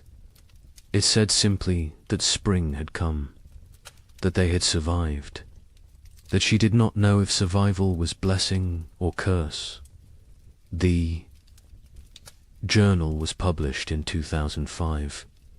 90 academics read it. The general public remained unaware. More journals continued to surface, in estate sales, in attics, in old trunks, in historical societies. Each one adds detail, adds confirmation, adds validation to what survivors tried to tell anyone who would. Listen. A journal from Ohio described November 1836. The cold that went beyond anything imaginable. The wind that never stopped. The children asking when they could go outside again. Being told maybe spring, knowing spring might never come. The journal, as a matter of fact, unemotional, which makes it more powerful. The horror is in what is not said, in the gaps, in the things too terrible to write. Census records show the truth when examined carefully. The 1840 census recorded population in the affected territories. Researchers comparing it to 1830 projections found massive discrepancies. The expected population based on immigration rates and natural growth should have been far higher. Tens of thousands of people were simply missing, not relocated, not accounted for, gone. The census takers noted the discrepancies at the time. Their concerns were dismissed. The records were filed. The questions remained unasked for over a century. Statistical analysis reveals the scope of the catastrophe. Researchers in the late 20th century compiled data from multiple sources: church records, land claims, tax rolls, census data, letters, journals, everything available. They built demographic models. The model showed that approximately 15,000 families entered their affected territories between 1830 and 1835. The 1840 census showed fewer than 7,000 families. The missing 8,000 families represented perhaps 40,000 individuals. Some fled, but many died. The exact numbers will never be known, but the scale is clear. This was demographic catastrophe. Climate modeling supports the survivor accounts. Modern computers can simulate historical climate conditions, input the volcanic eruptions, the solar activity, the ocean currents, run the models, see what temperatures they produce, The models consistently show severe cooling in the continental interior from 1836 to 1838. Temperature drops of 10 to 15 degrees below normal. Extended growing seasons by 30 to 60 days. The kind of conditions that make agriculture nearly impossible. The kind of conditions that kill. The models validate what survivors said. Validate what written records document. Validate what physical evidence proves. A particularly compelling piece of evidence emerged in 2012. A locked trunk. Found in the basement of a historical society in Pennsylvania.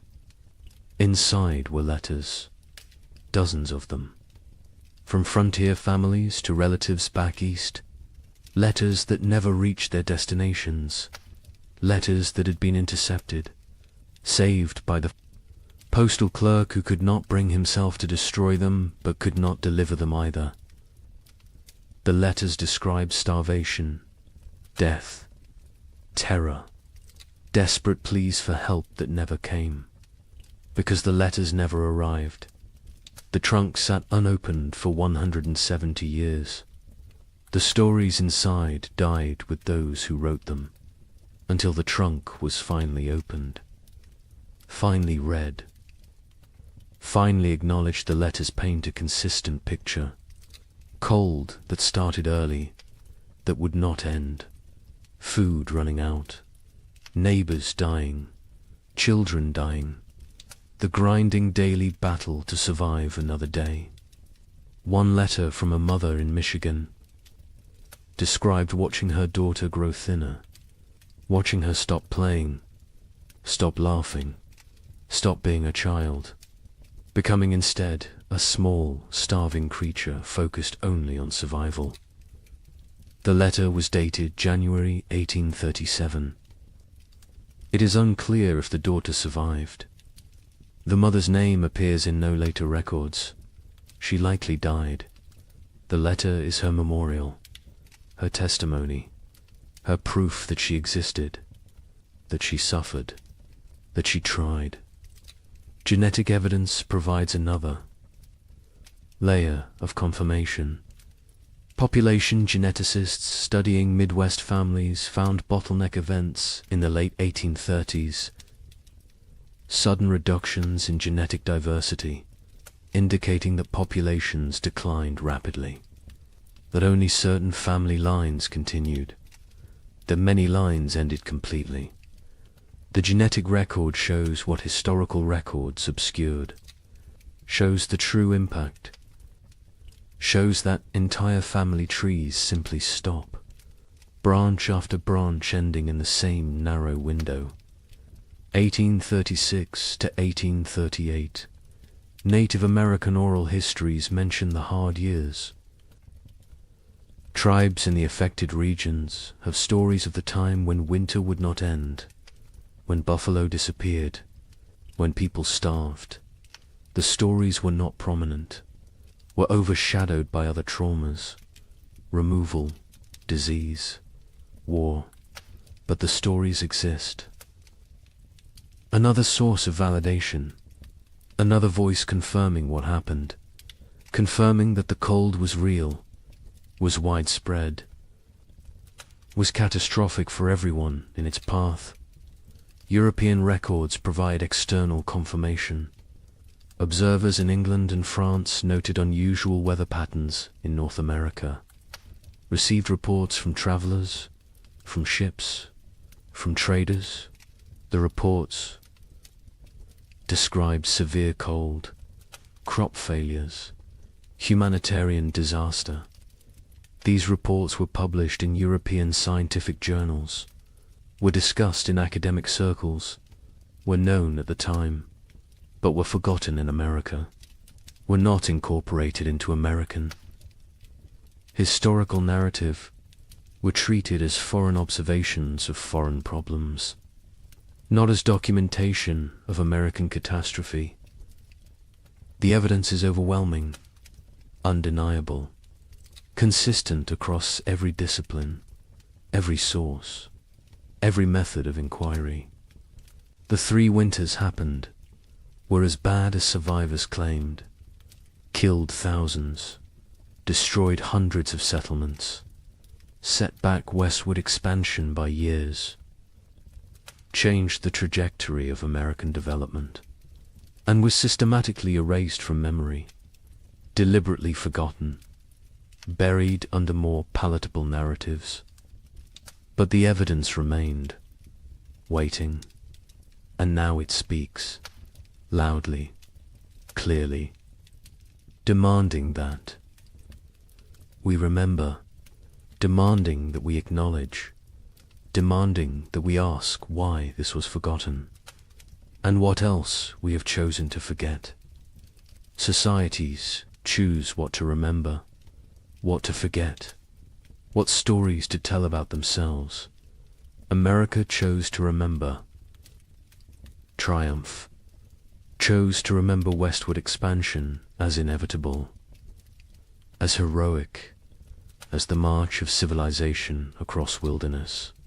The 3 winters did not fit that story, so they were exploded, erased, forgotten, not through conspiracy exactly, but through collective decision that some truths are inconvenient. Some realities undermine necessary myths. Some histories are better left buried, but forgetting comes with costs.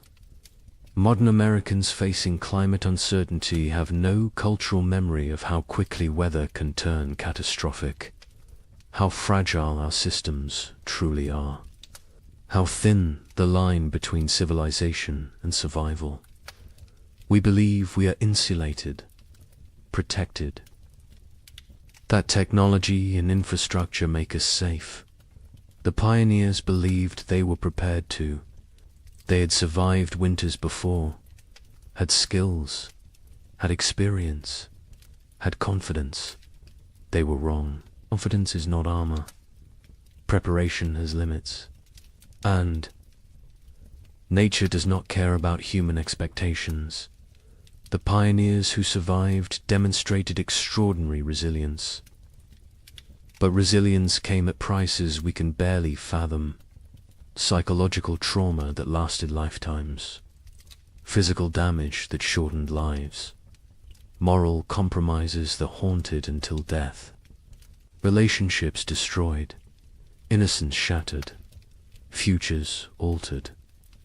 They survived, but survival was not triumph, was not victory, was simply continuing to breathe, to move, to exist. Some days that was enough. Other days it was not. The Illinois family that lost their daughter eventually prospered. Their farm became successful. They appeared to outside observers as model frontier family, hard-working, productive, respectable. But the father never spoke of the hard years, not to his children, not to his neighbors, not to anyone.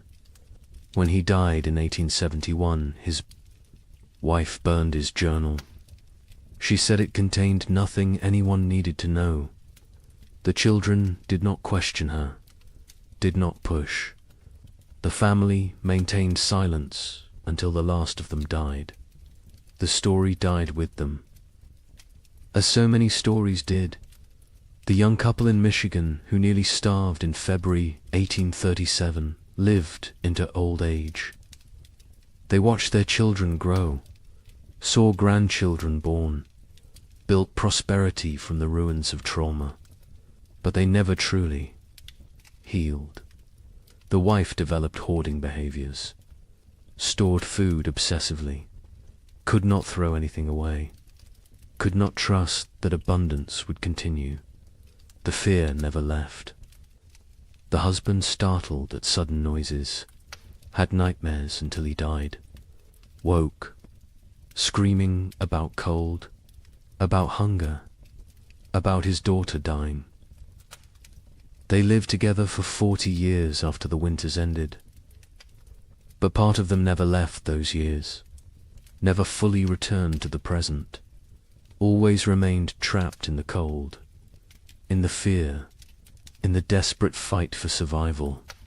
We need to remember their stories, need to understand what they endured, not to glorify suffering, not to romanticize hardship, but to recognize truth, to acknowledge that American expansion was built on uncounted graves, unforgotten tragedies, unerased catastrophes.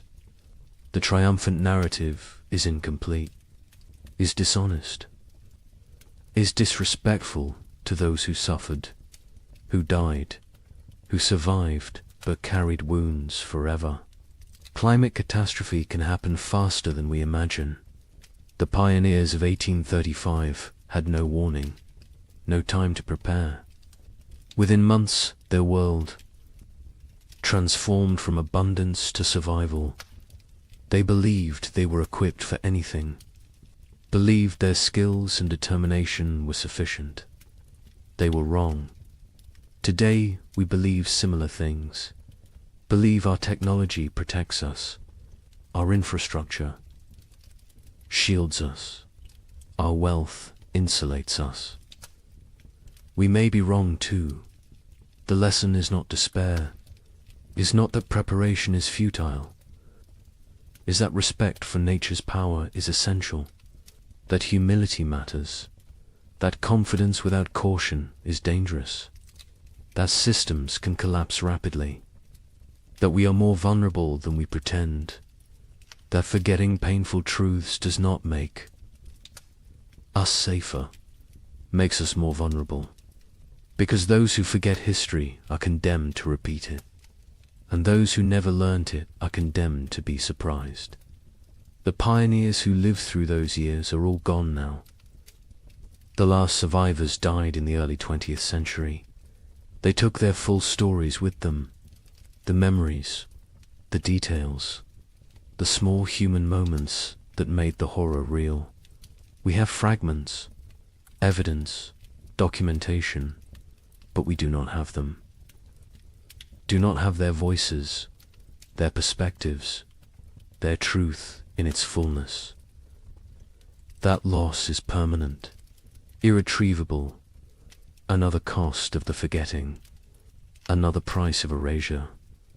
But on cold nights, in old cabins scattered across the Midwest, some say you can still hear something. The wind howling the way it did then, relentless, hungry, patient, the creaking of wood under extreme cold, the silence that came after the last piece of furniture was burned, the sounds of a world frozen beyond endurance. Perhaps it is just wind, just old buildings settling, just imagination. Or perhaps the land remembers, perhaps the earth holds memory, perhaps those who suffered left something of themselves in the soil, in the trees, in the stones, a presence, a witness, a reminder. Winter always remembers, even when we choose to forget. The sky changes first. It loses its depth. The blue becomes pale and thin. The sun rises later each morning. It sets earlier each evening. The warmth drains away slowly. Day by day, the world transforms. The tribe notices. They always notice. Their survival depends on reading these signs. An old woman stands at the cave entrance. She watches the horizon. Her skin remembers 50 winters. Her bones ache with the coming cold. She knows what approaches. The birds leave first. Great flocks rise from the marshlands. They circle once, twice, then disappear southward. Their cores fade into silence. The sky empties. Only the crows remain. They perch in dead trees. They watch with black eyes. They know about winter. They know about death. The leaves turn brown. They fall in waves. The forest floor becomes a carpet of decay. The trees stand bare. Their branches reach upwards like skeletal hands. The wind moves through them differently now. It whistles. It moans. It carries the scent of ice from distant mountains. The animals change their behavior. The deer grow thick coats. They move lower into the valleys. The bears eat constantly. They gorge themselves on final berries and roots. They search for caves. They test the depths of hollow trees. Soon they will sleep. Soon they will vanish until spring. The tribe's children play near the cave. They notice the changes too. A young girl finds frost on a stone. She touches it with her finger. The ice melts instantly. She looks up at her mother. Her eyes ask a question. Her mother nods slowly. Yes, it is coming. The hunters return from their scouting. They gather around the central fire. Their news is grim. The herds are moving. The massive beasts that sustained the tribe are leaving. They migrate to warmer lands. The hunters saw their tracks leading south. Hundreds of prints in the soft earth. All heading away, the chief stands. He is a broad man with greying hair. Scars cross his chest and arms. Each one tells a story of survival. He speaks slowly. His voice carries weight. The tribe must prepare. They must gather. They must hunt. Winter shows no mercy to the unprepared. The women begin their work immediately. They repair the leather hides that cover the cave entrance. They check every seam. They patch every hole. Cold air finds the smallest gaps. It sneaks in like a predator. It steals warmth. It steals life. The children are sent to gather firewood. They work in groups. They drag dead branches back to the cave. They pile them high against the rock walls. Never enough. There is never enough wood. The fires must burn for months. The fires are life itself. An elder man sits working stone. He shapes a new blade. His hands move with practiced skill. The flint chips away in precise flakes. This blade will skin animals. It will cut meat. It will help the tribe survive. Tools matter. In winter, everything matters. The temperature drops. Further, morning brings white breath. Puddles freeze overnight. They crack under footsteps. The ground hardens. Digging becomes difficult. The tribe works faster. Urgency replaces the lazy pace of summer. A young hunter climbs the high ridge. He looks north. Dark clouds gather on the horizon. They build like mountains. They promise snow. He returns quickly. He reports what he saw. The tribe has perhaps 10 days, maybe less. The chief calls a meeting. Every adult attends. They discuss strategy. Who will hunt? Who will gather? Who will fortify the shelter? Who will watch the children? Roles are assigned. Arguments are brief. Survival requires cooperation. Personal disputes wait for spring. The women process the last of the autumn harvest.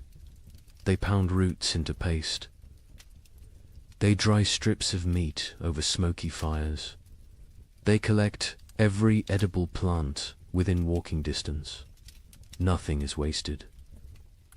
A handful of seeds might mean the difference between hunger and starvation. Night falls earlier now. The darkness lasts longer. The tribe sits closer to the fire. They eat their evening meal in silence. They think about the months ahead. They remember previous winters. Some were mild, some were brutal. No one knows what this winter will bring. A baby cries. Its mother holds it close.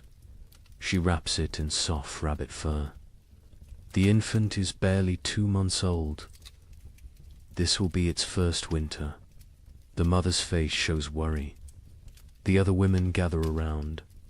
They offer reassurance. They share wisdom. They have kept babies alive through cold before. The old woman who watches the sky speaks. She tells of a winter. From her youth, snow fell for 20 days without stopping. The drifts rose higher than a man. 3 members of the tribe died. They ran out of food. They grew weak. The cold took them in their sleep. She tells this story as warning, as motivation. As truth, the fire crackles. Sparks rise into the darkness. They dance like orange stars before fading. The tribe sits in a circle. They feel the bond between them. They are family. They are survival partners. They will face the cold together. They will endure together. Or they will perish together. The wind picks up. It blows from the north. It carries the smell of snow. It carries the promise of winter. The tribe feels it. Every man, woman, and child knows what approaches. The season of death has begun its descent. The time of testing is here. Tomorrow, the real work begins. The hunters wake before dawn. 6 men rise from their sleeping places. They move quietly. They do not wake the others. The air inside the cave is cold. Their breath makes small clouds. They gather their weapons in silence. The chief hunter is called Kra. He has seen 30 winters. His body is lean and strong.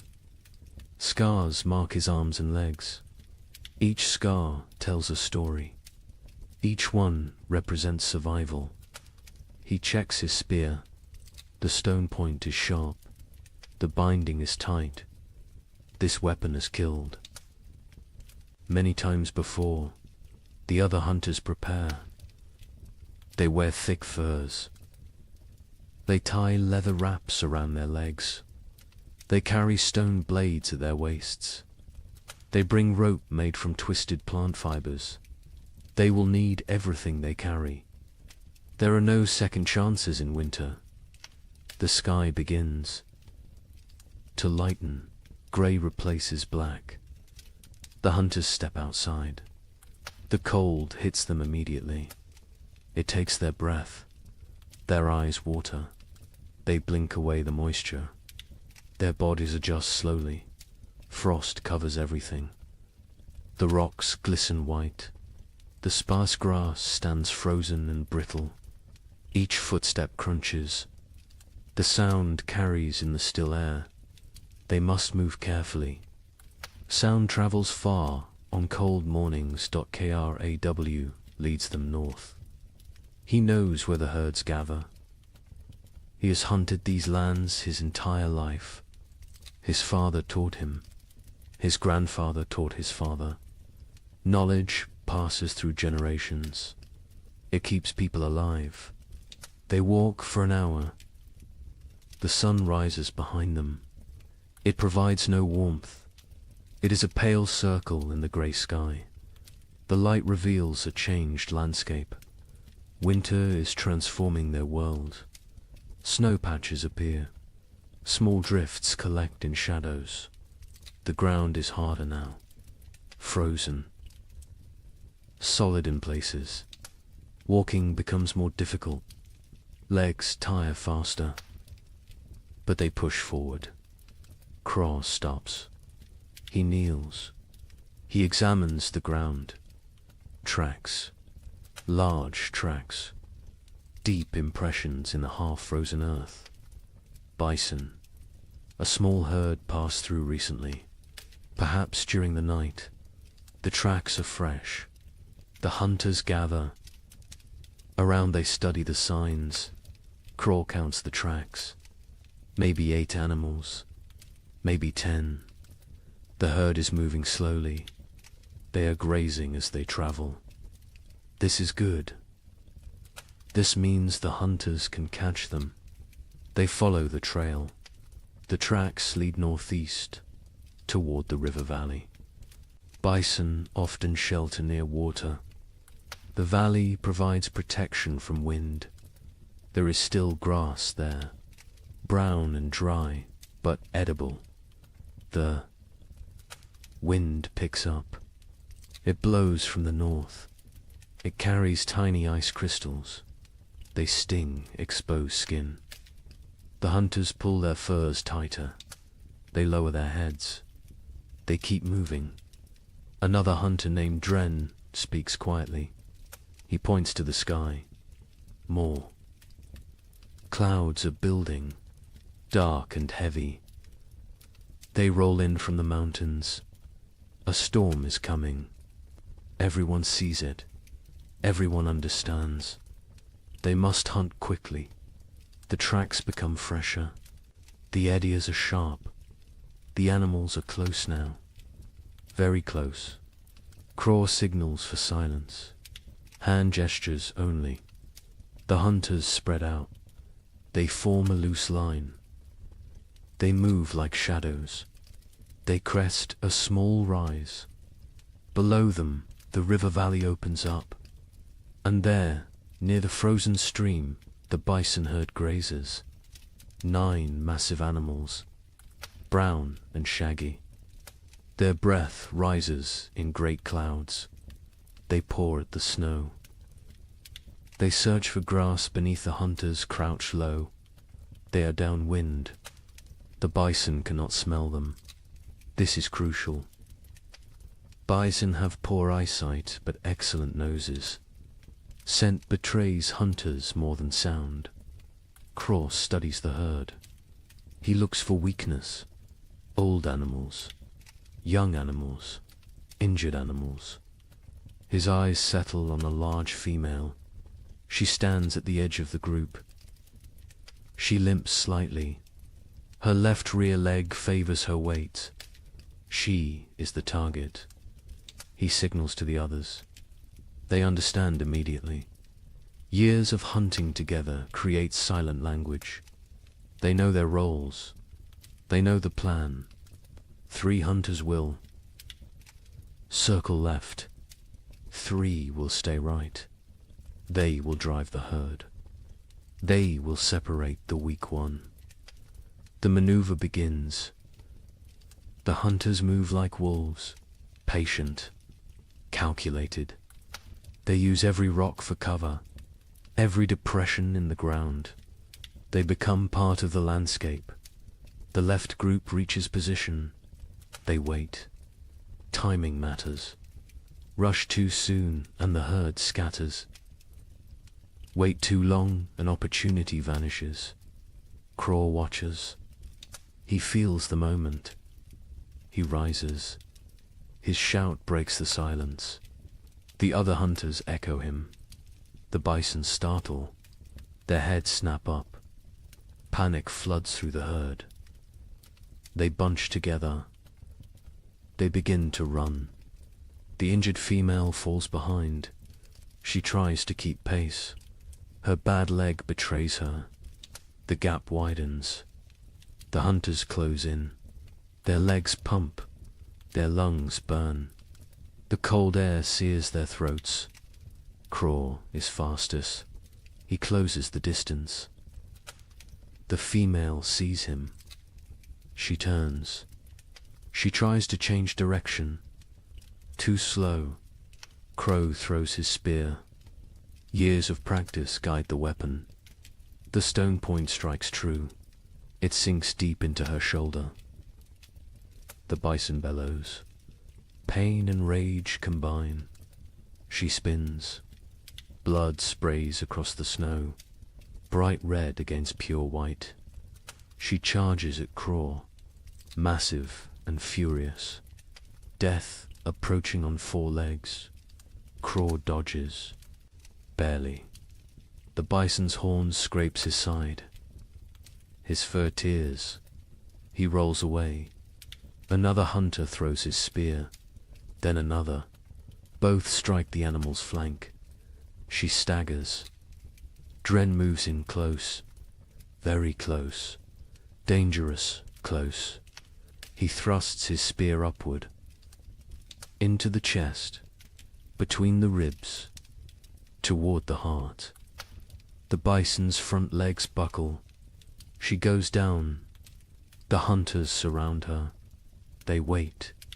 She kicks twice. Her breath comes in gasps. Her eyes roll, then stillness. The fight ends. The hunt succeeds. The hunters stand panting. Their bodies steam in the cold. Sweat freezes on their skin. They look at each other. Grins break across their faces. They survived. They won. They have meat. But celebration is brief. Craw points at the sky. The storm clouds are closer, much closer. The wind grows stronger. Snow begins to fall. Light flakes at first, then heavier. They must work fast. Butchering takes time. This animal weighs more than 10 men combined. They cannot carry everything. They must choose. They must prioritize. Stone blades come out. Sharp edges gleam. The hunters begin cutting. They work with practiced efficiency. The hide comes off in sections. The best meat is removed. Organs are carefully extracted. The liver, the heart, the kidneys. These provide vital nutrition. Blood stains the snow. It pulls and freezes. The hunter's hands go numb. They ignore the pain. They keep cutting, keep working. Their survival depends on speed. They bundle the meat in the animal's own hide. They create packs they can carry. Each hunter takes a load. Heavy loads, impossibly heavy. But fear provides strength. The storm provides motivation. The journey back begins. The snow falls harder. Visibility drops. The wind howls. It pushes against them. Every step requires effort. The meat weighs them down. Their legs shake. Kraw leads by memory.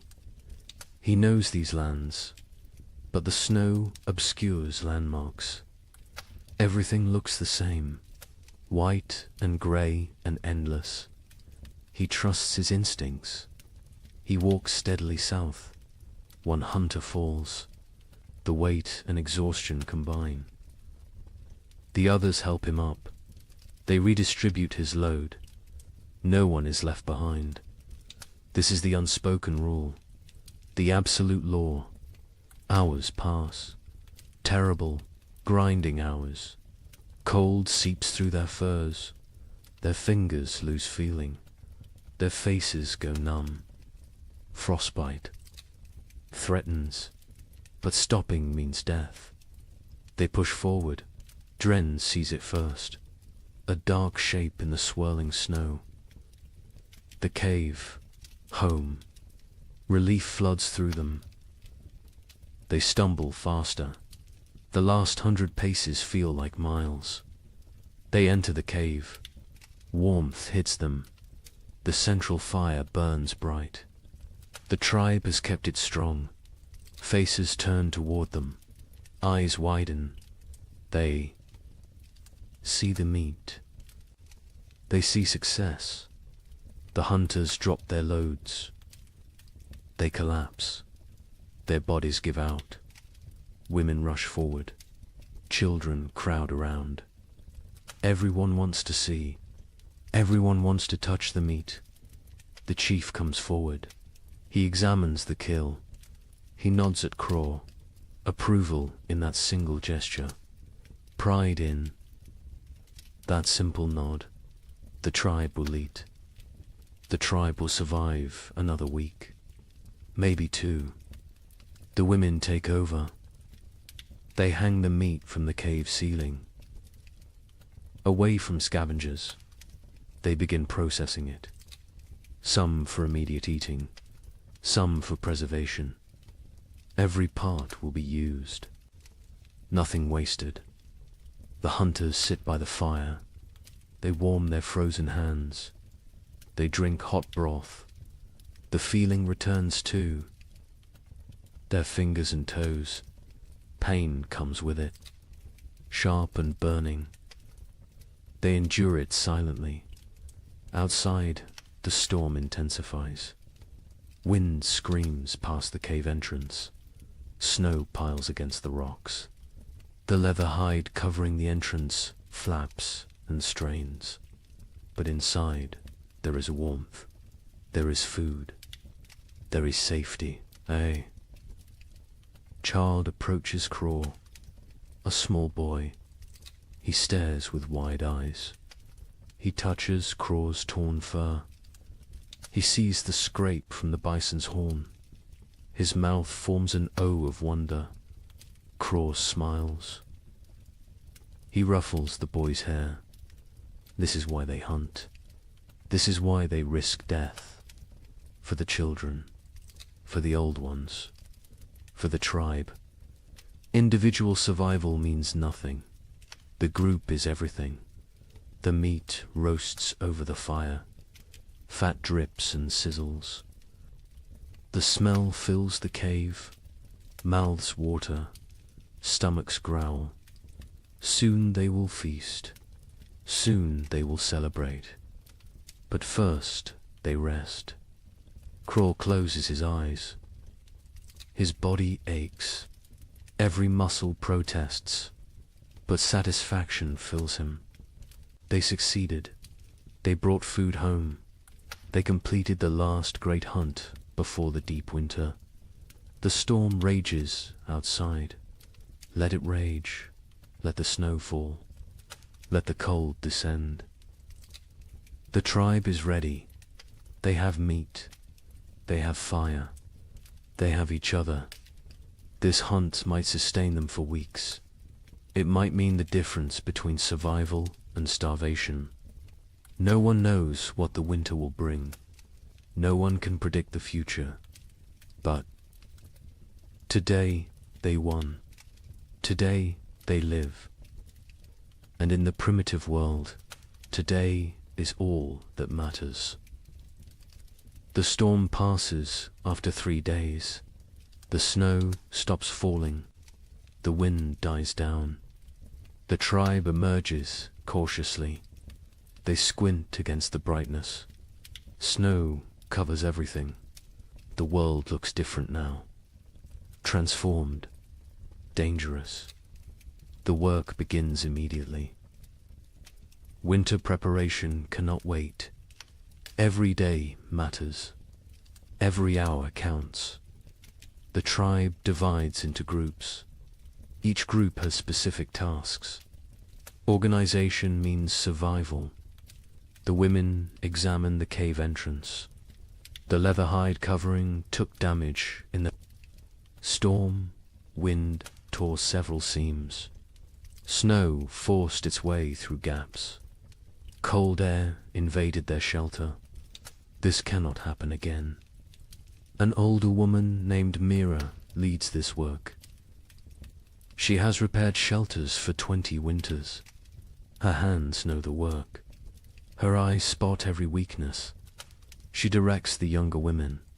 They listen carefully. They learn by doing. They take down the damaged hide. It is stiff with ice. They carry it to the fire. The heat makes the leather pliable again. They can work with it now. They can repair the tears bone needles come out.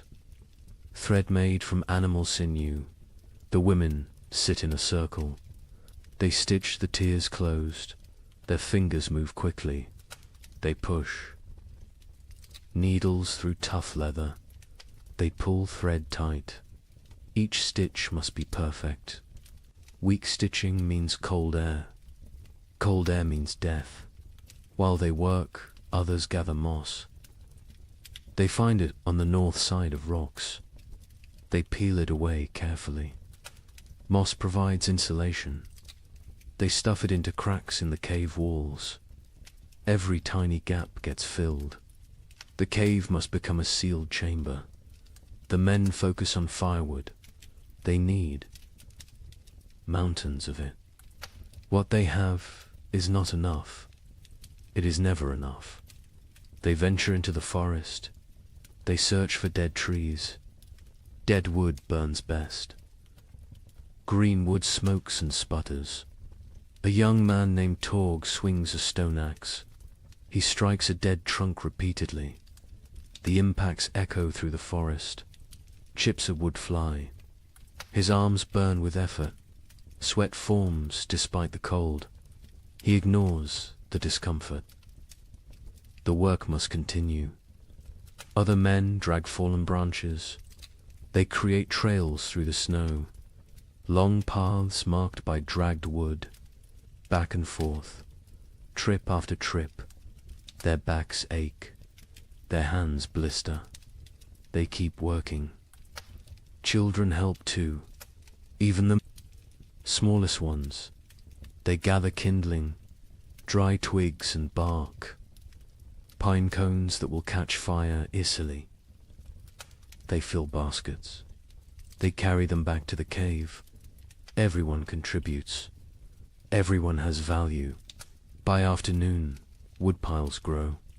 They stack it along the cave walls, high stacks that reach toward the ceiling. The cave begins to shrink.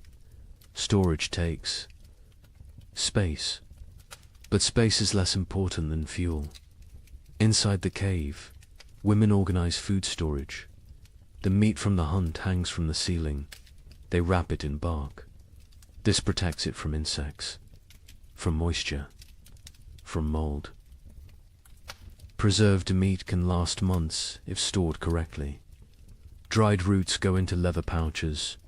They stack these near the back wall, the coldest part of the cave. Natural refrigeration. The cold preserves. It prevents rot. Nuts and seeds fill clay pots. These pots are precious. Making them takes skill and time. They seal with wooden lids. They keep contents dry. They protect from rodents. A woman counts the supplies. She uses stones to track quantities.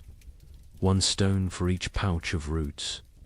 1 for each bundle of dried fish. The counting is important. They need to know what they have. They need to ration carefully. The chief watches this inventory. His face shows concern. They have food, but is it enough? 6 months of winter stretch ahead, maybe 7. No one knows how harsh this winter will be. He makes a decision. Starting tomorrow, 1 meal per day, not 2. Rationing begins now, while they still have surplus. Better to be cautious early. Starvation at winter's end kills many tribes. The sleeping areas need attention. The tribe sleeps in a specific arrangement. This is not random. This is survival strategy. The weakest sleep closest to the fire. Infants and small children. The very old. Those who are sick. Adults sleep in the middle ring. They provide a barrier. Their bodies block drafts. They generate warmth. They protect the vulnerable. The strongest hunters sleep near the entrance. They endure the coldest positions. They wake first if danger approaches. They are the first defense. This hierarchy never changes. Women spread fresh pine boughs on the ground. These create mattresses. They provide insulation from the cold stone floor. They replace old bows that have compressed and lost their cushioning. Furs are distributed. Each family gets a share. Thick bear hides for the children, wolf pelts for the adults, rabbit skins sewn together for extra layers. Everyone must stay warm through the night. The fire pit requires work. It sits in the center of the cave. Stones ring it. These stones were carefully chosen. They hold heat. They radiate warmth long after flames die down. But some stones have cracked. The extreme heat damages them over time. Cracked stones can explode, send sharp fragments flying, cause injuries. The men remove the damaged ones. They bring new stones from the river, smooth and solid. The warning comes at dawn. The air feels wrong, too still, too heavy. The pressure changes. Animals sense it first. Birds that remained through autumn flee. They rise in frantic groups. Their calls sound panicked. Even the crows abandon there. Perches, got KRAW, stands outside the cave. He tastes the air, metal on his tongue, the taste of coming snow. His joints ache. Old injuries throb. His body predicts weather better than his eyes. A massive storm approaches, perhaps the worst of the season. He returns to the cave quickly. He finds the chief. They speak in low tones. The chief's face hardens. He knows what this means. He has survived 40 winters. He recognizes the signs. This storm will trap them inside. For days, maybe a week. The chief raises his voice. Everyone stops. Everyone listens. The blizzard comes. They must secure everything. Now, immediately. No delays. The tribe erupts into controlled chaos. Everyone knows their emergency roles. They have practiced this, prepared for this moment. Speed matters now. Organization matters. Men rush to bring in final wood loads. They grab everything nearby. Dead branches, split logs, even greenwood. Anything that burns. They pile it inside until the cave floor disappears beneath fuel. Women grab the drying meat. Some pieces are not ready, still moist, still vulnerable to spoilage. But leaving them outside means losing them. Animals will steal them. Snow will ruin them. Everything comes inside. Children are sent to fill water containers. They run to the stream. They use hollowed gourds, clay pots, animal bladders, anything that holds liquid. Once the storm hits, leaving the cave becomes impossible. They need water for days. The wind begins gentle at first, a whisper through the trees. Then stronger, a moan, a howl. It builds like a living thing, like a predator circling. Temperature plummets. The drop is sudden, shocking. Breath becomes visible fog. Exposed skin stings. Fingers go numb within minutes. The cold announces the storm's arrival. The first snowflakes fall, large and soft. They drift lazily, almost peaceful, but more follow than more. Within minutes the air fills with white. Visibility shrinks. The forest disappears. The world becomes a swirling void. The tribe retreats inside. The hunters enter last. They pull the leather hides tight. They secure every fastening. They add the extra layer. The interior darkness deepens. Only firelight remains. The storm intensifies. Wind screams past the cave mouth. It sounds almost human. Anguished wails and shrieks. The leather hide strains against its bindings. It flaps and snaps. The noise is constant, overwhelming. Snow drives. Horizontally, it finds every tiny gap. Fine powder forces through the leather weaving. It dusts the cave floor near the entrance, creates small drifts. The tribe watches with concern. They cannot stop this invasion. The fire becomes their universe. They feed it constantly. Wood disappears at an alarming rate. The cold outside is so intense it steals heat from the cave. The flames must fight harder, burn hotter, consume more fuel. Smoke becomes a problem. The usual draw through the ceiling hole weakens. The storm disrupts normal airflow. Smoke gathers in the cave's upper reaches. Eyes water. Throats burn. They cough. But they cannot reduce the fire. Cold is more dangerous than smoke. The first, they pass us slowly. Time becomes strange. Without sun, without normal rhythms, hours blend together. The tribe sits in their designated areas. They wait. Patience is a survival skill. Children grow restless first. They are used to running, playing, exploring. Now they must sit still, stay quiet, conserve energy. This is torture for young bodies. They squirm and fidget. A little girl begins to cry. She wants to go outside. She does not understand. Her mother holds her, rocks her, sings softly, old songs, wordless melodies. The girl eventually quiets. She falls into fitful sleep. The adults fare better, but tension builds. Too many people. In too small a space, personal conflicts simmer. Old grievances resurface. A young hunter glares at another. Some past dispute, some imagined slight.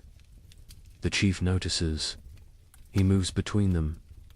His presence prevents escalation. Mira tells stories. Her voice cuts through the wind's howl. She speaks of ancient times, of the first people, of how they discovered fire, how they learned to speak, how they survived when the world was even colder. The children gather around her, even the restless. Once her words captivate them, transport them. For a while, they forget the storm, forget the confinement. They live in her stories. Night comes. They know this only because their bodies tell them. Fatigue sets in. Eyelids grow heavy. The fire must be maintained through darkness. The hunters establish a watch rotation. 2 men awake at all times. 1 feeds the fire. 1 watches the entrance. Sleep comes hard. The wind is too loud. The cold too present. The cave floor too hard despite the pine boughs. Bodies shift. Seeking comfort that does not exist. Seeking warmth that is scarce. The baby wakes crying. Hungry. Always hungry. Its mother nurses it. But her own hunger makes her milk weak, thin. The baby feeds but does not satisfy. It cries again. Other children wake. The mother's face shows exhaustion, desperation. An older woman brings warm broth. made from bones and snow water. She encourages the mother to drink. Liquid helps produce milk. The mother drinks. The broth is barely warm, barely flavored, but it is something. The second day brings no relief. If anything, the storm worsens. The wind reaches new levels of fury. It sounds like raging beasts, like angry spirits. The entire cave vibrates. Small stones fall from the ceiling. Dust rains down. Fear creeps in. What if the storm never stops? What if they run out of wood? What if the cave collapses? These thoughts spread silently, visible in worried eyes, in tense shoulders, in clenched jaws. The chief sits straight. Projects. Confidence. But privately he worries. The woodpiles shrink rapidly. Too rapidly, he calculates. 3 more days, maybe 4. Then they burn sleeping firs. Then they face choices. Terrible choices. Food rationing becomes stricter. 1 small meal, barely enough to sustain. Stomachs growl constantly. Children whimper. Adults endure silently. Hunger is familiar. Hunger is survivable. For a while, Torg's hands have healed from the axe work. Now they crack from the dry cold. Blood seeps from split skin. He wraps them in leather strips. The bleeding stops, but the pain remains. He says nothing. Complaining helps no one. A hunter notices moisture on the cave walls, condensation from their breath, from their bodies. This moisture freezes, creates a thin layer of ice. The cave becomes a frozen chamber. Beauty and danger combined. Mira leads. The women in work. They cannot hunt, cannot gather, but they can prepare. They sort through supplies. They repair torn clothing. They sharpen stone blades. Idle hands create despair. Work provides purpose. The women sit together. They speak quietly. They share memories of other winters. Some worse than this, some better. They draw strength from survival stories. From knowing others endured. One woman speaks of losing her first child to cold 10 winters ago. The baby simply did not wake one morning, frozen in sleep. Her voice breaks. Others reach out, touch her shoulder, her arm. Physical. Connection matters. They grieve together. They heal together. The 3rd day breaks their spirits slightly. The storm continues unabated. White chaos outside. Grey despair inside. Hope becomes harder to maintain. Faith in survival wavers. A young child develops a cough, deep and wet. The sound echoes in the cave. His mother's face shows terror. Winter. Coughs kill. They start small. They grow. They steal breath. They take lives. The healer examines the child. An old woman with knowledge of plants, of remedies. She has dried herbs, stored carefully. She makes a tea, bitter and strong. The child refuses it. She forces him. He must drink. He must fight. The child drinks. He gags. He sputters. But the liquid enters his body. The healer wraps him in extra furs, keeps him near the fire. She monitors his breathing, his color. She has saved children before. She has lost children before. She does what she can. The fire burns lower. Fuel supplies deplete. The chief makes a decision. Smaller fire, colder cave, extended resources, survival over comfort. The tribe huddles closer. They share body heat. They become one organism, one survival unit. Stories continue, but energy for telling wanes. Voices grow hoarse. Throats hurt from smoke and dryness. Still they persist. Stories are medicine. Stories are hope. Stories are memory. Kraw dreams fitfully. He dreams of the hunt, of running through snow, of warm blood on cold ground, of meat and plenty. He wakes to cold and hunger. Reality disappoints. But reality is what they have. The fourth day brings a subtle change. The wind decreases slightly. Not much, but enough to notice. Enough to spark hope. Ears strain, listening for further improvement. Praying for silence. By afternoon, the wind drops to a steady roar instead of a scream. The leather hide stops its violent flapping. Stillness seems possible, seems real. The tribe exchanges glances. Cautious optimism. The chief crawls to the entrance. He carefully lifts the hide edge. A tiny gap. Snow immediately blows in, but he can see outside. Barely.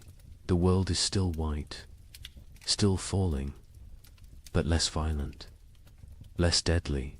He drops the hide. He turns to face the tribe. His expression gives them their answer before he speaks. The storm weakens, not over, but weakening.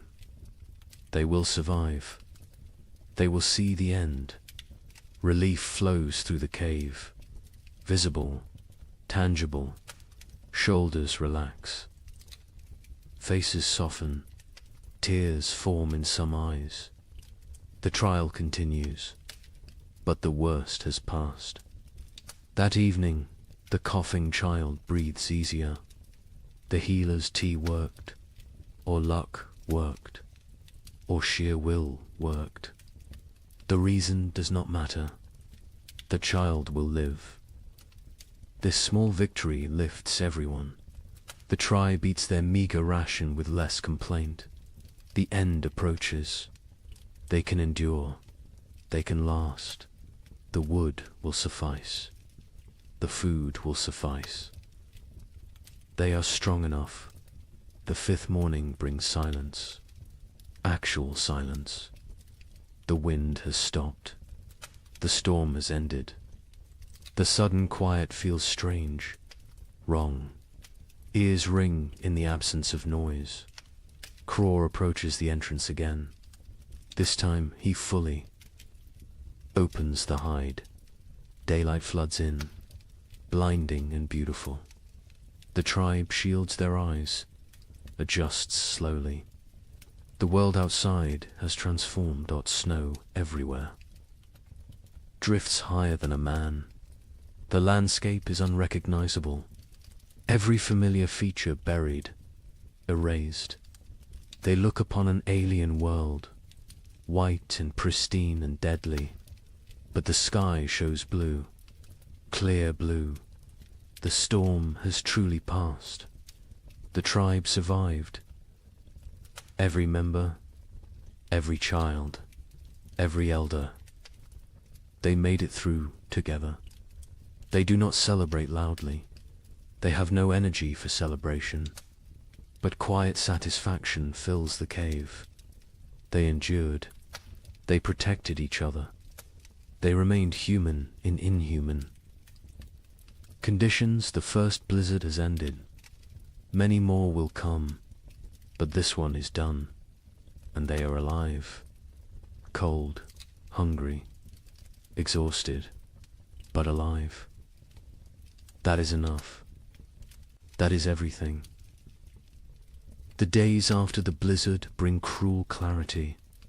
The tribe emerges to assess their world. Snow covers everything in impossible depths. Walking is exhausting. Each step sinks to the knee, sometimes to the waist. Movement becomes a brutal task. The hunters try to venture out. They search for game, for any sign of life. But the animals have vanished, gone deep into dens, hibernating, or dead, or fled to distant warmer lands. The forest stands empty, silent as a grave. They check their trap. Lines, the snares they set before winter. Snow has buried them all, invisible, useless. Days of work erased by one storm. They dig frantically. They find 3 traps, all empty, all sprung by falling snow. The tribe returns to the cave. Their faces tell the story. No food, no prospects, only what they stored, only what hangs from the ceiling, only what sits in clay pots. They must make it last. They must ration carefully. The chief counts the supplies again. He uses his stones. He moves them slowly. His count confirms his fears. Not enough. Even with strict rationing, even with 1 meal per day, they will run out before spring arrives. Weeks before, he does not share this calculation. Not yet. Fear helps no one. Panic kills faster than hunger. He will wait. He will hope. Perhaps another opportunity will come. Perhaps luck will shift. The moon rises full and bright. It illuminates the frozen landscape. Everything glows silver, beautiful and deadly. This moon marks the deepest part of winter, the coldest nights, the longest darkness. The tribe calls it the moon of hunger. Every winter it appears. Every winter it tests them. Food becomes an obsession.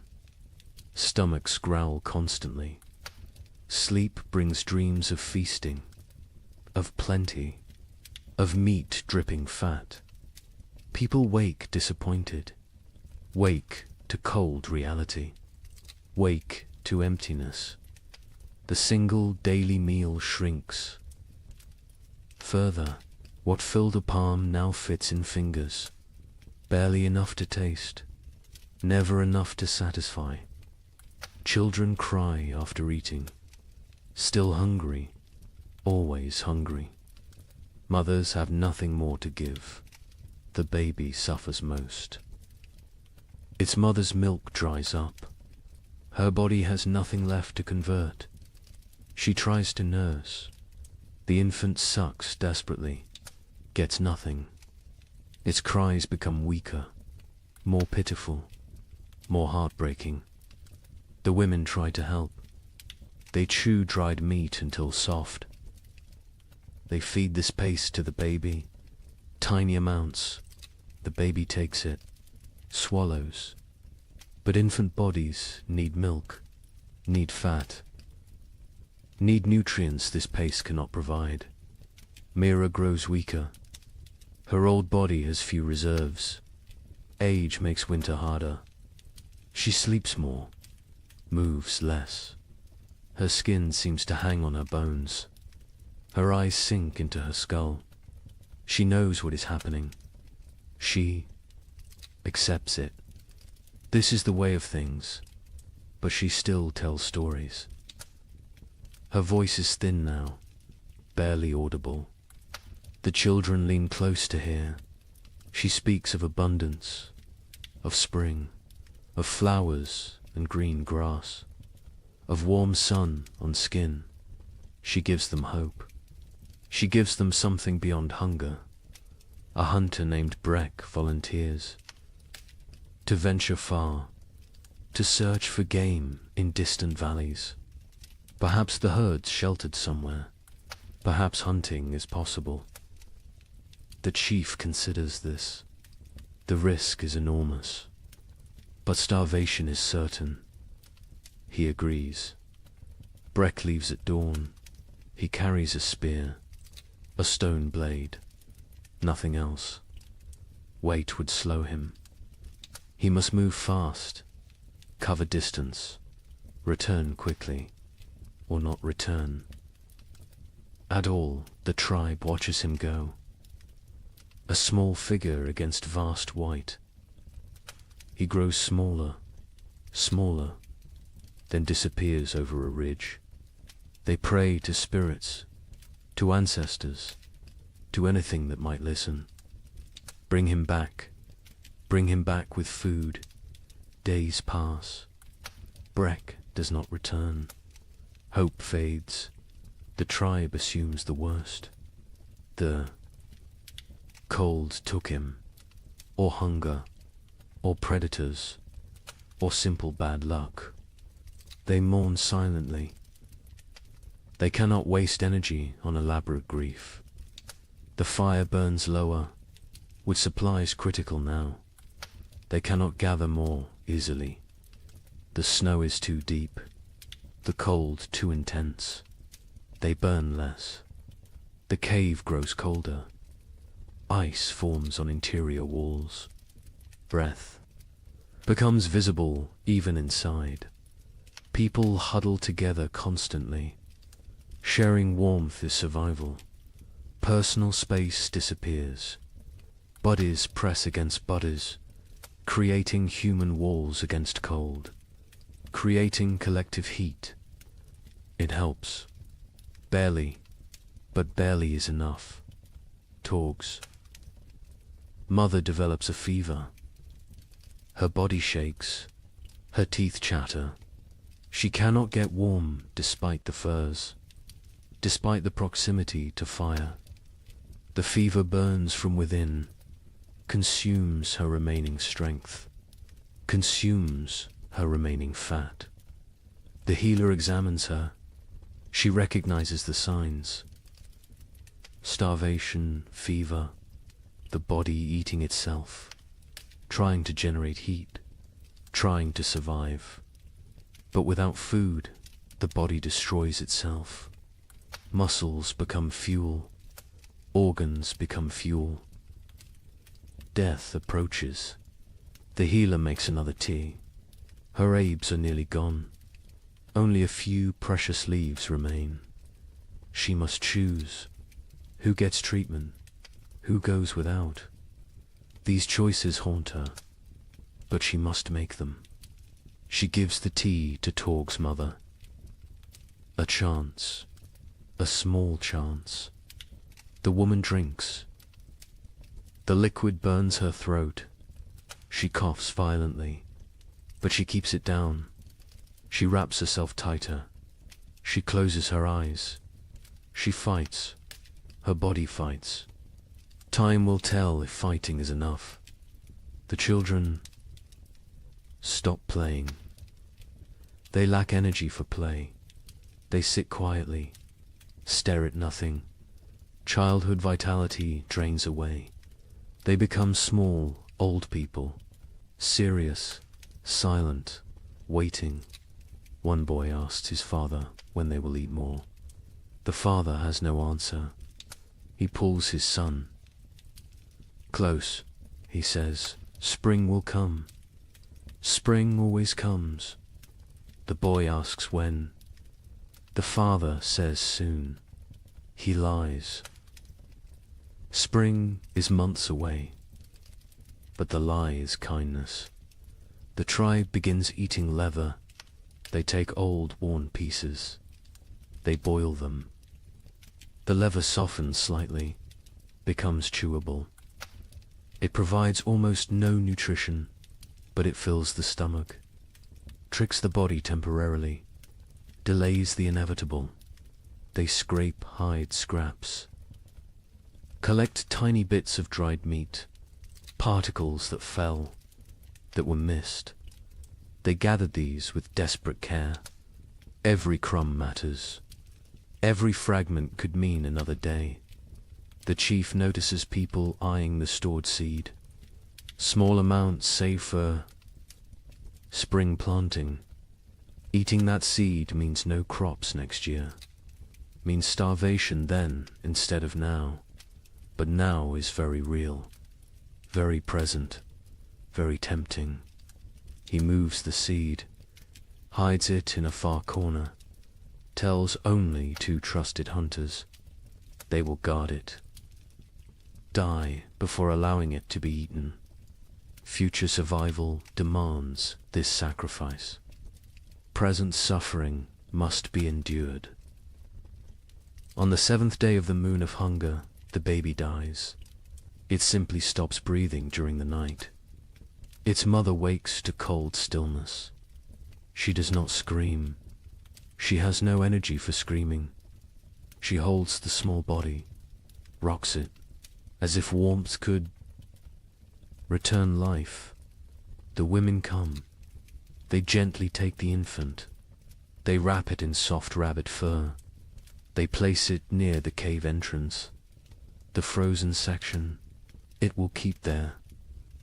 When the ground thaws, they will bury it properly. For now, this is all they can do. The mother sits empty. Her arms feel wrong without the weight. Her chest aches with useless milk that finally came. Too late, always too late. Other women sit beside her. No words exist for this loss. Presence is enough. Mira's breathing becomes labored, wet and rattling. She lies on her furs. She does not complain, does not demand attention. She simply fades. Life seeping away like water into sand. The tribe knows. They have seen this before. Young. Ones are brought to her, one by one. She touches their faces, whispers blessings, passes final wisdom. Her hand trembles with the effort, but she completes this duty, this last gift to the future. That night, Mira stops breathing, peacefully, in sleep. Her face relaxes, tension disappears. She looks younger suddenly. The years fall away. She returns to some earlier self. The tribe covers her with respect, with gratitude. She gave them everything, even her final breath. 2 deaths in one day. The tribe feels the weight. They are fewer now, weaker now, more vulnerable now. But they must continue, must endure, must survive for those who did not. The 8th day brings a miracle. A shout from outside. The hunters rush to the entrance. They peer out.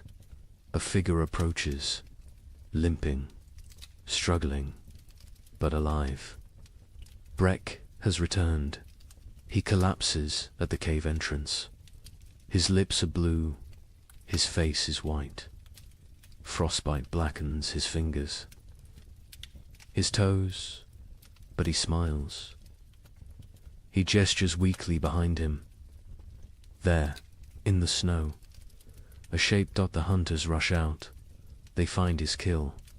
A mountain goat, not large, but fresh, real, actual meat. Breck tracked it for days, followed it to high cliffs, killed it with a desperate throw, then dragged it back. Somehow, against all odds, they bring the goat inside. They bring Breck inside. The tribe crowds around. They cannot believe it. Food, real food, hope made flesh. Tears flow freely. Relief, gratitude, joy. The women butcher immediately. They work with trembling hands. Blood flows. Precious blood. They catch it. Blood soup will feed many. Nothing wastes. Nothing spares. They roast small pieces. The smell fills the cave, mouths water, stomachs cramp with anticipation. The wait is agony, but the meat must cook. Raw meat brings sickness. Patience is required. Finally, the meat is ready. The chief distributes it. Tiny portions, barely a bite each. But that bite is everything. Rich, warm, nourishing. People chew slowly, savor every second. Some cry while eating. Breck receives his portion, receives gratitude, receives respect. He risked everything. He saved them, not permanently.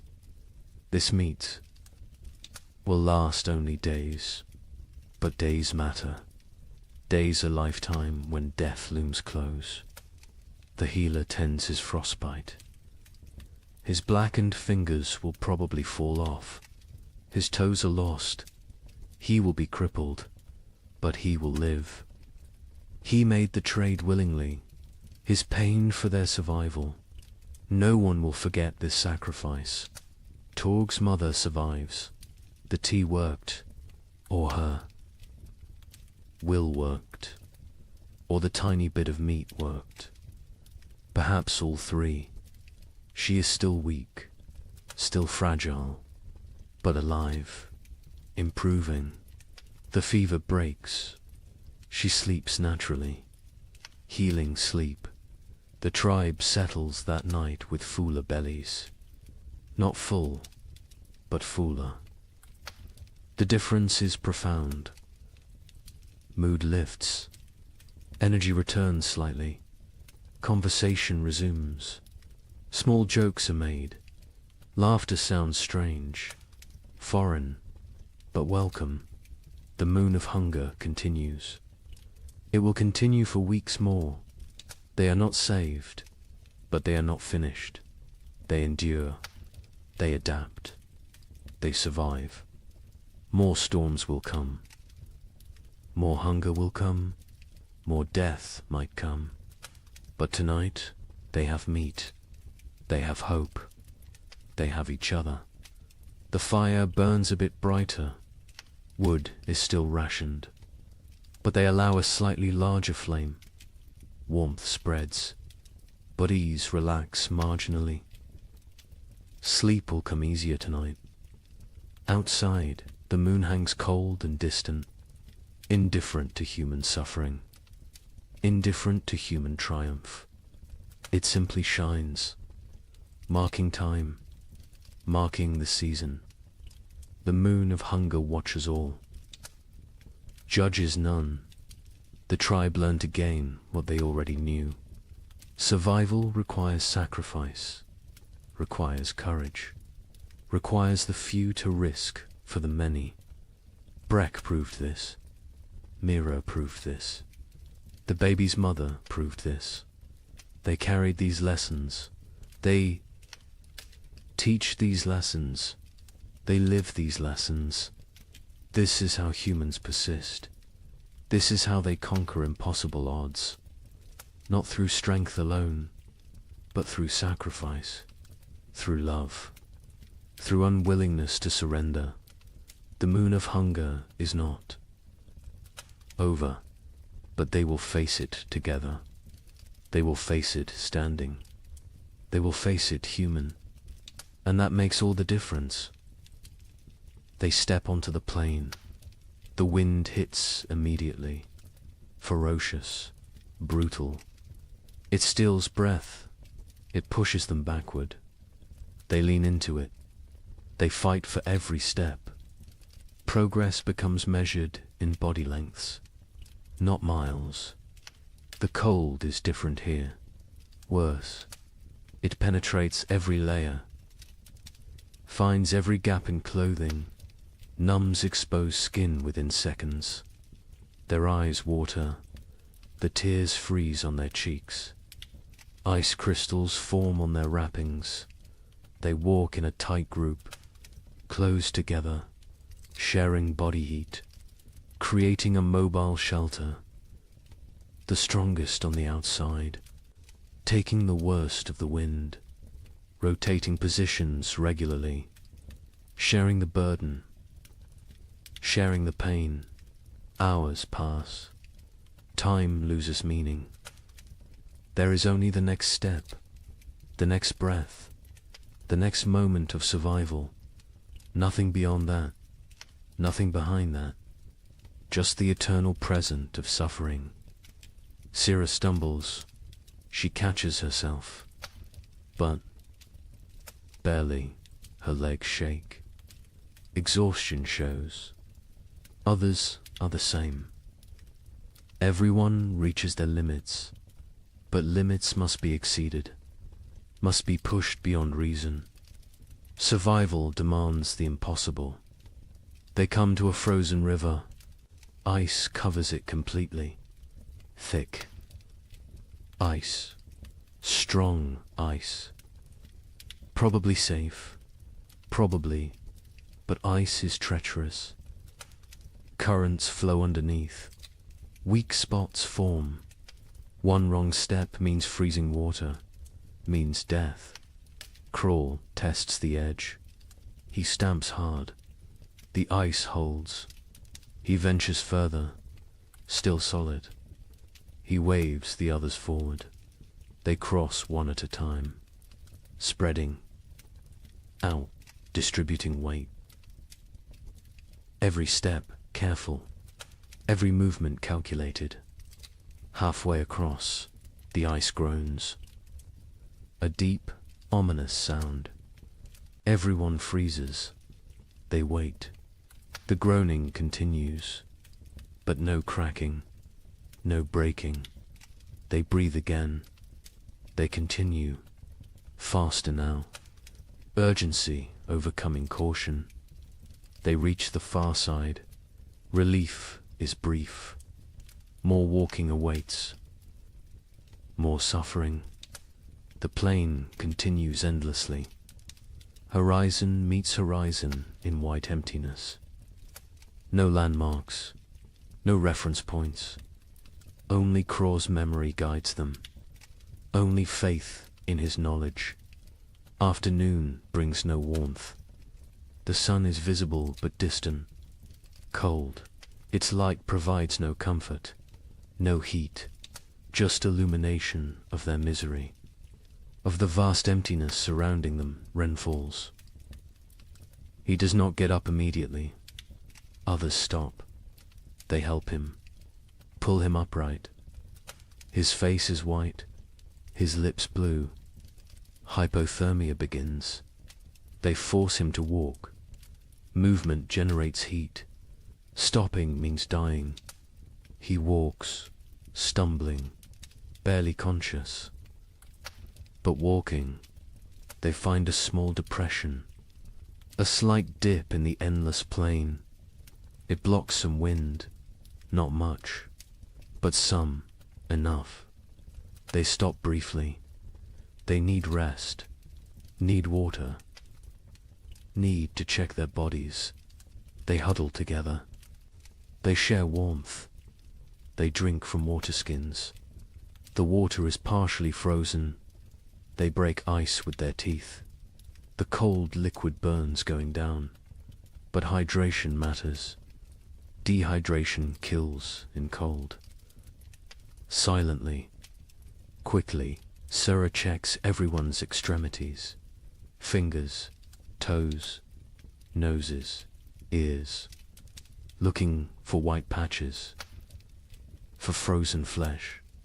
She finds some on Ren. His fingers are too pale. She rubs them vigorously, trying to restore circulation, trying to save his digits. Pain shoots through Ren's hands as feeling returns. He gasps, bites down. The pain is good. Pain means life, means the tissue still functions. He flexes his fingers. They move, stiff but mobile. He survives this test. They rest for half an hour, no longer. Their bodies cool quickly without movement. Already the cold seeps deeper. They must continue. Must reach the valley before nightfall. Darkness on the plain means death. Certain death. The afternoon trek is harder. Fatigue accumulates. Muscles refuse commands. Minds grow foggy. This is dangerous. Clear thinking preserves life. Confusion kills. They focus on simple goals. Next 100 steps. Then next 100. Then next, they see shapes ahead. Dark forms against white. Rocks. Trees. Hope. Surges, but distance deceives.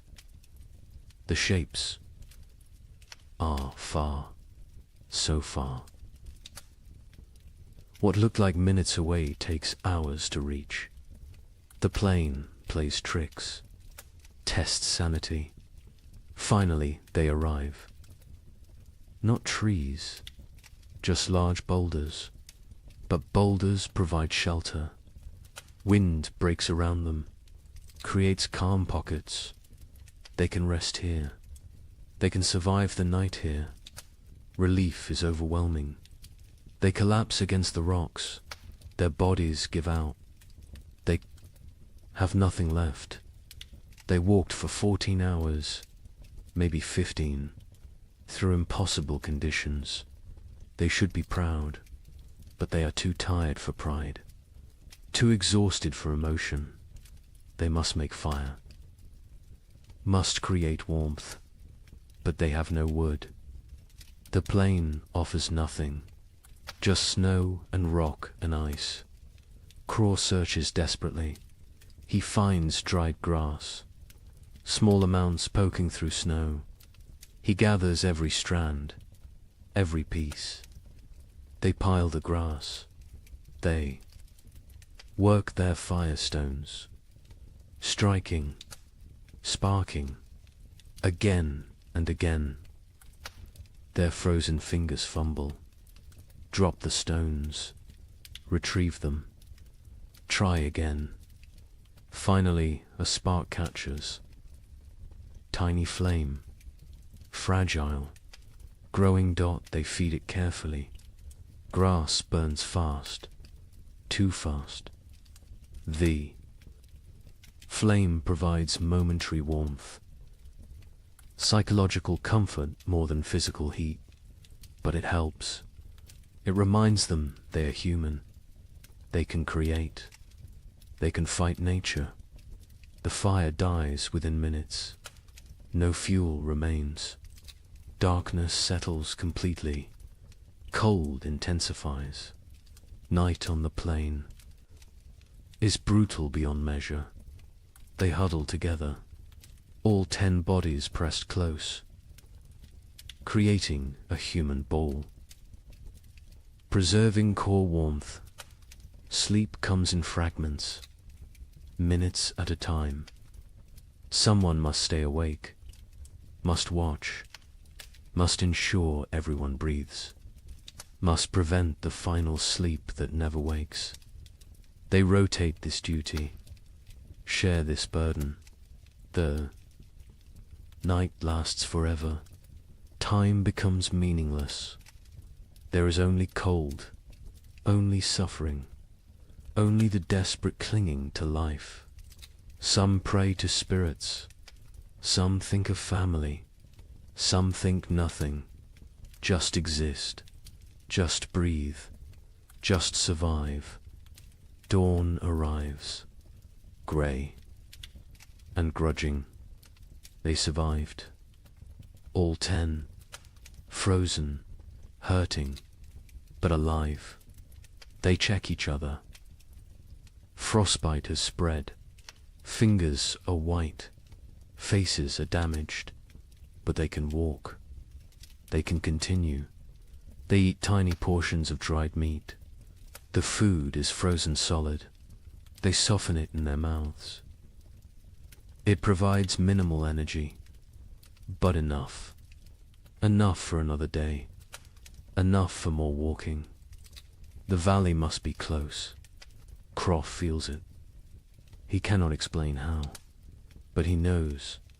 A few more hours, maybe half a day, they can make it.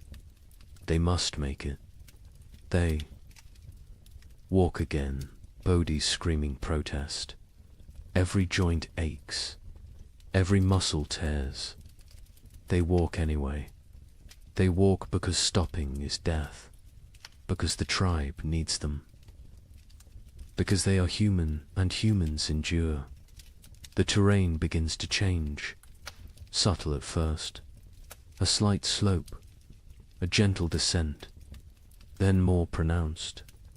Hills appear, the valley approaches, energy returns, hope fuels them. They increase pace. By midday, they see it. The valley spreads below, protected, sheltered. Trees grow there, dense forest.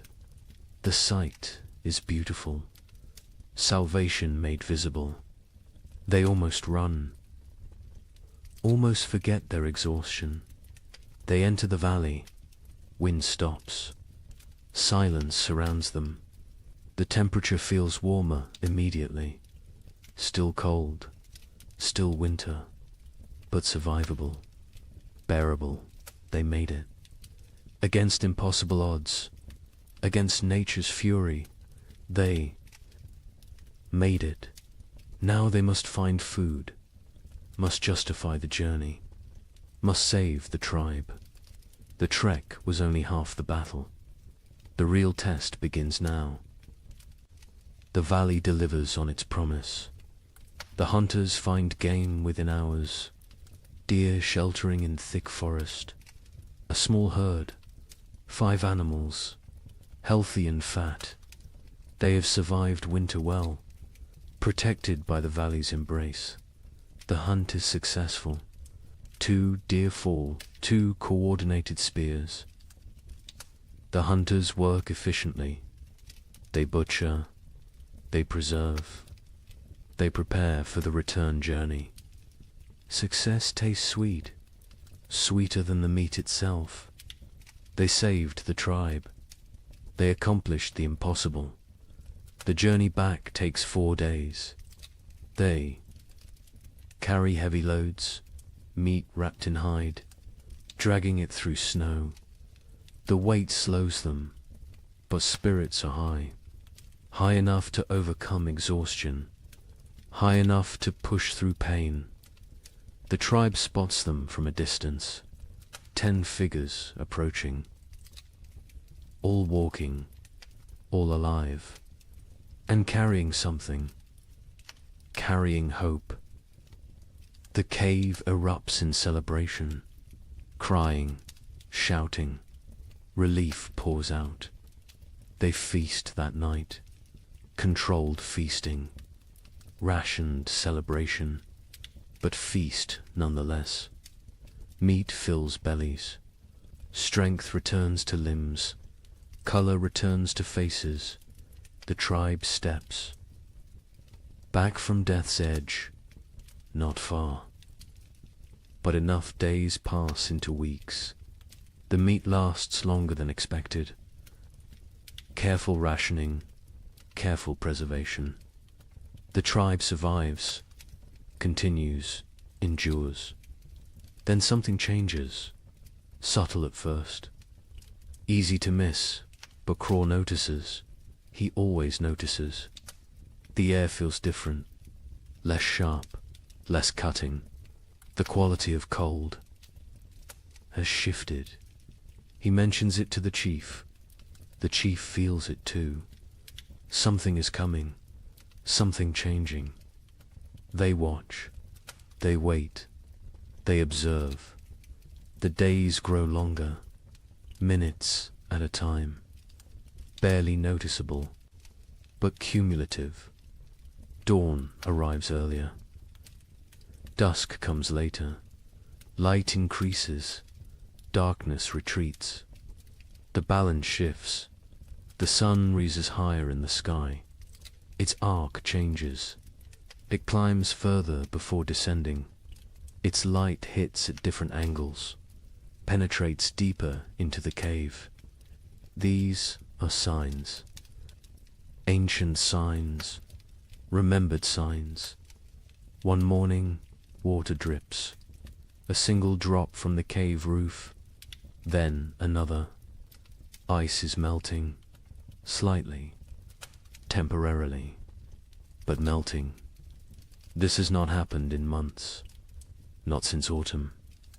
The tribe gathers to watch, to witness this miracle.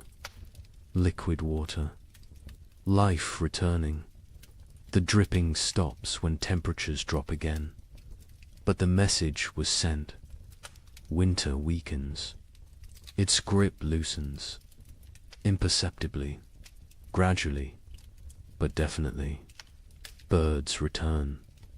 Not many, just a few scouts. Ravens first. Always ravens. They circle overhead. They call to each other. Their voices break the silence of months.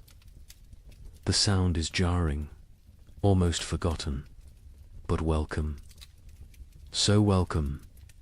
The snow begins to change. Its texture alters. Morning crust forms. The surface freezes hard overnight. Supports weight. Walking becomes easier. No more sinking to the thighs. Progress quickens. Movement improves, but afternoons bring different snow. Soft, wet, heavy. The snow absorbs sunlight, converts it to water.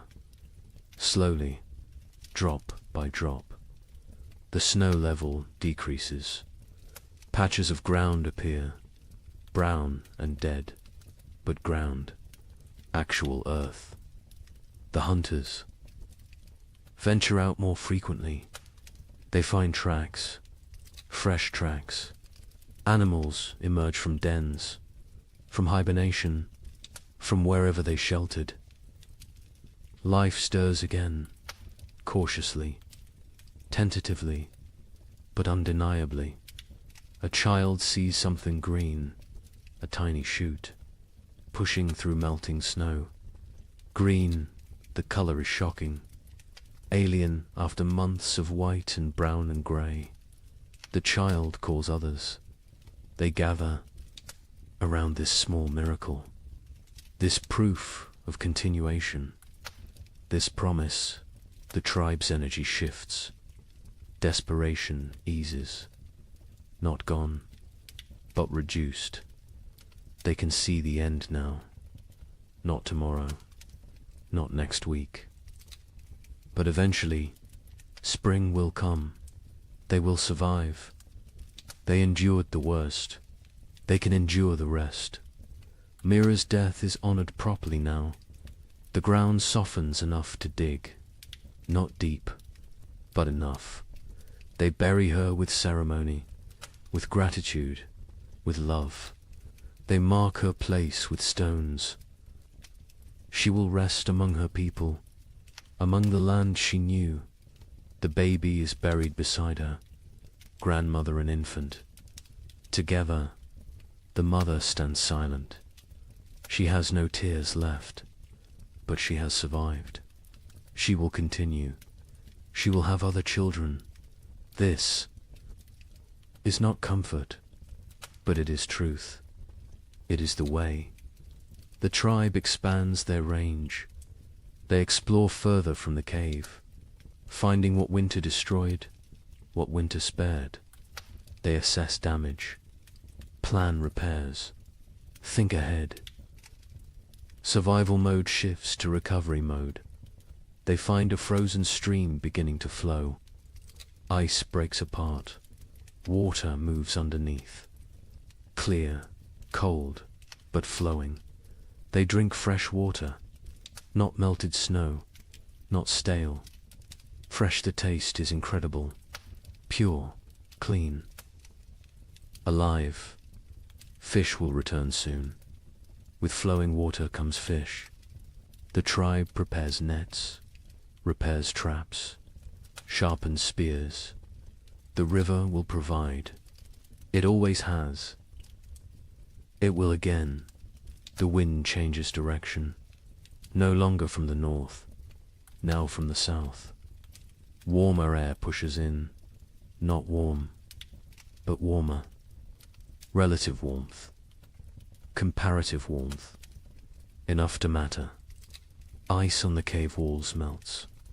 Water runs down stone faces. The cave becomes damp, almost humid. This creates new problems. Mold threatens. Furs must be dried, arid, maintained. But these are problems of living, not problems of dying. The tribe welcomes them. Sero spots deer tracks. Many tracks. A large herd pass nearby, moving north, following some ancient instinct. Following the thaw, the hunters follow. They track for miles. They find the herd. The hunt succeeds again. 3 deer this time. The tribe has surplus. Actual surplus. They smoke meat. They preserve it, but they also eat fully. They allow themselves satisfaction. Bellies fill completely. Children laugh. The sound is strange, foreign, forgotten, but it returns. Slowly it returns. Young ones play outside again, running, shouting, burning energy stored through winter. Parents watch with emotion. These children survived. Against odds, against nature. They live. They thrive. They play. Breck's frostbite healed as well as possible. He lost 3 fingers, 2 toes. He walks with a limp. His hands cannot grip spear properly. But he lives. He survived his sacrifice. The tribe honors him daily, through respect, through care. Through memory, he teaches young hunters. Passes knowledge, cannot hunt himself, but can create hunters. This is valuable. This is contribution. This is purpose. He has worth beyond physical ability. The tribe ensures he knows this. Torg's mother recovered fully. The fever broke. Strength returned. She works alongside other women. She processes new hides. She gathers early plants. She lives. Her son watches her with gratitude, with relief, with love. The nights grow shorter. Darkness retreats further. The tribe sleeps less, needs less sleep. Energy returns with light, with warmth, with hope. They begin projects, repairs, improvements, planning for next winter. Learning from this one, they discuss what worked, what failed, how to improve. Knowledge is survival. Experience is wisdom. They will not forget this winter, will not forget its lessons, will not forget its cost. 2 died, Mira and the baby. 2 out of many. This is success. Grim success. But success nonetheless. Other winters killed more, much more. This winter was survived. This winter was conquered. The chief ageth visibly. The stress wore him. Carved lines deeper. Grayed his hair further. But he stands straight. He led well. He made hard choices. He saved the tribe. Leadership exacted its price. He paid willingly. Cross joins ache more. The track damaged him. Pushed. His aging body beyond limits. He knows his hunting days near their end. Soon he will teach only, lead only. hunt vicariously through younger men. This is natural. This is right. This is the cycle, but not yet. This spring he will hunt. This summer he will provide. He has a few good seasons left. He will use them fully, will extract every last contribution. This is his way. This has always been his way. The tribe ventures to high ground. They look north, the direction of the killing cold, the direction of death. Snow still covers distant mountains. Ice still gleams on peaks. Winter remains there, will remain for months. But here, in the valley, in their home, spring approaches, green spreads, slowly, gradually, but visibly. Grass emerges, leaves bud, flowers prepare to bloom. Color returns to the world. The monochrome existence ends. Life reasserts itself. Birds return in waves, small ones first, then larger.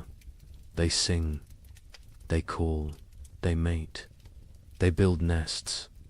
They choose to live here, choose to raise young here. The tribe takes this as blessing, as approval, as sin. Children collect eggs, carefully, leaving some, taking some. The birds can spare them. The birds will lay more. This is balance. This is sustainable. This is how it works. A bear emerges, thin, hungry, dangerous. It approaches the cave. The hunters drive it away. They cannot kill it. Too dangerous, too large. But they make their presence known, establish dominance, protect their territory. The bear leaves, seeks easier prey. The tribe remains vigilant. More bears will come, more predators. Spring brings life, but also competition, also danger, different danger than winter, but real. They prepare defenses, reinforce barriers, sharpen weapons. Spring is not safety. Spring is different challenge. Different tests, but they survived winter. They can handle spring. The elderly who remained in the cave through the trek are recovering. They endured. They kept fire burning. They maintained hope. They held the center. Their contribution was essential, unrecognized during the crisis, acknowledged now. The tribe holds council. All adults attend. They discuss summer plans. Where to hunt, where to gather, what to store, how to prepare for next winter. Always next winter. Winter always comes again. But between now and then, between this moment and that future threat, there is spring. There is summer. There is abundance. There is life. They will live fully, live completely, live gratefully. The thaw continues, accelerates, snow vanishes, rivers swell, the land transforms. The frozen death world becomes living green world. The change is profound, almost unbelievably, but real. Witnessed, experienced. The tribe survived. All but two. They endured when winter meant death. They outlasted the brutal cold. They conquered the primitive darkness. They proved again what humans are, what humans do, what humans will always do. They survive. They adapt. They continue. Spring has begun. The tribe gathers in evening light, not inside the cave, outside, under open sky. This gathering is ritual, sacred. It happens after every winter, after every survival. The time has come to speak, to remember, to learn. The chief sits at the center. Elders form a circle around him, hunters behind them, women next, children at the outer ring. Everyone has place, everyone has voice. This is how knowledge passes. This is how wisdom survives. The fire burns.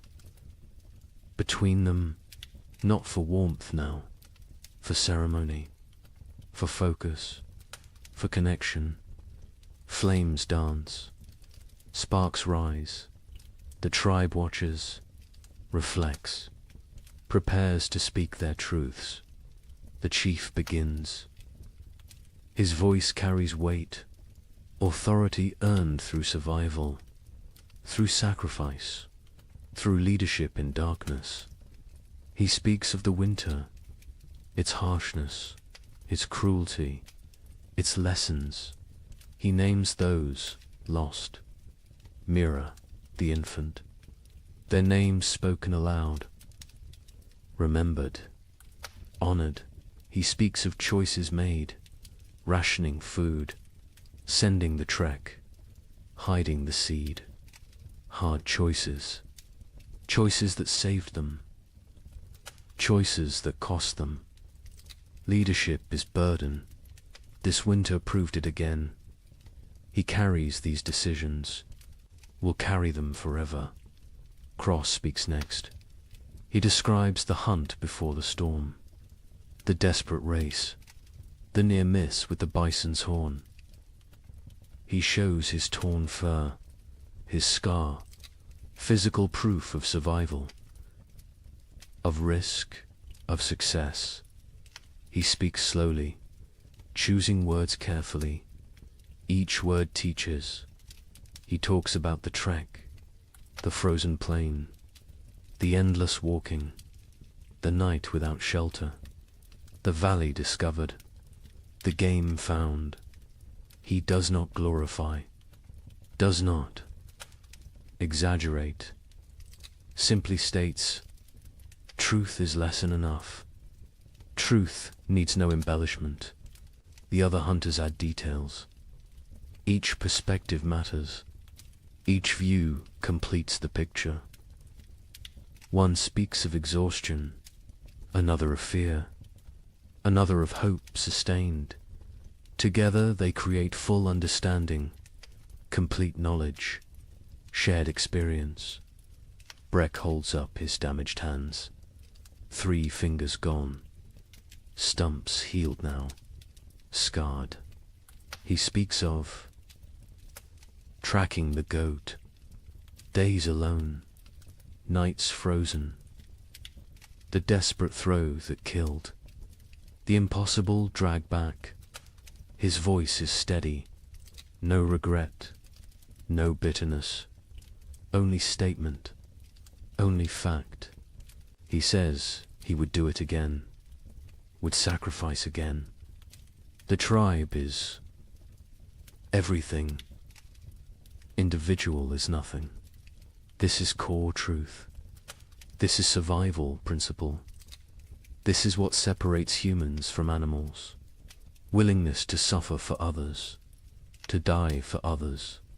If necessary, the women speak.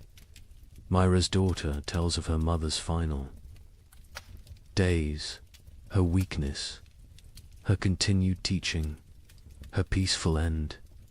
Tears flow, but also pride. Mira lived well, died well, left legacy. This is all anyone can hope for. The baby's mother speaks, briefly. Her voice breaks. She cannot say much, but she says enough. Her child lived weeks, new warmth, new love, new mother's touch, short life, but life nonetheless. She will honor it, will remember it, will carry it forward. Other women discuss food preservation, what worked, what spoiled, leather eating, bone boiling, every technique examined, every method evaluated. They share improvements, better ways, smarter approaches. Next winter, they will do better. This is the point. Always improve. Always learn. Ciro speaks of navigation, of reading snow, of finding signs, of keeping group together. She describes the river crossing, the groaning ice, the careful steps. She explains her fears, her doubts, but also her determination. Leadership is not certainty, is not confidence, is commitment despite uncertainty. The young ones ask questions. How did you stay warm? How did you stay brave? How did you keep going?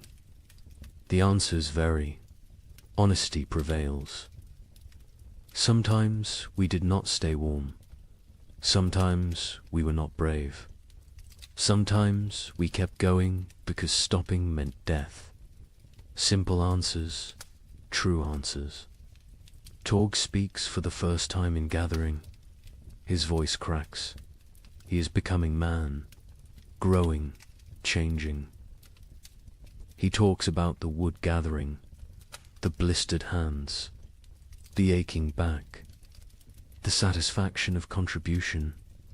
He learned his value, his worth, his place in the tribe.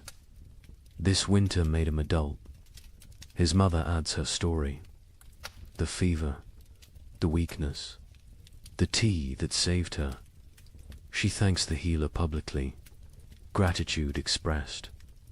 Debt acknowledged. The healer nods, accepts thanks, but says she only did what she knew, what others taught her, what Myra taught her years ago. Knowledge circles, returns, perpetuates. The healer discusses her herbs, what she used, what she saved, what she needs to gather. She lists plants, describes locations, teaches identification. Several women listen intently. They want to learn, want to help, want to preserve this knowledge. The healer accepts students, welcomes them. Knowledge must spread, cannot die with one person. Talk turns to preparations. What they should have done, what they will do next time. More wood, always more wood. Better storage, improved insulation, stronger entrance barriers, backup supplies, hidden caches, distributed resources. They brainstorm, they plan, they commit. Someone suggests splitting the tribe, half in one cave, half in another. If one location fails, the other survives. Discussion follows. Arguments for, arguments against. The chief listens, considers, makes no decision tonight. This needs thought, needs time. Will be decided before next winter. The feast day arrives with warmth, actual warmth. The sun climbs higher. It stays longer. Its rays penetrate winter's final defense. The cold retreats, step by step, day by day. Life returns. The tribe moves through mourning with purpose.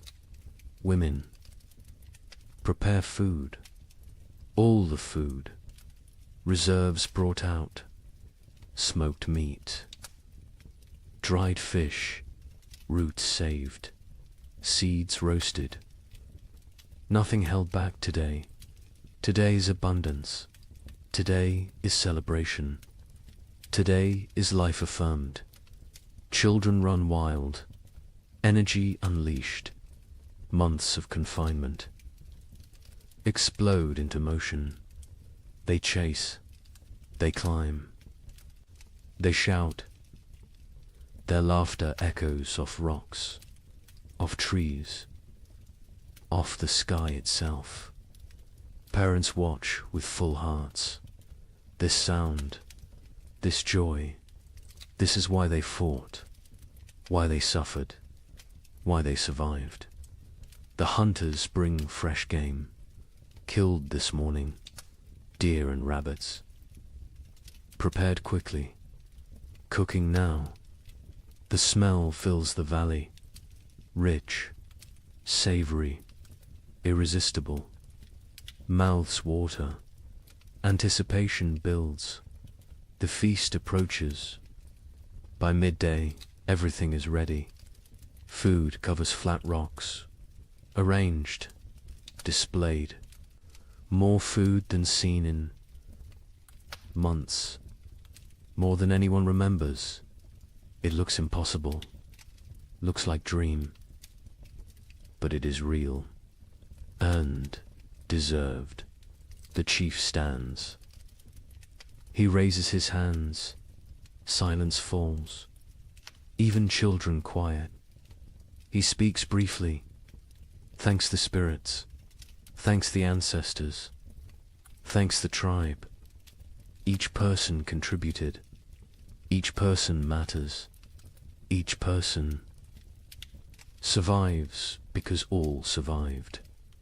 This is truth. This is their way. Then he gestures. Begin, eat, celebrate, live. The tribe descends on food with controlled urgency, not greed, not desperation, but hunger, real hunger. Months of deprivation cannot be ignored. They fill their hands, fill their mouths, fill their bellies. The taste is incredible. After bland rations, after leather, after nothing. This food is ecstasy, simple food, basic food.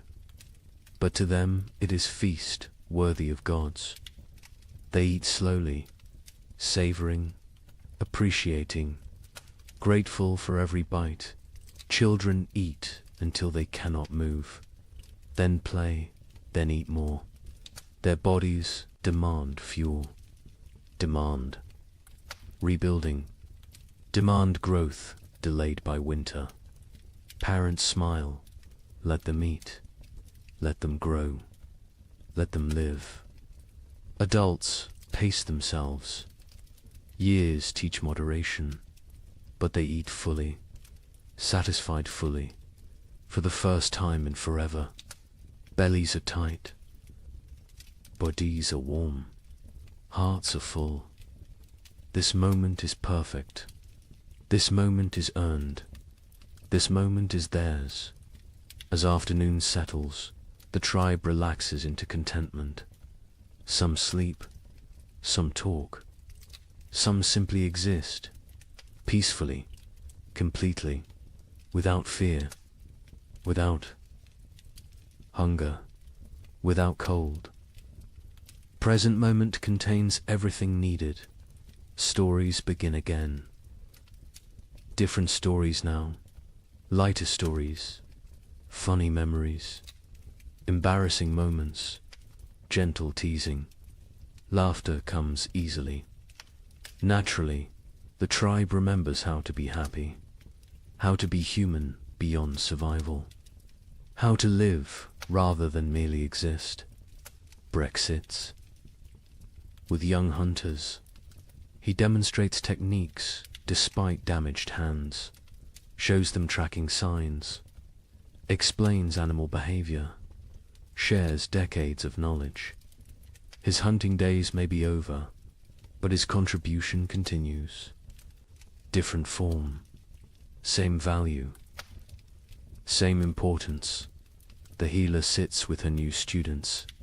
They examine plants, learn properties, memorize uses. She teaches patiently, thoroughly. She knows she grows old. She must pass knowledge before she cannot, before it dies with her. The young women listen intently. They understand the gift. They accept the responsibility. Sira walks the valley's edge, exploring, mapping, planning. Her mind is always forward, always preparing. She finds new water sources, better hunting grounds, strategic locations. Information is survival. Knowledge is power. She gathers both constantly. Craw sits alone briefly, watching his tribe, his family. He feels his age, his exhaustion, his mortality, but also satisfaction, pride, purpose. He has lived well, provided well, protected well. If death comes tomorrow, he is ready. He is complete. He is content, but death does not come. Life continues. Spring unfolds. Days stretch longer. Warmth increases. Green spreads across the land like water, flowing, growing, transforming everything it touches. Other tribes exist. Other peoples, scattered across the vast lands. Each endured their own winter. Each fought their own battles. Each lost their own members. Each survived through strength and sacrifice and will to the north. Coastal peoples weathered storms. Ocean. Winds brought different cold. Wet cold. Penetrating cold. They huddled in driftwood shelters. Ate fish when they could. Kelp when they must. They survived. Barely, but survived to the south. Dozen peoples faced different trial. Cold nights, scorching days, extreme swings, no middle ground. They sheltered in caves, conserved water, endured. They know survival has many faces. Cold is only one. Each environment tests differently. Each demands different strengths. Mountain peoples lived with the snow, always. Surrounded, buried, isolated. They knew winter intimately, understood its moods, its dangers, its rare gifts. They moved with the seasons, migrated, adapted, survived through flexibility. Through knowledge, through respect for nature's power, plains peoples tracked the herds, followed them south, followed them to survival. They lived nomadic, always moving, always hunting, always one step ahead of starvation. Their winter was journey, was constant motion, was different struggle, same stakes. All these peoples, all these tribes, all these humans, connected by nothing except species, except determination, except refusal to surrender. They do not know each other, will never meet, will never share stories, but they share experience, share struggle, share humanity. Winter tested all, cold respected none. It killed without preference, without mercy, without meaning. It simply was nature being nature, indifferent, eternal, unstoppable, but humans stopped it anyway. Not the winter itself, but its victory, its completeness, its total dominion.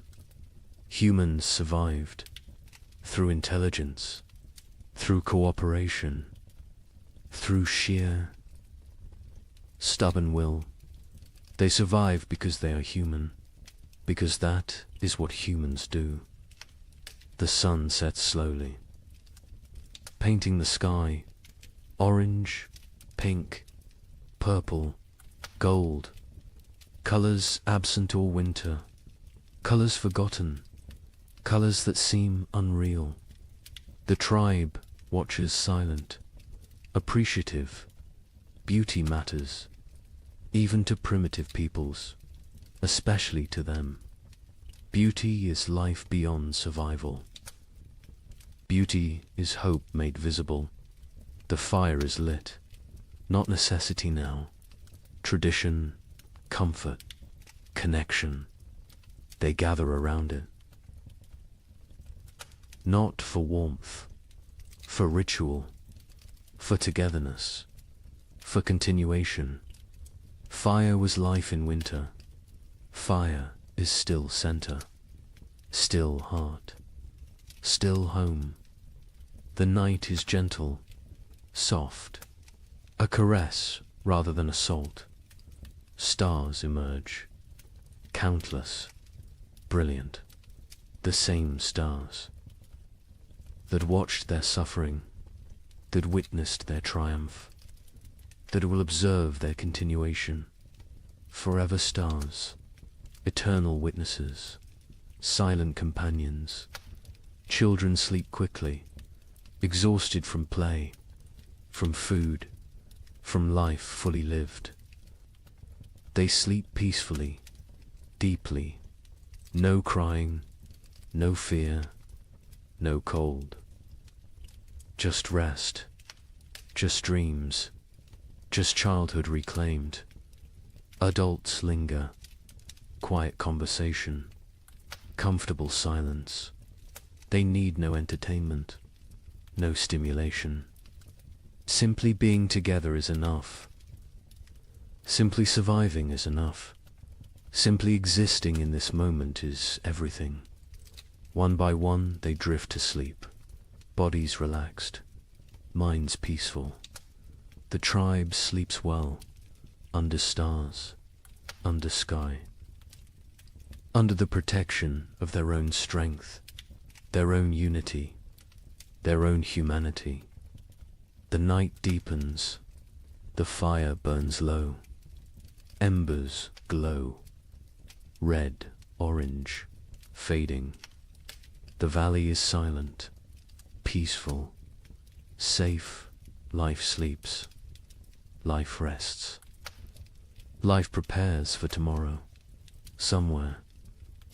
In the darkness, a wolf howls, distant, lonely, calling to pack, calling to family, calling for connection.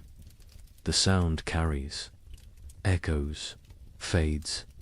The tribe does not wake, does not fear. Wolves are neighbors, not enemies.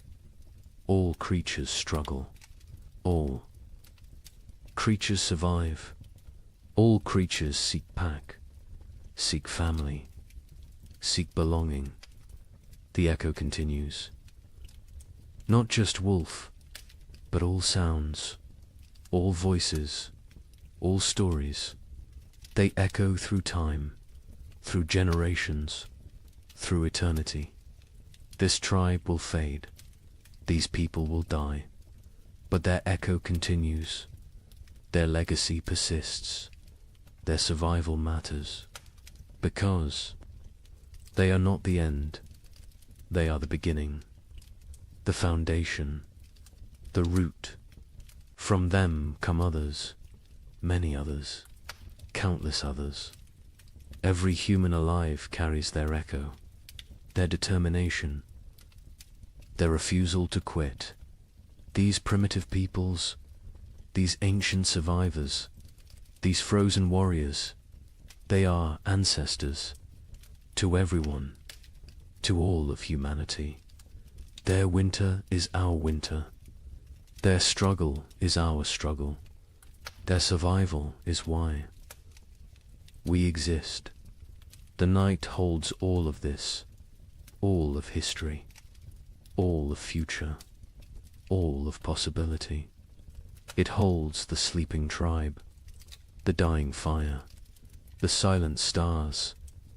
It holds everything that was, everything that is, everything that will be. And in the morning, they will wake, they will continue, they will live another day, then another, until winter comes again. And they will face it, and they will endure, because that is what they do, what they have always done, what they will always do. They are human. They survive. The night knows this. The stars know this. The earth knows this. And now you know this. To rest now. Sleep now. Dream of warm fires. Of full bellies. Of tribes that endure. Of humans who refuse to quit. Of ancestors who gave us everything, including survival itself. The echoes continue, forever, always, in the night.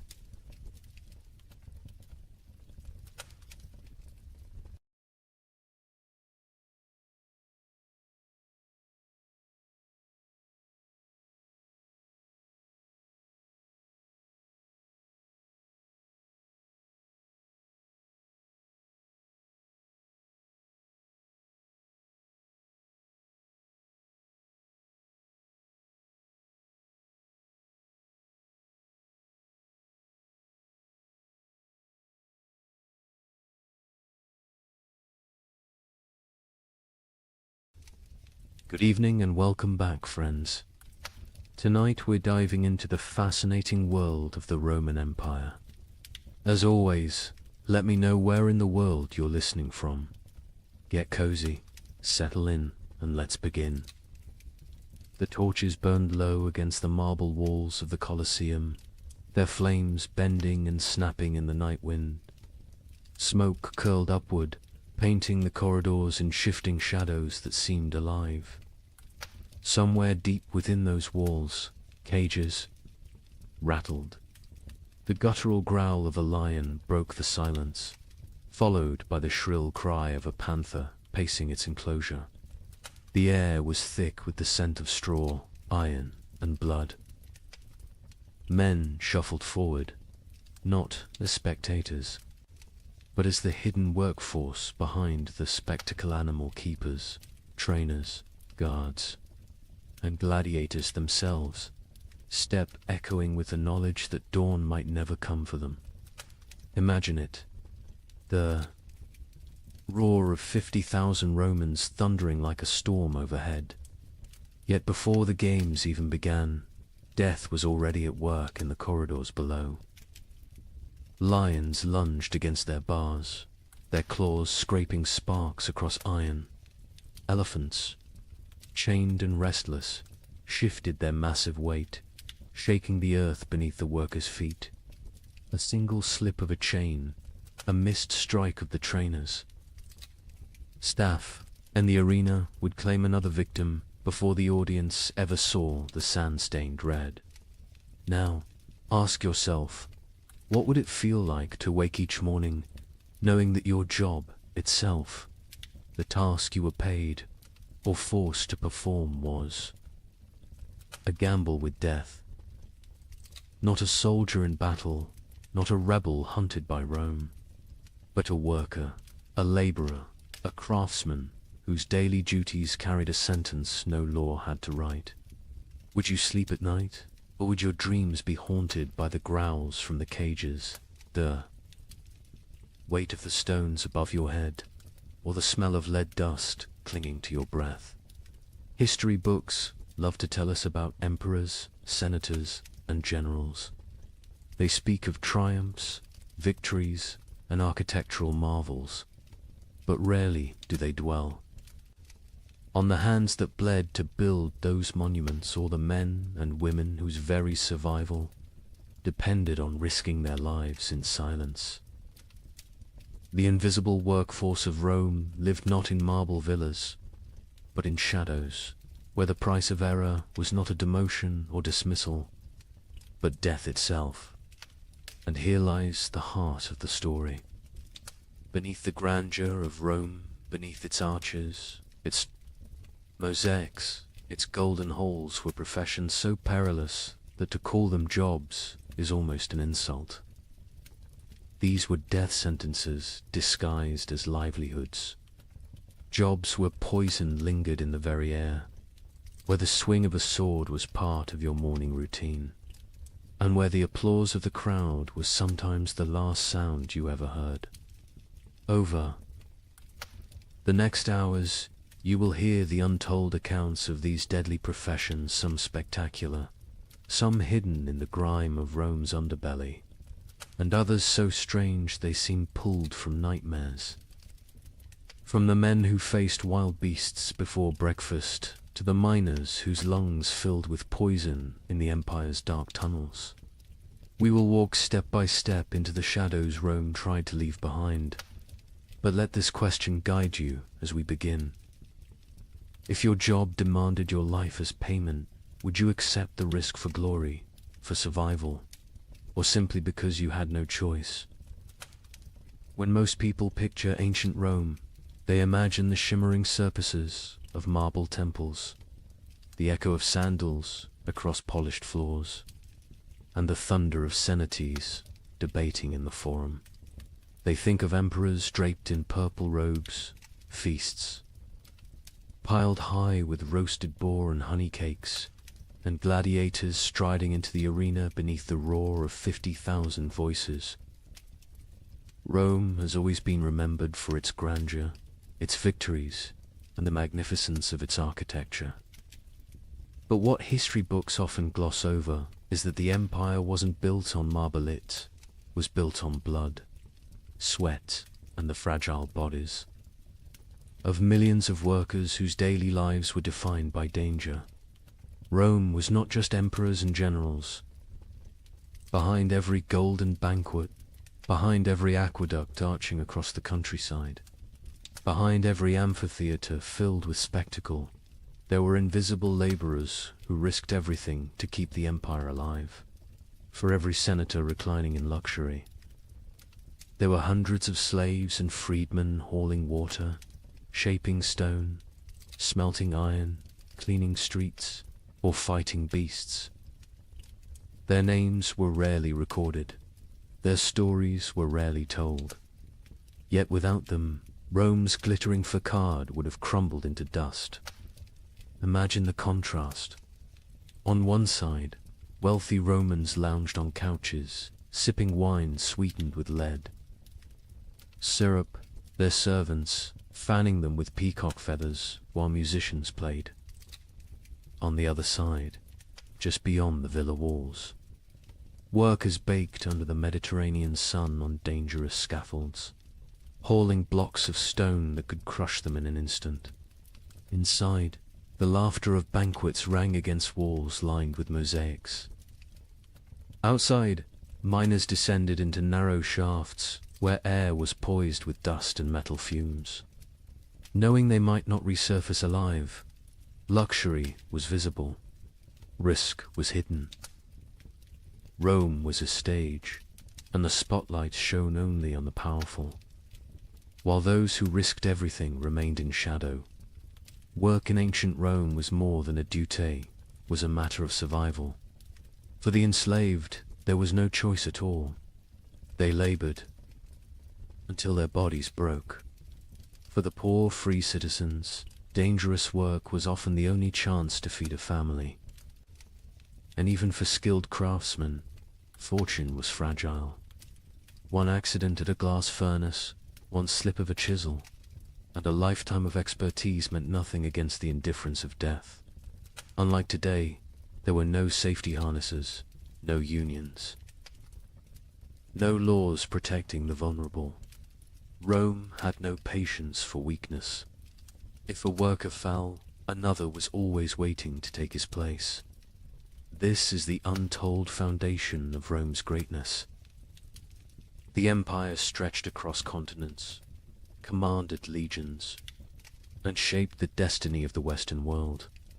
But it was held together not just by marble and laws. It was held together by expendable lives. The amphitheaters that dazzled crowds were built by hands calloused from stone and bloodied by accidents. The shimmering purple robes of emperors were dyed by workers suffocating in vats of poisonous mollusk brine.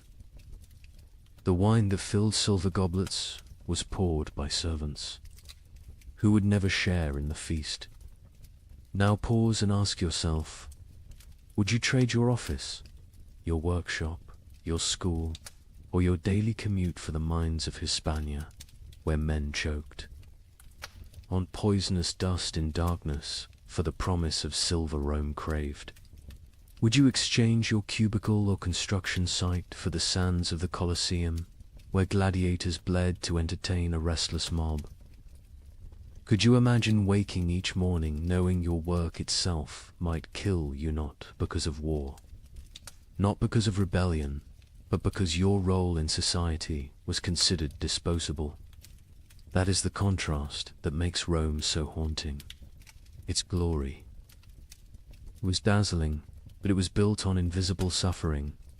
Every aqueduct meant water for cities, but also corpses crushed in its construction. Every road meant trade and travel, but also slaves dying in the ditches.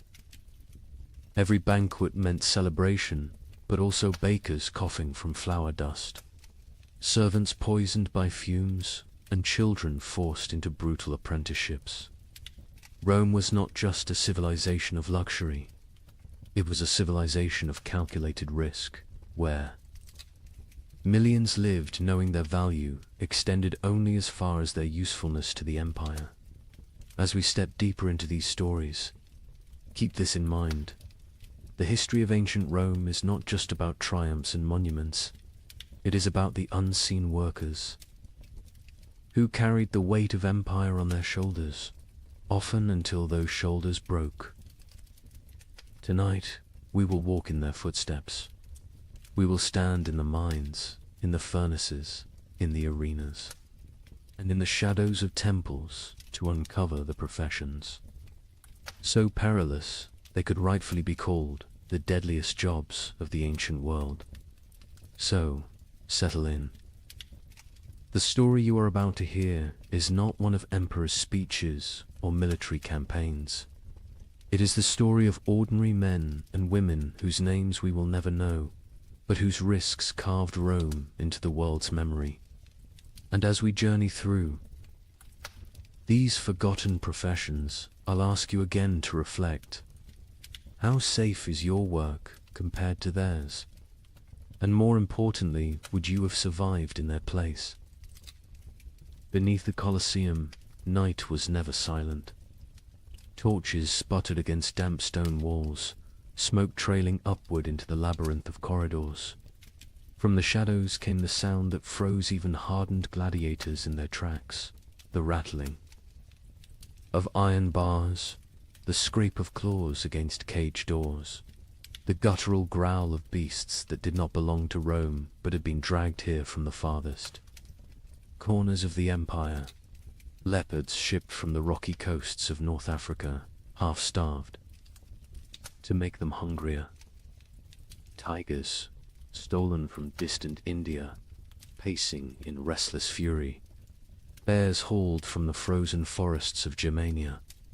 Even elephants, towering and furious after months of brutal marshes, swayed on their chains, slamming tusks into wooden barriers that cracked under the strain.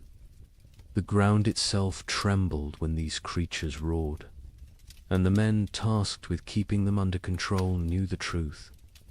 They were one mistake away from being torn to pieces. These men were the Venator shadows, the animal trainers. History rarely records their names, but their presence haunted every spectacle.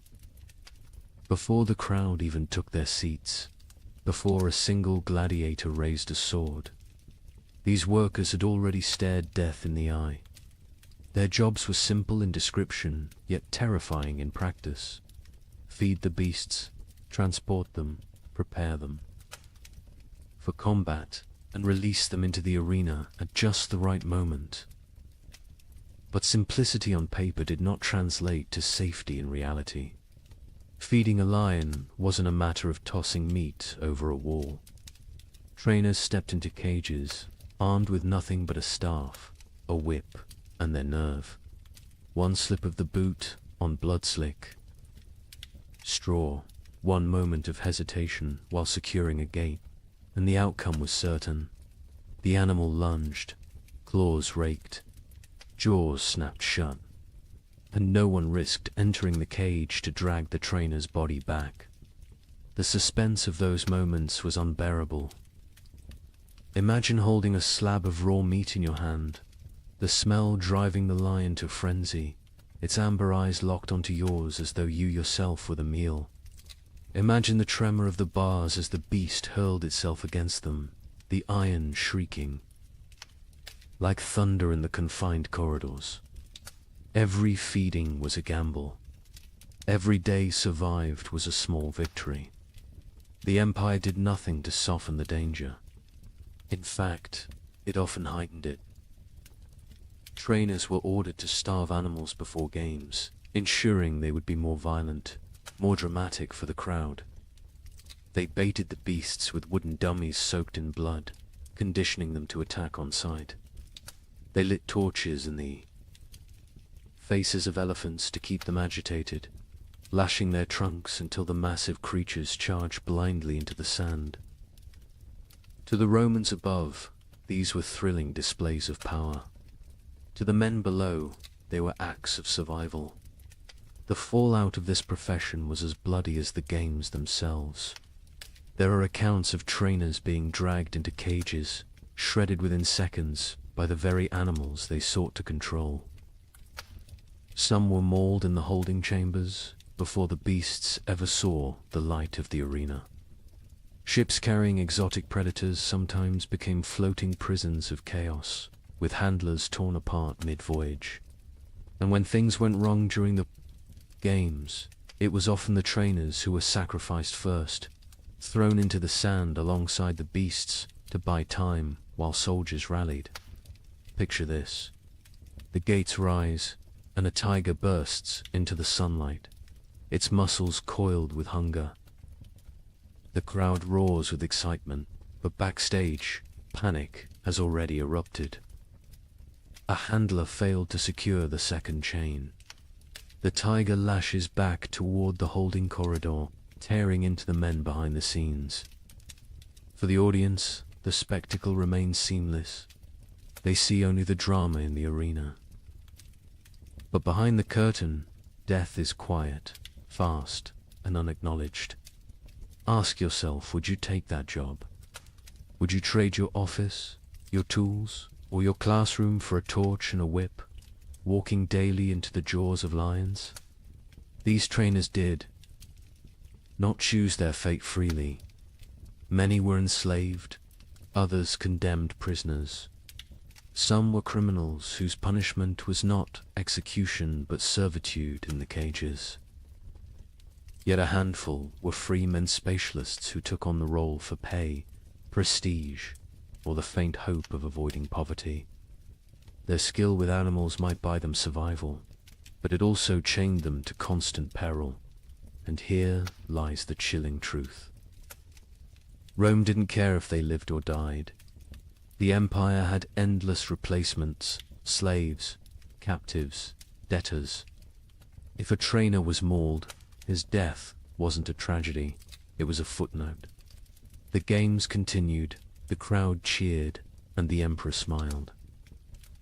The expendable lives of these men fueled the endless appetite of spectacle. So the next time you picture the Colosseum filled with roaring beasts and clashing swords, remember the hidden figures in the shadows, the ones who coaxed half-starved. Predators from their cages, who held their breath each time an iron gate groaned open. Who knew that at any moment the sand might drink their blood instead of the gladiators. Their work was not honored. Their names were not recorded. Yet without them, Rome's greatest spectacles would never have existed.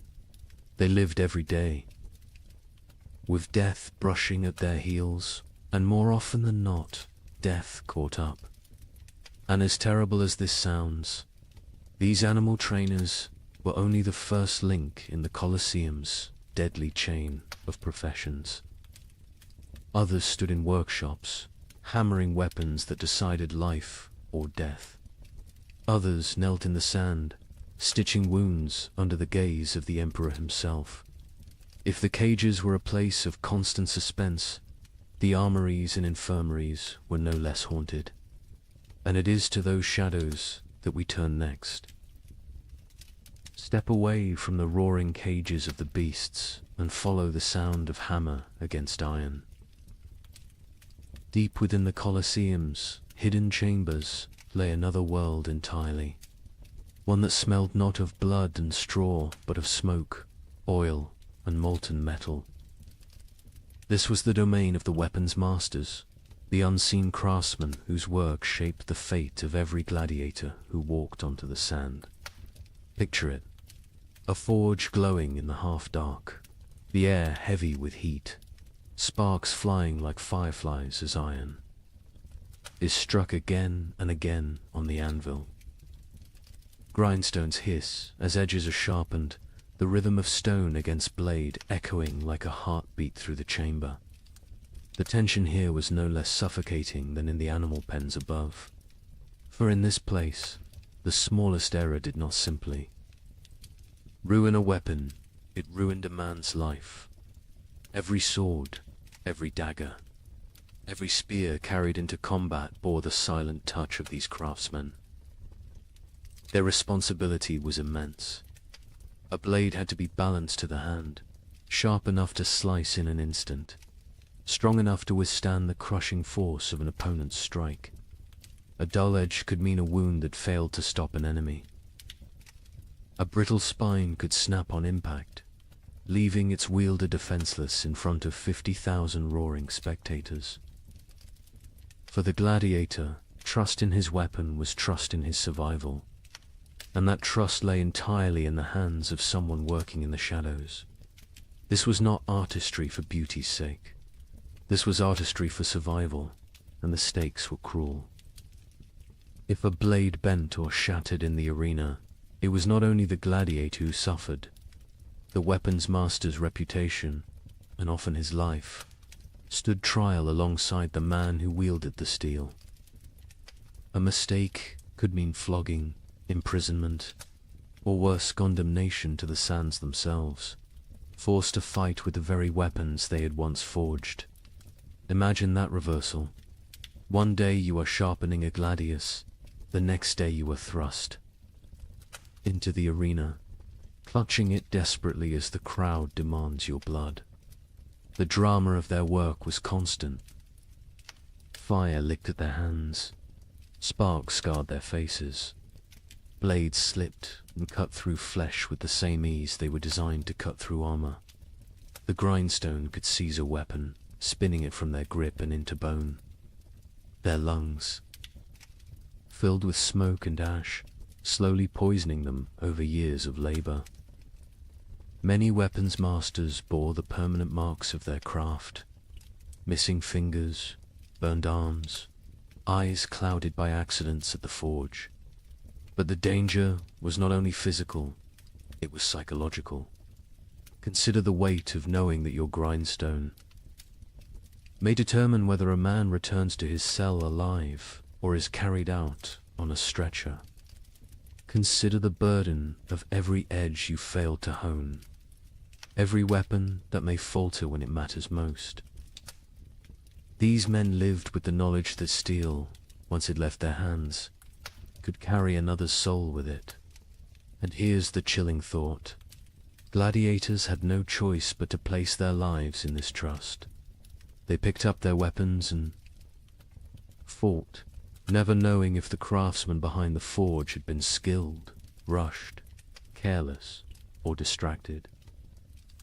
Now ask yourself, would you trust your life to a stranger's grindstone? Would you walk into combat knowing that one unseen error could turn your fight into a death sentence? Weapons masters also carried the impossible responsibility of balance. Too sharp, and a blade snapped after one vicious strike. Too heavy, and a gladiator's arm grew slow and clumsy. Too light, and it lacked the force to kill.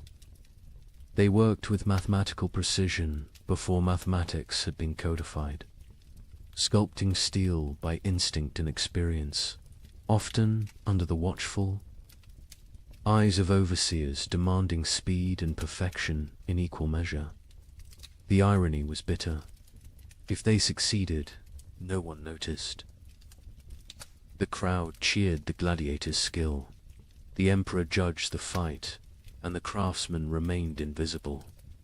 If they failed, however, the consequences were immediate and catastrophic. The Colosseum was merciless, not only to fighters, but to those who supported them. And yet, despite the danger, some sought this path willingly. Freedmen and poor citizens took apprenticeships, learning to hammer steel in hopes of steady work. Others inherited the trade through family lines, fathers teaching sons to temper blades in the same fires that scarred their own hands. For them, the forge was not just survival, it was a way to carve meaning into their anonymity. Even if history forgot their names, still, every clang of the hammer carried tension. Every hiss of the grindstone was a reminder that death hovered close. These were not glamorous artisans. They were men whose craft was measured in heartbeats on the sand above. So as you imagine the gladiators locked in battle, their swords flashing in the sun, remember the unseen masters in the forge. Their sweat coated the blades. Their mistakes bled into the sand. Their unseen hands carried just as much responsibility for life and death as the fighters themselves. And this was only one profession in the Colosseum's deadly ecosystem. If weapons masters held life in their fire and steel, the next group, the arena's medics, held it in their bloodied hands. But were they healers, or accomplices to cruelty? That question waits just beyond the gates. The crowd roared like a storm, its thunder rolling through the Colosseum. A steel clashed and blood spattered the sand. Beneath the deafening cries of 50,000 spectators, another group of men waited in silence, tense and watchful. They carried no swords, no shields, no armor. Their tools were knives, clamps, bandages, and basins. They were the arena's medical staff, men who lived in the narrow space between death and survival, forced to sprint onto the sand while blood still poured from open wounds. Picture it. A gladiator falls, his leg shattered by a hammer strike.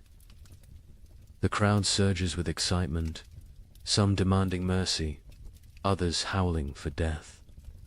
The referee signals, and suddenly the medics rush forward, kneeling in the dust as the injured man writhes in agony.